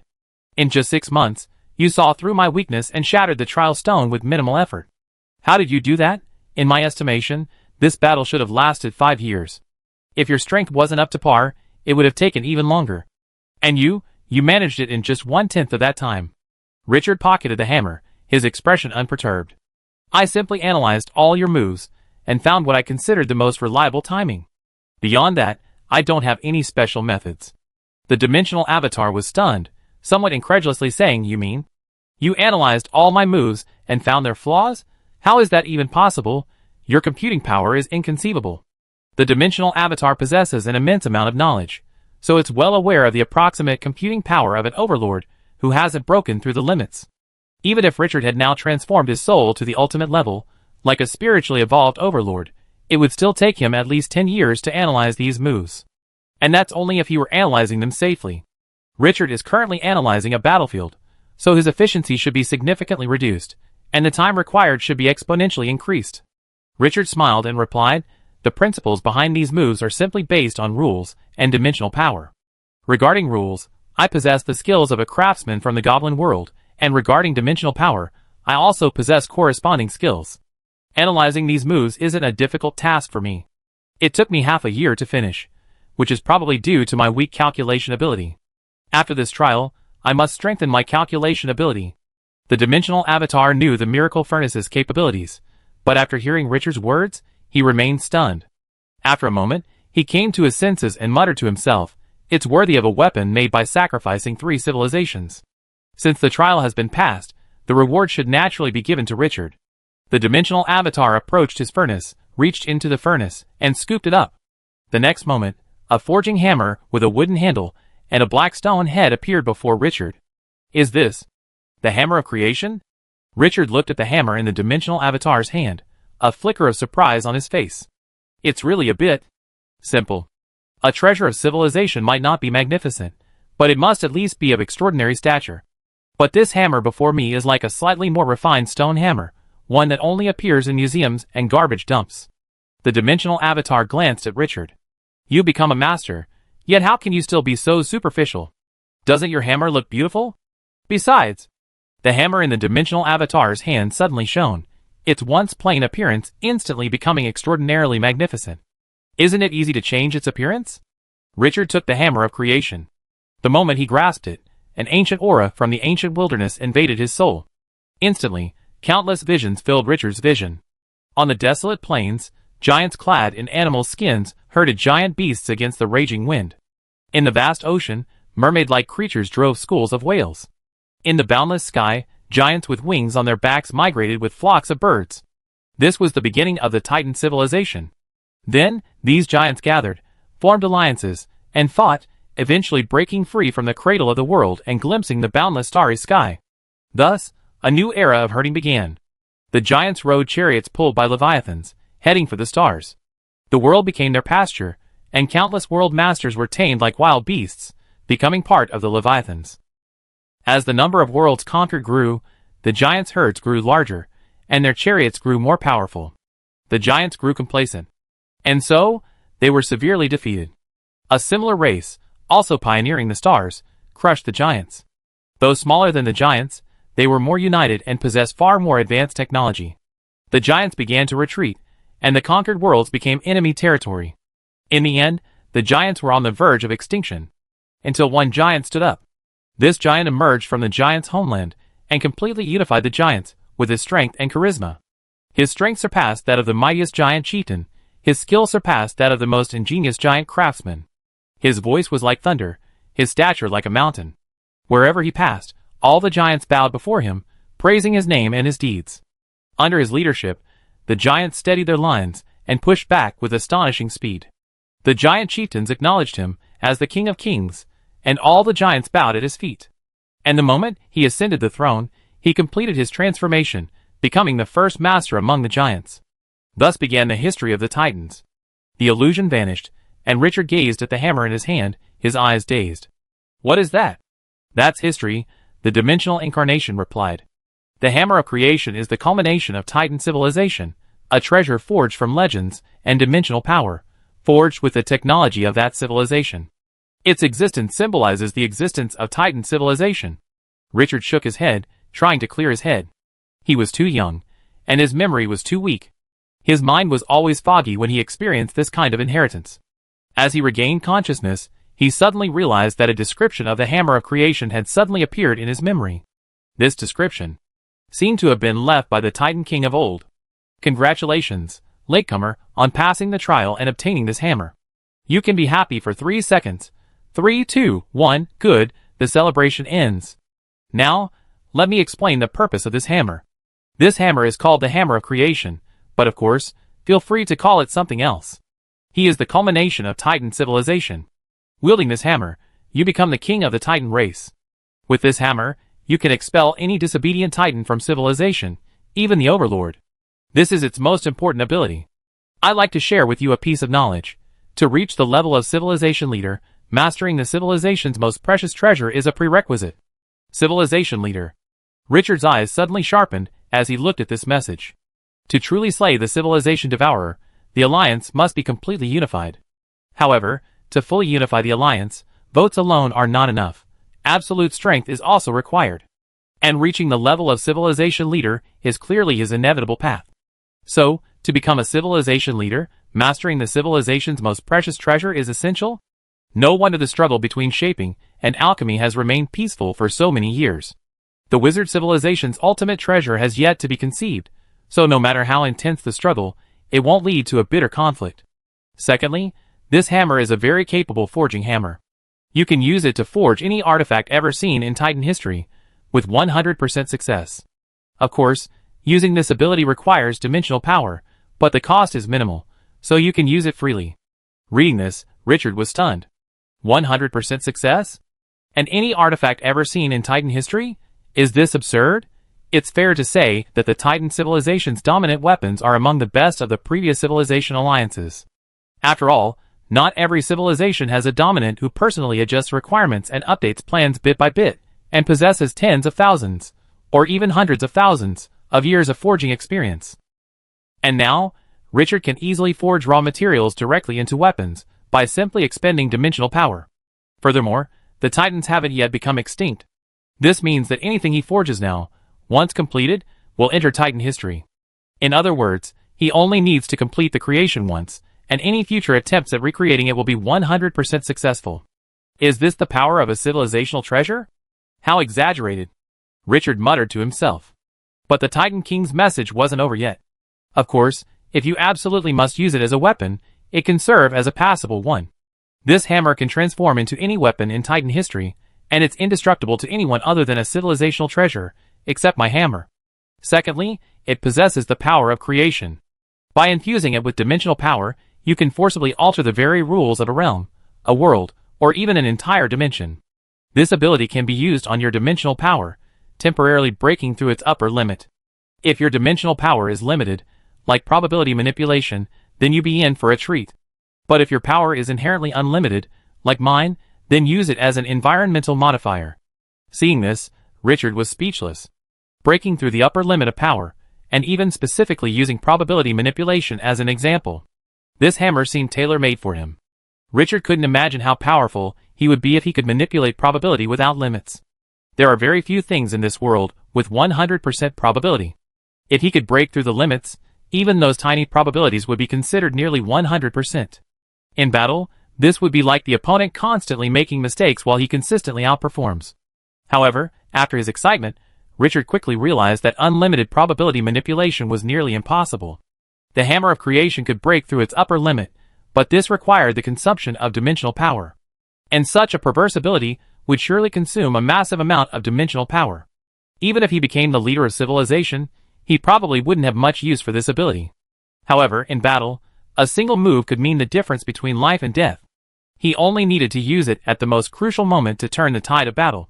After the Titan King finished introducing the Hammer of Creation, Richard examined the hammer in his hand, feeling that this unadorned hammer exuded a majestic aura no matter how he looked at it. Why didn't I see it just now? This hammer truly looks perfectly natural, truly a treasure of civilization. The dimensional incarnation beside him, seeing Richard's complete appreciation of the Hammer of Creation, suddenly spoke, "You've completed 2 of the 3 trials. Do you want to try this final one?" Richard put the hammer of creation into his pocket, his eyes filled with unconcealed joy. Of course. I want to see just how agonizing this trial of the Supreme Being is. Chapter 902. The 3 trials left behind by the previous Civilization Alliance correspond to the heritage of 3 civilizations and 3 aspects of combat. The Hearthman trial strengthens Richard's foundation, ensuring he won't be hampered by a lack of experience in battle. The Titan trial strengthens Richard's combat effectiveness, allowing him to flexibly apply the knowledge he learned from the Hearthman heritage. The final Supreme trial aims to strengthen Richard's will and spirit. Will may sound mysterious, but it's not unquantifiable. The Supreme divides will into 4 levels: Coward, Ordinary, Elite, and Heroic. To complete this trial, Richard must reach the Heroic level. Standing before the dimensional avatar, Richard's fighting spirit surged. He was confident that his will was strong and his convictions unwavering. He didn't believe he could pass the Supreme trial on his first try, but with a few more attempts, he knew he could. Are you ready? The dimensional avatar spoke. The trial of the Supreme is actually the most difficult of the 3 trials, because its 4 levels aren't simply numerically divided, but rather based on percentages. In other words, no matter how high your pain tolerance threshold is, if you want to become a hero, it will inevitably be breached. You better be mentally prepared. Richard nodded slightly. I'm ready. Seeing this, the dimensional avatar didn't waste any time, and his body instantly transformed into the crystal-like Supreme. Then, the environment around them suddenly changed, and the scorching plain suddenly turned into endless darkness. The dimensional incarnation's body shone with a faint blue light in the darkness, and its voice became emotionless, like a machine. Once the trial begins, you have the ability to stop at any time. However, if you do, this trial will be considered a failure, and you have to start over again. Richard nodded. The dimensional incarnation stopped talking, its figure slowly disappearing from its original location. At the same time, a sense of loneliness washed over Richard. In this pitch-black space, he sensed the same odor as the darkness of the soul. Could the Supreme Being's trial be the darkness of the soul? Richard wondered. But before he could finish his thought, a pain rippled through his body. The mountains and seas on his body suddenly vanished, leaving no trace of his clothing. Then he saw scars begin to appear on his flesh. These scars were slight, but the pain was unbearable, and it completely penetrated Richard's mind. An illusion? Richard could sense that his vitality hadn't been lost, meaning these wounds were all illusions caused by the Supreme trial. Richard didn't move. This level of pain wasn't even an appetizer for him. However, he soon noticed another aspect of this trial. This isn't just pure pain, it's mixed with a host of negative emotions. He could sense that as the wounds appeared on his body, a sudden surge of bitterness welled up within him, as if he had experienced something heartbreaking. This trial involved more than just physical pain, it also involved emotional suffering. Interesting. Richard observed the changes in his heart with great interest, trying to discern the cause. The ability to influence the Overlord's emotions was a valuable tool. If he could figure out a way to do it, it would be incredibly useful in future battles. But after studying for a long time, Richard hadn't come up with anything. It made sense. This was a trial from the Supreme Being. If the trialee could discover the technique, then what good would it even be? The pain of the trial began to intensify, and Richard's hallucinations grew increasingly exaggerated. Shallow wounds became deep enough to see the bone, and needle-like wounds were bloody and bruised, as if they had been brushed with an iron brush. However, these had no effect on Richard. As an overlord, Richard had endured far more intense pain in battle. As the pain deepened, Richard's body quickly became devoid of any visible area, and his miserable appearance resembled someone who had been rolled through a meat grinder. Suddenly, the illusion vanished. A cold voice echoed in Richard's ears. Coward level passed. Was that just a coward? A flicker of astonishment crossed Richard's face. The creature that could fully endure that kind of pain was actually a normal human. Wasn't the Supreme Being's demands on the will of a living being a bit too harsh? However, he thought again, this coward was probably a coward compared to the Overlord. After all, those who could enter this trial were at least Overlords. Physical pain was nothing but commonplace for Overlords. If Overlords were held to the standard of pain for ordinary people, this trial would be a joke. After the warning sounded, a new round of trials began immediately. Richard frowned slightly. This latest test had taken him by surprise from the outset. This new trial forgoes traditional torture in favor of more advanced methods. This new wave of pain felt as if his nerves had been plucked from his body, woven into strings, then constantly brushed and pricked with needles. This sensation was beyond traditional pain, a fusion of aches, numbness, itches, and aches blended together, even moving Richard. This is just an ordinary level trial. Richard's heart sank slightly. This level was considered ordinary, but wouldn't the pain of the elite and even heroic levels be excruciating? As the trial progressed, Richard's pain intensified. Furthermore, amidst this pain, other feelings mingled. The loss of disappointment, the sorrow of grief, the emptiness after happiness, the loneliness of no one to comfort him. These feelings mingled with the pain, making it nearly impossible for Richard to think. The initial passion for research had vanished. The pain made it nearly impossible for Richard to concentrate on studying or thinking. He could only distract himself as much as possible to withstand the mounting agony. Ouch! Richard whimpered in agony, his teeth nearly breaking. In the moment, he wasn't paying attention. Crystal tears silently slipped from the corners of his eyes. An unknown amount of time passed. This space obscured Richard's sense of time, and the intense pain completely obliterated it. He couldn't tell how long he had endured. A minute? An hour? Or a day? Or a year?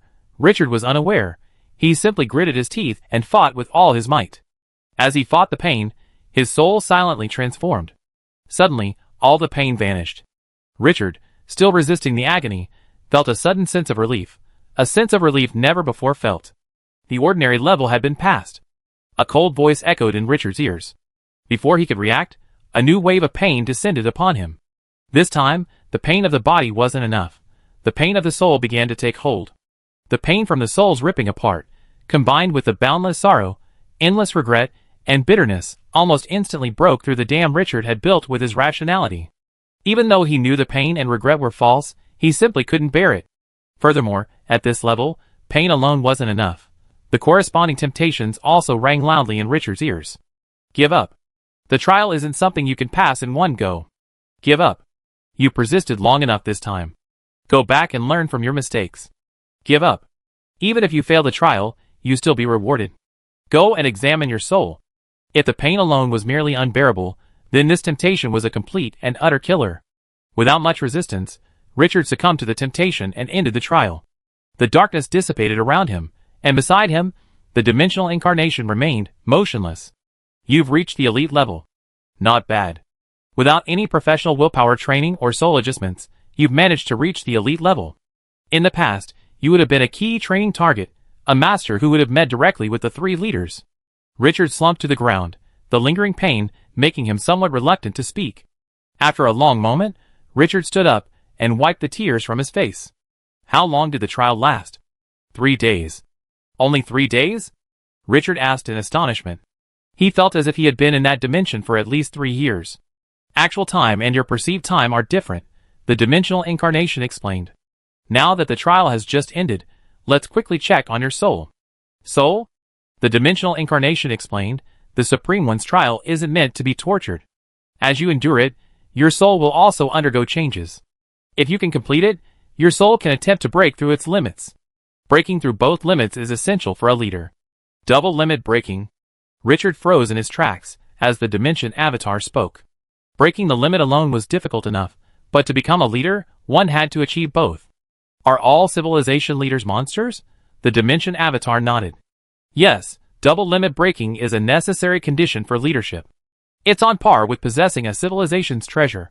Richard took a deep breath and calmed himself. Although achieving a double limit breaking was indeed difficult, he was no ordinary figure. As long as he could meet the limit breaking conditions, relying on the creation of the Hammer of Creation, his success rate would be much higher than that of an ordinary overlord, if not a 100% guarantee. After calming himself, Richard immediately began to examine his soul. One would have never known the truth until he saw it. Upon seeing it, Richard was shocked by the dire state of his soul. Although this trial had not reduced his mental strength, it had greatly affected his soul structure. His soul structure was severely damaged, practically a shattered mess. However, during this damage, some of his intact souls had undergone structural changes. This change was directly reflected in the changes in Richard's soul talent. His energy vision could now see the flow of dimensional power.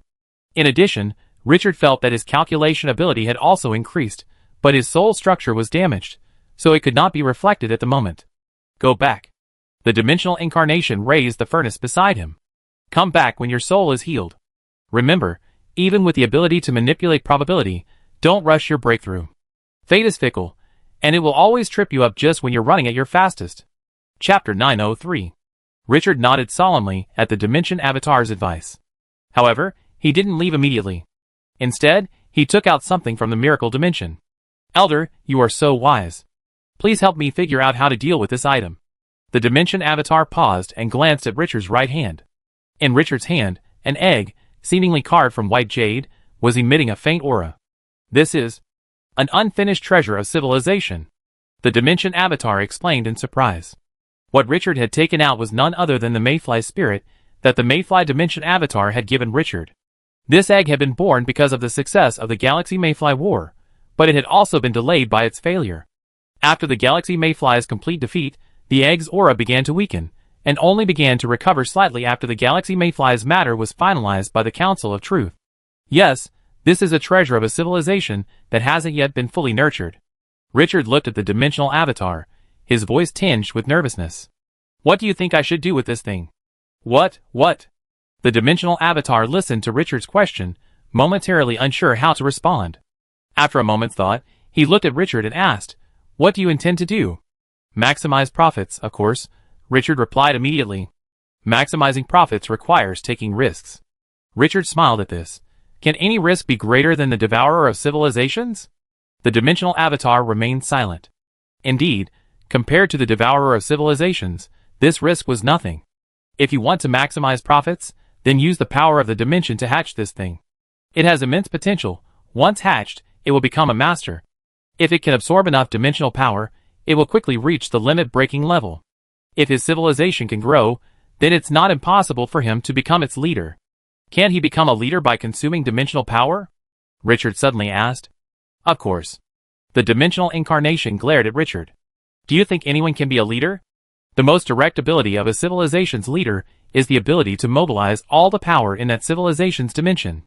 How could he possibly be a leader if he doesn't even have a civilizational dimension? Richard's heart fluttered, and he immediately asked, so, other than that, his abilities are comparable to a leader's, right? The dimensional incarnation looked at Richard and said, that's up to you. If he's willing to be your familiar, then his abilities will be comparable to a leader's. But if he's not willing, then his strength will be at the level of a double limit-breaking overlord. What are the risks? The risk is whether he's willing to obey you, the dimensional incarnation replied. If he's willing to be your familiar, then there's no risk. But if he's unwilling, or if he's feigning submission, then you have to be wary of his betrayal. Can it still feign submission? Richard raised his brows. Could it possibly evade the fate contract? My king, do not be deceived by its appearance, the dimensional incarnation said quietly.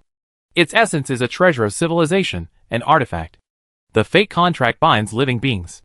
You cannot use it to bind an artifact, a puppet. Richard was stunned. Indeed, this Mayfly spirit was not a living being, but a treasure of civilization, the equivalent of a puppet.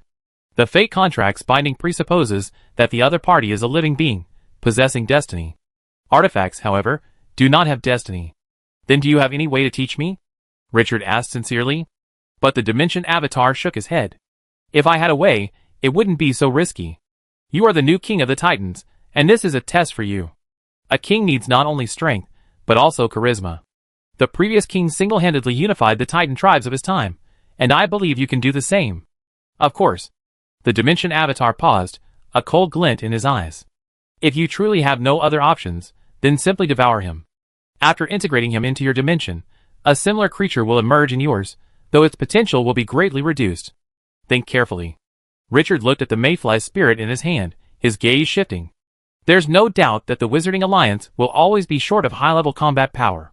Considering the greater good, hatching the Mayfly spirit is the right choice. However, what's right for the Wizarding Alliance doesn't necessarily mean right for wizards, nor does it necessarily mean right for Richard. After all, the Mayfly spirit belongs to the Galaxy Mayfly, and the Galaxy Mayfly is not yet extinct. Adding another Mayfly spirit would inevitably alter the Galaxy Mayfly's status. There's no such thing as a dual limit-breaking overlord in the entire Wizarding Union. From a wizard's perspective, devouring the Mayfly spirit to be on the safe side and create a Mayfly spirit with lower potential but more controllable is clearly the right approach. From a personal perspective, a more controllable Mayfly spirit is also more in Richard's best interest. Uncontrolled power is meaningless. Should we choose high return, high risk, or low return, low risk? A tangle of thoughts swirled in Richard's mind, making it difficult for him to make a decision. The dimensional avatar beside him didn't press him.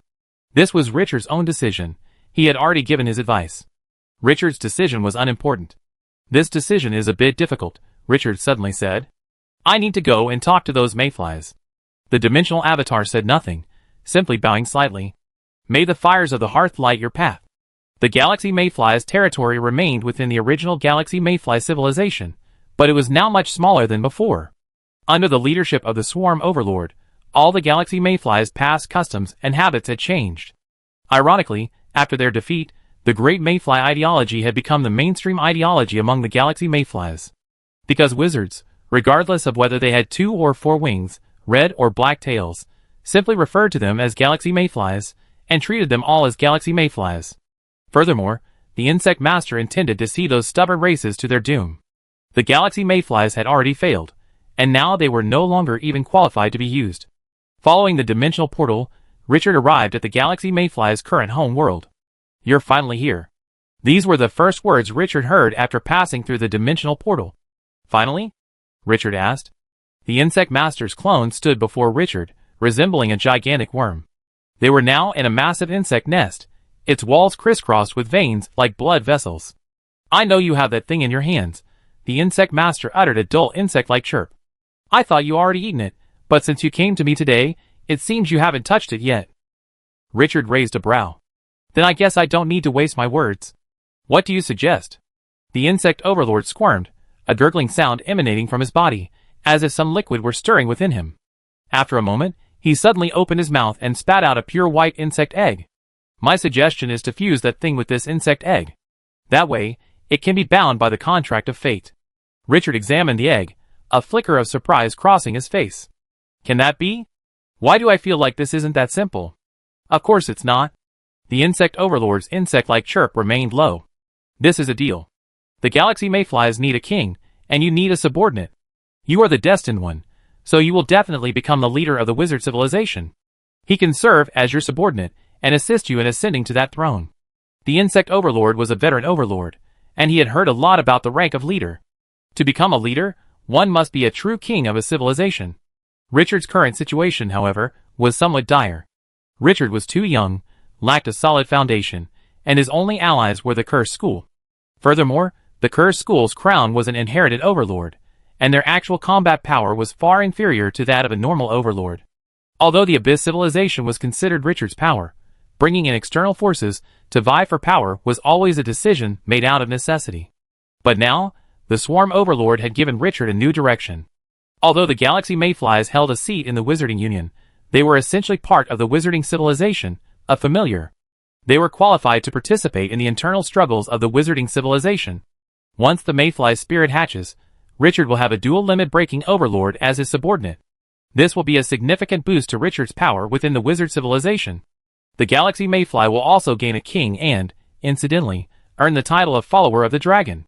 After the war ends, the Galaxy Mayfly, with this achievement, will have no problem returning to its homeland. This is a win-win situation.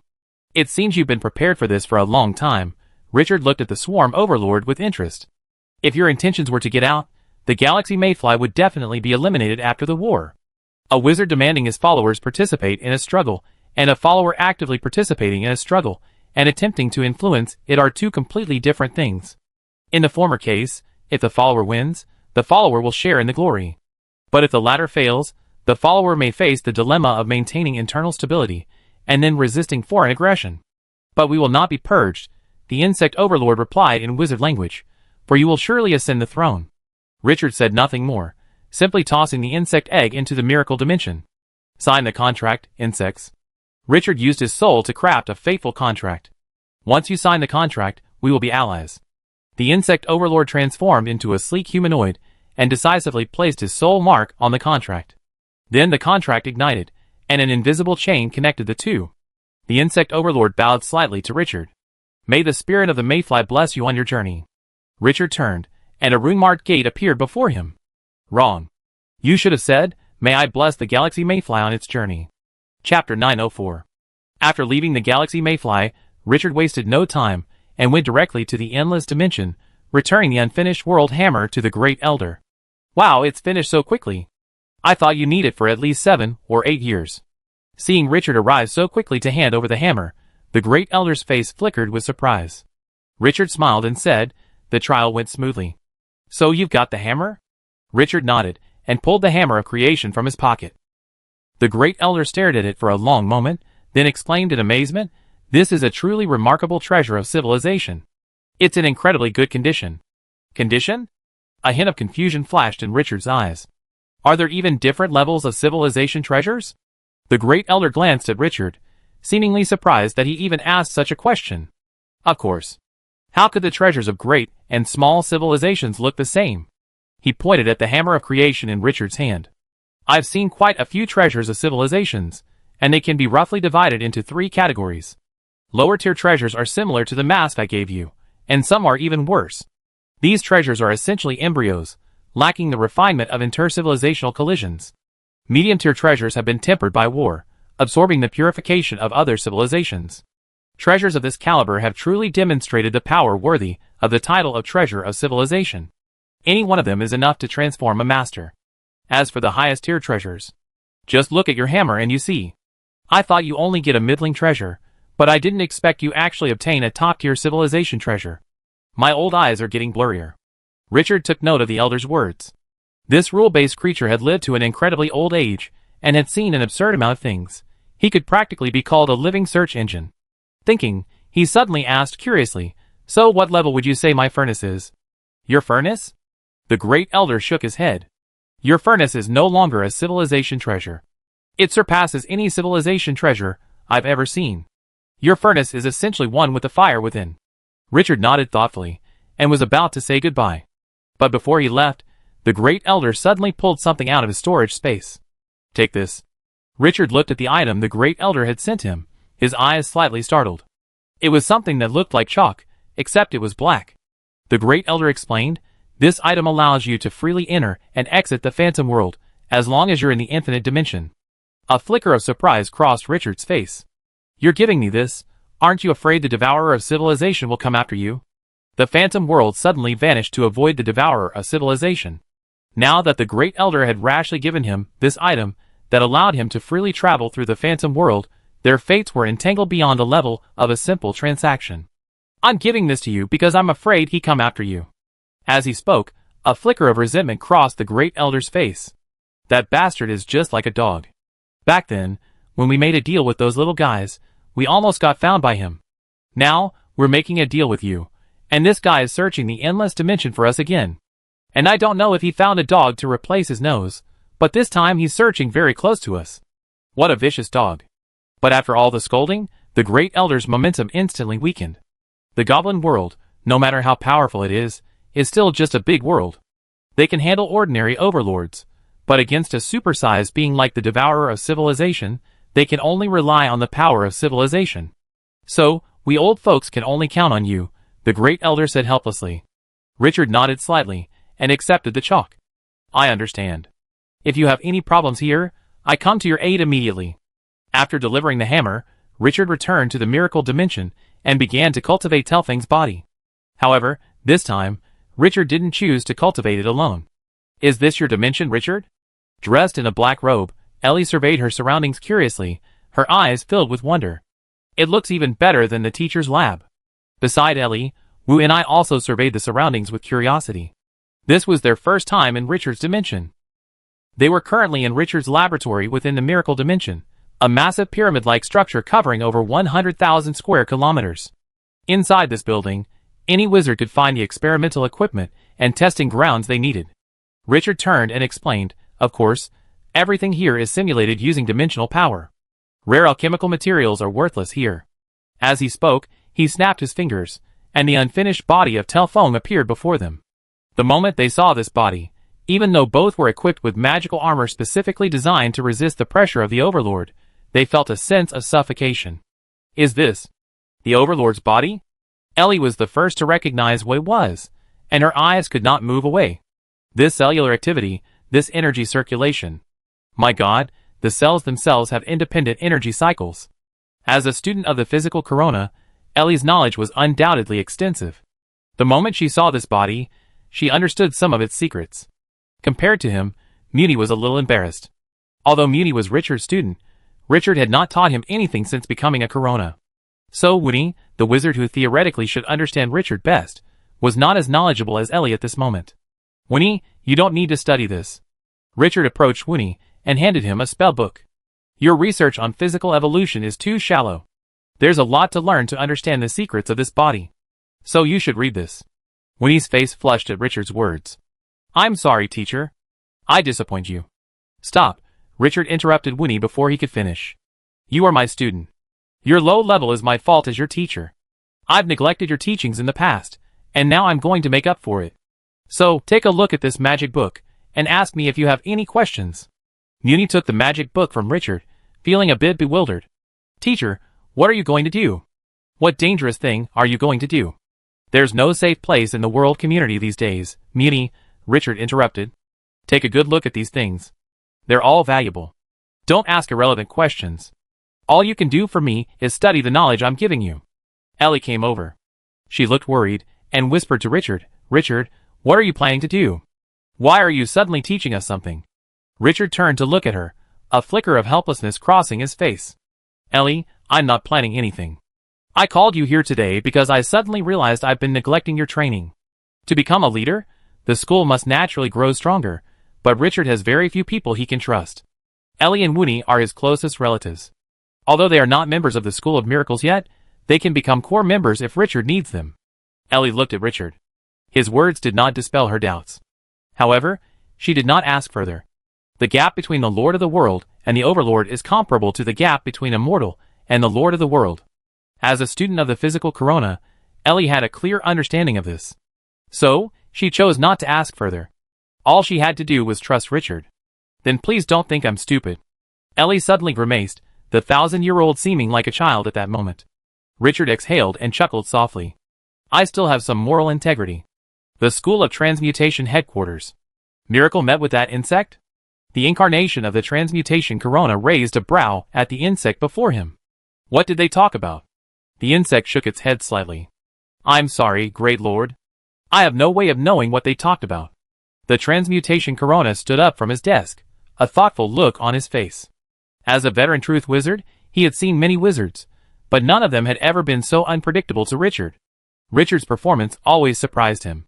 He paced toward the floor-to-ceiling window behind him, muttering to himself, contacting Galaxy Mayfly, Miracle, what are you trying to do? If you're vying for power, isn't this a little premature? Elsewhere, at the Alchemist School headquarters, Alchemical Corona also received news of Richard's meeting with the Swarm Overlord. Meeting? Is he about to break his limit?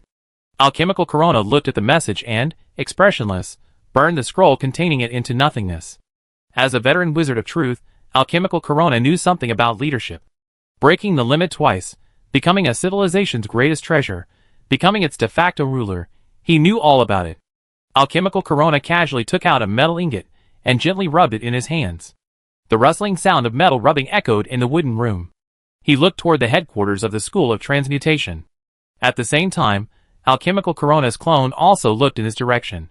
The two overlords' gazes met in midair, then separated in an instant. They both sensed the other's presence, yet neither understood what was happening. Keep watching, the Shaper suddenly said to the insect. If you can find out what they were talking about, I ensure your tribe becomes a wizard family. No one wants to die, not even insects. How could the diehards among the Galaxy Mayflies not sense that the overlord of the swarm was deliberately setting them up for death? Separately, the Alchemical Corona made the same promise to an informant within the Galaxy Mayflies. Thus, the internal strife of the wizard civilization quietly began. Chapter 905. Teaching is both a simple and arduous task. Most of Richard's skills were acquired through refinement. For him, these techniques are almost like instinct. But this also means that he finds it difficult to understand those who don't possess them. Knowledge is a curse. Once you master a skill, you can't imagine what it would be like to not know it. Thankfully, neither of Richard's current students are fools. Both Wu and I and Ellie are great wizards. Their intelligence and comprehension abilities are 1 in a million. So Richard's teaching went relatively smoothly. This is crucial to remember. The greatest secret of nested loops lies here. In the lab, Richard pointed to the enlarged three-dimensional image beside him, and said solemnly. In front of him, Ellie and Wu and I carefully recorded Richard's speech.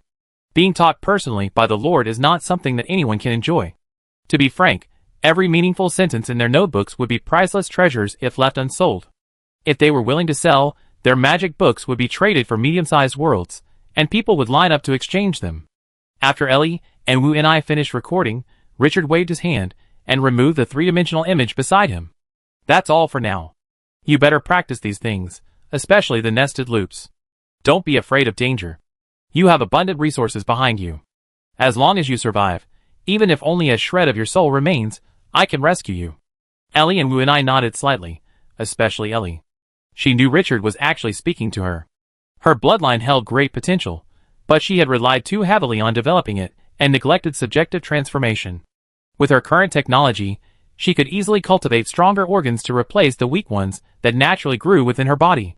But she had neglected this because she didn't have to fight on the battlefield. After speaking, Richard turned to Wu and I. Make the most of the knowledge I've given you. Remember, don't be stingy with materials.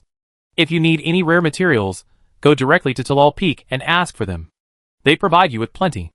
Wu and I wasn't pursuing a physical training path, or rather, he wasn't focused solely on physical training. So, his focus was on learning Richard's knowledge of rules. This knowledge would greatly enhance his alchemy and transmutation skills, allowing him to create even more outstanding works. Richard had already set a goal for him. A rule-based mecha that could interact with his flesh and blood body. Wu and I nodded solemnly, but a hint of distress lingered between his brows. Here, he wasn't the revered great wizard of the outside world, merely an apprentice assigned a difficult assignment by his teacher. Richard opened the dimensional portal and let them leave. Then, Terfong appeared in the laboratory. I'm sorry, my king. I have no memory of my dimension. Terfong looked ashamed. Richard gave him ample time, but he still couldn't find any trace of his own dimension. Furthermore, no information about him was found in the Titan dimension either. It seemed that after being devoured, he had voluntarily severed his connection with the main dimension. No memories, Richard said nonchalantly. If you have no memories, then follow the Abyss Overlord route. Let's take a look at this body first. With that, Richard snapped his fingers. The next moment, a massive body, hundreds of meters long, appeared in the laboratory. Seeing it, Terfang's gaze was instantly glued to it. He felt an inconceivable sense of power above it. Is this truly the body of an ordinary overlord? Richard examined the body, a faint smile on his face. I've used many new techniques in this body. After establishing the connection between soul and body, it's best to adapt to it. If any adjustments require immediate attention, please let me know. Terfang swallowed, and his soul immediately freed itself from his old body and entered this new one. The moment it entered, a surge of energy erupted from the body, instantly causing the entire laboratory to tremble with the intense energy surge. Richard waved his hand, stopping the surge and observing the events with fascination. His evolved soul talent allowed him to directly observe the energy flow within this body, the fusion of soul and body. He watched the fusion of Tail Peak and his body unfold smoothly. This was the first time Richard had witnessed such a direct fusion of soul and body. Suddenly Richard's gaze froze. An idea suddenly struck him. Is the fusion of soul and body a kind of dimensional fusion? After a creature ascends to overlord status, its soul becomes linked to the dimension. In a sense, the overlord soul has already merged with the dimension, becoming the embodiment of the illusory dimension in the material world. If he increased this fusion, allowing the soul and dimension to merge completely, would it then be logical for him to merge the dimension into his body? Instantly, Richard felt his heart pounding. He felt as if he had found the right path. Without hesitation, Richard immediately took note of the idea, though he didn't know how to further the fusion of soul and dimension, nor did he know if the merged soul would still merge smoothly with the body as smoothly as before. But inspiration, that is, its uncertainty. If it were 100% accurate, it would be called divine revelation. A moment later, Tailfang's body was fully integrated. Under his control, the massive form began to shrink, eventually becoming the same size as Richard. My king, Tailfang said respectfully to Richard. Richard nodded slightly, then asked curiously, how do you feel? Tailfang stretched his body, his expression a complex one. It's hard to describe this body. It's so powerful that I can't even control it precisely. I feel like I have to start from scratch, like an apprentice, gradually adapting to it. That's perfect, Richard said with a smile.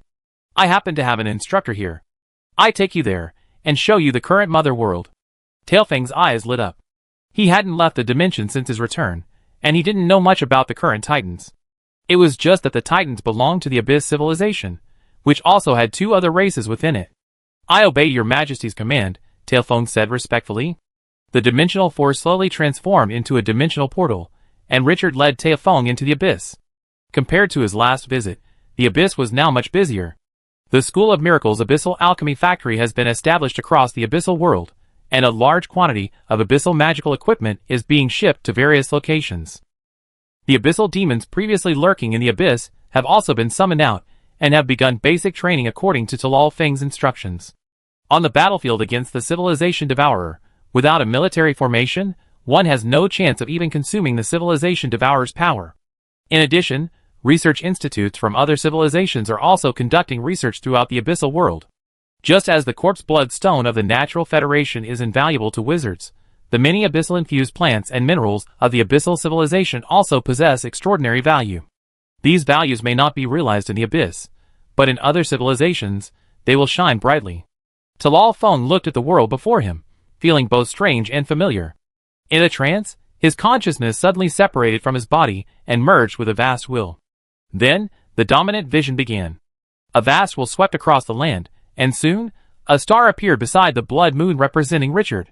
A ripple appeared in the void, and the three guardians of the abyssal world, along with Talal Peak, stationed in the abyssal world, appeared before Richard. Seeing Talal Peak receiving the abyssal inheritance not far away, a flicker of surprise crossed Talal Peak's face. "Have you already compiled a personality for him?" Richard nodded slightly. "Yes, I have recently. He has suffered severe memory loss, and his dimension is unrecoverable. He needs to acclimate to his body here during this time, while also learning how to be an abyssal lord." Talal Feng nodded slightly. He had anticipated not being able to regain his dimension. Although he had regained his dimension, he had re-entered the same promotion process. It was simply because he had memories, so he was familiar with the process. Without memories, regaining a dimension would be as difficult as ascending to heaven for a mortal. Also, be careful during this period, Richard continued. "I'm going to a less friendly civilization, so there might be some conflict. If the number of people is too large, I will summon you into Laofeng. To unleash the Natural Federation's combat power, the Cursed Demon Empire was naturally a necessary destination." A flicker of surprise crossed Talal Feng's face, and then he nodded solemnly. "Don't worry, I promise we support you the moment you summon us." Richard nodded slightly, then explained Talal Feng's identity to the now-conscious Talal Feng. After making arrangements, Richard set out for the Cursed Demon Empire. Natural Federation. "Are you alone?" The Great World Tree looked at Richard, a flicker of surprise crossing its face. Although some of Yoming's comments were extreme, his assessment of the cursed demons was quite truthful. The cursed demons are nothing more than slave owners. Going there alone would be quite dangerous. Richard smiled, and then took out the Overlord puppet. "Don't worry, I'm prepared. There are 2 Overlords within the Alliance without missions. They're always available to support me if I'm ever in danger. Even with your support, can't 7 Overlords defeat a cursed demon? That's all there is to it," the Great World Tree sighed. "But those cursed demons' methods are incredibly cunning. Even an Overlord could fall prey to their spells. Before you go, be sure to protect your soul." "Soul protection?" Richard's face flickered with a faint smile. Above his soul, the Crimson Ghost mask emanated an ominous red glow. "Then wish them good luck." Chapter 906. A stark dividing line runs between the Natural Federation and the Cursed Demon Empire. Across this dividing line, the legions of the Natural Federation have transformed nearly every world into a fortress world. The war fortresses of the tree spirits and the mechanical clan resemble monsters entrenched on the plains. Mighty rivers flow between the fortresses, each teeming with sea beasts raised by the Xylings. On the other side of the line lies the world of the Cursed Demon Empire. The Cursed Demon Empire has long been the attacking force, so their world is practically devoid of fortresses. Instead, they have only slave armies grinding their teeth and sucking blood, and a never-ending slave arsenal. Richard crossed this dividing line, but he didn't contact the cursed demons directly. Instead, he quietly observed their world from a very discreet position. All his impressions of the cursed demons came from the Natural Federation. However, as a civilization that has long battled the cursed demons, its internal perspectives are somewhat biased. So, Richard decided to explore this mysterious empire for himself. In the astral realm, Richard controlled the dominant puppet, silently approaching the small world. He was still at the border of the cursed demon, but compared to the world on the front lines, the world he was observing was more normal. The Supreme One's dominant puppet possessed many abilities. Besides combat, its concealment was also exceptional. This was why, despite remaining in the spiritual medicine saint's possession for so long, He had yet to discover its secrets. Thanks to this characteristic, the dominant puppet could even disguise itself as a meteorite, silently passing through the world's barriers and entering its interior. If it weren't for the scarcity of Overlord puppet core materials, Richard would have wanted to create a team of Overlord puppets. This team wouldn't need to be large. A dozen or so would suffice. With this ability to deceive world barriers, they would easily destroy the devourer of civilization's devouring world. Back to the point, under Richard's control, the Overlord puppet, disguised as a meteorite, silently entered the inner world. This was a world with a skewed balance of water elements, with countless shattered archipelagos and boundless oceans common features. However, Richard didn't see such a sight in this world. In this world, all he saw was the ocean, the boundless ocean. Richard froze in his tracks as he watched this scene. The four elements were the foundation of a world with only three existed. The only possibility for him not seeing the islands was that a creature had deliberately destroyed or relocated them. Interesting. Richard stroked his chin, then slipped behind the veil, and began to silently tour the world. This tour wasn't a big deal. He soon discovered the whereabouts of the missing islands. At the center of this world stood a vast, lush continent. The mere presence of such a continent in a world where the water element was imbalanced, coupled with the fact that Richard hadn't found any trace of any islands along the way, suggested that this continent was undoubtedly the product of a cursed demon gathering all the islands. Richard observed this artificial continent, lush with greenery, with almost no trace of civilization. The almost was because at its center stood a massive Aztec-style pyramid. Made entirely of rock, each brick was engraved with mysterious symbols. On the pyramid's flat top, Richard spotted something resembling an altar. From this altar, Richard sensed an extremely dense, mystical power. It was so intense it rivaled even a single page from the Book of Miracles. After all, if the Book of Miracles were classified by magical armor level, it would be at least truth level. And yet, an altar from any random world in the cursed demon empire could be compared to a fragment of truth-level magical armor. This was truly unbelievable. No, it's definitely more than just an altar. Richard's puppet body shifted slightly, and a faint holy light suddenly shone upon it. Amidst this holy light, a pair of flesh eyes suddenly sprouted from the puppet. Richard's soul hadn't yet reached its limit, so it couldn't achieve a spiritual and physical union with the puppet body. To utilize his true form's abilities, he still needed the help of his physical eyes. Through these eyes, Richard's gaze turned towards the pyramid. Tupac had been feeling somewhat uneasy today. The cursed demons are a race of highly intuitive beings. Those gifted among them may even be able to foresee fragments of the future through rituals. Thus, being restless is not a good sign for a cursed demon. Yacht! Tupac took a small scarecrow from a nearby shelf and shouted to it. The next moment, a scarecrow dressed in painted clothes and wearing a wooden mask burst into the room. Master Tupac, what are your instructions? Prepare 5,000, no, 10,000, clay slaves, 1,000 bluestone slaves, and 10 whitestone slaves. I need to perform a ritual divination. The scarecrow, known as Yuet, was somewhat surprised by Tupac's request. Sir, we have plenty of clay slaves, but we're running low on whitestone slaves. If you're going to perform divination, we won't have enough slaves for the grand sacrifice in 2 months. Not enough. Hearing Yacht's words, Tupac's voice suddenly rose. How could we not have enough slaves? Yacht, who's stealing my property? Yacht's voice was a touch resigned. Sir Tupac, no one's stealing your property. Have you forgotten that the Emperor levied a war tax on us a while ago? Although our war tax is less than that of the filthy rich in the interior, it's still a considerable expense. As he listened to Yacht's explanation, Tupac's uneasiness grew stronger. His intuition told him something was about to happen, something that would directly change his fate. No! Tupac made a decision. Go prepare the slaves. I'm about to perform the sacrifice and divine divination. This year's grand sacrifice. I can just borrow some slaves from that Tupal guy. Seeing Tupac make his decision, Yacht said nothing more. He was merely a clerk, a steward. His only duty was to remind his master of his decisions. Now that his master had made his decision, he had no choice but to obey. I prepare them right away. When would you like the sacrifice? Tupac stood up, and suddenly several strands of straw emerged from his body. They tangled together, forming a complex knot. Tupac looked at the knot and said, the sooner the better. Quick! Yacht, I want the sacrifice right away. Sacrifice is a sacred act for cursed demons. Regardless of the purpose, the ritual process must be strictly adhered to, without the slightest negligence. As the chief priest, Tupac donned his ritual attire, a set woven and dyed with silk from the cursed demon's home world. To align his composure, Tupat also lit his long-treasured divination incense. This incense is blended with the ashes of the deceased cursed demon lord, and the mist matrix from the soul dimension within the endless dimension. With just one sniff, Tupat felt his intuition sharpen, his inspiration sharpen. In a trance, he seemed to see cursed creatures constantly crawling out of the void beside him. Good things are powerful. In the mist, Tupat's vision grew increasingly blurry, and strange-looking cursed creatures filled his field of vision. Suddenly, a voice echoed in his ears. It was Yacht's voice. "My lord, it's time for the sacrifice." Yes, the sacrifice. Tupat stood up, and a path suddenly appeared before him.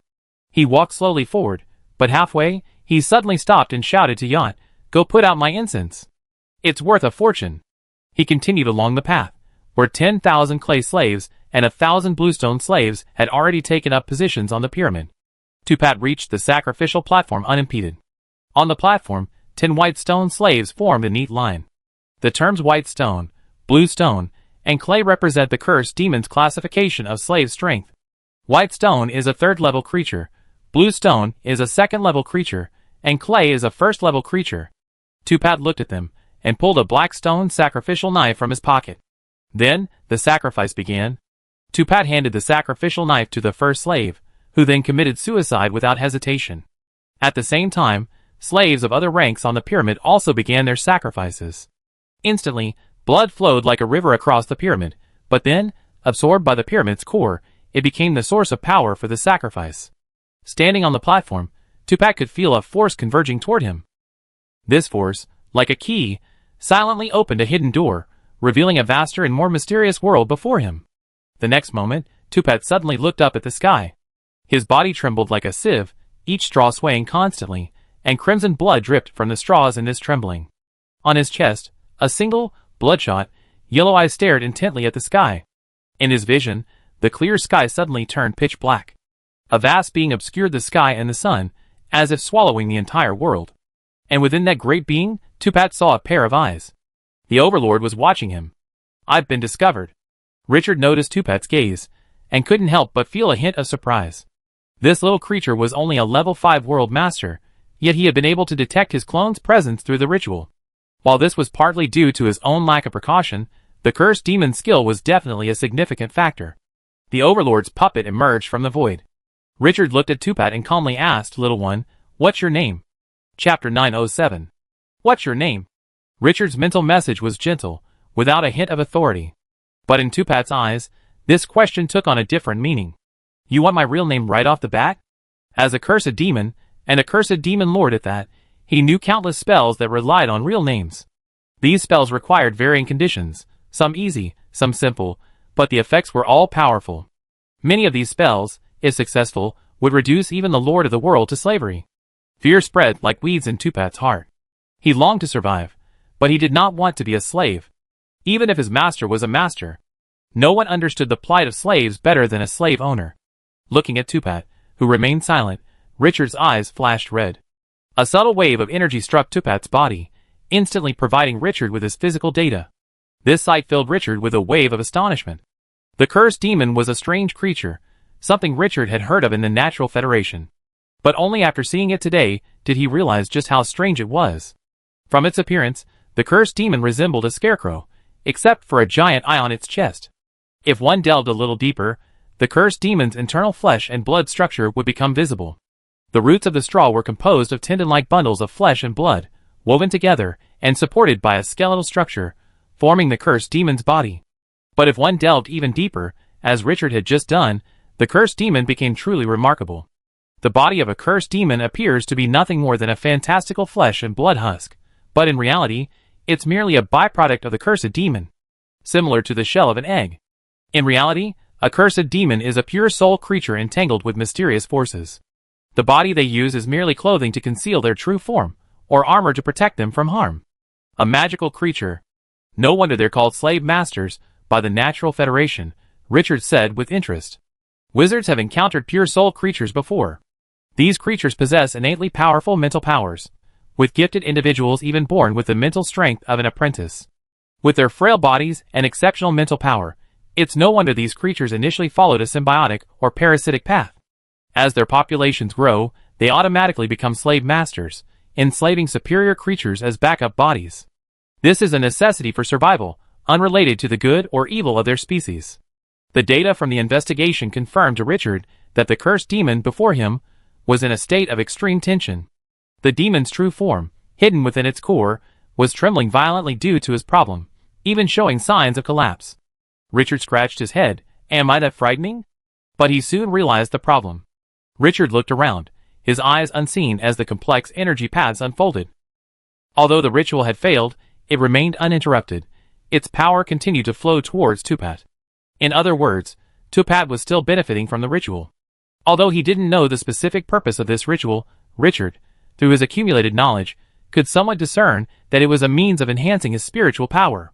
This method is commonly found in divination and foresight, and is considered a rare true element in curse-based sorcery. During this ritual, the person leading the ritual witnesses all sorts of bizarre visions. These visions are often symbolic and deeply moving. Without a strong will, witnessing such terrifying things can easily lead to a mental breakdown. Clearly, Richard was a terrifying thing. Carelessly interrupting the ritual, Tupat's mind relaxed. The terrifying vision slowly faded before his eyes, and reason regained its hold on his mind. Great Lord, my name is Tupat, Tupat replied tremblingly. The return of his sanity reminded Tupat of a fact. It wouldn't be easy for the Lord to peer into the mind of the Lord of the world, and whether or not his name was revealed wouldn't affect Richard's actions. Then, Tupat, I have some questions for you, Richard continued. You can choose to answer actively or passively. I hope you think this through. Tupat looked at Richard, feeling his entire body unresponsive. Is this a choice? He said stiffly. As long as I can tell you, I will tell you everything I know. Very good. Richard smiled. He loved conversing with intelligent people. My question is simple. Why did your attack cease? Your war with the Natural Federation was apparently going smoothly, so why did it suddenly stop? The cursed Demon Empire's ceasefire was abrupt. They were clearly on track, while the Natural Federation had been defeated to the point of necessitating the deployment of the World Tree itself. But overnight, as if brainwashed, the entire cursed Demon Empire's leadership immediately ceased the war. Something must have happened. Tupat felt relieved upon hearing Richard's question. This question wasn't something to be kept secret. Sir, the reason for the ceasefire is simple. The prophet fell in the void. Without the prophet's leadership, the two emperors refused to submit to each other, so the war ceased. Richard was slightly taken aback by this reason. What do you mean? Are you saying that the cursed demon empire is divided? The ruling system of the cursed demon race is not static. In ancient times, the cursed demons were ruled by the Senate. Elders from various regions ruled the cursed demon homeworld. Since these elders were world masters, their lifespans were extremely long. To maintain their position, the elders were not only slave owners of other races, but also of the cursed demons themselves. In the society of that time, the elders were the most cursed demons among the cursed demons. But where there is oppression, there is resistance. In the dark ages of the Senate's rule, the first cursed demon emperor emerged. To this day, no one knows how the first cursed demon emperor rose to power. Cursed demons only know that he led the cursed demons to overthrow the rule of the elders, uniting all the cursed demons to establish the current cursed demon empire. Under the leadership of the first cursed demon emperor, the cursed demon empire emerged from its cradle and began to explore the astral plane, forming the current cursed demon civilization. However, just as everything was prospering, the cursed demon emperor suddenly vanished. The cursed demon empire was plunged into chaos by his disappearance. Eventually, one of the cursed demon emperor's disciples, a cursed demon known to the cursed demons as the Prophet, quelled the chaos and restored order to the cursed demon empire. So, the Prophet is actually the de facto emperor of the cursed demon empire? Richard asked Tupat. Yes, great lord, Tupat said respectfully. Both emperors were students of the Prophet, and they both followed his teachings. That's why we've been so prosperous. Richard rubbed his brow. But now that the Prophet is dead, the two cursed demon emperors are fighting for supreme leadership. Yes. That's a bit ominous, Richard sighed softly. If the cursed demon empire were intact, he would only have to convince one empire, one collective. But now, the cursed demon empire is split in two, and neither is willing to submit to the other. This presents a problem. He wanted more than just a cursed demon empire. He needed the ruler within it. It was easy to win over one side and attack the other, but that would inevitably lead to the fall of the ruler.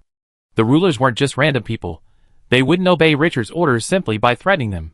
Furthermore, the cursed demons were a xenophobic race. It was uncertain whether he could win over any of them. If he mishandled the situation and the divided empire reunited to target him, an outsider, that would be disastrous. However, just as Richard was fretting, he suddenly discovered a coincidence.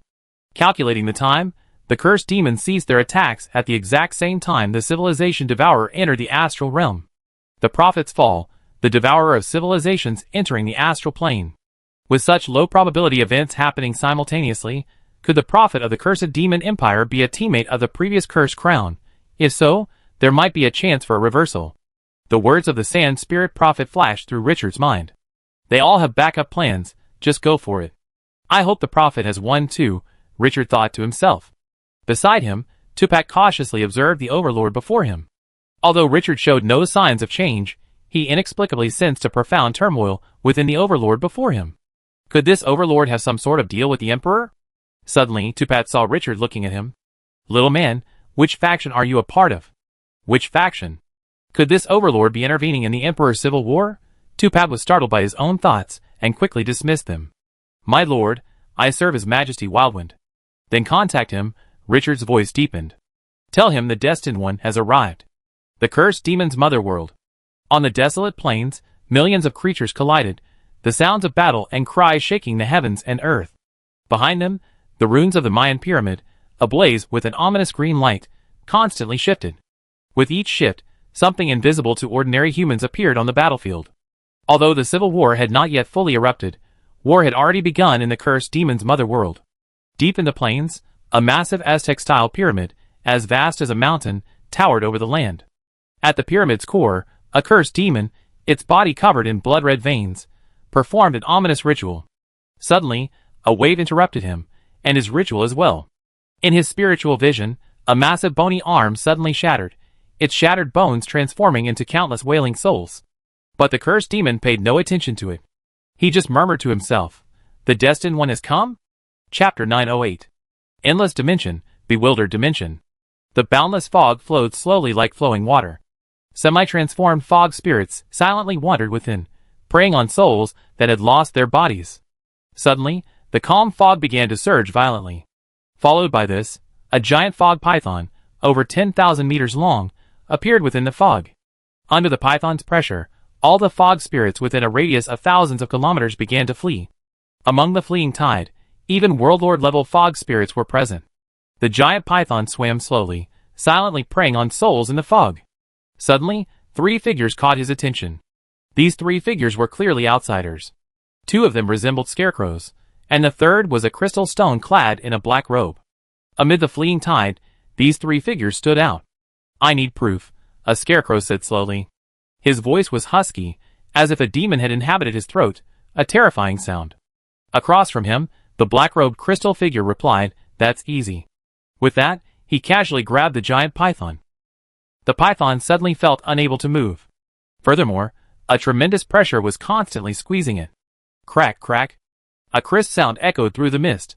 The giant python, so arrogant just moments ago, was reduced to a ball of flesh under the invisible pressure. Then the ball vanished, reappearing as a ball of soul essence and a cloud of mist matrix. A level 6 creature hadn't resisted it all from beginning to end.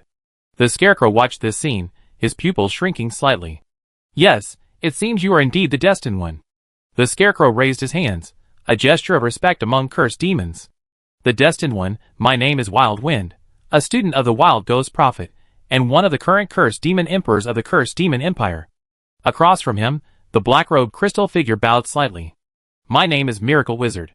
After speaking, Richard stood up straight and asked solemnly, Your Majesty Wild Wind, I believe the Wild Ghost Prophet left you some guidance before his death. The Wild Ghost blinked, which is the equivalent of a nod in cursed demon culture. Indeed. The teacher left us with a decision.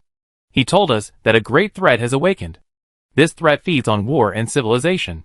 If left unaddressed, it could devour the entire world community. What can we do? Stop the war, wait for the Destined One to arrive, join the alliance of civilizations, and fight the threat together. So, Your Majesty Wild Wind, what are your thoughts? Richard asked softly. Yifeng looked at Richard, a hazy glint in his dim eyes. I'm willing to follow your teachings, but the prerequisite for all this is seeing your true form. As he spoke, Yifeng suddenly turned, his gaze fixed on the mist behind him. The mist dissipated under his gaze, revealing Richard's chained form standing quietly less than 500 meters away. "How did you see that?" Richard asked curiously. Yi Feng looked at Richard, a strange light glittering in his large eyes. "Too weak. While my knowledge of fate may not be as good as yours, I'm not completely ignorant. If you are truly the destined one, then, driven by fate, even the humblest pig can rise to become a master. And this puppet is far too weak." Richard raised an eyebrow, surprised that a master puppet, equivalent to the limit of an ordinary master, would be called weak in Yi Feng's eyes. However, he didn't take it too seriously. For a master who had broken through the limit, to call an ordinary master weak wasn't an exaggeration. Richard smiled slightly and said, "The cursed demon has a bad reputation in the Natural Federation. I hope you can understand." They weren't lying. Yi Feng's voice was equally calm. Beside him, Tupat, who had witnessed everything, stood there in a daze. The lord he'd been communicating with was actually an avatar. The lord's world was truly wondrous. "So what is your decision, sir?" Richard asked calmly.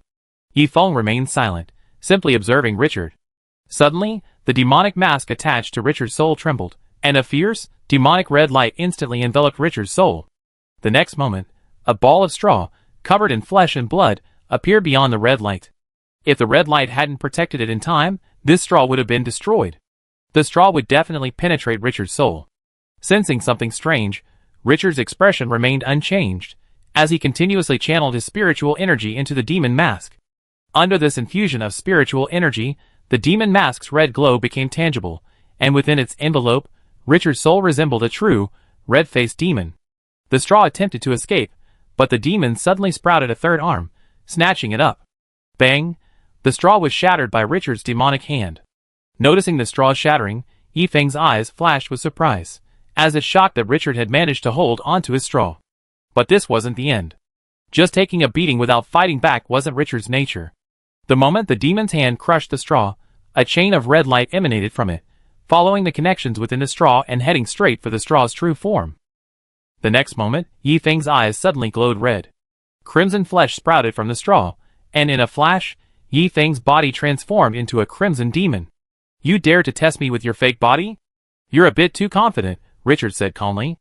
At the same time, Yi Feng from the cursed demon mother world suddenly looked up at the sky. "As expected of the destined one, your methods are truly formidable." As he spoke, several strands of straw suddenly emerged from Yi Feng's body. The straw tangled and woven in the air, quickly transforming into a straw man. And as the man took shape, Tupat, standing beside Yi Feng's clone, suddenly froze. Then he spoke stiffly, "My chosen one, I wish to make a deal with you." "What deal?" "You should have heard from this little fellow about our current situation. My brother and I are vying for the throne, and because of this, our empire is divided." Richard raised his eyebrows. "You want me to help you eliminate your brother?" Yi Feng paused, as if startled by Richard's suggestion. After a moment's silence, he resumed, "Your idea is wild, but unless the worst comes to the worst, I prefer gentler measures. Our teacher was aware of our conflicts, and anticipated our divisions and conflicts. So, in his final message, he prepared a test for us. Whoever of my brother and I passes this test will become the cursed demon king." Richard heard this, a hint of sneer on his face. "If you were so obedient, this schism wouldn't have happened." Yi Feng, through Tupat's body, met Richard's gaze. "You, the destined one, also come from a civilization. I imagine you've heard of the existence of the civilization's treasure." "Civilization's treasure?" Richard narrowed his eyes, and after a moment's silence he said, "I have indeed heard of it. I heard that the creature that possesses the civilization's treasure is the leader of that civilization, and has the power to expel any creature within it. Are you trying to say that the prophet left you a civilization's treasure as a reward for passing the test?" The atmosphere suddenly fell silent. After a moment, Yi Feng's voice reappeared, but this time, it was tinged with wonder. "As expected of the destined one, your thinking is truly unique." Richard hesitated slightly. His idea was indeed a bit far-fetched. If the prophet truly possessed such a treasure of civilization, he could have simply given it to one of his students. Why bother with an exam? If you know anything about our history, you should know that there was a cursed demon king who suddenly disappeared, Wild Ghost said slowly. "This cursed demon king was my teacher's teacher. Under his leadership, the cursed demons overthrew the Council of Elders, and began to compete for supremacy in the stars. It was precisely because of this achievement that a crown was created in our dimension. Whoever bears this crown is considered the true king of the cursed demons. And in my teacher's final revelation, he gave us two coordinates. One for the dimension, the other for the inner dimension. This dimension is the one where the first cursed demon emperor disappeared. The coordinates within this dimension are the location where the first cursed demon emperor disappeared. A flicker of surprise crossed Richard's face. A master from a civilization, carrying the most precious treasure of its civilization, disappeared within a dimension. This doesn't sound normal at all. If nothing unexpected happens, there must be a profound secret. Yifeng continued, if you agree, then I will grant your request. If it works, I can also give you a generous reward. Richard was silent for a moment, then suddenly asked, didn't you go to those coordinates? Yes. What did you see? Until you agree, I can't tell you this information. I can only say that it's a dangerous place for a master. Richard raised his eyebrows. If a master who has broken through the limit considers it a dangerous place, then wouldn't an ordinary master like me be in grave danger if I entered? Yifeng spoke calmly. If you want to raise the price, there's no need to resort to such nonsense. Given your methods, even if I give it my all, I might not be able to defeat you. Richard smiled, his eyes suddenly sharp. I can agree, but after the deal is done, the cursed demon empire must join the Wizarding Union and fully support my decision as my ally within the Union. Richard didn't care for the generous reward Yifeng promised. He had too many treasures in his possession. No matter how generous Yifeng's reward was, it would be unnecessary for him. Compared to these material rewards, support was more important to Richard. You know, the Wizarding Union is, in a sense, a vast civilization. If he could gain absolute leadership of the Wizarding Union, would he become the leader of its civilization? Richard didn't know, but he thought it was worth a try. After hearing Richard's terms, Yifeng immediately replied, no problem. Give me the crown, and I be your ally within the Wizarding Union. Chapter 909. The deal was struck, the contract signed, and the relationship between Richard and Yifeng instantly grew closer. In this world, family ties can fade, friendships can be betrayed, and only pure relationships of interest bring the most reassurance. After signing the contract, Yifeng shared his information about the location where the first cursed demon emperor disappeared. The dimension where the first cursed demon emperor disappeared was named the ever-changing dimension by the cursed demons. In this dimension, everything becomes extremely dynamic and nearly uncontrollable. An ordinary mortal entering it would have their cells instantly mutated. Even a world master, without the protection of the dimensional force, would be transformed into a monstrous form within 12 hours. And this transformation affects not only humans, but also objects and even souls. Even the most stable anchor lead would undergo a change in properties upon entering this dimension under its erosion, ultimately transforming completely into another substance. And souls, already vulnerable to interference, would shatter the moment they enter this dimension without the protection of the dimensional force, subsequently transforming into countless ever-changing souls. The place where the cursed demon king disappeared was even more significant. According to Yifeng, that place was a labyrinth based on spatial distortion. Due to the overlapping and distorted space, the space within it was practically infinite. Even a master would be lost if they ventured deep within. Furthermore, due to the influence of the ever-changing laws, the space within this maze was constantly shifting. This meant that finding a precise path was completely unrealistic. After listening to Wu Yifeng's account, Richard scratched the back of his head, feeling a headache. How about you consider killing your brother? I think it's more feasible for us to unite and kill him than to go searching for the crown here. Yifeng's eyelids drooped helplessly upon hearing this. Miracle Wizard, Yiyun is my brother. We grew up together and studied under our master together. I would never kill him unless I had no other choice. What if he finds the crown first? Richard asked. That means fate is on his side, Yifeng said slowly. The teacher gave us this test to determine who is superior. A while ago, he encountered the leader of another community, and I thought fate was on his side. But now you've arrived. Yifeng's voice was incredibly solemn. The teacher calls you the Destined One, the only weapon capable of slaying that monster. I trust your vision, and so I believe fate will make your path smooth. Now that we've made a contract, I believe fate will lead us to the crown. Richard was speechless. He didn't know much about fate. Of all the inheritances he had received, the least concerned the Supreme Being. But the Supreme Being happened to be the one who had studied fate most deeply within the previous Civilization Alliance. Then let's pray that fate favors us, Richard whispered. After delivering the message, Yifeng seized his control over Tupat. This unfortunate cursed demon lord had been used as a mouthpiece by the emperor he served, unknowingly, without even realizing it. What just happened? Where's the emperor? Tupat looked around in bewilderment. How could such a powerful emperor vanish in the blink of an eye? Don't look for it, he's already gone. Richard came to Tupat and casually handed him the soul essence and mist matrix he just refined to prove he was the destined one. These things were now useless to him. He had no shortage of either mist matrix or soul essence. Little one, this is your reward. Your mission is over. When you return, cleanse your memory. At least don't look for it until the cursed demon empire is reunited. Tupat looked at the items Richard handed him, his mind blank. Are all overlords so generous? This amount of soul essence would probably be enough for him to upgrade to a level 6 creature, and more. And with that mist matrix, who knows how many divination incense he could make with that much matrix. The reason divination incense is so valuable is because mist matrix is scarce. The cursed demon lord's ashes are in no short supply in the cursed demon empire. Thank you, sir.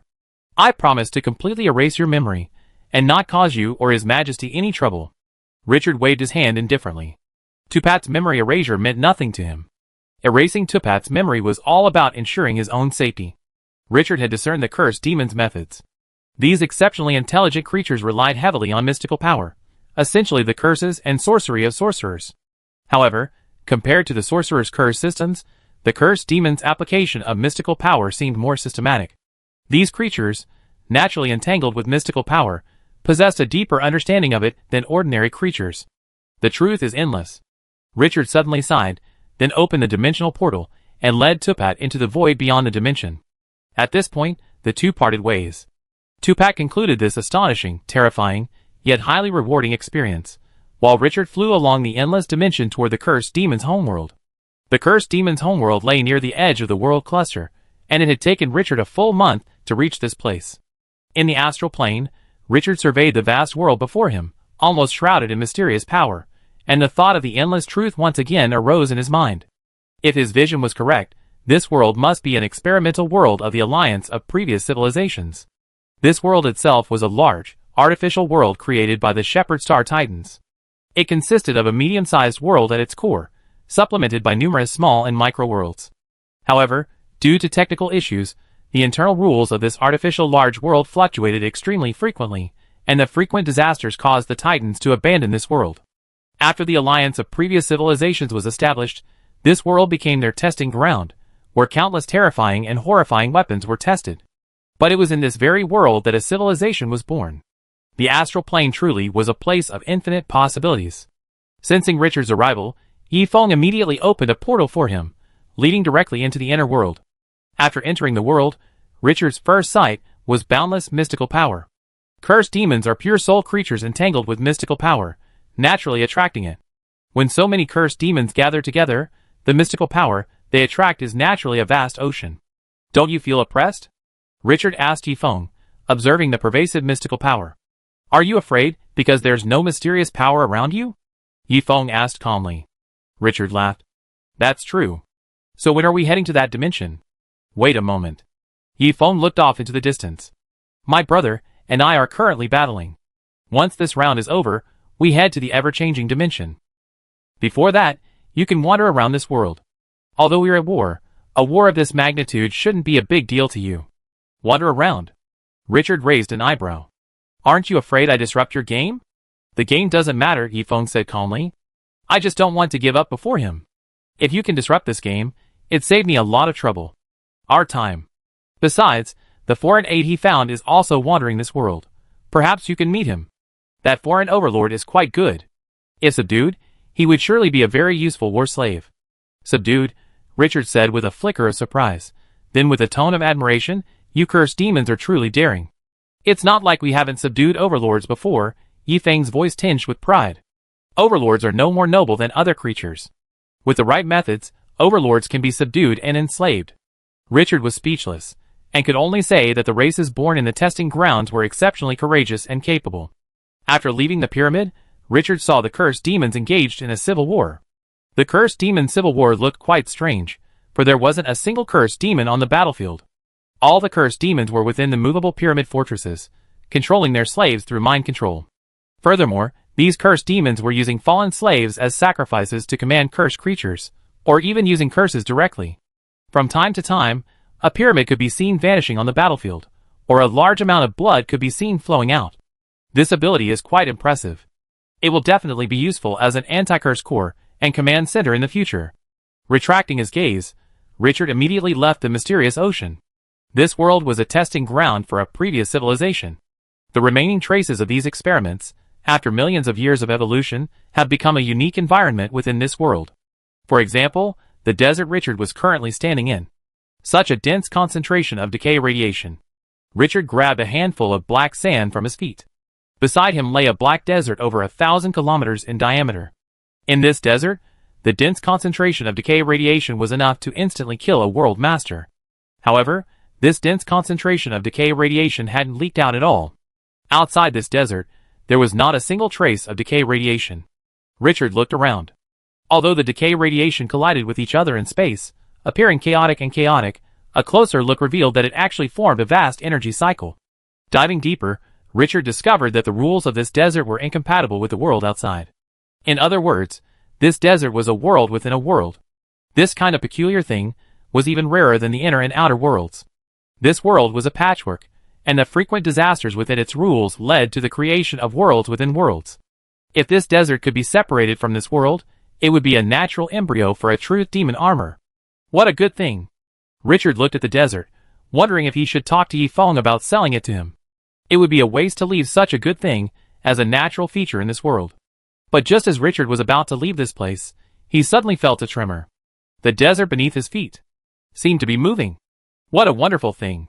Across the desert, a strange creature with azure skin, a lion's head, a human body, 6 arms, and a crimson wheel of fire on its back exclaimed in admiration. I've seen this thing. It seems I'm destined to have it. Chapter 9:10. The unusual fluctuations in the desert gave Richard a feeling that something was amiss. He opened all 4 of his eyes, his delusion-piercing eyes, and his evolved energy vision simultaneously activated.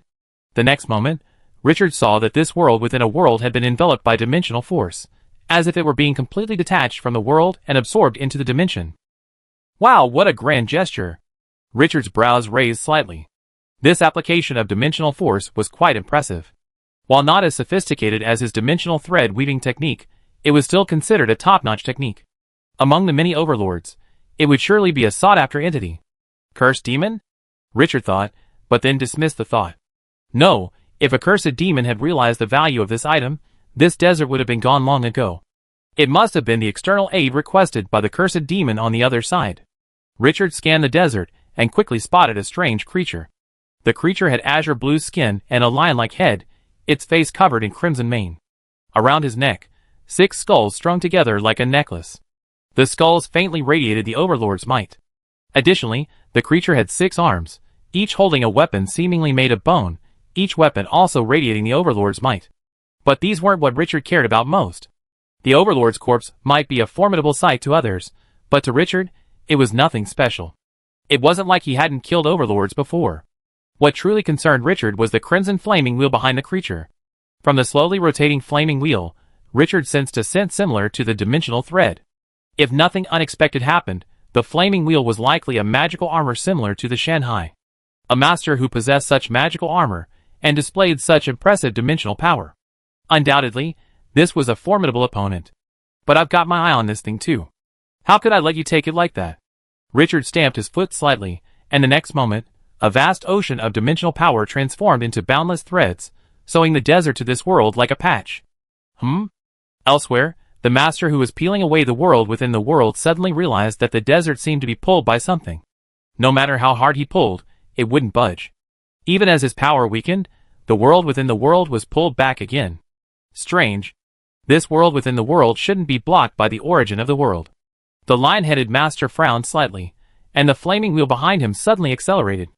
In an instant, a surge of dimensional power surged from the wheel, transforming into a boundless flaming hand, ready to rip the desert from the ground. But the next moment, a pure white whip, as if woven from spider silk, swung out from the other side of the desert. With one lash, it shattered the flaming hand. At that moment, the lion-headed overlord realized that there was actually another overlord on the other side of the desert. Not those cursed demons? The lion-headed overlord looked at Richard, a hint of confusion in his eyes. He hadn't heard from Yi Yun that other overlords were participating in this operation. Could it be foreign aid they've invited over there? The lion-headed overlord didn't know Richard's background, but he could tell that Richard had also been observing the desert. The obstacles he had just encountered were all Richard's doing. "Friend, are you also here to take the offerings and serve as external aid?" the lion-headed overlord said loudly to Richard. This overlord had a lion's head, and his voice was surprisingly like a lion's. Every note he spoke was like a lion's roar, shocking the listener. The ghost mask glowed red, neutralizing the impact of the lion's roar. Richard looked at the overlord, his expression calm. This was clearly a probing tactic. The lion-headed overlord was testing Richard's strength, to see what level he was at. If he was a strong opponent, he would sit down and chat. If he was weak, a fierce battle would ensue. "It seems you are the external aid His Majesty Yin has invited."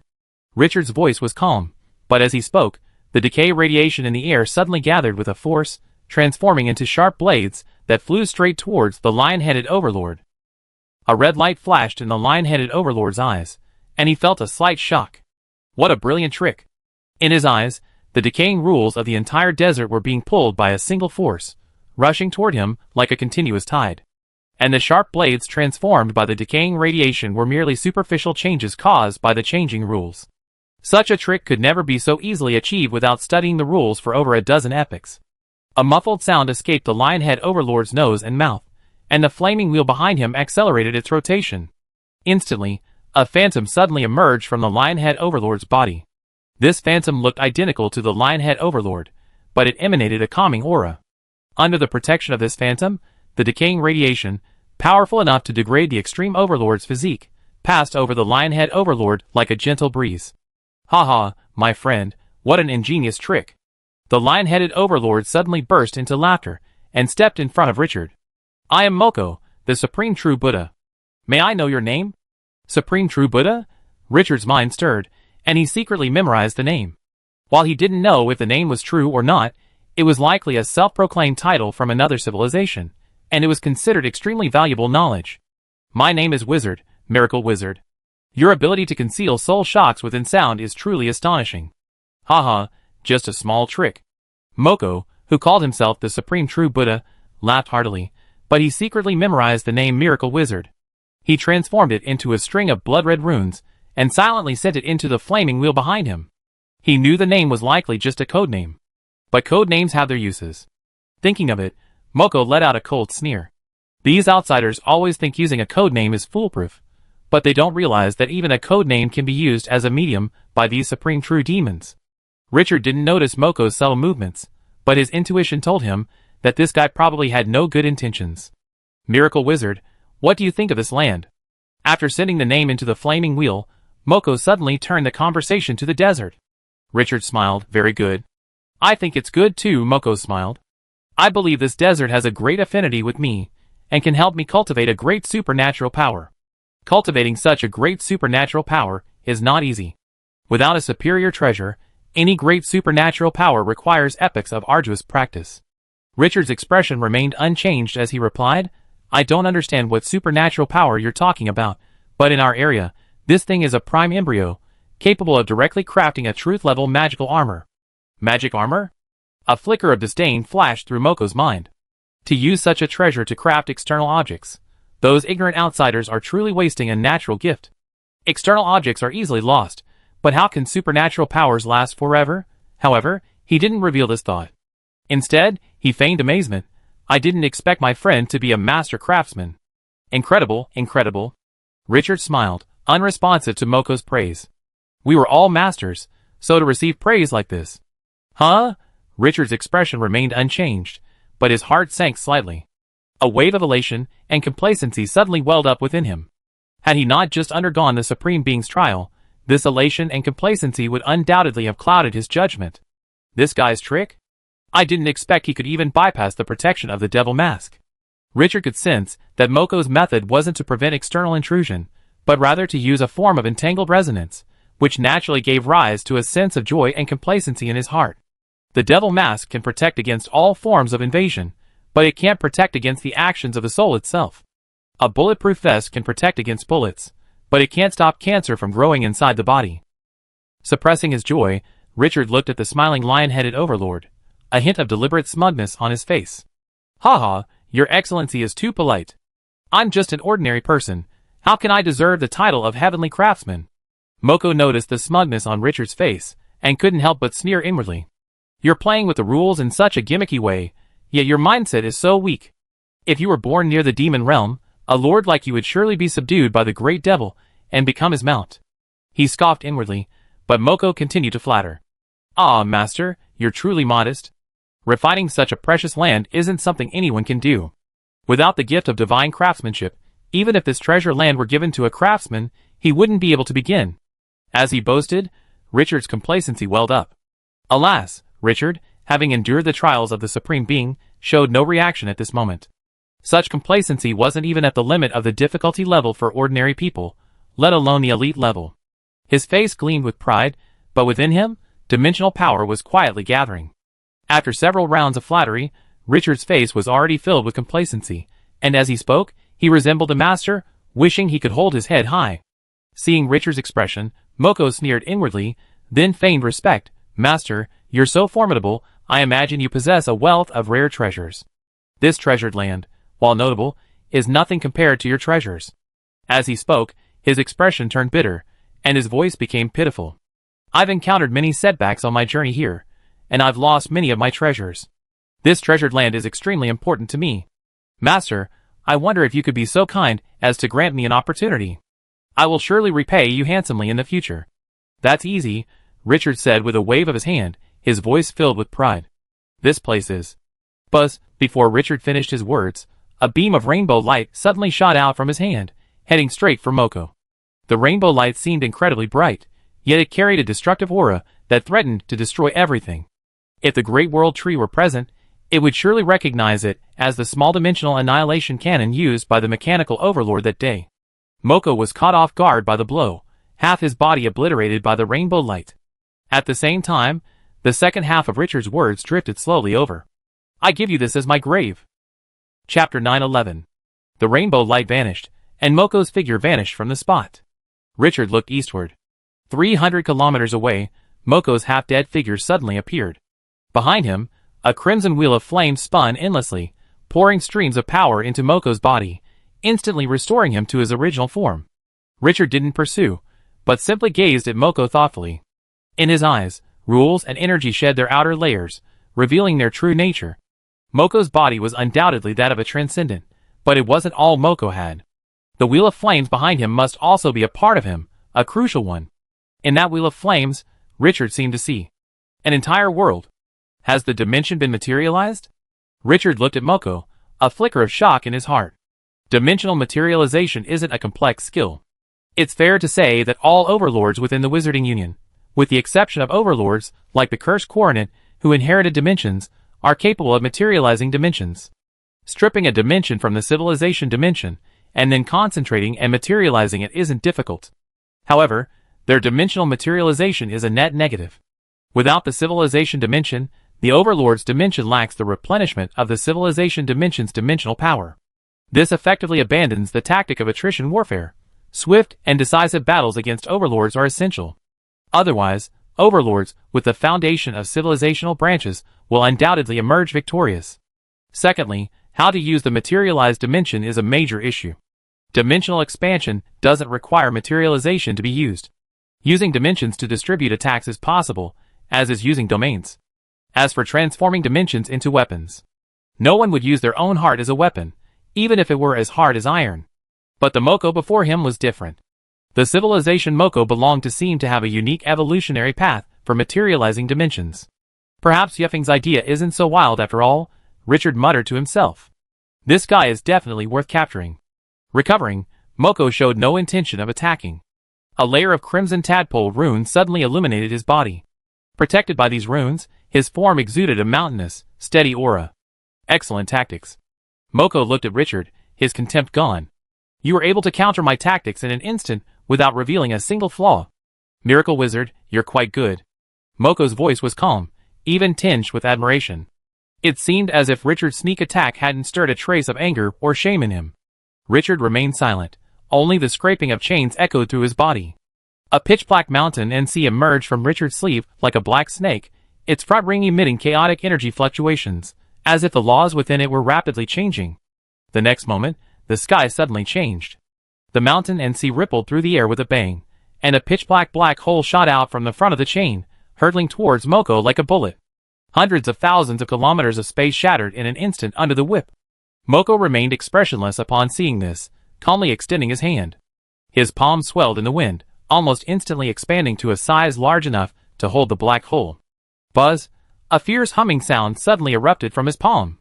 Accompanying this humming sound was a resounding chanting, as if billions of monks were chanting in unison. Amidst this chanting, Richard's black hole gradually vanished. Richard saw clearly that his black hole had not been erased, but rather transported to another world. Excellent technique, but unfortunately it's not a magical power. It can't ultimately destroy the demonic kingdom in my palm. Moko exclaimed in admiration. A monk's bowl suddenly appeared in his other hand. Endless runes swirled across the bowl, and within the bowl's mouth was a shroud of darkness, as if it were the entrance to an endless hell. Moko reached out, grasping the bowl, and held it over Richard like a shield. It's rude not to reciprocate. Miracle wizard, how about a conversation in this empty hell of mine? Richard's brows raised, and his 4 eyes shifted simultaneously. The bowl's exterior rapidly faded before his eyes, its true nature soon becoming apparent. It's actually a different kind of thread dimension. Richard muttered to himself, observing the monk's bowl. In his eyes, this bowl was a different kind of thread dimension, albeit one imbued with numerous other rules, giving it this characteristic. Based on Richard's understanding of the rules, this bowl should contain a circulating space comparable to a larger world. Within this space, any attack that couldn't destroy the entire space would be weakened by the cycle, ultimately transforming into a source of energy that reinforced it. Interesting. A very unique application of dimensional power. Richard's face flickered with interest. The dimensional power within his body rapidly transformed, transforming into strands of silk in the blink of an eye. Moko's tactics were ingenious, but unfortunately, they weren't ingenious enough. Threads of dimension tangled in the air, eventually transforming into a spear. Moko watched Richard's tactics with a disdainful sneer. There's a high wall between magical powers and non-magical powers. His void hell was forged from a single demon cultivator. Not only was its outer shell indestructible, but its interior contained an entire dimension. Without magical powers, unless Richard's power surpassed his, then... Dong! A crisp bell chime interrupted Moko's thoughts. Richard, grasping the spear, hurled it fiercely at the monk's bowl. The next moment, there was a dong sound, and the bowl, once steady in Moko's hand, began to tremble. What was happening? Moko sensed something was amiss, and was about to retract his magical powers. But alas, the moment Richard hurled the spear, the bowl's fate was sealed. Boom, boom, boom. Crisp clashes echoed continuously, the runes on the monk's bowl growing brighter and brighter, as if something within it were constantly colliding with the bowl's walls. Finally, an unusually crisp, shattering sound reached Moko's ears. A crack had appeared on his empty hell. What have you done, you evil demon? Moko cried out in shock and fury, his entire body instantly transforming into a towering demon god. Over 100,000 meters tall, his massive form stood tall like a pillar of heaven. Behind him, a giant wheel of crimson flame swirled, as if a vast universe were constantly regenerating within. Richard, not to be outdone, also revealed his true form, transforming into a towering giant. Mountains and seas danced around him like black dragons, and even space itself shattered under his aura. In an instant, the pressure from the two overlords swept across the entire world. All creatures under their dominance trembled under the pressure. In the pyramid, Yifeng looked toward Richard's position, a flicker of astonishment in his eyes. A fight broke out so soon? This destined one has a bit of a bad temper. Elsewhere, Yiyun, who looked almost identical to Yifeng, also looked toward Imoka's position. But unlike Yifeng's composure, Yiyun was a bit bewildered. What's going on? Did this guy dig up Yifeng's pyramid? Seeing the pressure grow stronger, the two cursed demon kings grew restless. Their game of chess was fine, a minor brawl between the overlords, a breeze to this world once a testing ground. But the battle between the overlords was different. If the battle between two limit-breaking overlords went unchecked, it wasn't impossible for a vast world to be torn apart. Almost instantly, the two cursed demon kings appeared on the battlefield between Richard and Imoku. Wizard, stop. Moko, stop! Watching their allies emerge, Richard and Moko finally retracted their imposing auras, and withdrew their true forms. Standing beside Yifeng, Richard's expression remained unchanged, but across from him, Moko's face darkened. In Moko's hand, his void hell was already covered in cracks, and the entire monk's bowl looked as if it would shatter at the slightest touch. Watching this scene, Moko's heart bled. The void hell magical power was no different from others. Its power was directly proportional to the strength of the monk's bowl. This monk's bowl was forged from a physical cultivator demon. Converted to a 9th-level biological theory, the physical cultivator demon was equivalent to an 8th-level overlord. Now, the monk's bowl was riddled with cracks, naturally significantly reducing its strength. For a limit-breaking overlord like Moko, this magical power was temporarily useless. Is he the external aid you invited? Yi-Yun looked at Richard, a flicker of surprise in his eyes. He had seen Moko's strength before. His treacherous and unusual magical methods were a headache even for him. And this black-robed creature before him had managed to inflict a minor setback on Moko on their first encounter. Its strength was truly unfathomable. Yes and no, Yifeng said calmly. Yi-Yun looked at Yifeng, his voice tinged with sarcasm. You're always like this. The teacher was evasive in his words, to conceal his future, but why are you evasive? To hide your own incompetence? Yifeng's voice remained unchanged upon hearing this. If you don't understand, just shut up. Talking any more will only expose your limited abilities. Richard watched the scene with interest. Although he wasn't familiar with the appearance of the cursed demon, Yi-Yun and Yifeng looked so similar that they were likely brothers.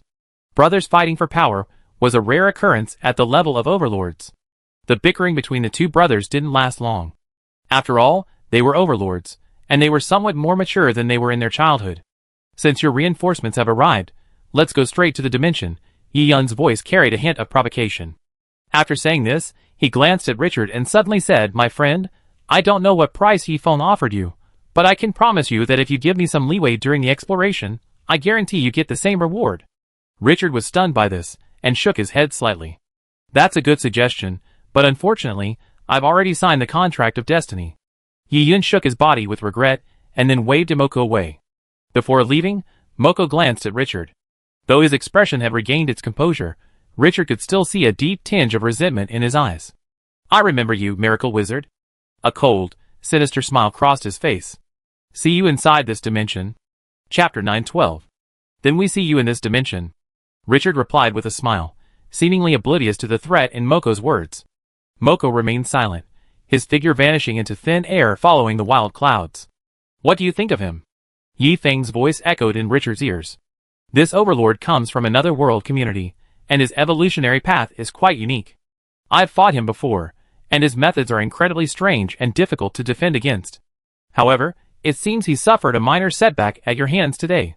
Richard turned and said calmly, he's quite capable, and has made great strides in dimensional exploration. However, he's not deep enough. Moko's magical powers were indeed impressive, but in terms of developing dimensional power, he still had a long way to go before the creator of the Hermit's Robe. It seems fate is on my side, Yifeng's voice tinged with a hint of pleasure. Richard changed the subject. When do we enter that dimension? There's no rush. As he spoke, several strands of straw suddenly flew out of Yifeng's body, tangling together, and eventually forming a complex knot. This was the Wild Ghost lineage's knotted grass divination technique, low-cost and highly accurate, considered the most important legacy of the Wild Ghost prophets. Looking at the knot of straw, Yifeng said, we set out in a month. I prepare some supplies during this time. Richard nodded, then turned his gaze toward the black desert around him. That guy has taken a fancy to this desert, saying it can help him cultivate a magical power. The Wild Ghost's eyes shifted, scanning the surroundings. You have good taste. This place is indeed worth taking. If you have the means, take it. This is my territory. Yi-Yun will not stop me. Richard smiled at this. If Moko had the means to seize this world within a world, how could he not have the means to do so? Since that's the case, I accept this great gift. Yi-Yun vanished, and Richard glanced around. The dimensional force within him transformed into countless fine threads, seeping into the space of the desert like the roots of some plant. As these threads seeped in, Richard's connection to the desert grew ever closer. Finally, Richard's mind moved, and the entire desert trembled. A black spatial rift enveloped the desert. In the distance, Moko noticed the movement in the desert, and a hint of violence flashed in his eyes again. Yi-Yun looked at him, and said calmly, that's his territory. Don't go there and cause trouble. Moko grinned slightly, revealing his fangs. Yi-Yun, the most important thing for those who achieve great things is ruthlessness. You're concerned about brotherhood, but the other person might not be. Stop your twaddle. Yi-Yun's eyelids were half closed, his enormous eyes devoid of emotion. I don't need your guidance on matters between him and me. You simply need to follow the contract. Moko grinned, a ferocious look on his lion-like head. Yi Yun, you have the potential to become a supreme true demon. Our endless demon nation is a tolerant civilization. We only care about ability, not race. If you join the supreme demon nation with me, I promise that not only will the position of cursed demon king be yours, but even this entire world community will become yours. Yi Yun turned, completely averting his gaze from Moko. At the same moment, Moko suddenly felt an itch on the back of his neck. He reached back and felt a straw growing from the back of his neck. Moko pulled it out, and intense pain pierced his soul. Even though he had experienced so much pain, this pain made him pale slightly. Yi Yun's body vanished into thin air, and a cold voice echoed in the air. Moko, just do what's in the contract. Don't make things difficult for yourself. Richard's exfoliation went very smoothly. Under Richard's precise control, the entire desert was exfoliated into a new dimension. So what should I do with this thing? Looking at the black desert suspended in the sky, Richard suddenly realized he had no idea what to do. This thing was indeed a top-notch embryo, but embryos also needed processing. And embryos, like the world within a world, required extremely detailed planning. The higher the level of the magic suit, the more sophisticated its structure, and the more complex its design. After much deliberation, Richard decided to seek help from a professional. On the front lines of the war against the devourer of civilizations, alchemist Corona silently drew an arrow on the map. Take this world. Beside him, the head of the allied forces was sweating profusely. Lord Corona, haven't we been too hasty in our recent offensive? Our legions have already attacked 3 worlds in a row, and we're suffering from severe manpower shortages. Alchemist Corona looked at the wizard who spoke, his mechanical face expressionless. If there are manpower shortages, redeploy them, but the offensive cannot cease. If you can't do it, then find a wizard who can and come speak to me. After several years of war, the internal structure of the Wizarding Union underwent numerous fine-tunings. During these adjustments, the united military was divided according to overlords, with each overlord directly leading a united military. The logistics department, on the other hand, underwent a major integration, pooling resources from different worlds and overseen by a single general logistics department. No, I go mobilize the legions now. The wizards of the united military withdrew silently. Alchemist Corona surveyed the star map, his crystal eyes revealing a profound, human gaze. What a terrifying monster! It's such a shame I didn't kill you when you were at your weakest. Huh? Alchemist Corona's expression suddenly changed as he gazed at the map. Miracle! Wasn't Miracle headed for the cursed demon? Why would he contact me out of the blue? Alchemist Corona frowned slightly as he received the telepathic message sent by Richard across the dimension. After reading it, the expression on his face could only be described as complex. A world within a world. Can you even come across something like this? A world within a world is no less rare than a world seed. It typically only appears when 2 complete worlds collide, one being devoured by the other. Even he had only encountered one once in all those years. And now, Richard had encountered one on a mission.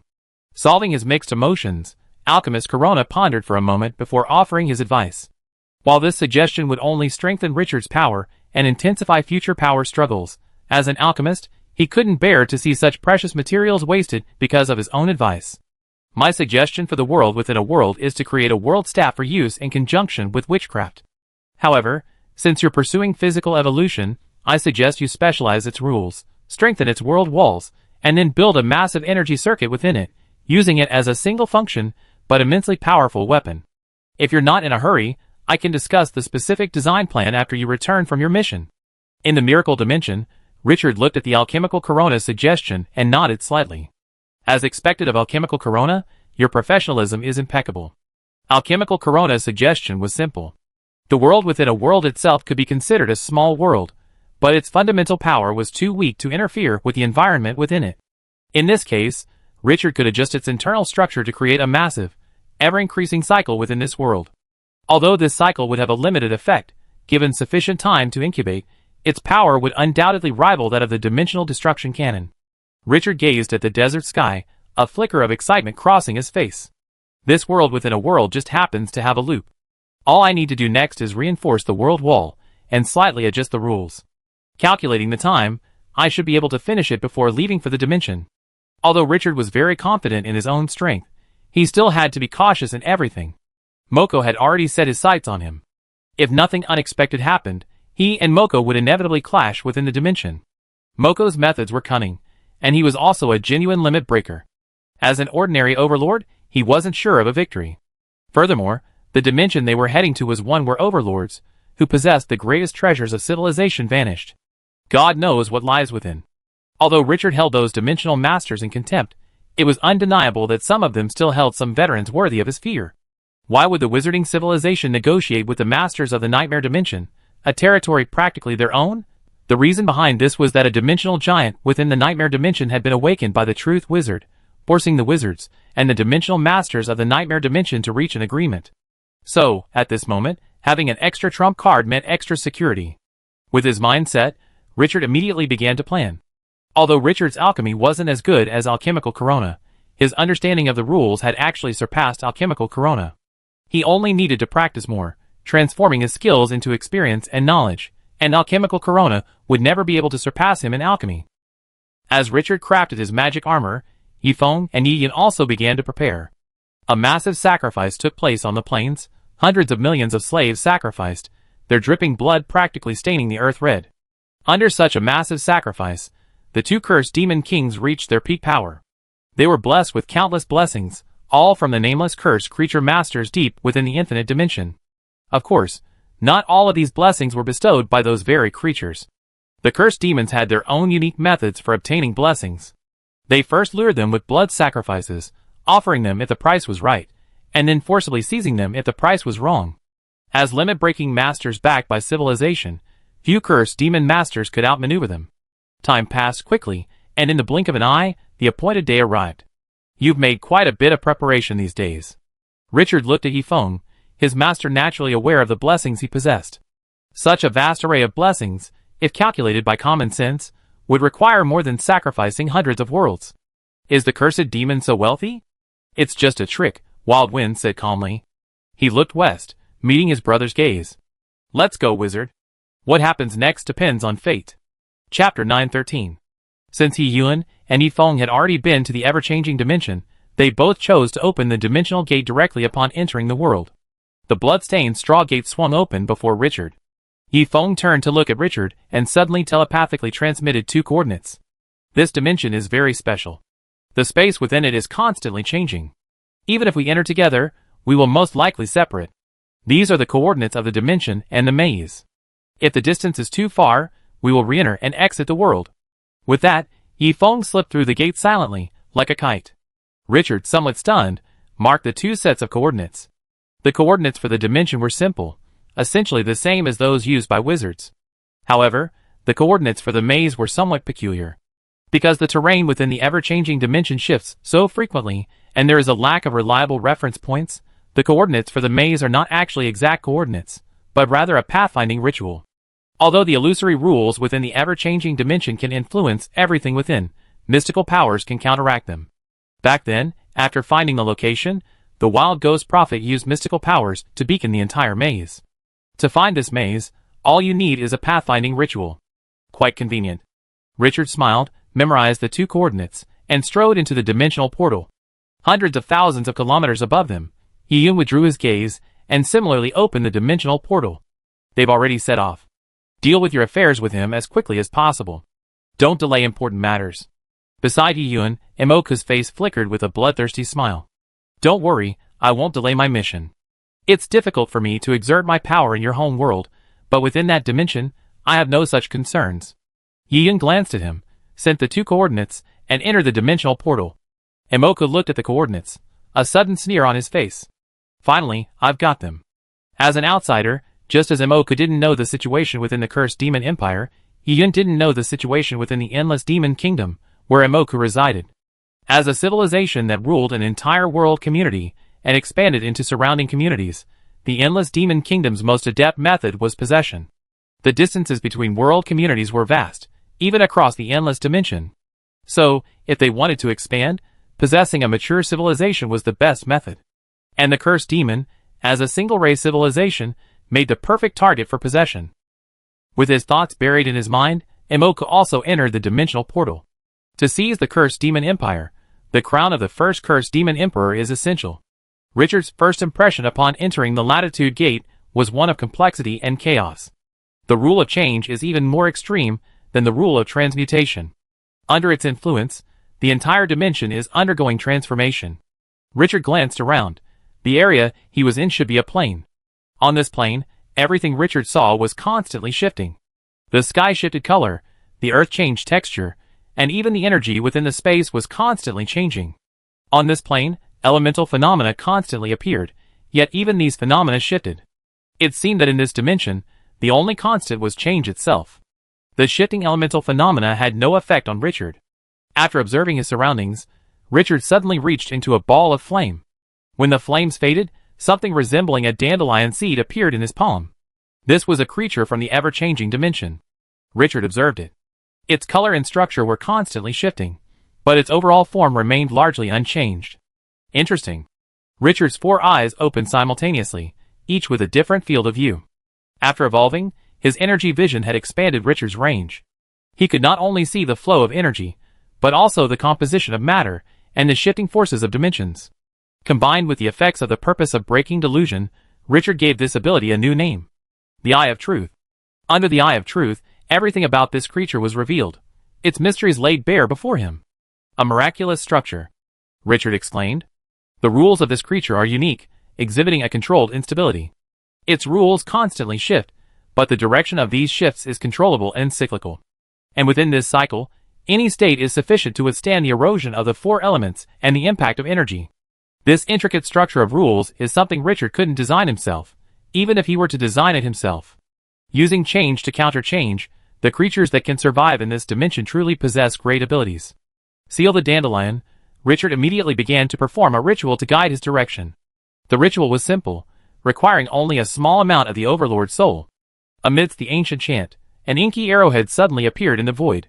The arrowhead spun in the air and quickly settled in a certain direction. Looks like I'm lucky. We're not far away.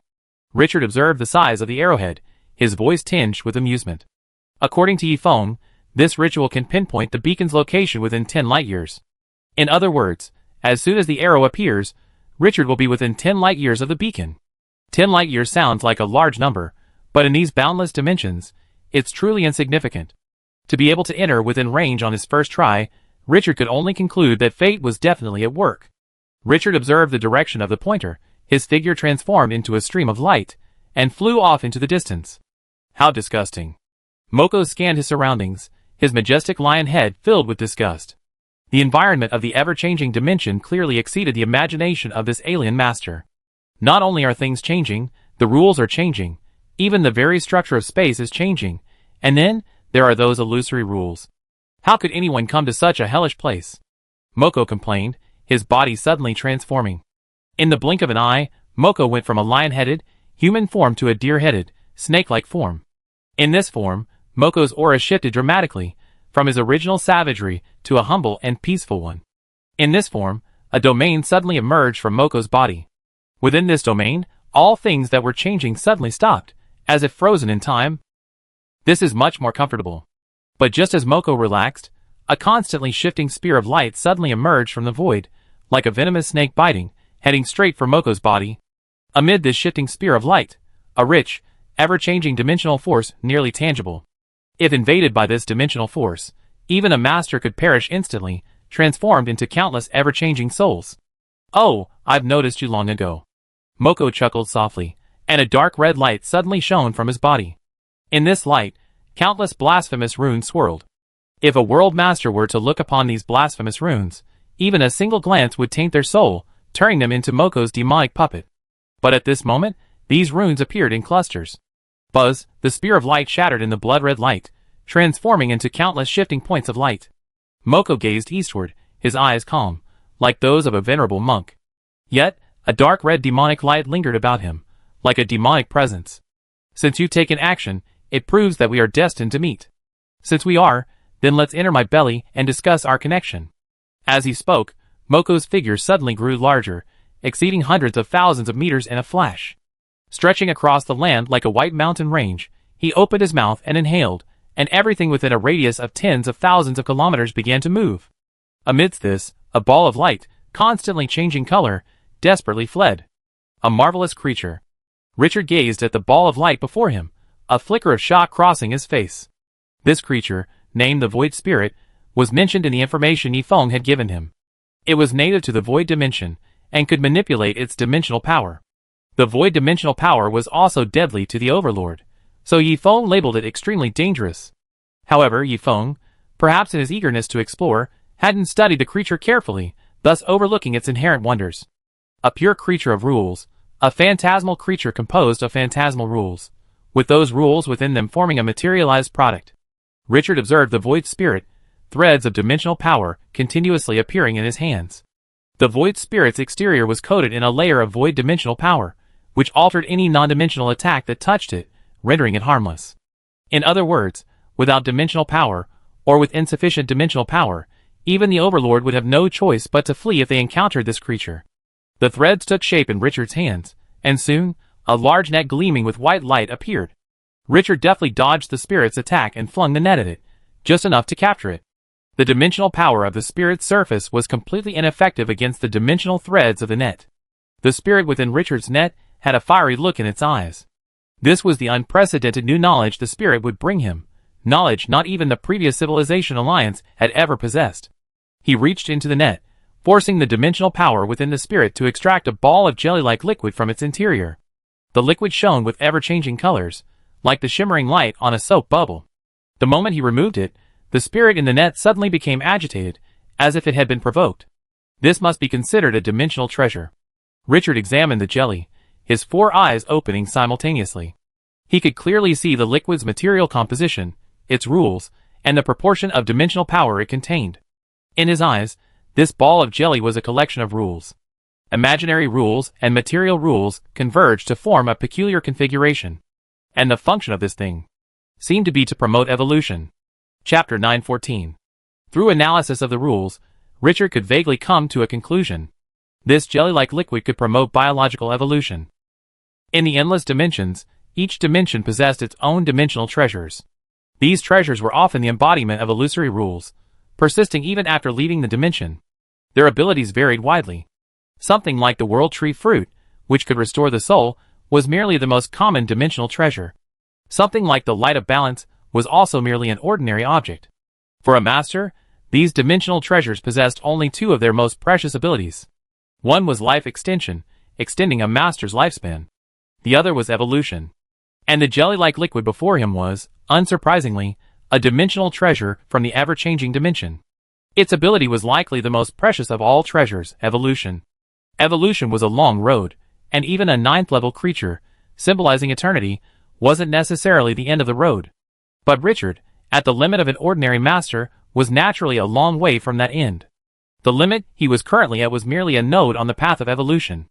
However, this was only Richard's speculation. Dimensional wonders were myriad, their rules often forming illogical structures under the influence of illusory rules. Even as powerful as Richard was, he could only draw a vague conclusion. To truly determine its capabilities, he still had to experiment. With a thought, Richard's hand sprouted a massive tumor. It landed on the ground and quickly transformed into a smaller version of Richard. This kind of thing definitely couldn't be tested with the original body. Richard separated a strand of his soul and entered his clone, then swallowed a portion of the liquid. The moment it actually made contact with his body, Richard felt an excruciating pain. When his body cells came into direct contact with the liquid, they immediately began to undergo uncontrolled changes. This change wasn't even a mutation, but rather a material transformation. In other words, it transformed from one substance to another. Clearly, consuming this substance directly was no different from taking poison. Since consuming it directly wouldn't work, Richard quickly changed his plan and turned to energy refining. The refining Richard referred to was to use energy to moisten and flush the object, mixing it with the energy and slowly affecting the body. It produced an effect similar to a slow-release medication. Through the energy's penetration and flushing, the liquid's mass quickly shrank by 1 layer.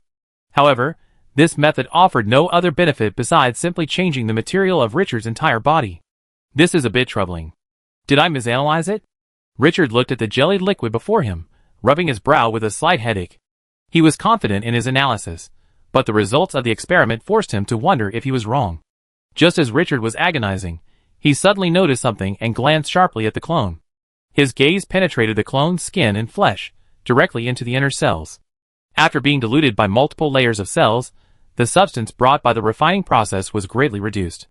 Under the influence of this extremely small amount of substance, the clone cells began to mutate.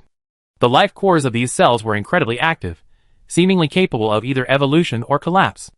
Their state was nearly identical to that of the Master of Evolution when he attempted a breakthrough. Is this a critical state? Richard observed the changes in these cells and froze in his tracks. The critical state refers to a special state immediately before breaking through, during which the Master of Physical Evolution reaches its peak. At this stage, their evolutionary time is almost negligible, and their cellular activity is at its peak. It seems the effect is limited. Richard observed the cells entering a critical state, feeling a touch of disappointment. However, this was only a preliminary experiment, and he hadn't yet conducted comprehensive research. It was difficult to say whether this was the full potential of this rare treasure. Furthermore, even if its effects were limited, it was still a treasure worthy of study. Richard retracted his clone and stared at the jelly in his hand, pondering a name for it. As the discoverer of this substance, Richard considered calling it Richard's evolutionary fluid. But after careful consideration, he decided that the name was a bit too silly. Finally, after a full minute of contemplation, Richard named it Critical Evolution Fluid. A name should always fit its practical purpose. After choosing a name, Richard immediately drained all the Critical Evolution Fluid from the Void Spirit. After removing the fluid, the Void Spirit visibly withered. It looked as if its body had been hollowed out. However, Richard didn't feel any pity for it. He was a wizard, not a saint. This hollowed-out Void Spirit was clearly excellent specimen material. With a strange smile, he sealed it with dimensional power and began to devour the Critical Evolution Fluid. Through experiments on his clone, Richard had roughly determined the dosage of the evolution fluid. After meticulously refining and absorbing it, Richard felt his entire body enter a state of euphoria. This state made him feel as if he would explode at any moment, or enter a new realm. Good results. Richard felt the throbbing cells, and his voice tinged with a subtle excitement. This highly active body had already had some impact on Richard's spirit. However, this was not the limit. One Void Spirit's critical evolution fluid wasn't enough. He needed more to fully reach the critical state. Buzz, the Void Spirit, its body constantly shifting colors, suddenly stopped in midair, as if it had sunk into some immobile quagmire. Behind him, the deer-headed, snake-bodied Moko opened his mouth and spit out a stream of rainbow light, feeding it bit by bit into his own mouth. This tastes good. After swallowing the universal spirit, Moko's body trembled violently, as if struck by electricity. Immediately afterwards, a violent wave of energy emanated from his body. Amid this intense wave of energy, the pressure exerted upon Moko's body unexpectedly and silently increased slightly. Although this increase was negligible, for a limit-breaking overlord, any noticeable improvement was precious. After a moment, Moko's body returned to calm. He opened his eyes, his expression calm, but a hint of excitement could be seen. Although the environment here is a bit bleak, the spiritual beasts it produces are truly remarkable. Eating this one saved me hundreds of years of arduous cultivation. As a limit-breaking overlord, the myriad spirit's effect on Moke was even more pronounced than on Richard. The critical evolutionary fluid within the myriad spirit was also a valuable treasure for Moke, its effect accelerating the evolution of his already limit-breaking body. After digesting the myriad spirit, the flaming wheel behind Moke slowly turned. Within this flaming wheel, countless evil spirits wailed incessantly. Though clearly engulfed in flames, each one was frozen to the bone, their skin and flesh etched with frost. Only upon their death would their bodies become fuel, reduced to ash by the flames. And within the flames formed by these evil spirits' bodies, the blood-red words "Miracle Wizard" slowly dripped with blood-red drops. Haven't we even reached that guy's 10-light-year range yet? Moke felt a wave of wonder as he watched the name dripping blood from the flaming wheel. While he wasn't a master of divination, his technique was undoubtedly highly skilled, originating from a now-extinct super-civilization. Even within the endless demon realm, there were only a handful of creatures capable of avoiding his divination. This community lacked a unified civilization, so logically, it was impossible for anyone to avoid his divination. That guy must have been unlucky and hadn't entered this area yet. Or perhaps, he was just across from me. Moko didn't believe Richard had any way to avoid his divination. Putting Richard's concerns aside, Moko resumed his hunt.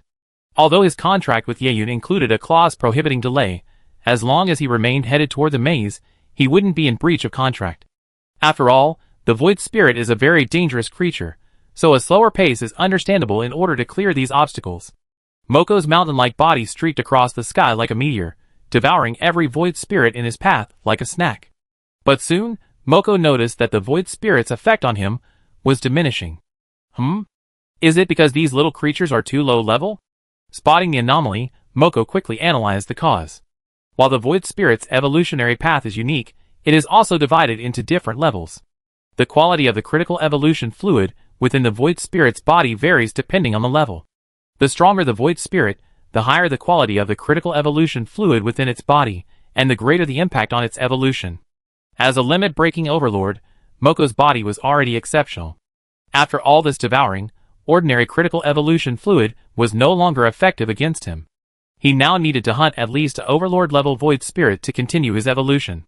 Moko's mind moved, and a vast spiritual force surged from his body, instantly sweeping across a radius of 100,000 kilometers. Everything within this 100,000 kilometer radius was visible to him. While hunting a lord might sound difficult, for Moko, killing a dimensional lord like this was no easy feat. He was a supreme true demon who had slain more than one legitimate civilization lord. A chasm existed between dimensional lords and civilization lords, and a similar chasm separated ordinary civilization lords from Moko. After such a reckless search, Moko quickly located a universal spirit lord. This lord's form had departed from the traditional spherical form, resembling a gigantic astral whale. Across its body, the rich universal dimensional power had transformed into a layer of materialized skin. Beneath this skin, any attack from non-dimensional forces was rendered invisible. Haha, I truly have a connection with this world community. Moko gazed at the overlord, feeling incredibly happy. Even the depression he felt after Richard had robbed him of his world within a world faded considerably. Ever since arriving in this community, good things have been happening one after another. It seems this community is where I find my way to becoming a great heavenly demon. However, Moko didn't notice that, less than 500 kilometers away, a pair of eyes were silently watching him. Chapter 9:15. Hundreds of kilometers away from Moko, Richard looked warily at this overlord whose appearance was somewhat familiar, but whose aura was quite unfamiliar. Am I just too lucky? I actually encountered an overlord from another civilization while exploring this dimension. Although the size of the star plane is nearly infinite, the dimensions within the endless dimension are also nearly infinite. The probability of encountering overlords from other communities during star plane exploration is extremely small. It looks like this guy has his sights set on that little whale. Richard looked at Moko, wondering if he should change his target. He had also set his sights on this overlord of this dimension. Richard also discovered the quality of the critical evolution fluid. The critical state caused by the critical evolution fluid is not permanent. After the critical evolution fluid is consumed, the organism's body will gradually return to normal. According to Richard's experiments, the higher the quality of the critical evolution fluid, the longer it takes for the body to return to normal after consumption. If the overlord-grade critical evolution fluid is used, the organism's body may remain in the critical state permanently. This guy's power is quite strong. Even playing the victim is a bit troublesome. The Dimension Overlord's power was merely that of an ordinary overlord, while Moko displayed a strength that clearly reached the limit-breaking level. If the two clashed, the chances of Moko being injured were minimal. Although Richard's combat power was also at the limit-breaking level, a limit-breaking overlord was no easy target for him. Rather than engaging in a conflict, it would be safer to find another target. Dimensions are so vast, dimension overlords are not uncommon. As long as he's willing to look, he always finds new ones. While Richard hesitated, Moko had already launched an attack on the Dimension Lord. A flaming wheel spun behind Moko, and a surge of dimensional force surged from it, resonating with the rules and transforming into a large scarlet hand. The Whale Lord sensed the attack, and a powerful, ever-changing dimensional force instantly erupted from his body. Everything within its reach was shattered and reassembled. Bang! All that had been shattered by the ever-changing dimensional force gathered around the Whale Lord, forming a solid barrier. Above this barrier, an unshakable aura clashed with the ever-shifting surroundings. Moko was slightly surprised by this. He hadn't expected a Dimension Lord to possess such a skill as reversing the rules. To reverse the rules is to reverse the manifestation of the rules to a certain extent. For example, a slight reversal of gravity becomes repulsion, and a reversal of the attraction of fire repels it. The Whale Overlord performed an even more advanced operation. He actually reversed the rules of illusion, transforming the ever-changing nature of the rules into one that made everything eternal. Bang! A massive hand slammed down. The scarlet hand collided with the barrier, unleashing a resounding roar, as if the heavens were collapsing and the earth were caving in. The aftermath of the collision shattered space tens of thousands of kilometers in radius, transforming the earth into a bottomless pit. But at the center of the Scarlet Hand, the Whale Overlord's barrier, though riddled with cracks, remained intact. The Whale Overlord stared at Moko, and suddenly released a stream of multicolored light. This light was pure dimensional power. If contaminated, even Moko would be damaged and his soul shattered. Alas, you people are always like this. Moko sighed softly, his figure forming a vast circle in the air. Behind him, a huge wheel of flame spun endlessly, and a crimson tunnel burning with flames appeared within the circle.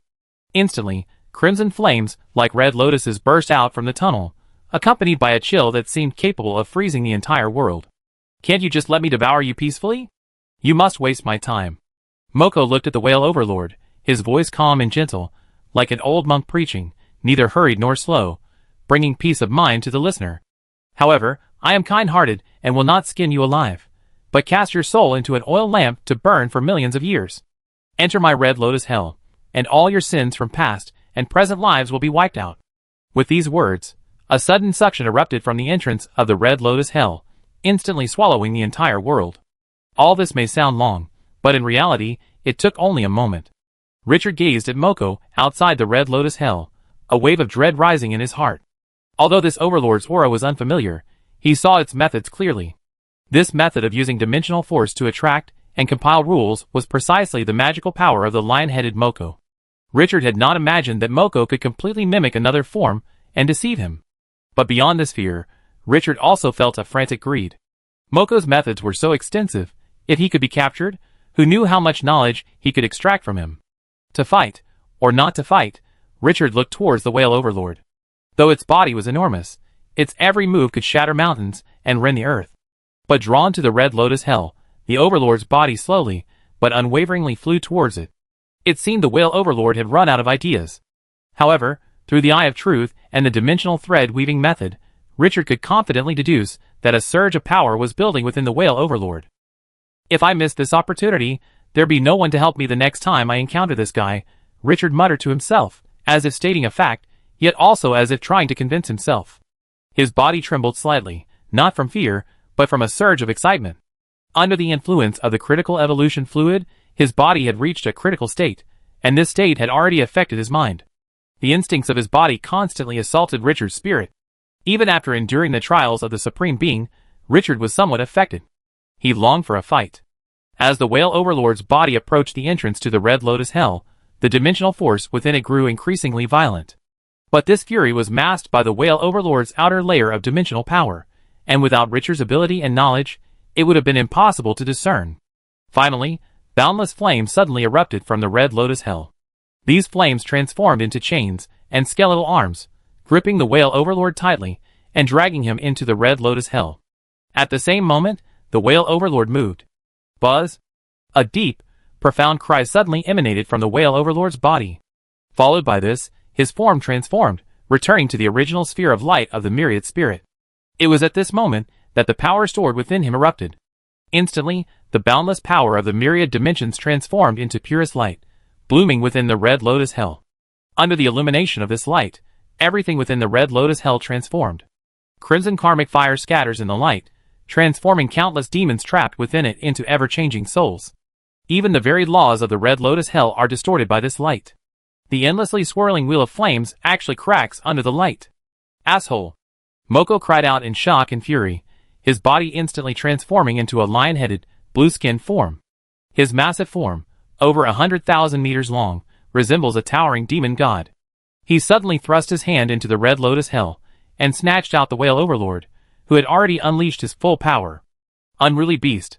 How dare you destroy the demon kingdom of a supreme true demon? With a roar, the Whale Overlord's body was crushed by Moko's crushing blow. The scattered critical evolutionary fluid resonated with the power of the ever-changing dimension, transforming into a colorful maze in the sky. The psychedelic, ever-changing dimensional power obscured Moko's perception. At this moment, Richard moved. The dimensional power, like a tide, converged within Richard, transforming into crystal-clear dimensional threads. Weaving these threads together, they unexpectedly transformed into a crystal-like needle. Using conventional means against a master like Moko would be suicidal. At this once-in-a-lifetime opportunity, the strongest and most reliable attack must be employed. And within the dimensional thread-weaving method, the most powerful tool Richard could wield was this dimensional crystal needle. The properties of this crystal needle were quite ordinary, simply basic penetration. However, in such advanced methods, the simpler the properties, the more terrifying they were. And the penetrating properties of this crystal needle were so great that not even a single dimension could withstand them. The master who created this art could even use the dimensional crystal needle to stitch two different dimensions together. Once the crystal needle was complete, Richard's dimensional power stirred again, and a complex technique derived from the dimensional thread weaving method took shape within him in an instant. Although the dimensional crystal needle possessed immense penetrating power, it lacked inherent lethality, and could only serve as a vehicle for other techniques. Nail. The dimensional crystal needle flew from Richard's hand, atop the vast maze, like a single raindrop in a storm. Blinded by the maze, Moko casually dispelled it. Suddenly, a chill ran down his spine, surging into his spirit. A sense of deadly danger raced through him. Boom! Without hesitation, a golden glow immediately enveloped Moko's body. Amid this golden light, countless tadpole characters flowed endlessly. One glance at them would convert any mortal to Moko's faith, becoming his followers and his lambs. But even with the golden light protecting him, Moko's sense of danger remained unchanged. Can't even the indestructible golden body stop it? Moko thought inwardly, horrified. The indestructible golden body was his strongest protective magical power. Even in the endless demon realm, few supreme true demons could break it. How could a danger arise in this barren dimension that even the indestructible golden body couldn't stop? As his thoughts raced, the dimensional crystal needle, like a drizzle of rain, reached the indestructible golden body. Before this ordinary crystal needle, the indestructible golden body, seemingly unshakable even by the collapse of heaven and earth, offered no resistance at all. The dimensional crystal needle penetrated Moko's body unimpeded. It worked. Richard smiled faintly. Inside the dimensional crystal needle, he placed a technique called silk puppetry. This technique targets the soul. If the entire silk puppetry technique were consumed, even a limit breaker would be subdued. Things unfolded just as Richard had anticipated. After being struck by the silk puppetry, Moko's body quickly became motionless. Richard observed him carefully, and after confirming with his true eye that Moko had indeed been struck, he slowly revealed himself and walked towards him. Moko, it's been a while since we last met. How have you been lately? Chapter 916. Looking at Richard approaching from a short distance, a flicker of shock flashed in Moko's eyes. He had many theories about the attacker, such as another ruler of this dimension, a passing ruler of another civilization, or even Wild Wind. But the only thing he hadn't considered was Richard. It's you, Moko said in a low voice, looking at Richard. I didn't expect you to be able to escape my divination. I underestimated you, and the community of this world. It's too late to say anything now, Richard said calmly. From his hands, dimensional threads continued to emerge, intertwining in the air, slowly transforming into a white spiderweb. Although Moko couldn't quite understand what Richard was doing, the sense of containment emanating from the web revealed its identity. It was a seal. You actually want to seal me?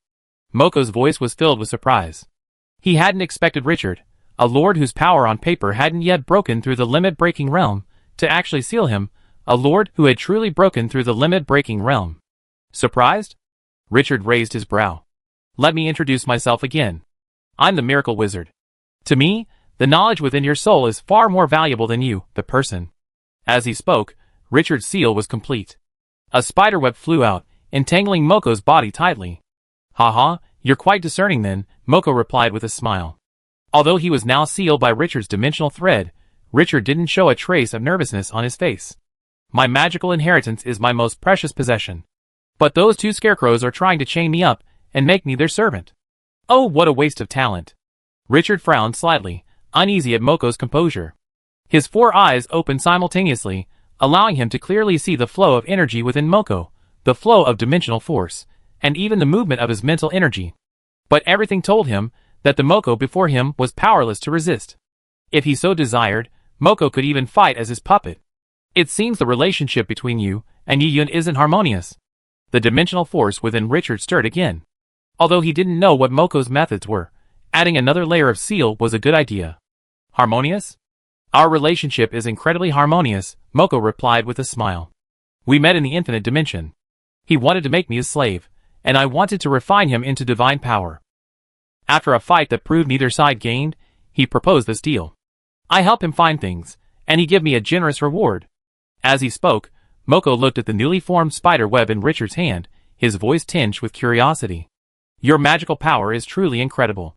Even in the Endless Demon Kingdom, only a few great demons possess such power. It seems this world once produced a remarkable civilization. Endless Demon Kingdom? Is that the name of your civilization? Richard asked. Yes, the Endless Demon Kingdom, the place where all demons reside, the homeland of billions of true demons, the territory of the great demons. Moko recited a series of names, a hint of unconscious pride on his face as he spoke. This was an expression unique to members of a great civilization that could dominate all. Richard shook his head slightly. I haven't heard of it, but judging by your level, the Endless Demon Kingdom must have unified the entire world community. Moko's skill is quite impressive. It's hard to say if a regular limit-breaking overlord could surpass him. Such an overlord would be a pillar of support in a civilization undergoing expansion or war, and would absolutely not interfere with the affairs of the cursed demon. Who knows if a conflict this divisive of civilizations might lead to any malfunctions. If so, and if their strength were weakened, it would be a great problem for a civilization.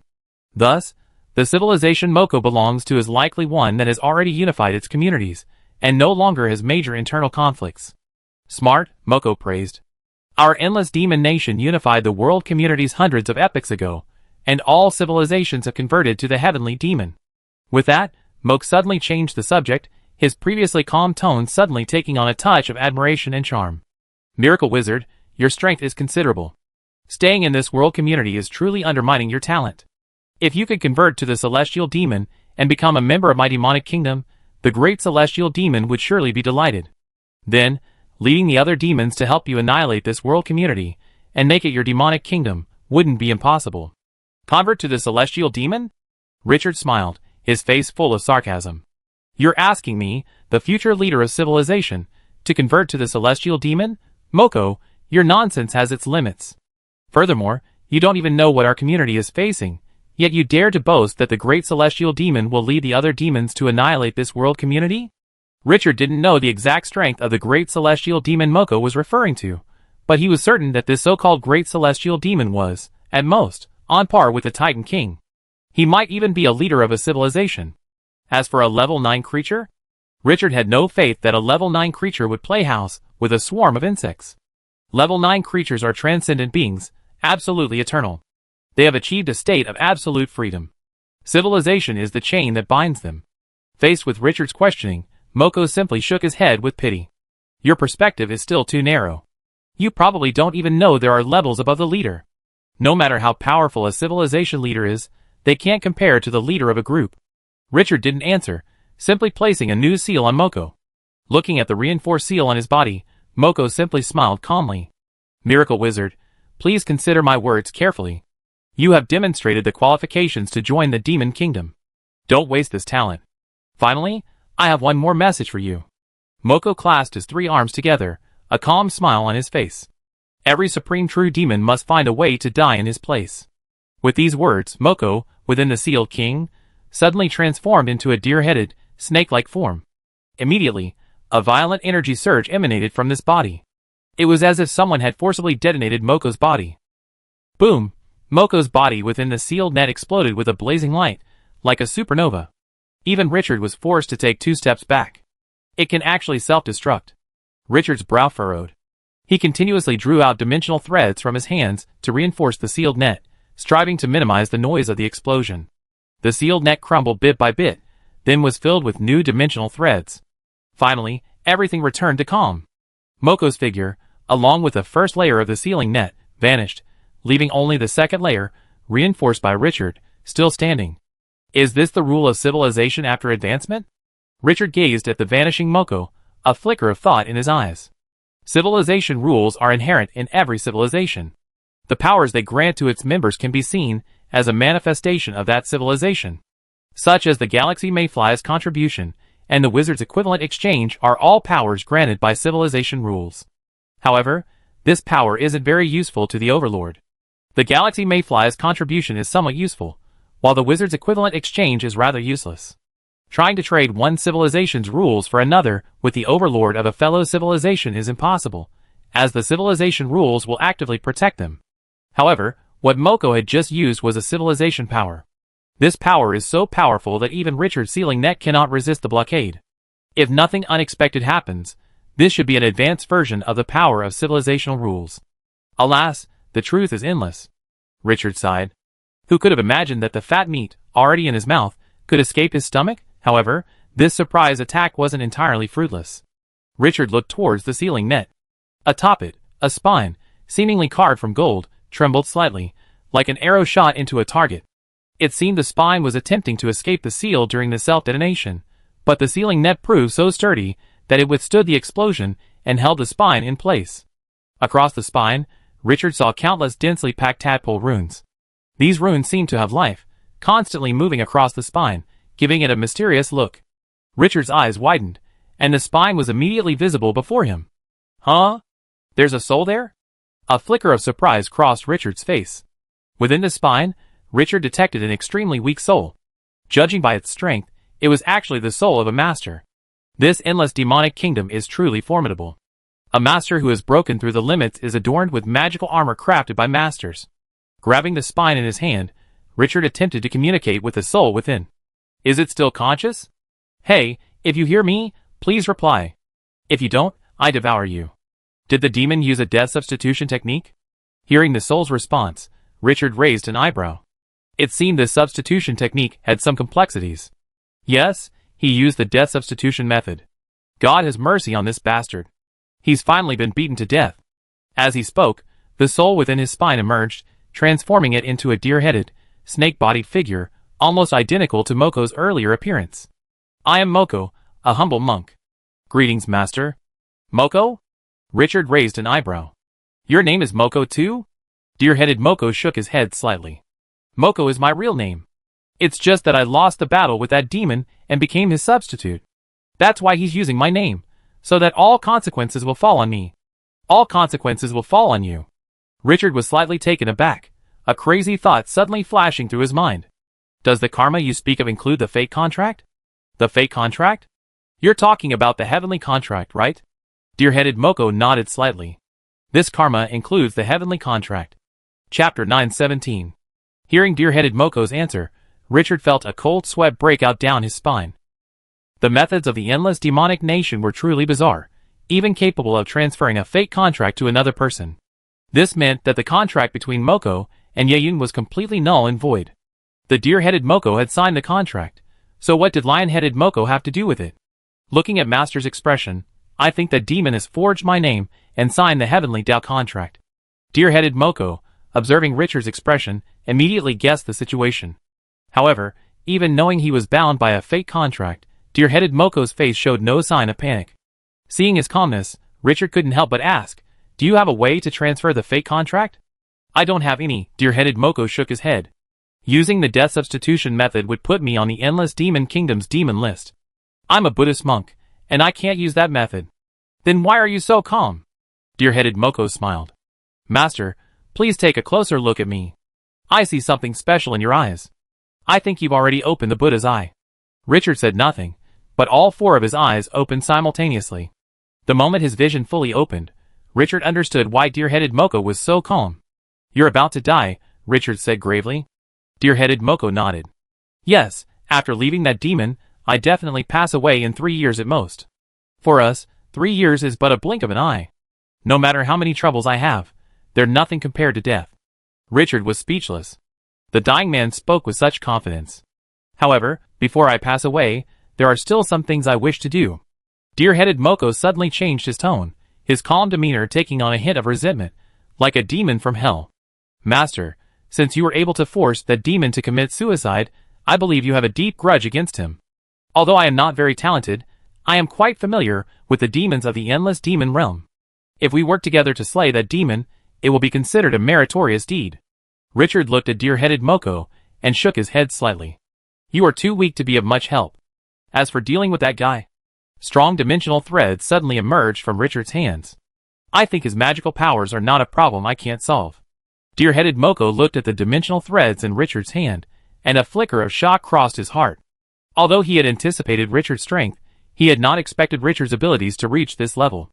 Although the dimensional thread before him looked simple, it contained infinite variations, a masterpiece of uncomplicated ingenuity. It seems I underestimated the master, deer-headed Moko sighed. I had hoped to earn some merit before I died, to benefit future generations. But now it seems I was too greedy. Merit? Richard repeated Deer-headed Moko's words, a hint of confusion in his tone. What is this merit you're talking about? Although he understood Moko's meaning, he knew there was a discrepancy between his understanding and Deer-headed Moko's words. Deer-headed Moko laughed, haha, merit is the community rule of our 10 Directions Buddha land. In our 10 Directions Buddha land, everything is linked to merit. The higher a monk's merit, the more favored he will be by the dimension, and the deeper his blessings will become. Furthermore, the merit of ancestors can benefit future generations. That demon has been designated an enemy of the Buddha by the 10 Directions. If I can slay that demon, even if I die, my clan will gain a great deal of merit. Richard was slightly surprised by this. He had never imagined that the rules of civilization could become so miraculous after unifying a community. The effects of these rules alone could benefit future generations and influence fate. Richard paused for a moment before speaking again. If you wish to claim this merit, it's not impossible. Deer-headed Moko was slightly taken aback, then realized what Richard was about to do. Master, what do you want from me? Richard said seriously, everything. Deer-headed Moko was stunned again, then shook his head after confirming he had heard correctly. If Master didn't have the mark of the enemy of the Buddha on his body, based on your words alone, I would have considered you a member of the demon realm. All. That's too greedy. Richard's expression remained unchanged, showing no sign of negotiation. Deer-headed Moko was a pleasant surprise. If he could extract some benefits from him, that would be great. If not, he could simply seal him and wait for him to die of old age. Deer-headed Moko, seeing Richard showed no sign of bargaining, thought he had stepped out of a wolf's den and into a tiger's lair. However, Richard wasn't from the Endless Demon Kingdom, and he wasn't an enemy of the Buddha. As long as he wasn't an enemy of the Buddha, then exchanging his inheritance for merit was a good deal. After a moment's deliberation, Deer-headed Moko said, I can teach you all the secret techniques I know that can be passed down. Richard shook his head slightly. Not enough. Oh! Master, what else do you want? A hint of greed flashed in Richard's eyes, and a faint smile appeared on his face. I want everything you've seen and heard, everything you know and have seen. I want it all. I see. Deer-headed Moko suddenly laughed. I never expected to meet someone so eager for knowledge. My luck has finally turned from bad to good. These things aren't worth much. Master, you can take them all if you want. But I only want one thing. A dark red demonic light gradually spread from Deer-headed Moko's body. I want to kill that demon with my own hands. The transaction went smoothly. After signing the fateful contract, Deer-headed Moko transformed all his knowledge into a seal and handed it to Richard. This seal would automatically open once the contract was completed. Of course, Moko had also provided some information in advance as a token of goodwill. Richard, in turn, fashioned a temporary body out of his flesh and blood. Deer-headed Moko inserted his spine into the new body, and within moments, he established a physical and spiritual connection. Though the bond was tenuous, it was sufficient to protect Deer-headed Moko's soul. Master, what a strong body! The moment the connection was established, Deer-headed Moko sensed the strength of Richard's body. Although it hadn't yet reached its limit, the power contained within it surpassed even that of some limit-breaking overlords. While exploring with his mental power, Deer-headed Moko instantly noticed the laws within Richard's cells. This is the prototype of the inner universe. Hearing Deer-headed Moko's exclamation, Richard suddenly looked at him. Have you seen this? Deer-headed Moko nodded slightly, looking at Richard with awe. I never thought the master was actually a disciple of the Buddha himself. How disrespectful. Buddha? Richard searched through the information Deer-headed Moko had given him, and quickly found information about this so-called Buddha. Buddha is a term used to designate leaders in the 10 directions of the Buddha land. This leader isn't the leader of a civilization as Richard was familiar with, but rather the leader of an entire world community. The corresponding term is the Great Celestial Demon of the Endless Demon Realm. Did your Buddha also follow this path? Deer-headed Moko nodded slightly. Yes, but the Buddha didn't succeed on this path in his past, and instead chose another. After achieving enlightenment, the Buddha once lamented this, saying that he lacked the perseverance and determination to abandon this path of the righteous Dharma. Richard's heart moved at this. It seemed the path chosen by the Titan King was not flawed. What do you know about this path? He asked again. Deer-headed Moko shook his head. Master, I only know that everything is sealed. If you want to know, you find out after the transaction is completed. The matter with Deer-headed Moko seems long, but in reality, it took only a moment. The most time-consuming part was crafting the body. After finishing the matter with Deer-headed Moko, Richard looked towards the maze in the sky. Within this maze, Richard's true eye could see a gleaming foreign object hiding within. This object was undoubtedly the whale overlord crushed by lion-headed Moko. For an overlord, the destruction of his body was no big deal. Even though the whale overlord was an uneducated dimensional overlord, he didn't die after being crushed by lion-headed Moko, but his aura was much weaker. Looking at the hidden whale overlord, Richard chuckled and began weaving the dimensional threads in his hand. This whale overlord was a valuable asset to him, and now that it had been severely injured by Lionhead Moko, it was the perfect time to capture it. The dimensional net took shape in a moment, and Richard pretended to leave as he flew off into the distance. The Dimension Overlord breathed a sigh of relief upon seeing Richard fly away. He then began to gather the ever-changing dimensional power within the space, preparing to find a place to recuperate. But just as he had cleared the obstruction in the space, a large net flew in from afar, like a canopy, enveloping the creature. "Ha, a big fish." Richard laughed as he flew in from afar, his sealing net flying out, enveloping the whale overlord within. Closing the net, Richard looked at the whale overlord, tightly entangled in the dimensional threads, and couldn't suppress the smile on his face. This whale is more than just a dimensional overlord. It also represents a renewable potion that can rapidly bring overlords to a critical state. Further research may reveal that the critical evolution fluid within its body can even directly boost physical strength. This would undoubtedly be a tremendous improvement for the Wizarding Union. Richard reached into the seal and pulled out a ball of vibrantly colored critical evolution fluid from the dimensional overlord's body. "What a wonderful thing!" Richard exclaimed in admiration. The quality of this critical evolution fluid was so high that even the dimensional power Richard had encased it in was constantly changing. If consumed, the effects would be truly astonishing. But as Richard admired the ball of critical evolution fluid, a foreboding premonition suddenly seized him. Around him, all changes seemed to have been paused, frozen in time. Richard gazed into the distance. At the edge of his sight, a massive creature, like a jellyfish, was hurtling towards him at breakneck speed. The terrifying aura emanating from him was beyond the reach of even a limit breaker. It's a dimensional giant. Chapter 918. For astral masters of civilization, the vast majority of the dimensional masters of the endless dimension are easily manipulated. As long as the battle doesn't take place within the dimension where the master was born, even a newly promoted master can defeat some. However, this doesn't mean that all dimensional masters are weaklings, who can be manipulated at will. Dimensional masters have longer lifespans than astronomical masters of the material world, and possess more effective methods for prolonging their lives. Given these circumstances, nearly every dimension contains a group of extremely old masters. Each of these old masters possesses combat power unimaginable to ordinary masters, and each one dominates the endless dimension. Wizards call these dimensional masters dimensional titans. When faced with such masters, even limit-breaking masters must retreat. If the battle takes place within a dimension, the best course of action is to retreat. Fighting a dimensional titan in the dimension where the master was born can kill even a limit-breaking master instantly. Run! Without hesitation, Richard immediately made the most correct decision. He had no idea why this giant had come. Perhaps it was the violent energy reaction from Moko's self-detonation, or perhaps it was the small whale he had caught in his net. Regardless of his motive, all he could do now was flee.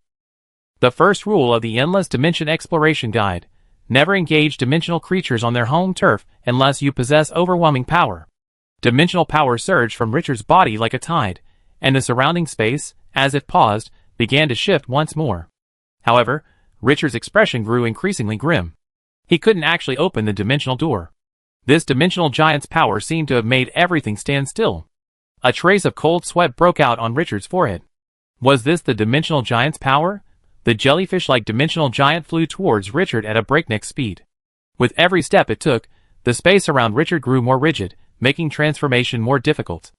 In this dimension known as ever-changing, this dimensional giant's power was surprisingly unwavering. Confirming he couldn't escape the dimension, Richard's thoughts raced, and he immediately flew towards the labyrinth, even leaving the newly captured whale overlord behind. Since he couldn't escape the dimension within the giant's influence, he could always escape by running outside of it. Besides, even if he couldn't escape the giant's domain, the labyrinth, boasting nearly infinite space, would surely hold it back. Even if the maze couldn't hold them back, the two cursed demon kings of the cursed demons, along with that malicious Moko, would surely attack this giant. Though powerful, the dimensional giant would be defeated by multiple limit breakers.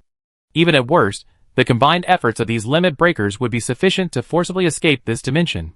The jellyfish overlord sensed Richard's movements and suddenly waved its tentacles, resembling rainbow crystals. Buzz! A faint humming sound suddenly echoed through the air, and a shockwave emanated from the jellyfish overlord's tentacles, instantly catching up with Richard.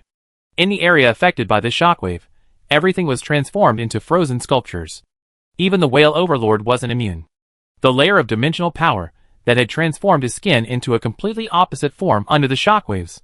This dimensional power, like a layer of amber, held his body in place, preventing even the slightest change. Damn it, is it targeting me? Noticing the shockwave piercing through the whale overlord and heading straight for him, Richard knew things were taking a turn for the worst. This dimensional giant wasn't targeting the whale overlord, but him, an alien from another dimension. Watching the shockwave approach, Richard was forced to slow down and focus on defense. White dimensional threads emerged from his body, enveloping him tightly like a cocoon.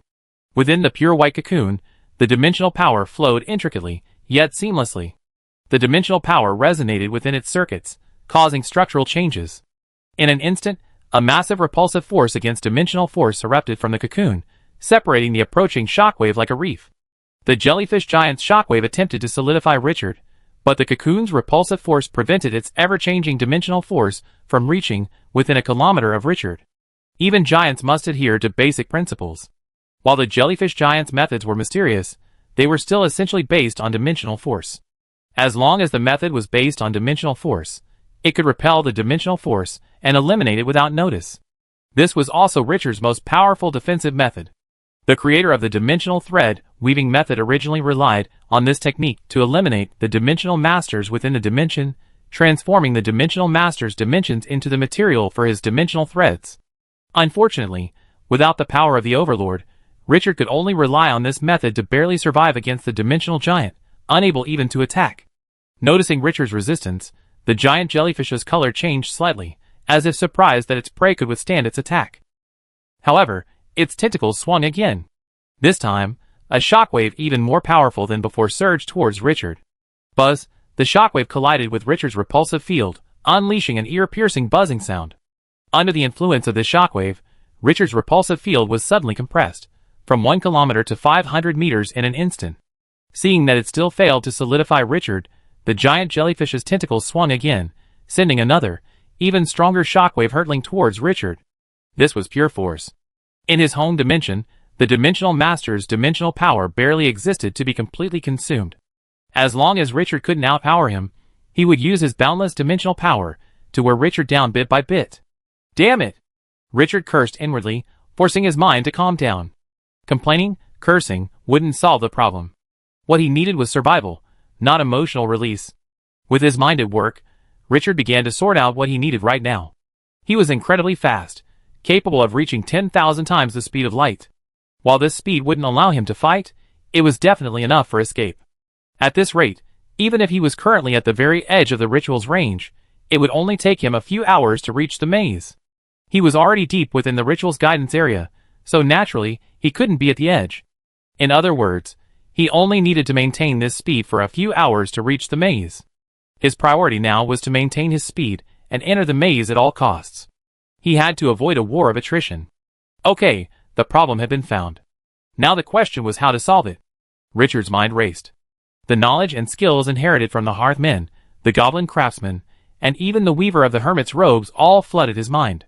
He now had to find a solution to the current problem from all this. Buzz! A fierce humming sound echoed in Richard's ears. This kind of humming couldn't propagate within the jellyfish giant's territory, so it could only linger around Richard, causing him to become distraught. Accompanied by this irritating humming, Richard's repulsive field shrank again, this time to 100 meters. If this continued, 2 more strikes would engulf Richard in the power of the jellyfish overlord. He wouldn't die immediately. At least not until the thread of his fate was severed by the devourer of civilization. But he would undoubtedly be severely injured or perhaps even become a collectible by the giant jellyfish. This was something Richard absolutely couldn't accept. So what's the answer? Richard's mind raced, as if an endless stream of information raced through him. Soon, a cruel truth dawned upon him. There's no solution. He possesses numerous inheritances, but none can solve his current problem. Even the nearly omnipotent dimensional thread weaving method couldn't solve his problem at this moment. At least, At his current level of development, it couldn't. Spiritual evolution differs from physical evolution. Spiritual evolution requires ample time to accumulate and research knowledge. Last-minute cramming won't lead to a significant leap in the combat power of a spiritually evolved creature. Is this the end? Richard frowned, and suddenly pulled deer-headed Moko from his pocket. Moko, I need your help now. Deer-headed Moko glanced around with some confusion. After noticing the collision of fields, his expression suddenly grew serious. Giant? Yes. Master, what do you need me to do? Richard said in a deep voice, I need to maintain this field for at least 6 hours. Deer-headed Moko glanced at the field surrounding Richard, his mind surging with intense mental fluctuations. Buzz, the piercing buzzing sound echoed again, this time compressing the repulsive field to within 10 meters of Richard. With Richard's true form unfolded, the field was practically indistinguishable from a close-fitting one. It was at this moment that deer-headed Moko finally spoke. Master, your method utilizes only dimensional force, unadulterated by rules. While pure, it's inadequate for this situation. I have a unique method that explores the secrets of divine power. Master, you possess the rules of gravity. If you can comprehend the secrets of divine power, you can cause this field to expand. With these words, a mental wave imbued with complex information entered Richard's soul. Instantly, Richard seemed to have entered a vast lecture hall. Within the hall stood a massive Bodhi tree. Beneath it, countless monks sat silently cross-legged. In the center of these monks, a human figure, seemingly withered yet imbued with boundless vitality, slowly opened its eyes. You've arrived. Chapter 919. I'm finally here? Listening to the Buddha's words, Richard felt the hairs on his body stand on end. Could it be that the Buddha had foreseen this happening years ago? And according to deer-headed Mahaka, after attaining enlightenment, the Buddha possessed 1,000 faces, and people would only see the form they wished to see. Now that he had seen the Buddha in human form, didn't that mean? Maka, calm down. The Buddha looked at Richard, his voice steady, like a seasoned scholar in the classroom. You have come here to learn the secrets of supernatural powers. If you can't calm down, all your efforts will be in vain. Richard subconsciously took a deep breath, trying to calm himself. Whether the Buddha before him was a Buddha from the 10 directions or not was of no consequence to him at this moment. Even a level 8 semi-creature had to adhere to basic principles.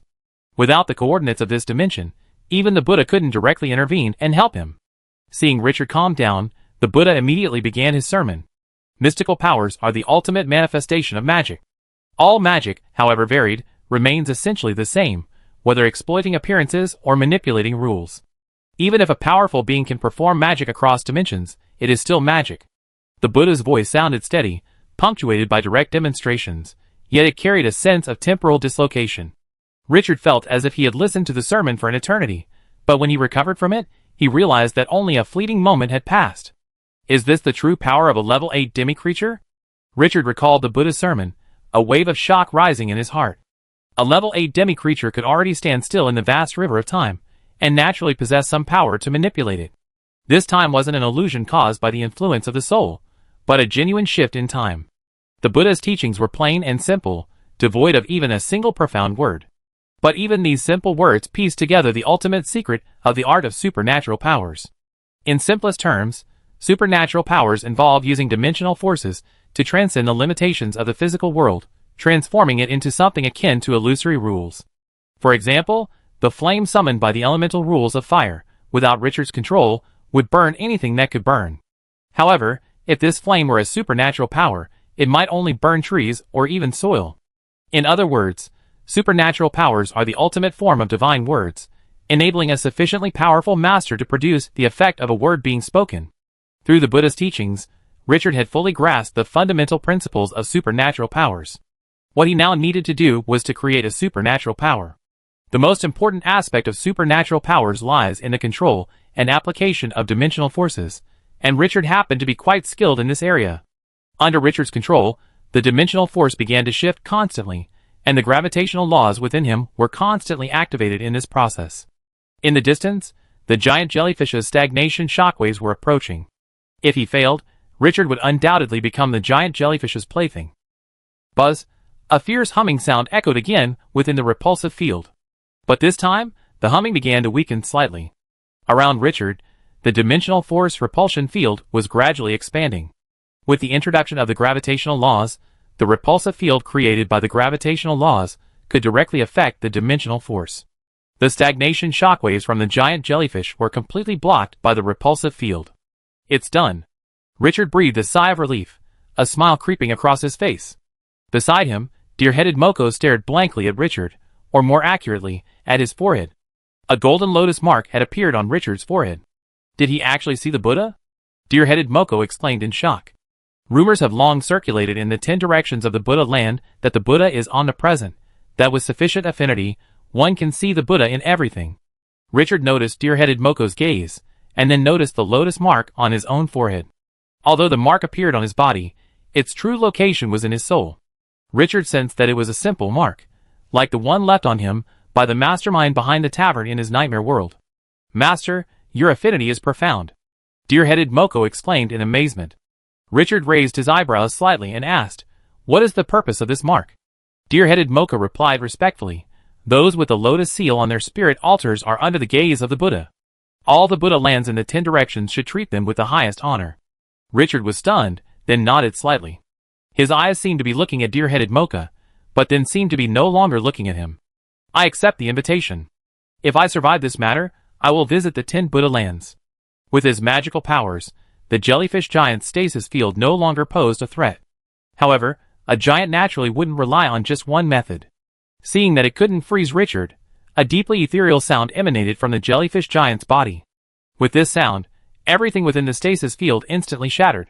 In an instant, Richard felt as if he had entered the void of an endless dimension, and everything around him was pitch black. The jellyfish giant manipulated and reorganized the fragmented space and matter. In a matter of moments, a twisted space resembling a Mobius strip enveloped Richard. At the periphery of this space, the shattered matter and spatial fragments combined to form a vast transparent sphere. Oh, this method is quite ingenious. Richard looked at the Mobius strip that enveloped him, his face devoid of any nervousness. If the giant had continued to overpower him with force, he might not have escaped. But for the giant to display his skills before him was a bit overconfident. As a master shouldering countless inheritances, Richard lacked only physical strength. Buzz, the force of dimension transformed into a long sword in Richard's hand. The blade, transformed by the force field of gravity, instantly sliced through space and the outer barrier of matter. The greatest characteristic of gravity is its interference with everything. Whether space or matter, everything changes before it. In the starry dimension, even time is disrupted by gravity. Bang! The outer edge of the Mobius strip shattered instantly, and Richard burst forth like a stream of light.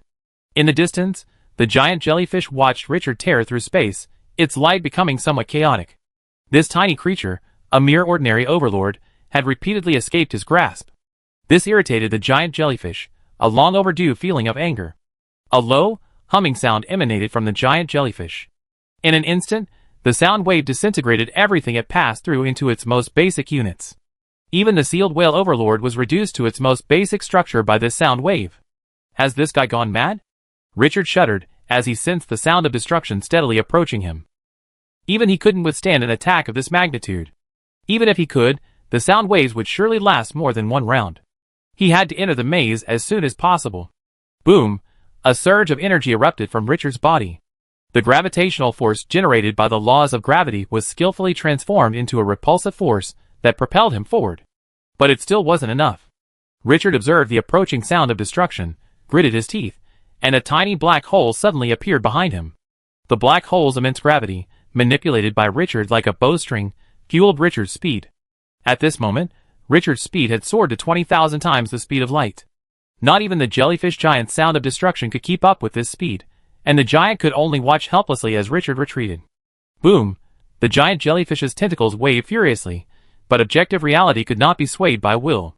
2 hours later, Richard surveyed the valley before him, then glanced again at the pathfinding arrow created by the ritual for confirmation. Seeing the arrow pointed directly at the basin before him, Richard couldn't help but feel a sense of caution. After 2 hours of rapid flight, Richard had arrived at the location where the first cursed demon king had disappeared. If the ritual had gone smoothly, then the unremarkable basin before him must be the location of the maze. From the outside, the basin looked ordinary. Aside from the bare expanse inside, there was nothing special about it. But in the ever-changing dimension, bare ground was normal. Richard opened his true eye, and to him, the basin remained unremarkable. It was as if some force was obscuring the basin's true nature. Richard looked at the basin and shook his head slightly. Strange, strange. No matter how I look at it, this place is flawless. No wonder the cursed Demon King disappeared there. If even his true eye couldn't detect the problem, conventional detection methods certainly wouldn't reveal it either. If one entered the maze without knowing the details and taking any precautions, one could indeed get lost. Sighing, Richard pulled his miracle book from his pocket. With the experience of the first cursed Demon King, Richard would surely be well prepared before entering this maze. Mystical power rapidly gathered under the influence of the miracle book, and under the convergence of holy light, it transformed into a very simple rune. This rune had no other purpose but to provide Richard with direction. As long as this rune was placed outside, even if Richard got lost inside, he could rely on it to guide him out. Yi Yuan and Yi Feng had previously used this method to conduct their first exploration. After concealing the rune, Richard reached the edge of the maze and cautiously stepped forward. Ding! A crisp sound echoed in Richard's mind. The moment he entered the maze, the scenery before him instantly shifted. The previously empty basin transformed into a constantly shifting mirror passage. Richard stepped back, and the scene before him returned to the ordinary basin. As long as I don't move after entering the maze, my position won't change, Richard pondered. Entering the maze once again, Richard took a step forward. With this small step, Richard noticed that his distance from the rune had suddenly become significantly greater, and his direction had also changed. Richard's 4 eyes opened simultaneously. He saw the space around him constantly shifting, and his own spatial coordinates were constantly changing. In other words, Richard felt like he was drifting in a turbulent river. Interesting. Richard surveyed the surrounding space, a flicker of intellectual curiosity crossing his face. This maze definitely holds a profound secret. Chapter 920. Endless Labyrinth. Richard's 4 eyes opened wide, and like a statue, he quietly observed his surroundings. The information Yefeng had previously given him contained scant information about the interior of the Endless Labyrinth. Therefore, Richard had to gather some knowledge about it on his own. Furthermore, he had to verify the accuracy of Yefeng's information. Yefeng described the spatial cycle within the Endless Labyrinth as being like a pie, infinite, and completely devoid of any cyclical pattern. Finding the missing cursed Demon King within this space would depend solely on luck. However, this was all Yefeng's judgment. Although Yefeng was the cursed Demon King, one of the most powerful beings in a civilization, the cursed demon race's research focus was not on rules. Most of their methods focused on mystical power and dimensional power. They had made little progress in areas of rule, energy, and other areas that were the focus of conventional races. In other words, they were only slightly stronger than the natives, and only slightly stronger than the natives. This made Richard extremely skeptical of Yefeng's judgment. An infinite, ever-changing, non-cyclical space, its very existence challenged wizards, and even Richard's knowledge of space. This isn't right. Richard muttered to himself, observing the flowing space around him. Is there really no pattern to this place? He had been observing for a week, constantly casting runes into the surrounding space, trying to discern the patterns of spatial flow. But, from Richard's observation, this space truly seemed to have no pattern at all. The runes he had injected into the spatial flow barely reappeared before his eyes. Furthermore, he discovered a harsh truth. This spatial circulation system was extremely sensitive to disturbances. Any slight disturbance would cause a drastic change in the entire cycle. This meant that even if the spatial circulation system had a regular pattern, his act of injecting runes as markers would disrupt that regular pattern, leading it completely into the unknown. Unable to observe, and with no results, Richard's research ran into problems from the very beginning. Does it really have to rely on luck? Richard felt a headache as he observed the constantly flowing spatial flow around him. While the size of this maze wasn't infinite, it was certainly a vast area. And within it, Richard couldn't use his mental power to explore. His mental power would be shattered by the spatial flow. Richard's observations could only rely on the eye of truth. He couldn't open a dimension. Dimensions were blocked upon entering this maze, even more so than within the jellyfish giant's domain. With Richard's current strength, opening a dimension within the maze was essentially impossible. Coupled with this irregular, recurring space, Richard's only hope of finding the missing first Lich King was luck. But relying on luck was too unreliable. Richard frowned slightly, as small tumors suddenly sprouted from his body. As these tumors separated from Richard, they transformed into smaller versions of him. Richard left a fragment of his soul within each of these smaller versions, and then released it into the spatial flow. After injecting it into the spatial flow, Richard suddenly saw multiple images. These images were all transmitted by his clones, each containing a fragment of Richard's soul. Even if it's a gamble, the odds are better with more people than with fewer, Richard muttered to himself. Watching the images transmitted by his clones, Richard multitasked. He observed the circulation of the spatial flow, searching for hidden patterns, while also observing the images transmitted by his clones, checking for anything that didn't belong to this dimension. The ever-changing dimension has existed for an unfathomable amount of time, and the time since this maze was created is also incalculable. Richard believed that there must be more than one master who, like the first cursed demon king, had strayed into the maze and become lost. And these lost masters must have made some discoveries. Dong, dong, dong. A dull bell echoed through the mirror passage. In the center of the passage, a bronze tower over a kilometer tall continuously chimed. The bell tolled every 2 minutes, and for every 120 rings, a mark would appear on the tower. When the mark reached 120, it transformed into a single stroke. When the strokes reached 120, a rune the size of a sesame seed would appear on the tower. At this moment, the tower was covered in a layer of green copper rust, and beneath the rust, countless runes lay dotted across its surface. Suddenly, the tower's bell stopped.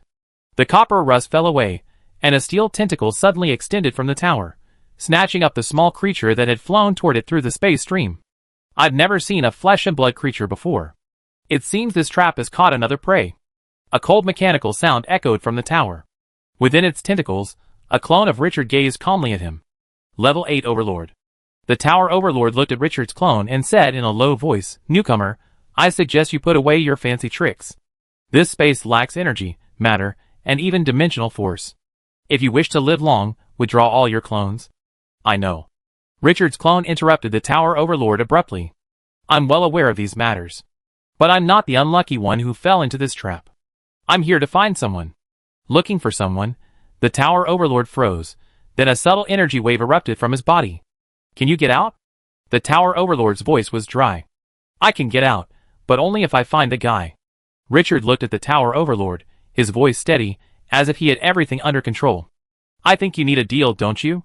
The Tower Master barely hesitated. "What do you want? Treasures? Technology? Or even a request? I can grant you anything." The Tower Master had already thrown aside the principles of negotiation and revealed his bottom line. He had almost no bottom line. He had already spent 176,543 tower years in this maze, equivalent to approximately 560,000 wizard years. And for the foreseeable future, he would remain in this maze for an unknown amount of time. Perhaps, he would never escape this maze until he died of old age. And now, an opportunity to escape presented itself to him, and there was no reason not to cherish it. "Very good, my friend. Your sincerity has touched me." Richard smiled sincerely. "I don't ask for much. Knowledge, technology, none of that. I only need your complete research into this maze, and your willingness to fight a war for my civilization. Once the war is over, you can return to your homeland at any time." After hearing this deal, the Tower Lord, though aware that this war would be no small undertaking, agreed without hesitation. Every lord is a shrewd and calculating individual, knowing precisely when to bargain and when not to. Bargaining is based on a reasonable disparity in status between the two parties, and he was not in a position to bargain at this moment. If he attempted to, he would only receive harsher terms. "I promise you, I will draft the contract of destiny." Upon hearing this, both Richard's clone and his original form smiled. This was a truly fortuitous deal. The contract was quickly drawn up. After Richard confirmed that it was flawless, he used miraculous sorcery to verify the Tower Master's true name. After witnessing Lionhead Moko's methods, Richard no longer fully trusted the fake contract. After confirming everything was correct, the two signed the contract. After completing the contract, the Tower Master immediately shared all his knowledge of the maze over the years. "The space within this maze is not infinite. I'm almost certain of that," the Tower Master said with absolute certainty. "However, the spatial cycle within it is nearly endless. As you've already seen, this spatial cycle is extremely sensitive to disturbances. Any disturbance will cause it to change. And there are more than one unlucky soul like me trapped in this trap. With the disturbances caused by these people, this spatial cycle will never find its rhythm, forever filled with uncertainty." Richard nodded slightly at this, his confidence in finding the first cursed demon king declining again. Using his clone to lead the Tower Lord out of the maze, Richard began deploying clones again. The Tower Lord's appearance was a good sign, proving that many unlucky souls remained trapped within this maze.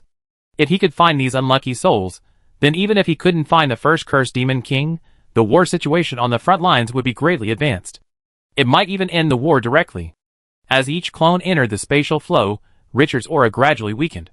This maze not only blocked his dimension, but also severed his connection to the 4 elemental realms. Without the elemental replenishment from the 4 elemental realms, every clone Richard released was like cutting flesh from himself. But fortunately, Richard could escape.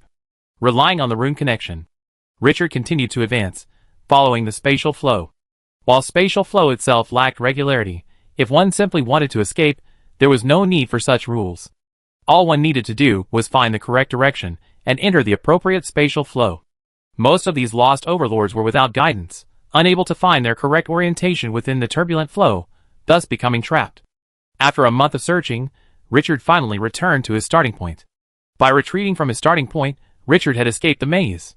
Outside the maze, the Tower Overlord was recovering his strength and, in the process, handling the affairs of his own civilization. After so many years of wandering, he had accumulated a vast amount of matters within his civilization that needed to be addressed. Seeing Richard emerge, the Tower Overlord immediately came forward. "Sir Wizard, are you finished with your exploration?" Richard shook his head slightly. "Of course not." "So you need help?" Richard smiled, declining the Tower Overlord's offer. "Not yet." With this, Richard began to absorb the elements of the ever-changing dimension. Seeing this, the Tower Master was slightly stunned and asked curiously, "What are you going to do?" "It's simple," Richard replied calmly. "I plan to use my clones to fill every spatial flow. Draw out all the masters in this maze." Chapter 921. Hearing Richard's boastful words, the Tower Master was stunned for a moment. This was a crazy idea he had never considered. You know, while the space within this maze is limited, this finiteness is relative to true infinity. In reality, the space within this maze is infinitely vast. Initially, the Tower Master had tried to push forward in one direction, defying the spatial flow.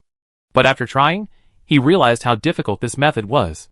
The spatial flow within this maze may appear fragile, and even the slightest disturbance can cause drastic changes.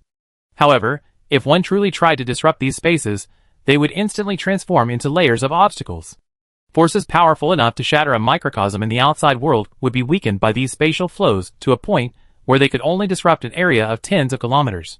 Tens of kilometers sounds large, but in this maze of unknown size, this area is simply inadequate. Within this space, the Overlord has no energy supply and no support from civilization.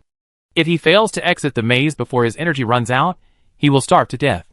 "Your idea is a bit beyond my imagination," the Tower Overlord said with a hint of wonder. Richard smiled and said nothing more. He knew it was unrealistic to rely on clones to fill the entire maze's spatial flow, but he didn't need to fill it all. He only needed to fill a portion of the spatial flow.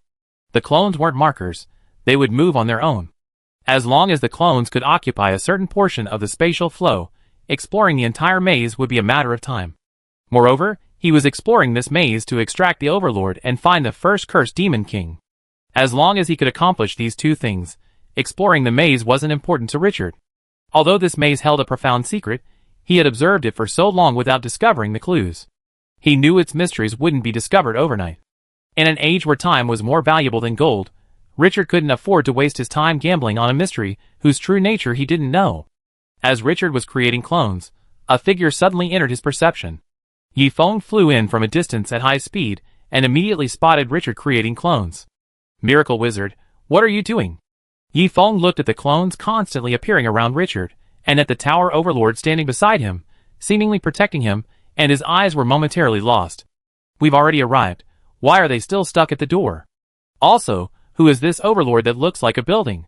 Is he a member of the Wizarding Union?" Richard looked at Yi Feng and calmly replied, "I'm using clones to search this maze. This is the Overlord of the tower, whom I rescued from the maze." "Searching the maze with clones?" Yi Feng froze at Richard's words. "Should I tell you that the space inside this maze is infinite?" "You did. But this way it's more efficient." "I don't deny the efficiency, but your attitude."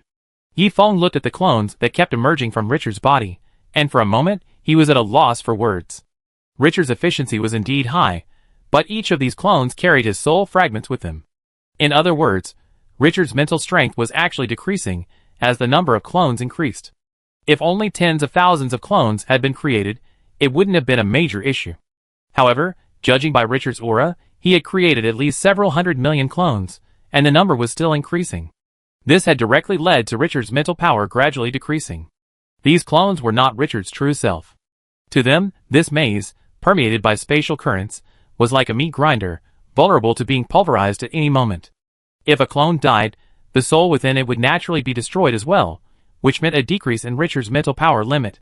Furthermore, this maze was filled with numerous void spirits and lost overlords. Some of these creatures had gone berserk, attacking any living being they saw. With so many clones released by Richard, it was likely that a significant number would be lost in the maze. This was a considerable price to pay for the Overlord.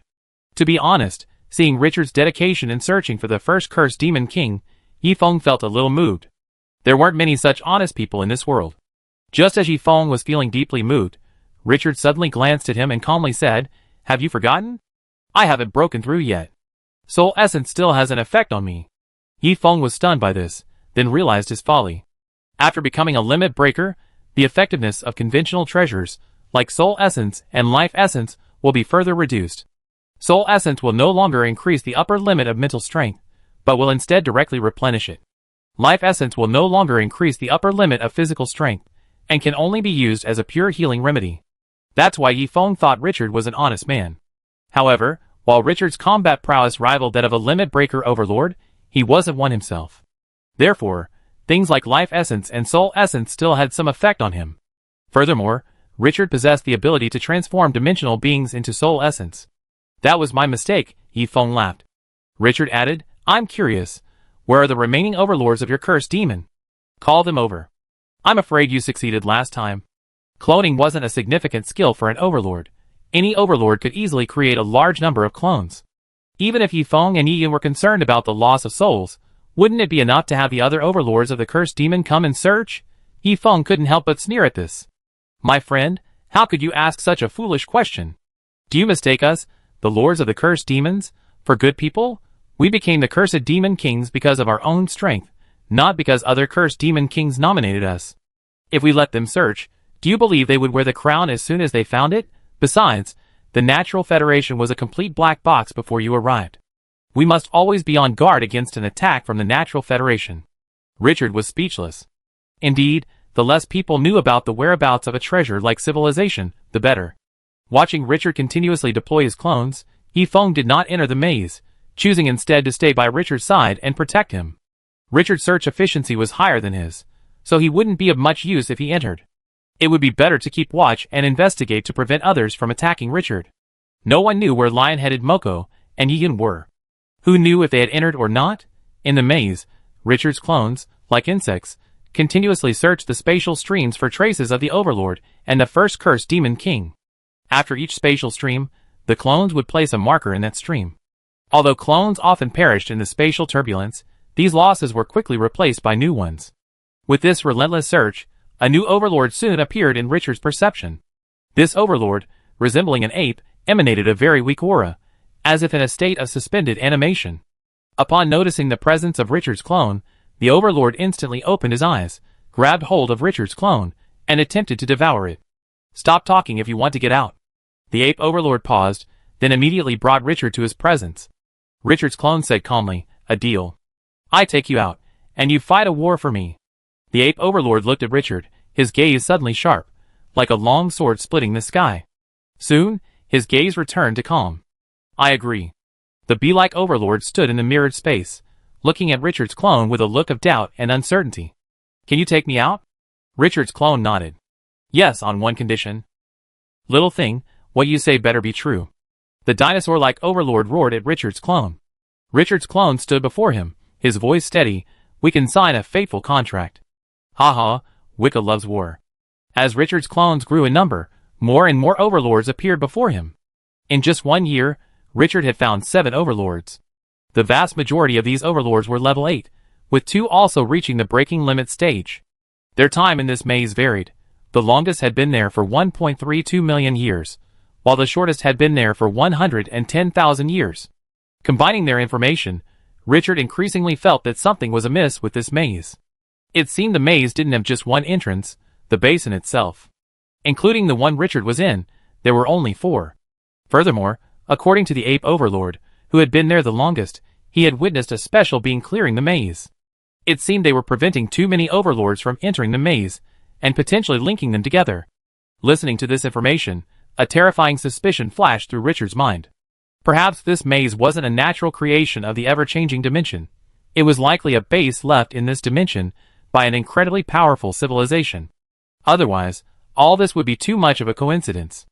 A swarm of clones gradually marked the spatial flow, and the space within the maze gradually became clear to Richard. Without patterned exploration or mystical analysis, Richard was exploring the maze using the most primitive exhaustive method. Over 10 billion clones continuously transmitted information about the spatial flow. After 5 years of exploration, an incredibly complex model finally appeared before Richard's eyes. This maze seemed to be a giant hollow sphere, and within that sphere, there must be a space. Richard muttered to himself, "It seems the secret of this maze lies in that space." Chapter 922. You're going in? Did you find him? Seeing Richard suddenly stand up and prepare to enter the maze, Yi Feng's eyes lit up with excitement. It seemed fate was indeed on his side. However, Richard's answer dampened his spirits. Richard shook his head and said, "No, but I found something strange and am going in to take a look." Yi Feng couldn't help but feel a little disappointed when he heard this, but he immediately asked, "Strange things? Do you need help?" "No." Although he didn't know if the space was protected, Richard felt it would be best not to share with others during his first exploration. When you bring someone in, you have to share. Why share something that can be eaten by one person? Seeing Richard's decisiveness, Yi Feng didn't ask any further questions. He was no fool. Since Richard wouldn't let him intervene, it was likely that he had found the Overlord's body or relics in the maze. These things were not part of their contract, so Richard naturally wouldn't let him intervene and take a share for nothing. "Okay, then be careful." Richard nodded and stepped into the maze. Entering the maze again, he didn't know if it was a psychological effect or if he had overlooked a detail before. He felt that these spatial currents were man-made. Putting his thoughts aside, Richard began to follow the spatial currents. Although the spatial currents were irregular, Richard's clone had already paved a path to the core of the maze. The powerful spatial currents along this path had been reinforced by Richard's spatial anchors. As long as he was careful, he wouldn't cause any changes in the spatial currents. Following the spatial flow, Richard's greatest obstacle along the way was the void spirits. Void spirits possessed the power of the void dimension, and within this maze, they could also replenish this power. Unable to use their dimensional power, even the most common void spirits were a formidable presence. But fortunately, Richard had prepared for this. A dark mountain and sea enveloped Richard, brimming with dimensional power, and with a single chain, they shattered a void spirit. Although this maze suppressed dimensionality, by preserving dimensional power within something like the mountain and sea, which had been fused with the dimensional thread, it was possible to utilize dimensional power even within the maze. Continuing forward, Richard, using the spatial flow, reached the marked spatial flow in just 3 days. In his explorations, this spatial flow theoretically lay closest to the maze's core, flowing directly toward its core. Looking at the previously endless mirrored tunnel, Richard softly snapped his fingers. The next moment, the spatial anchor stabilized the spatial flow. However, this was only temporary. With the impact of other spatial flows, the spatial anchor would soon lose its effectiveness. Duh. Richard's footsteps echoed through the mirrored passage as he advanced along the passage, reaching into the endless distance. Richard's eyes widened, scanning his surroundings for anything his clone had overlooked. Suddenly, Richard stopped. He released another spatial anchor. Although every ounce of his power was precious in this maze, Richard chose to do so anyway. He fired a magic missile into the space before him. The missile flew down the passage, quickly disappearing from Richard's sight and reappearing from behind him. Bang! The magic missile shattered upon Richard's body, then was absorbed back into his body. "Looks like this is the edge," Richard muttered to himself, surveying the empty space before him. Space science is an extremely complex discipline that relies heavily on abstract thinking. Even though Richard was already a master, he could only apply much of the knowledge within it, not master it. But knowing how to apply it was enough. The invisible and immaterial force of gravity converged in Richard's hands, ultimately transforming into an invisible force blade. Of course, this wasn't enough for this maze. Adding gravity to his power, Richard used dimensional force to transform the force blade into a magical power.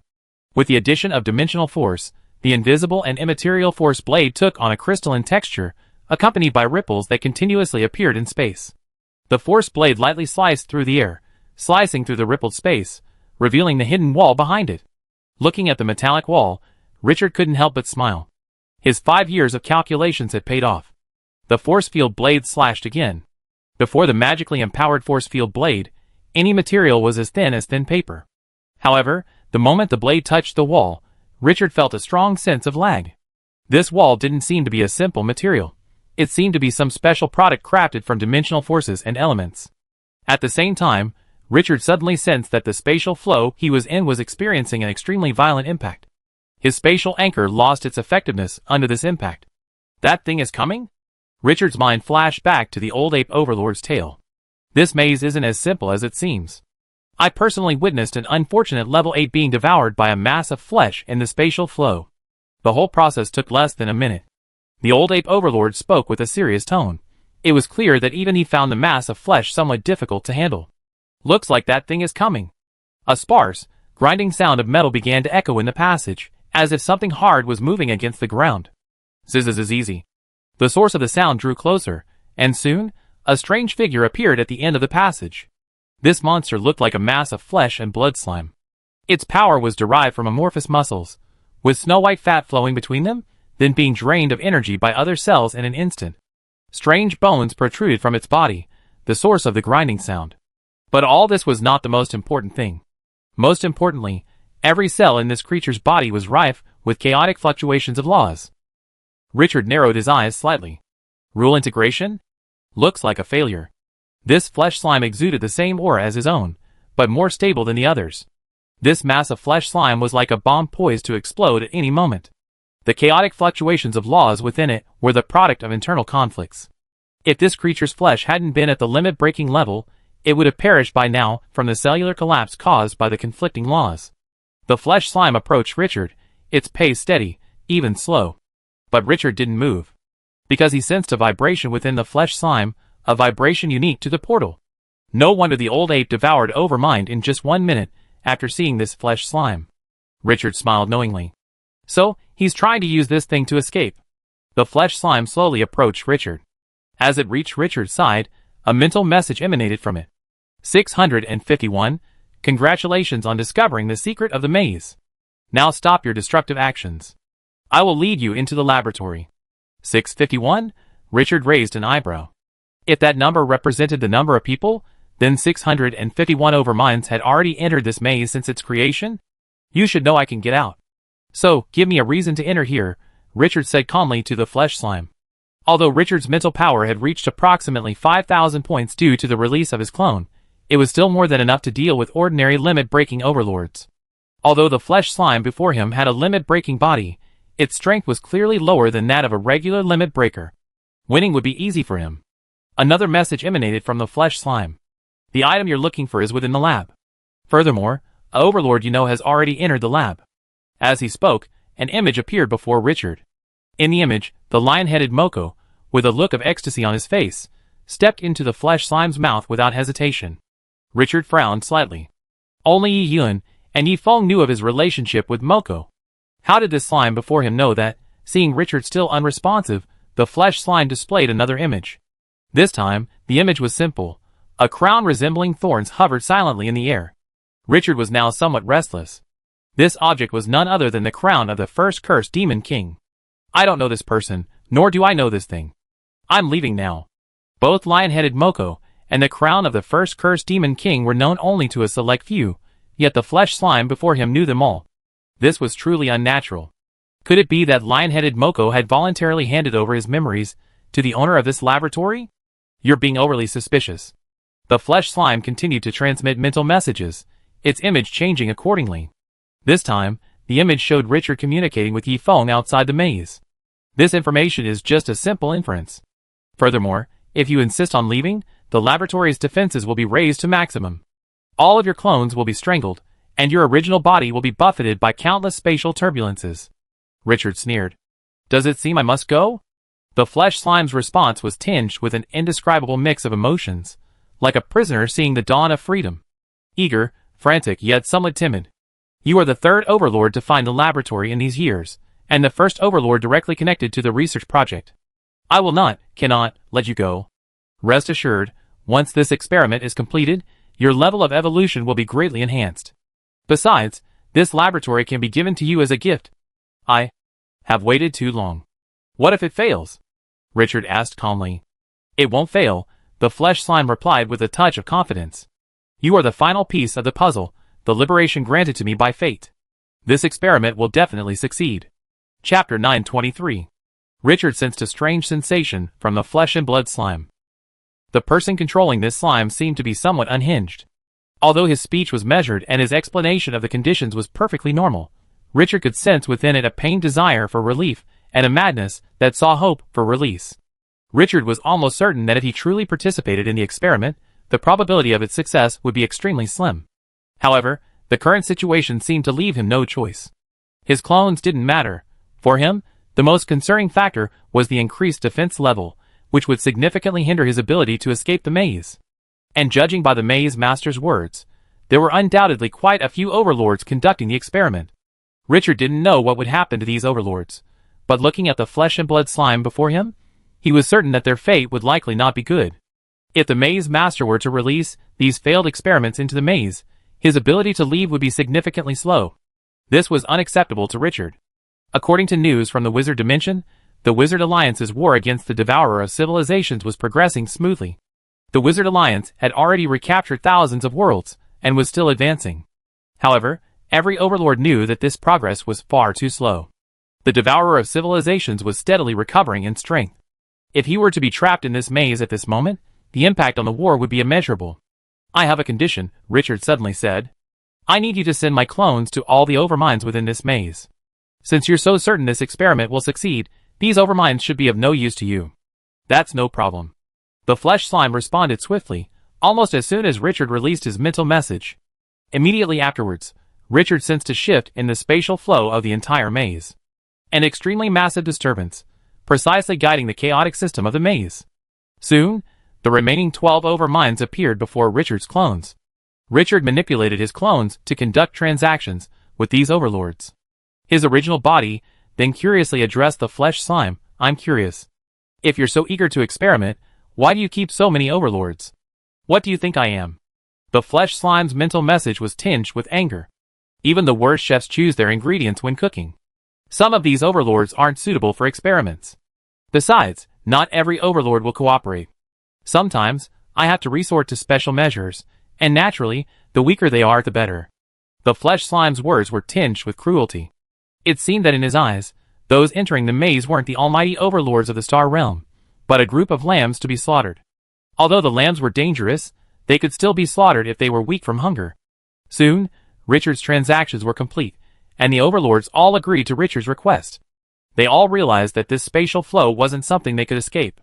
Without this opportunity with Richard, they feared they would die of old age in this maze. I fulfilled your request. The flesh slime opened its mouth, its interior pitch black, resembling a bottomless cave. Can you offer me one more condition? Richard said, as he walked toward the flesh slime. Please take back my clone. I believe the stronger overlord participating in the experiment is best. Not necessarily. You're better than the previous one, by a significant margin. However, you do have a point. Your clones will be waiting for you in the lab. Richard raised a brow, and completely entered the flesh slime. Then, a voice rang out from within the flesh slime, a hint of teasing. Your lab is quite large, then. In the miracle dimension, a clone deliberately left by Richard opened its eyes. Thank goodness I kept a backup, otherwise this would have been really dangerous. Before entering this maze, Richard had left a clone in the miracle dimension as a safety net. After all, a civilization capable of trapping the overlord maze must have a well-protected core. If he were to trigger any of the defenses while exploring and be strangled within the maze, this clone within that dimension could serve as a backup to revive him. And now, the connection between this clone remaining within the dimension and the original body, and indeed all the clones within the maze, has been severed. There's no doubt something must have gone wrong within the maze. Should we contact Yifeng? A thoughtful expression crossed Richard's face. Although he didn't know what exactly had happened, with the overlord by his side, forcing his way into the maze wasn't impossible. While this maze could trap a master, it was only for a single master. There were already dozens of masters gathered outside the maze. If these masters were to unite, their power would be unstoppable. Otherwise, the masters wouldn't be trapped within the maze, but simply eliminated. But after a moment's reflection, Richard's clone abandoned this idea. He could sense that the master soul within the maze was intact. This interruption in communication only blocked information exchange, not completely separated him from the Master Soul. Rushly attacking the maze when the Master Soul was safe might worsen the Master's situation. Forget it. Let's use this time to study soul science. We act when something goes wrong. Richard's clone casually summoned a ball of soul essence from the dimension and swallowed it whole. 10,000 points of spiritual power wasn't the upper limit for an average master. By adjusting the structure of their soul, breaking through 10,000 points wouldn't be difficult. After the supreme trial, Richard's soul structure suffered significant issues, but he had indeed broken through the 10,000 point limit. Richard suspected the supreme trial wasn't intended to train his willpower, but rather to help him reach the limits of ordinary overlord's spiritual power, thereby preparing for a dual breakthrough and becoming a leader of civilization. Two flowers bloom, each with its own unique beauty. While his soul fragment began studying soul science, Richard's original body had already arrived at the laboratory at the center of the maze. This laboratory looked quite strange. From the outside, it looked like a giant sphere. However, upon entering, Richard discovered that it was a tower-like structure similar to a wizard's tower. On the first floor of this tower lay a vast plain. A variety of precious, demonized plants grew like weeds, including rare dimensional treasures from the plant dimension. Outside, even a master would be tempted by these things, but here, they were like weeds, covering the entire plain. In the center of the plain, Richard spotted a massive portal.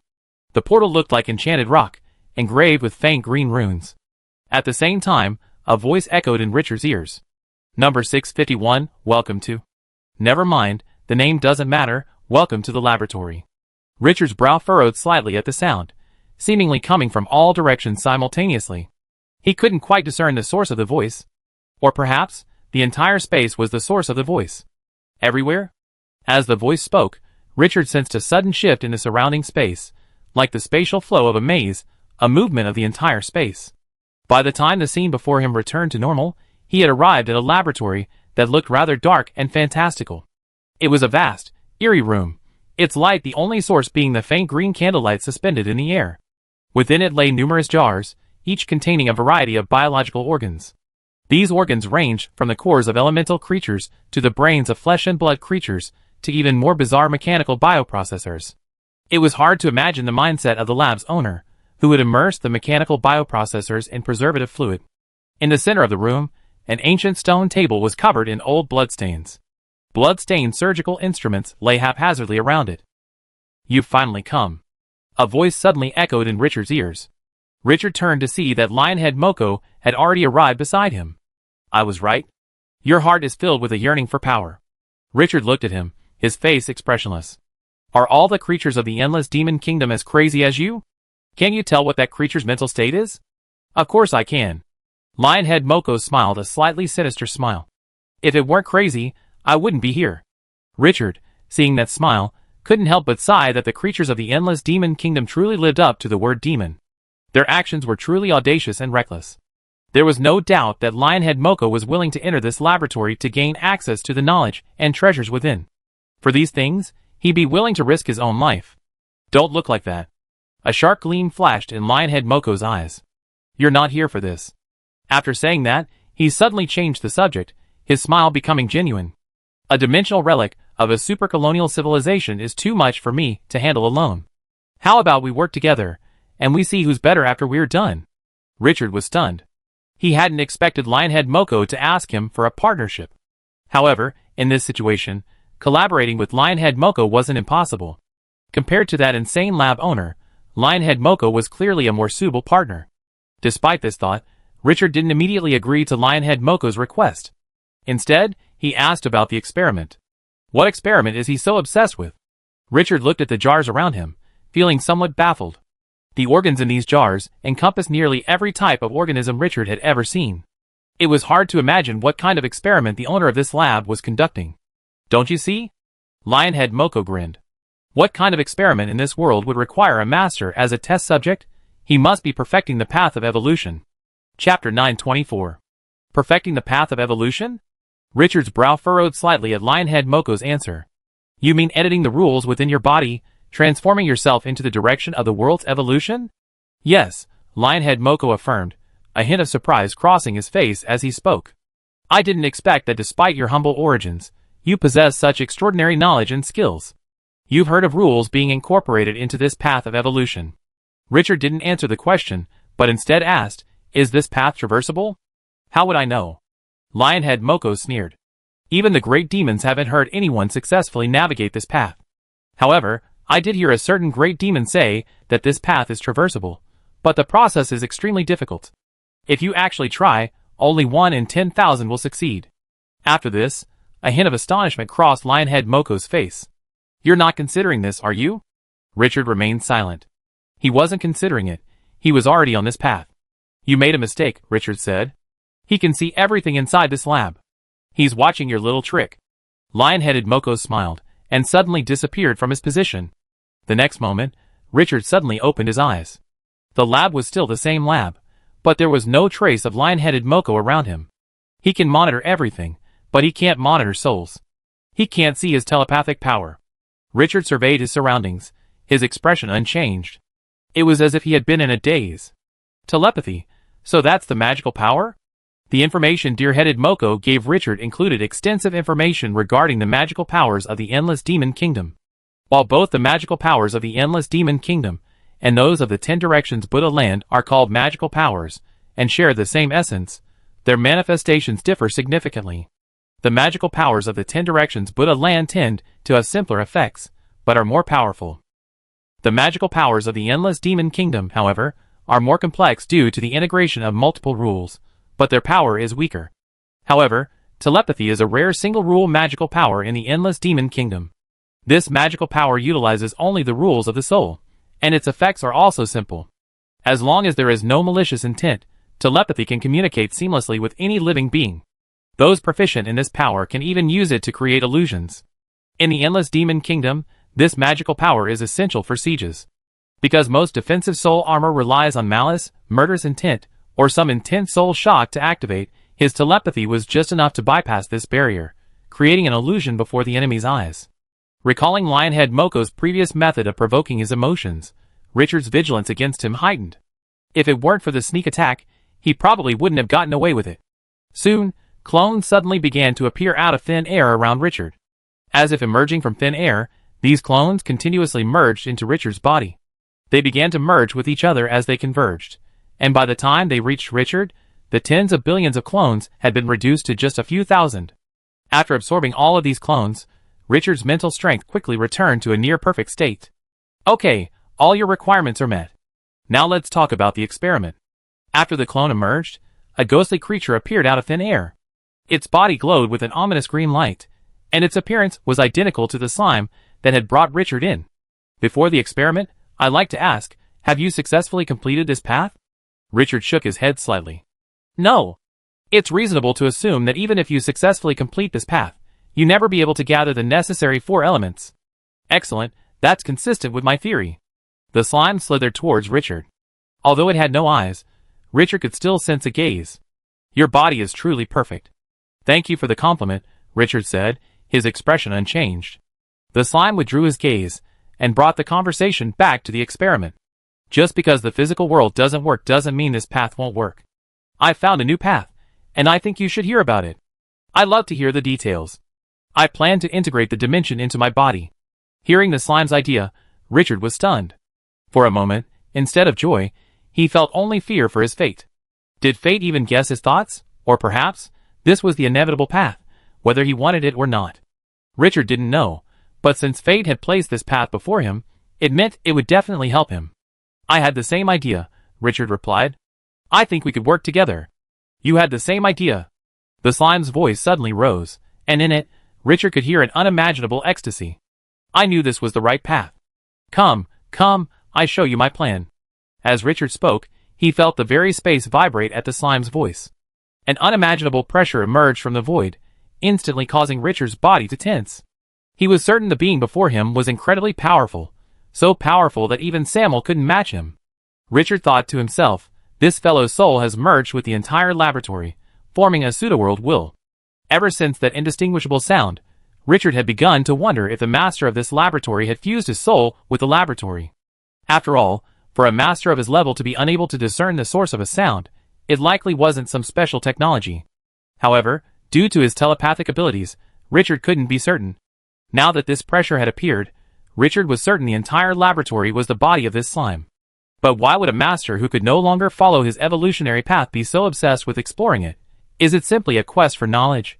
Richard sensed something more complicated. Noticing his own loss of composure, the slime quickly controlled his temper and teleported Richard to a room resembling a library. Inside, the bookshelves were filled with a variety of scrolls, books, and silk manuscripts. In the corners, Richard even spotted scrolls and clay tablets.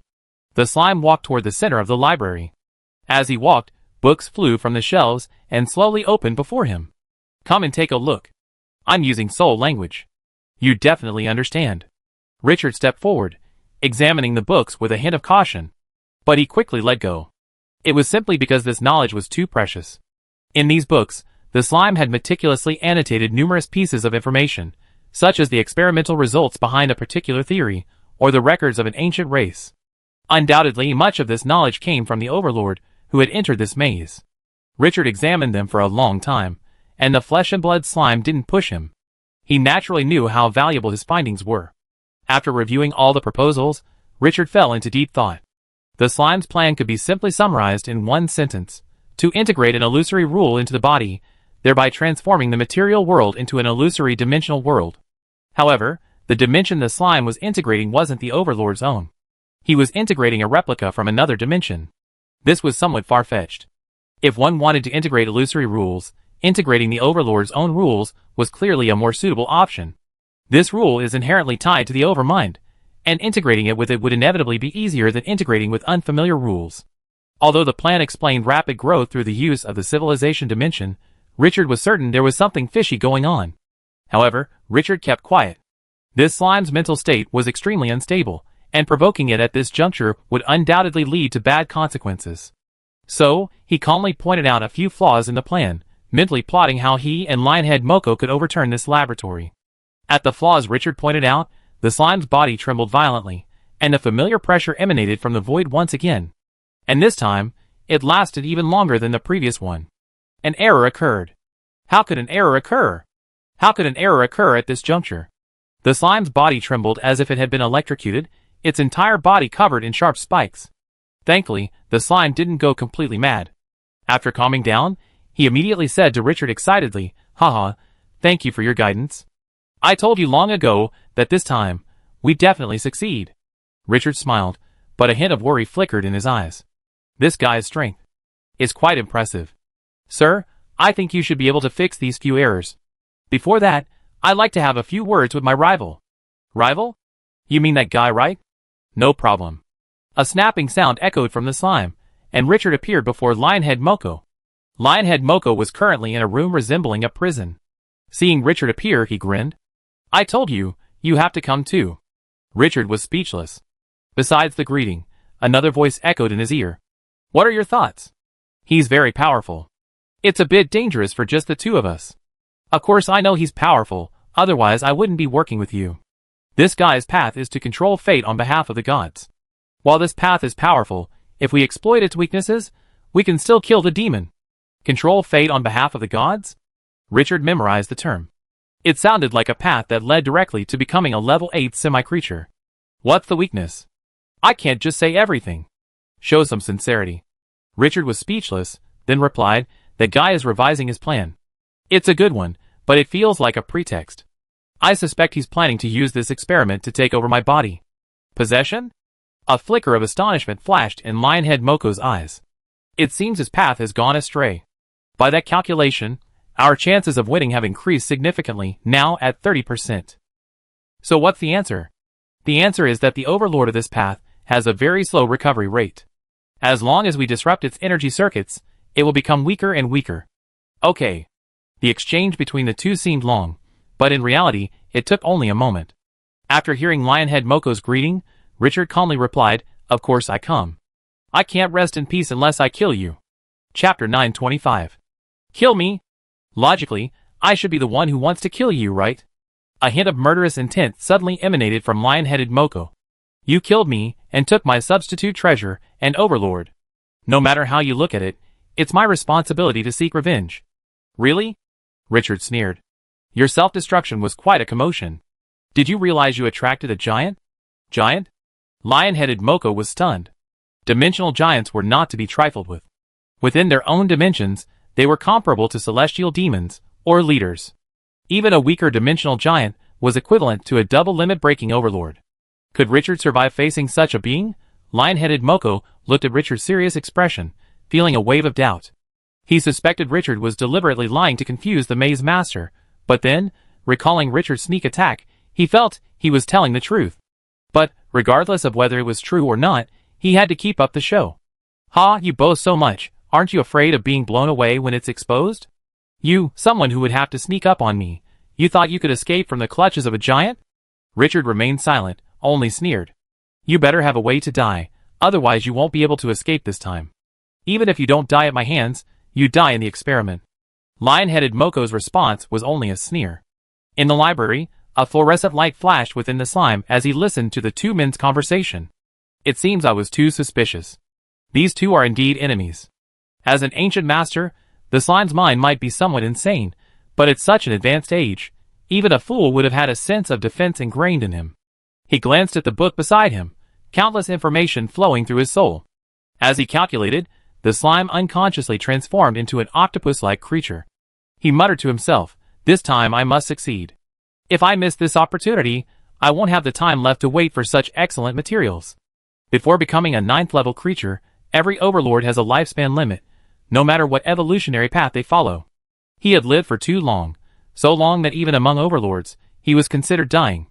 If he didn't create a suitable body, he would truly die of old age here. Richard didn't spend much time with Lionhead Moko. After exchanging a series of trash talk in public and discussing the details of the cooperation in private, he left the secret room and returned to the plane he had just entered. According to the slime, there were many gadgets on this plane that could help Richard's body maintain optimal condition. Richard walked across the plane, his 4 eyes open, constantly observing the surrounding space. According to Lion-headed Moko, the evolutionary path of Deputy for Heaven's control involves merging the soul into a universe, transforming it into a being like the will of the world. The ultimate limit of this evolutionary path is to reach the great celestial demon, as exemplified by the great celestial demon of the endless demon realm. However, despite this high ceiling, the practical application of this evolutionary path presents numerous challenges. The slightest misstep can lead to soul annihilation. According to Lion-headed Moko, the master of this laboratory made a mistake, preventing his soul from fully mastering this space, resulting in his becoming a prisoner, eternally trapped within this maze. Since he hadn't gone completely wrong, his life essence had still undergone a slight change, rendering his soul inaccessible to a normal overlord's body. That's why this guy was so madly experimenting with overlords. He needed a body that was equally and completely sublimated to house his soul. The lion-headed Moko's voice echoed in Richard's mind. "Don't be intimidated by this half-baked creature. While it may look intimidating, its actual combat power is even inferior to that of a normal heavenly demon. As long as you can quickly block the energy nodes within an area with dimensional force, that area will be out of his control. The more such areas there are, the weaker he will be. If he can control more than 1/3 of the space, he won't be able to defeat us. If he can control only half, he will surely die." Richard surveyed the surrounding space. In his field of vision, the air was filled with energy-light paths. These paths were incredibly complex, like the capillaries in the human body. "This path isn't bad," Richard sighed inwardly. "Merging the soul into the world, replacing the body with the world, this is an incredibly brilliant idea. While the physical body of a living being may be powerful, no matter how it changes, its inner strength can never rival that of a world. The overlord can shatter the world only because the world's will is vague. He cannot precisely mobilize his power, nor does he possess the knowledge of many overlords. But when the soul merges with the world, everything changes. Even the tiniest microcosm contains more energy within its veins than a limit-breaking overlord. Such abundant energy, combined with the complete laws within the world, makes it immune to all the laws of the world's origin. It's not an exaggeration to call such a being the ultimate being. But unfortunately, it went astray. Though Richard couldn't see the whole picture, he could clearly see that there was a problem with this energy-light path. They did fill every inch of space, but they lacked a root-like feel. They were more like pipes, merely transporting energy. This was clearly wrong. For a world to move, its internal connections must be incredibly tight. If it were just these simple pipes, the world would fall apart at the slightest movement. Of course, if it were entirely made up of these pipes, the world wouldn't even be able to move. Richard silently pondered a solution. After a moment's deliberation, a familiar technique emerged. Silk puppetry is perfectly suited for this. The puppet threads released by the silk puppetry, as long as there was dimensional power, could spread infinitely along these pipes, forming a plug at each node. Richard imagined the silk puppetry spreading in his mind, and couldn't help but gasp. Perhaps, for that important figure, this was the true use of the silk puppetry. At the same time, lion-headed Moko in the secret cell also began to move. Ha! A demon who strayed from the right path dared to let me in. Lion-headed Moko sneered inwardly. Although it was obvious that the owner of this laboratory came from a super-community civilization, their endless demon nation was also a super-community civilization. To have the audacity to let him in, with such a cripple, was simply courting death. With a sneer, the flaming wheel behind lion-headed Moko began to spin faster, and an invisible force emerged from him. Although this kind of evolution that strayed from the right path had become the embodiment of world will, its control over the world was far weaker than that of a master who had taken the right path. These light paths appeared to allow him to see everything within the world, but concealing it from his eyes was actually quite easy. Especially since Richard had told him that the lab owner was revising the plan. In this case, he had at least 9 ways to conceal it from his eyes. 9. After obscuring his vision, the flaming wheel behind him began to emanate invisible flames. These flames were invisible and intangible. As soon as they appeared, they merged into the energy light paths within the space. This was a magical power called Demon Seed, which could contaminate and demonize a living being on both the soul and body levels. This demonization didn't transform a person into a creature of the endless demon realm, but rather plunged them into a state of insane inability to manage themselves, with their body deformed and shattered. Of course, in this situation, the creature's attack power would also increase. In the endless demon realm, a master had once been killed in a single blow by a less powerful master after using Demon Seed. However, high risk, high reward. As long as the Demon Seed took effect, the master of this lab would have no control over him. At that point, the many treasures within this laboratory, even its heritage, would be his. He's already a demon, so how could he not have a bit of madness? In the library, Slime was perfecting his plan when he suddenly felt something strange. It was like an itch somewhere. He glanced at Richard and Lionhead Moko, and seeing they hadn't done anything, a wave of doubt crept into his heart. Is it my imagination? Or am I hallucinating again? Slime knew his mental state was unstable. He experienced auditory and visual hallucinations over the years, and perhaps this time would be the same. Putting aside his doubts, the slime continued to revise his plan. He only had this one chance, and he had to seize it. Have you already started planting the seeds? Watching the flash of special energy through the energy pipes, Richard began to weave the silk puppetry within him. Clearly, if they wanted to win, they had to resort to a surprise attack. Planting the seeds in advance was a good strategy. The silk puppetry was woven quickly, but placing it within the light path without being discovered was a challenge. The completed silk puppetry was surrounded by a layer of energy, and then, dimensional power began to flow through Richard's body again. This time, Richard's first complete rule, the radiation rule, was magically transformed. Using this magicalized radiation rule, Richard added a barrier around the silk puppetry, ensuring that energy would flow smoothly through it. As he walked, the light ball containing the silk puppetry silently merged into the light path. This time, the slimes in the library didn't even notice anything unusual. Suddenly, a sense of foreboding arose within him. Why does this feeling arise? Slime put the plan down, not dismissing it as an illusion as he had previously. The Lord's whims were never aimless. His will traveled along the energy path, his most cautious form of self-examination. Soon, the demon seed released by Lionhead Moko appeared within his will. What is this? Slime subconsciously touched the demon seed, wanting to see what it was. But he didn't know that the demon seed was triggered. Chapter 926. With the detonation of the first demon seed, all the demon seeds hidden in the energy circuit exploded. Amidst a violent hum, each demon seed suddenly transformed from formless to a blood red. They flowed through the energy circuit, transmuting all energy wherever they passed, and the previously orderly energy circuit began to distort. Under the influence of the demon seeds, Slime felt as if a large piece of his body had suddenly been lost, and this missing part had transformed into a weapon, attacking him. What? Slime's emotions instantly turned to immense rage. Instantly, the entire laboratory, and even the entire maze, trembled in this rage. Unimaginable power was mobilized in his mind, and Slime attempted to drown the demon seeds with energy. But alas, how could the demon seeds be so easily dealt with? After the energy tide washed over them, the original demon seeds disappeared, but even smaller ones spread along the energy tide, spreading throughout the energy circuit. The slime's countermeasures, in turn, became a path for the demonic species to spread. At the same time, Richard also sensed a vibration in the space. So crude? Richard grumbled. Without a doubt, this unusual vibration was the result of Lionhead Moko's methods being discovered. Lionhead Moko was forced to act, and Richard couldn't just stand by and watch. With a single thought, the silk puppetry hidden within the energy circuits instantly unleashed. Instantly, silk-thin puppet threads spread along the energy path.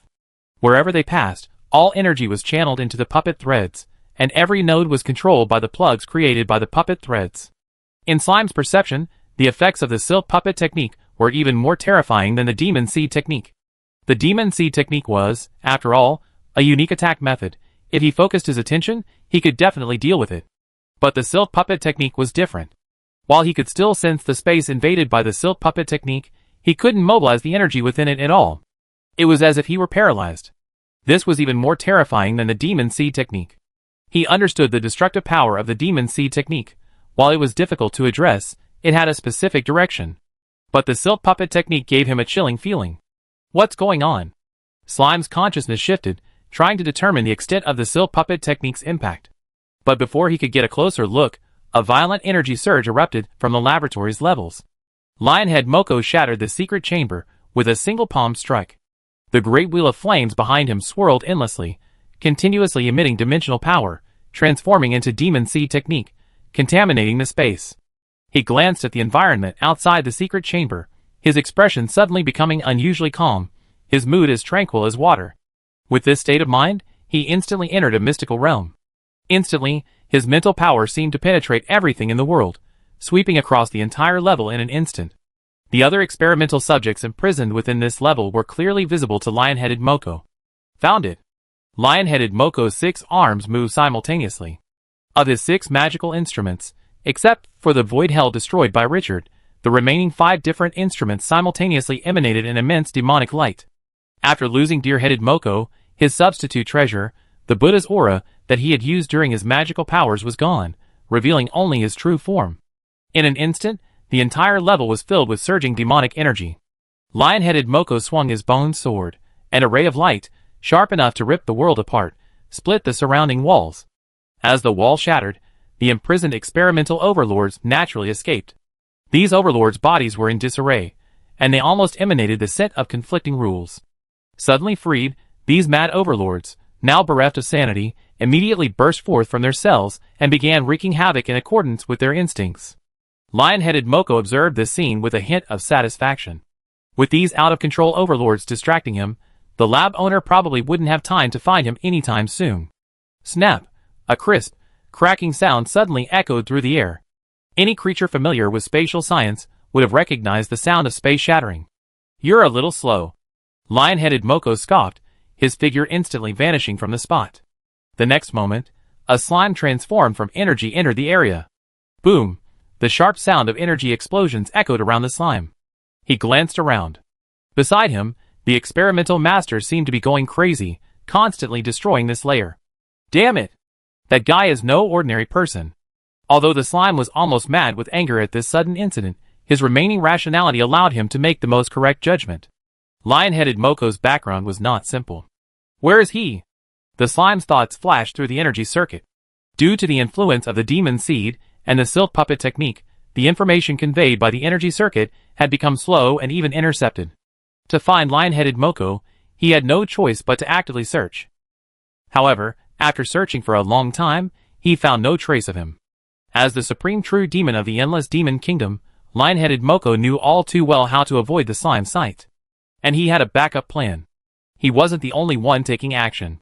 Although Richard's methods were powerful, he wasn't familiar with the Destiny Overlord. This meant that if both of them were searched at the same time, Richard would undoubtedly be found first. This was why he wanted to recruit Richard. If 2 people attacked together, one could find him, the other couldn't. It seemed inevitable that the one who could find him would be beaten first. However, Lion-Headed Moko had miscalculated one thing. That was that this judgment could only be made by a normal person. Can't find him? The moment the slime realized it couldn't find Lion-Headed Moko, its entire body swelled up like a pufferfish. A surge of fury surged from the slime's heart, filling its entire soul. He was once a child of destiny, a regional hegemon. In just 100,000 years, he rose from overlord to leader, just one step away from becoming the master of the colony. But something went wrong with his ascension, forcing him to be trapped in this dimension almost forever. Anger, resentment, despair. These emotions had been pent up within him for millions of years, even causing his mental state to become somewhat unstable. And now, Lionhead Moko's actions had become the final straw that broke his heart. What a man he was! How dare a mere single-limit breaking cultivator play hide-and-seek with him? In an instant, the slime ignored even the rapidly expanding silk puppetry technique, devoting all its energy to searching for Lionheaded Moko. He mobilized vast energies, searching every inch of space with a near-overwhelming force. The interior of the evolutionary path of the Heavenly Master of Life and Death was a flaw, but also its strongest point. Just as dimensional power is rarely lost within a dimension, ordinary energy lost within the body of the Heavenly Master of Life and Death was also extremely low. The energy of the Heavenly Master of Life and Death was truly limitless, allowing them to employ a variety of brutal yet effective tactics. Boom! Lionheaded Moko's figure was knocked out by an energy shockwave at the edge of the demon-contaminated zone and the slime-controlled zone. The next moment, the slime's spirit suddenly shook. A nearly shrill laugh suddenly echoed through the air. Found you. Instantly, Lionheaded Moko felt an immense will descend upon him. Unimaginably vast energy was steadily approaching him. Damn it! Why is he looking for me? Lionheaded Moko cursed, his body instantly transforming into a towering demon god. In his hands, 6 magical instruments, forged from the superimposed treasures of the Lord, shone with a terrifying demonic light that would captivate even the most ordinary person. Alas, he now faced a leader who had failed in his promotion. The immense energy instantly suppressed these sinister demonic lights within the instruments. Little mouse, I found you. The slime's face appeared in the sky.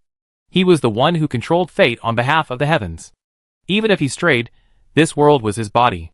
Lionheaded Moko gazed at the face in the sky, his face showing no fear, but instead a wild laugh. So what if I found you? You're a cripple who failed to advance. What can I do even if I find you? My friends, and I have already implanted the supreme secret in you.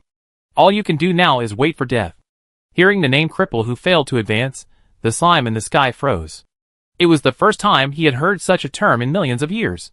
Then, the entire sky darkened. Violent bolts of energy thunder descended from the sky, each powerful enough to shatter a small world. Amidst the raging thunder, the slime's voice was practically a shriek. Asshole! I crush your body, extract your soul, and smelt it in a furnace for 10 million years. While the slime was searching for Lionheaded Moko, Richard was also busy. He was draped in a robe woven from dimensional silk threads, which temporarily shielded him from detection by the energy circuits. Looks like that guy's been apprehended. Feeling the surging power within the energy circuit, Richard couldn't help but sneer. He knew Lionhead Moko's thoughts, but he had clearly underestimated both his own abilities and Richard's. Silently throwing the silk puppet technique into the circuit, Richard followed the flow of space and began to silently wander around the laboratory. The entire laboratory can be roughly divided into 6 levels. The first level was Richard's departure point, while the second and third levels were smaller than the first, where experiments were conducted. At this point, the 2 levels had nearly merged, and Richard could clearly sense the violent energy fluctuations even from tens of thousands of kilometers away. After all, these fluctuations had been absorbed by the slime through the layers of energy circuitry. You guys fight. I go get something from up there first. Richard didn't think helping Lionhead Moko at this point would earn him any favors. Even if he could, the favor of a dead man wouldn't be worth a shred of value. It would be most beneficial to get the item now. After so many years of experimentation, this slime must have a rich collection. Perhaps there were treasures from other civilizations among them. Chapter 927. Following the spatial flow through the levels, Richard was surprised to find he felt no protective measures. It was as if this level was completely open to the public. However, he quickly realized. This place was no ordinary ruin. He was now, as it were, inside the belly of that slime. Who would specifically install protective measures in their own belly? Entering the level, Richard was greeted by an incredibly complex array of reliefs and paintings. For countless millennia, the owner of this laboratory had evidently found some occupation to occupy his time. And this vast room before him was presumably where he spent his time. In this room, there were numerous force field displays, each containing a collection of exquisitely crafted artifacts. The reason for the quotation marks is that these artifacts were essentially machines or weapons. Their ornate and complex construction made their value, as works of art even higher than their inherent functional value. After all, not every work of art could be refined to the elemental level. Besides these intricate artifacts, Richard also saw numerous works crafted from Overmind's body parts on the exhibition booths. Although these pieces were meticulously crafted, the Overmind's body itself dictated their high practical value.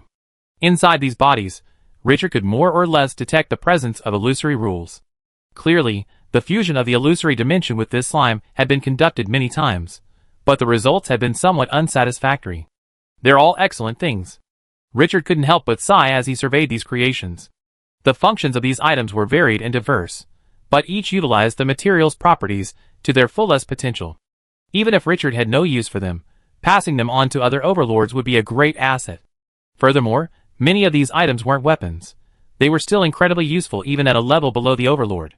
Take, for example, the golden heart in Richard's hand. The heart's inner power is a core capable of continuously outputting energy, and the source of this energy comes from the illusory laws within it. As long as it is infused with dimensional power, it can continuously generate energy. This item isn't particularly useful to overlords, as overlords have many other means of restoring energy, not just this one. But if used in a war fortress, it would more than suffice to power the entire floating fortress. Based on this, the Wizarding Alliance could easily construct an even larger floating fortress as a strategic weapon.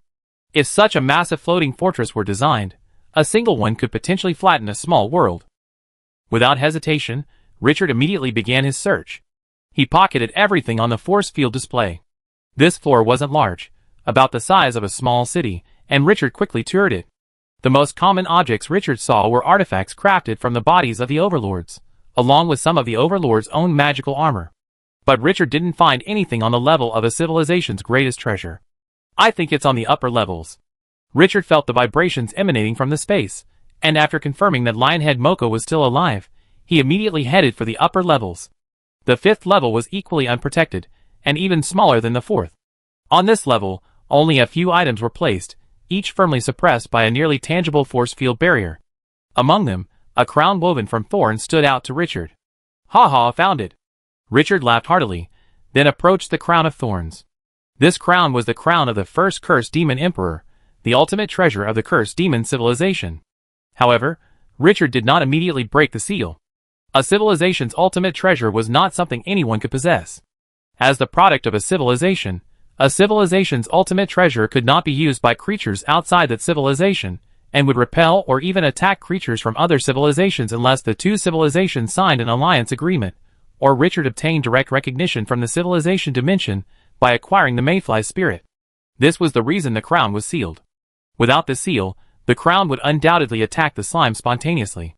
Moreover, the civilization treasures themselves are equivalent to a part of the civilization dimension.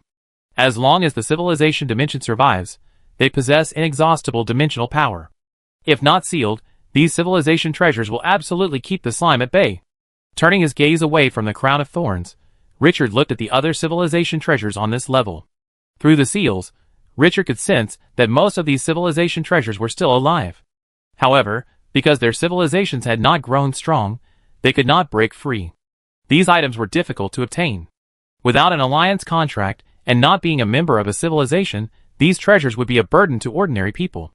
To forcibly retain them, they would have to be suppressed by the dimension, which would consume a great deal of dimensional power. Even if the Overlord was strong enough to forcibly use these civilization treasures, their effectiveness would be greatly reduced by the resistance of the civilization treasures.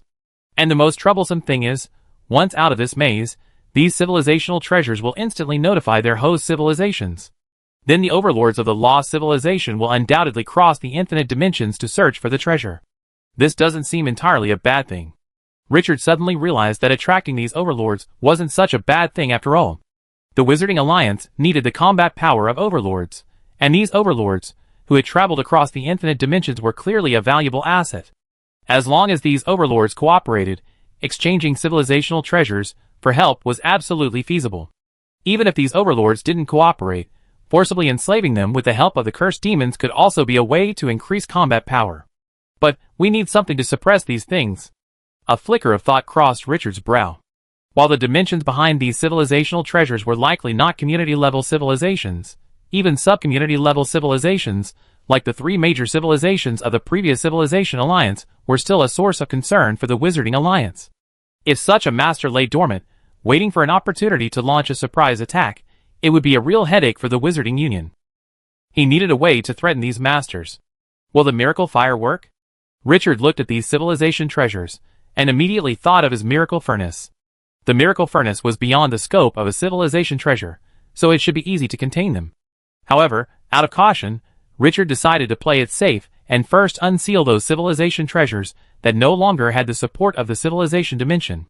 Though the civilization treasure and the civilization dimension share a common destiny, their loss is not a shared loss.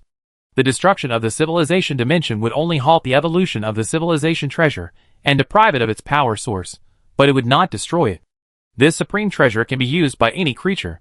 Among the dominants, this item is called a relic of civilization. Rumor has it that the alchemist's corona possesses one. Reaching the edge of the level, Richard found the only two treasures from this level whose civilization dimension had been destroyed. These two treasures were displayed using a common force field display, completely different from the displays used for other civilization treasures. Inside the force field, both civilization treasures appeared quite plain. One was a bronze shield etched with numerous mystical patterns. The other was a breastplate, pitch black and without any ornamentation. Yet, even without the imbuing of dimensional power, Richard could sense its imposing dignity and grandeur. A civilization treasure symbolizes a civilization, and these two treasures are defensive artifacts, suggesting that their civilizations are not particularly offensive. But in this starry sky, initiative is reserved for the strong. Clearly, neither civilization was strong enough. After removing these two treasures from the display, the Miracle Forge immediately vibrated. However, this time, the Miracle Forge's information took a long time to appear. Ingredients: Civilization Supreme Treasure, Bronze Round Shield. Refined information: Heritage of an unknown civilization. Refining cost: none. Note: accepting a legacy carries with it a karmic retribution. The karmic retribution for this treasure is revenge. Ingredients: Civilization Supreme Treasure, Black Gold Armor. Refined information: Heritage of an unknown civilization. Refining cost: none.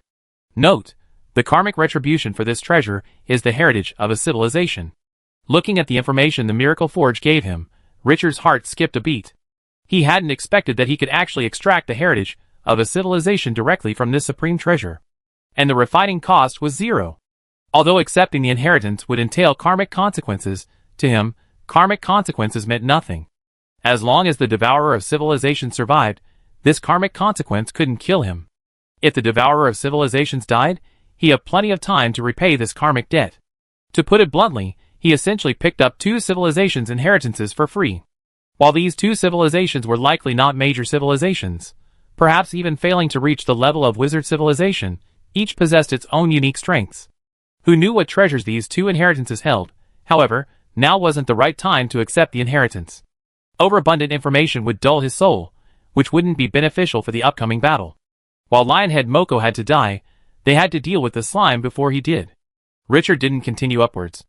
If nothing unexpected happened, the library would be just up there.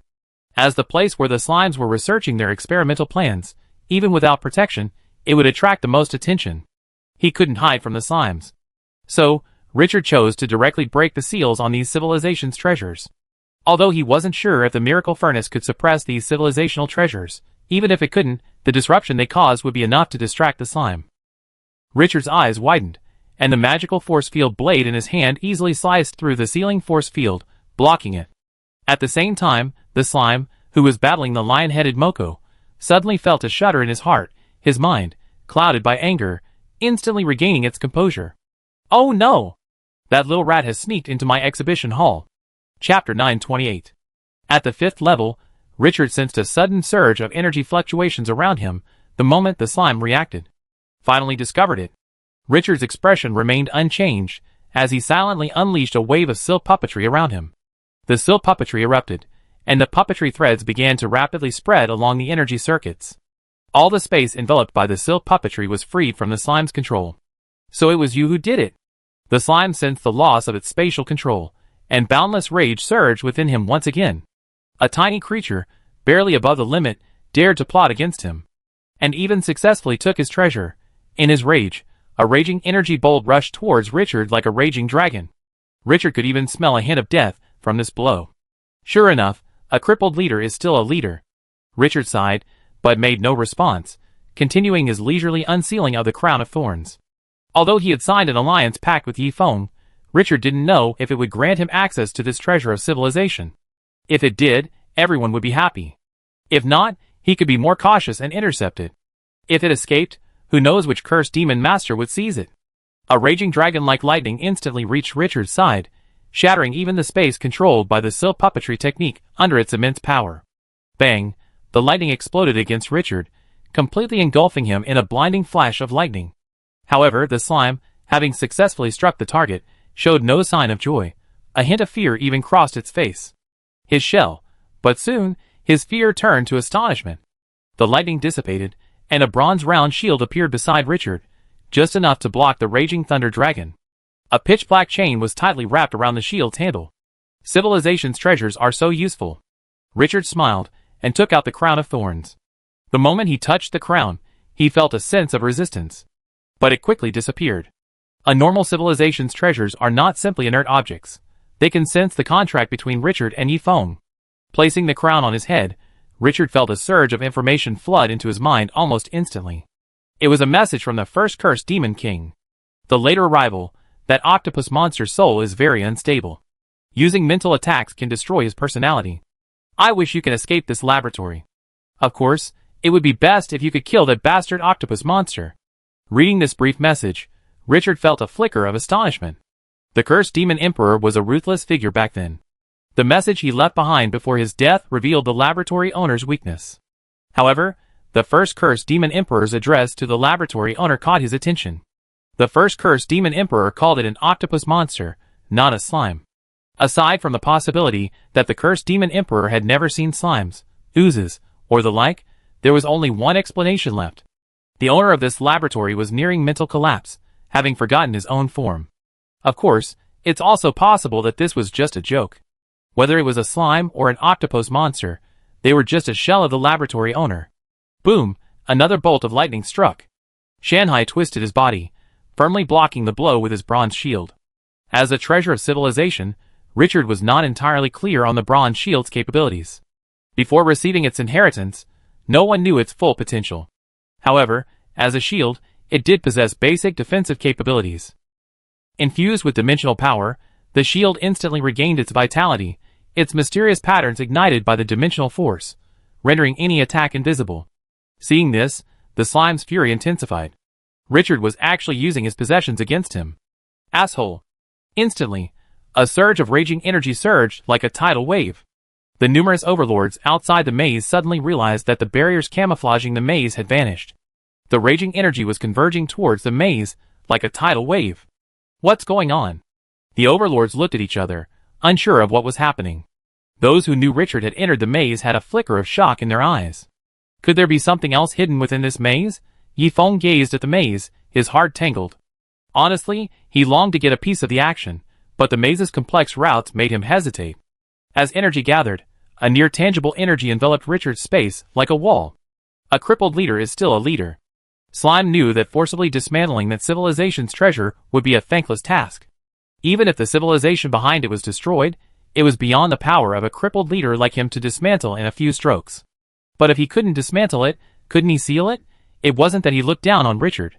Richard's strength hadn't yet reached the limit, even though the rules embedded in his body had brought his combat power to the limit-breaking level. However, there was a gap between breaking the limit and breaking the limit. Looking at the energy wall that enveloped him like a crystal ball, Richard didn't react, continuing to leisurely break the seals of the other civilization treasures. Under the influence of the gravitational blade, all 7 civilization treasures were quickly unsealed. Once unsealed, these civilization treasures launched an indiscriminate attack, but they soon discovered the surrounding energy wall. Boom! A scepter-like civilization treasure gently swung, and a river of thunder suddenly appeared in the void. The thunder surged, and when it collided with the energy wall, a huge crater was instantly created. However, the slime's energy was truly infinite, and even the fierce thunder river was unable to break through the energy barrier. Wow, quite powerful! Richard tried to communicate with these civilization treasures, but all he received in response was dead silence. Clearly, these precious treasures of civilization had no intention of engaging in a single conversation with him, the ruler of a different civilization. They didn't attack him out of consideration for their shared imprisonment. How rude. Richard shook his head, and strands of gravitational thread slowly appeared in his hand. The laws of gravity already govern everything, and after becoming divinely powerful, these magical laws naturally became even more potent. Everyone, I clear the way for you. Once you're out, don't just run, give that guy a hard time. With that, Richard swung the seemingly invisible and intangible gravitational threads, like an incredibly sharp blade, effortlessly shredding the space and the energy barrier. The civilization's treasure seized this opportunity, launching 7 attacks powerful enough to destabilize a medium-sized world. With a resounding boom, a massive hole was blasted through the crystal-like energy barrier. The 7 civilization treasures, and Richard filed out, launching a retaliatory attack on the entire world. Breakthrough. The slime noticed the cage and froze for a moment. Although Richard's movements seemed slow, they took only a few seconds. Just as the slime was about to crush Lionhead Moko, the civilization treasure scurried out. Dong! A large bell, like chimes, rang in the sky. At the sound of the bell, the space held tightly by the energy circuits shattered in an instant.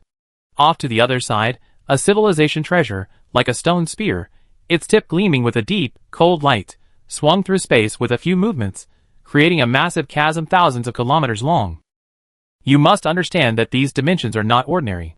These dimensions are equivalent to the slime's body, and the shattering of these dimensions is equivalent to the destruction of the slime's body. You bastards! The slime reacted, and the face in the sky suddenly became furious. At his roar, the entire laboratory space shook violently. All uncontrolled dimensions were stripped away by the slime, while all controlled dimensions were combined together, forming a complete circuit. For a normal person, this action would be like ripping out bones and shaving flesh, incomparably painful. But at this moment, this pain made the slime even more lucid. I should have done this long ago, the slime whispered. The lost dimensions were no longer his body to him, but festering wounds. The only correct option was to peel these wounds away. Richard stood in the exhibition hall, gazing across the spatial flow. Moko, what should we do next? In that reorganized space, Richard felt an unprecedented pressure. The pressure from his life levels was such that even if the slime's advancement completely failed, he would still be a leader who had broken through the double limit. Moreover, he hadn't completely failed. His soul had even been sublimated. What should I do? The lion-headed Moko looked at Richard, a hint of a maniacal grin on his face. Kill him or be killed. Do you have any other choice? Don't let him scare you, country bumpkin. Pressure has nothing to do with combat power, or you would be dead by my hands. As he spoke, Moko's body erupted once again with boundless demonic light. 2 of the 6 magical weapons in his hand had already been destroyed, leaving the remaining 4, the spine sword, the rubber band, the blood coagulation bead, and the vast stomach bag. These magical weapons were forged from the body of the Overlord, supplemented by precious treasures. Each one represented a supreme magical power of the endless demon kingdom. At this moment, all of them trembled slightly, as a vast amount of dimensional power was continuously infused into them. Behind the lion-headed Moko, a massive flame wheel spun, barely visible. At this critical moment, the flame wheel was nearly burning itself to power itself. Reckless man, Richard shook his head. Since you have no ideas, then do as I say. As he spoke, the dimensional power within Richard's body suddenly erupted, and at this moment, almost all of the dimensional power within the mountain and sea was utilized. Instantly, with a humming sound, a dimensional thread suddenly disappeared from Richard's hand into the void. At the same time, Richard's clone in the miracle dimension suddenly glanced around. A dimensional thread had unknowingly reached his feet. Tell the overlords to attack the maze. The time for revenge has come. Chapter 929. After the message was delivered, Richard abruptly retracted the silk thread in his hand. This thread was no disposable item. Transmitting messages was merely one of its most basic functions. Sensing Richard's movements, Lionhead Moko paused for a moment. He didn't yet know that Richard had already rescued the other overlords within the maze. But while he didn't know, the slime across from him knew everything. Richard's communication must have penetrated his dimensional shield. Although he hadn't captured Richard's message, he knew with a grain of salt that Richard had gone to call for help. If he were in his prime, he might have been able to handle the combined attack of dozens of overlords. Although he failed to ascend, the outer layer of the endless maze clearly bore the characteristics of some level 8 semi-creatures. With this layer of the maze, as long as he focused his full attention on the situation, holding these overlords back would be a problem. If the overlords couldn't hold their ground for long, they would surely leave. After all, this was the void dimension. If he could hold out a little longer, it wasn't impossible for him to attract some of the void dimension's giants, or even for the void dimension's consciousness to arrive. The overlords also had their own interests to pursue when venting their anger. After finally escaping the maze, it was simply not worth losing his life just to vent his anger. However, with Richard and Lionhead Moko interfering, he simply couldn't fully concentrate on battling so many overlords. So, the problem still lay with the 2 rats he let in. Instantly, the slime figured it all out. If she wanted to survive, she had to eliminate the 2 rats. Even if she couldn't kill them, she had to seal or exile them. The slime's face emerged on the other side of the spatial flow. It was a deeply bizarre face. Stimulated by the crisis, the slime seemed to recall some of its own memories, and even its features began to distort, eventually transforming into something resembling an octopus. The face's eyes widened, and murderous intent and rage surged toward Richard and the lion-headed Moko like a tidal wave. You two, prepare to die. Death? Richard, braving the tide of murderous intent, gradually transformed into a towering giant. He was already clad in black gold armor. Infused with energy, the black gold armor had transformed into a complete set, enveloping Richard's entire body. The mountains and seas that had once formed the armor were now absorbed into it, becoming part of it. If you had become a level 8 half-creature, I would indeed be dead today. Richard pulled the hammer of creation from his pocket. The simple stone hammer gradually transformed into a steel warhammer in his hands. Countless Titan runes were layered on the hammer, almost indistinguishable from each other. This was one of the most advanced forging techniques of the Titans, a technique known as rune composite. Through this technique, the number of runes on a piece of material could be multiplied several times, and for a master, even dozens of times. The hammer in Richard's hand was the pinnacle of rune composite technology, a warhammer composed of 1,024 layers of runes. Originally used as a weapon by the Titan King, it was later damaged by the Titan King's excessive force. And now, the hammer of creation has resurrected it from history. Richard gripped the hammer, a sneer on his face. But alas, you are not. You are merely a pitiful creature who failed to advance, trapped within a body, and can only escape by possessing another. The next moment, the earth shook. The slime, or rather the octopus monster now, mobilized a sea of energy, charging towards the space where Richard and lion-headed Moko were, like a charge of an army. Lion-headed Moko laughed heartily, and swung his bone sword. The magical artifact, resembling a spine, emitted a stream of blood-red sword light. Where the sword flashed, everything perished. This magical power is called Nirvana. Richard didn't hold back either, swinging the rune hammer fiercely. A violent gravitational pull gathered around the hammer, and under its influence, the boundless energy instantly transformed into a pitch-black hole. The dimensional thread took advantage of the situation and connected to the black hole, instantly weaving a complex web within it. Dimensional power flowed through the web, and in an instant, the black hole was transformed into a magical power. Boom! A wave of energy rushed over. Though on the surface, this energy wave seemed merely the most ordinary energy surge, in reality, it was something bordering on magical power. The fusion of dimensional power and energy gave this energy wave almost fantastical properties. If placed in the astral realm, a single wave from this wave would be enough to annihilate a small world. Boom! The wave and the sword light intersected. The blood-red sword light instantly split a wave, and the surging aftermath shattered the space affected by the demon seed. The lion-headed Moko continued to laugh, swinging the spine-bone sword in his hand. The blood-red sword light continuously collided with the wave, and the sword light actually carved out a safe zone around him. Elsewhere, Richard's black hole also intersected with the waves. But unlike lion-headed Moko, the black hole was constantly absorbing the waves. The waves that rushed in were drawn in upon entering the black hole's gravitational range, becoming part of the black hole. These waves, in turn, intensified the black hole's gravity. Almost instantly, the dimensional thread Richard used to transform his magical powers shortened significantly. This represented a significant growth of the black hole. Seeing the waves' ineffectiveness, the waves charging towards Richard instantly transformed into several gigantic tentacles. As the tentacles waved, countless laws intertwined, the power contained within them enough to shatter a medium-sized world. Richard's expression remained unchanged, and the bronze-round shield beside him suddenly enlarged.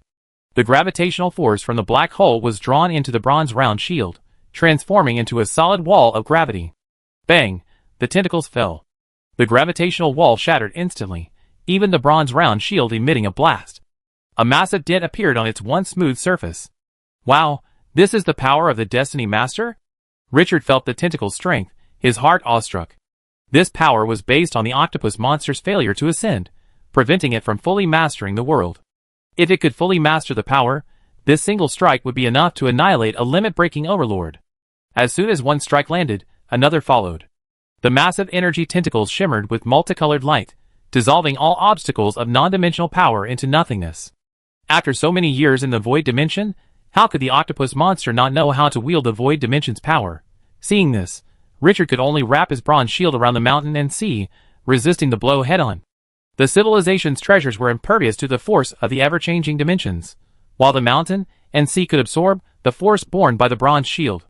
Furthermore, the mountain and sea were integrated into the black gold armor, meaning the black gold armor could also share the force. Unless an attack could shatter these three treasures in one blow, Richard's life was in no danger. Bang! The tentacles slammed down.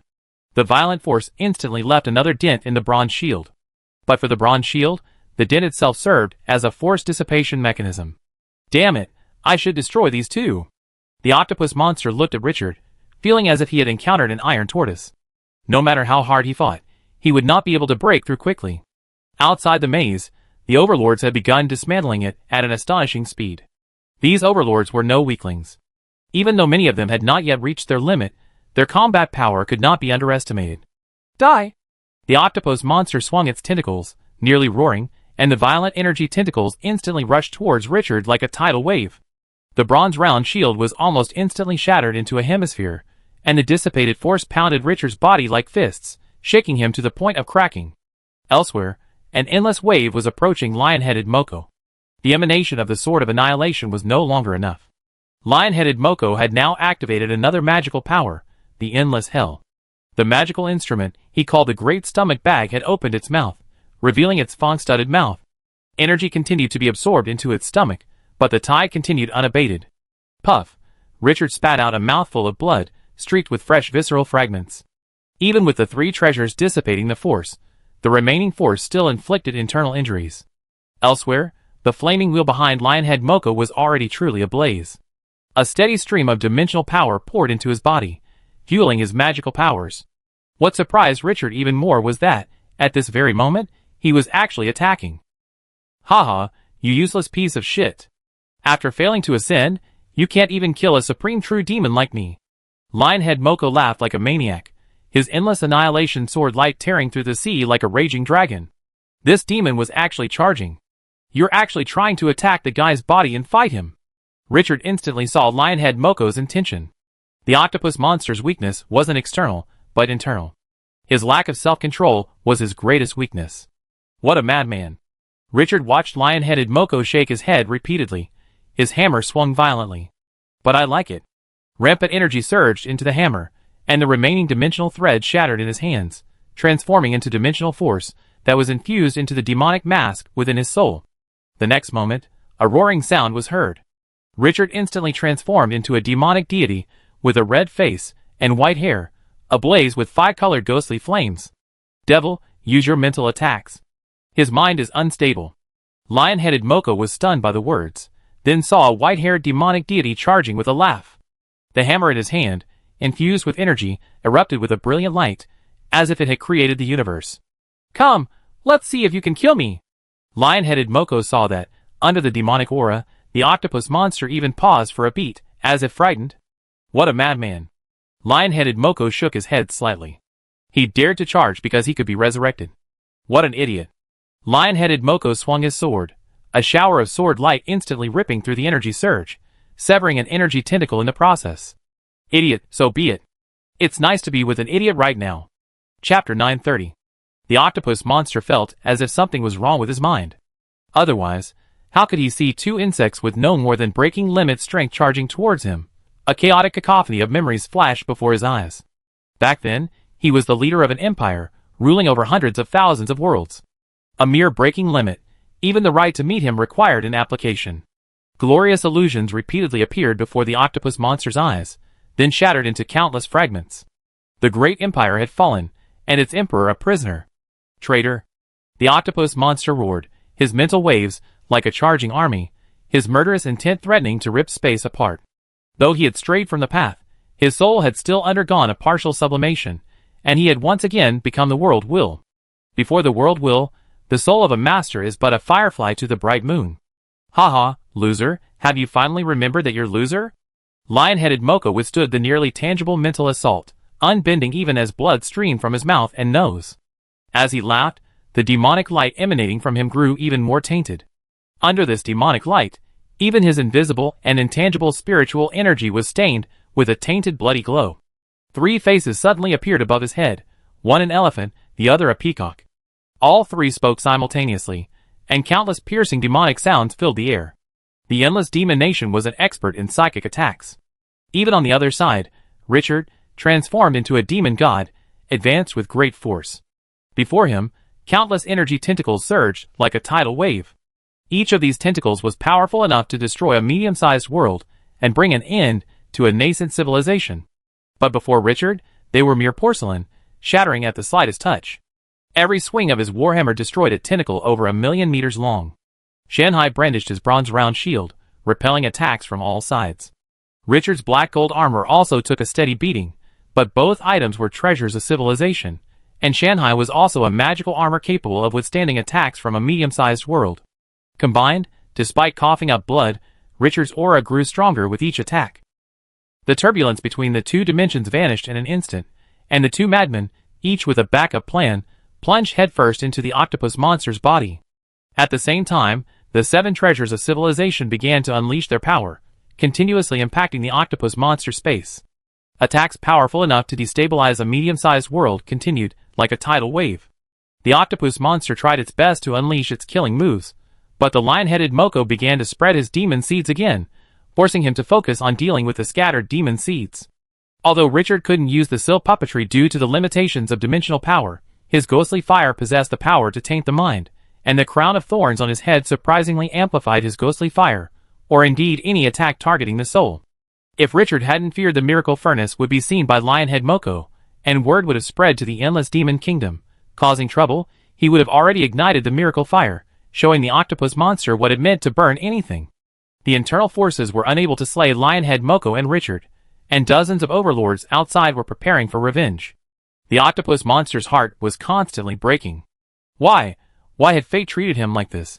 He had to watch his empire fall from power, a leader trapped in a shell, unable to free himself, an overlord humiliated by a group of weaklings. Why? Is it because he didn't fully fulfill that fateful contract? Anger, resentment. Instantly, all these emotions filled his heart like poisonous weeds, bearing the fruit of self-destruction. If that's the case, then let's all die together. Instantly, both lion-headed Moko and Richard sensed a deadly threat. Oh no! This thing's going to self-destruct. Lion-headed Moko, knowledgeable and experienced, immediately perceived the octopus's intention. A layer of flames immediately enveloped him, and he began to ignore the impact of the surrounding tides. The self-destruction of a creature of this level isn't simply the destruction of the body, and the erasure of the soul. As a creature that already possesses some of the characteristics of a level 8 semi-creature, if its self-destruction is clearly directed, it can even erase an entire creature from the causal chain. Following the causal chain, whether it's a clone or a backup plan for resurrection, it will be obliterated by this self-explosion. Even lion-headed Moko couldn't resist such a move hastily. And Richard, without the power of the dimension, was even less likely to resist. Richard's expression grew grave. He gazed into the depths of space, his 4 eyes simultaneously widening. Through the flow of energy and dimensional force, he could confirm that the octopus monster was heading in the direction he was looking. We can only rely on the overlord outside. At the same time, the numerous overlords dismantling the maze also sensed the mortal danger. What does that beast want to do? The old ape overlord's eyes flashed with rage, and he swung his long sword fiercely. The sharp blade shattered hundreds of kilometers of the maze. Everyone, don't hold back, Richard's clone said. Today, either we die or that bastard perishes. Do you want to see that beast survive and escape? The many overlords present were no ordinary people, and they could all see the sincerity of Richard's incitement. While Richard's words were motivated by his own interests, they were also grounded. Even the most humble of them had been imprisoned for hundreds of thousands of years. Now, with a chance for revenge, could they still watch the master of this maze escape? The dangers were numerous and mortal. Overlords were human too. Even the most good-tempered and emotionless would seethe with rage after being imprisoned for hundreds of thousands of years. Get out of the way. Like a dinosaur, the Overlord came to the forefront. The other Overlords could see the violent dimensional power gathering in his mouth. Then, a faint blue flash erupted from his mouth, instantly opening a nearly 1,000-kilometer-long passage through the maze. Seeing this, the other Overlords refused to hold back, unleashing a barrage of terrifying killing moves. They were imprisoned not because of the maze's inherent strength, but because of its ability to frequently close dimensions. With the support of the dimension, it was only a matter of time before the Overlords broke through the maze. With such ferocious action, in just over 10 seconds, the maze was pierced by the Overlords, revealing the octopus monster within. "We've found him." Accompanied by Overlord's delighted cry, dozens of attacks, powerful enough to destabilize or even destroy a medium-sized world, struck the octopus monster almost simultaneously. Instantly, Richard felt the earth shake above him, his connection to the dimension suddenly restored. A vast amount of dimensional power flowed into his body, instantly filling the 3 civilization treasures and Richard's body.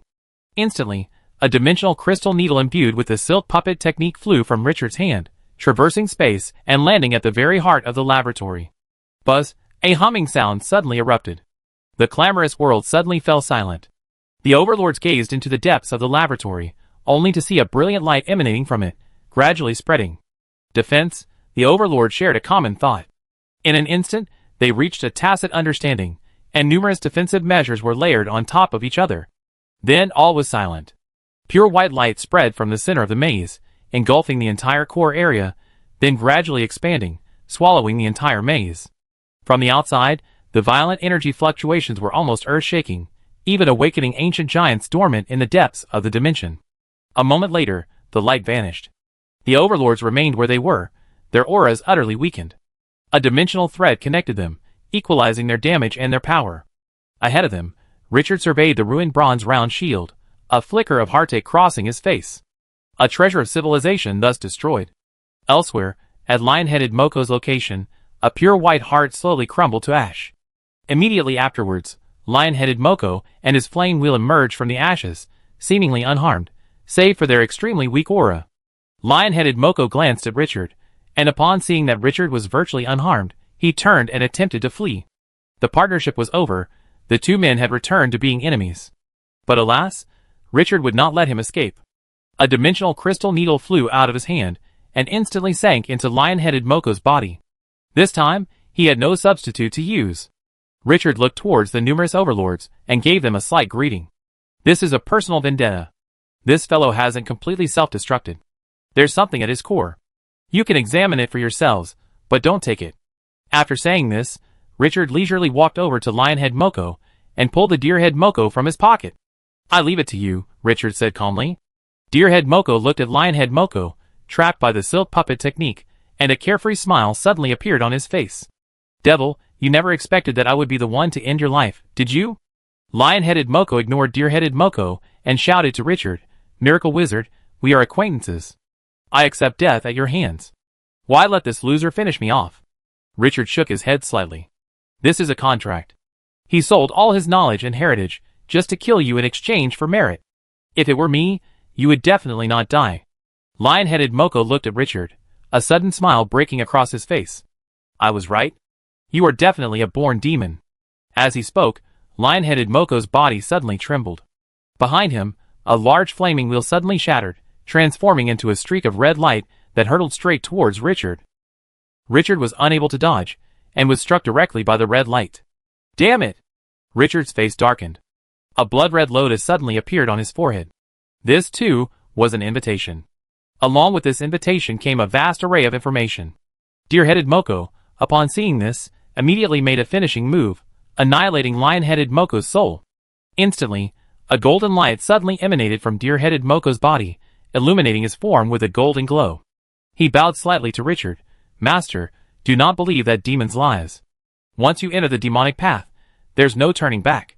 Richard nodded woodenly, but in his mind, a single message stood out from the crowd. The endless demon realm and the 10 directions Buddha lands are one family. The Buddha and the great heavenly demon are but two bodies of one person. Miracle Wizard, do not believe that rubbish. If you truly go to the 10 directions Buddha lands, you will be converted and become a disciple of the Buddha.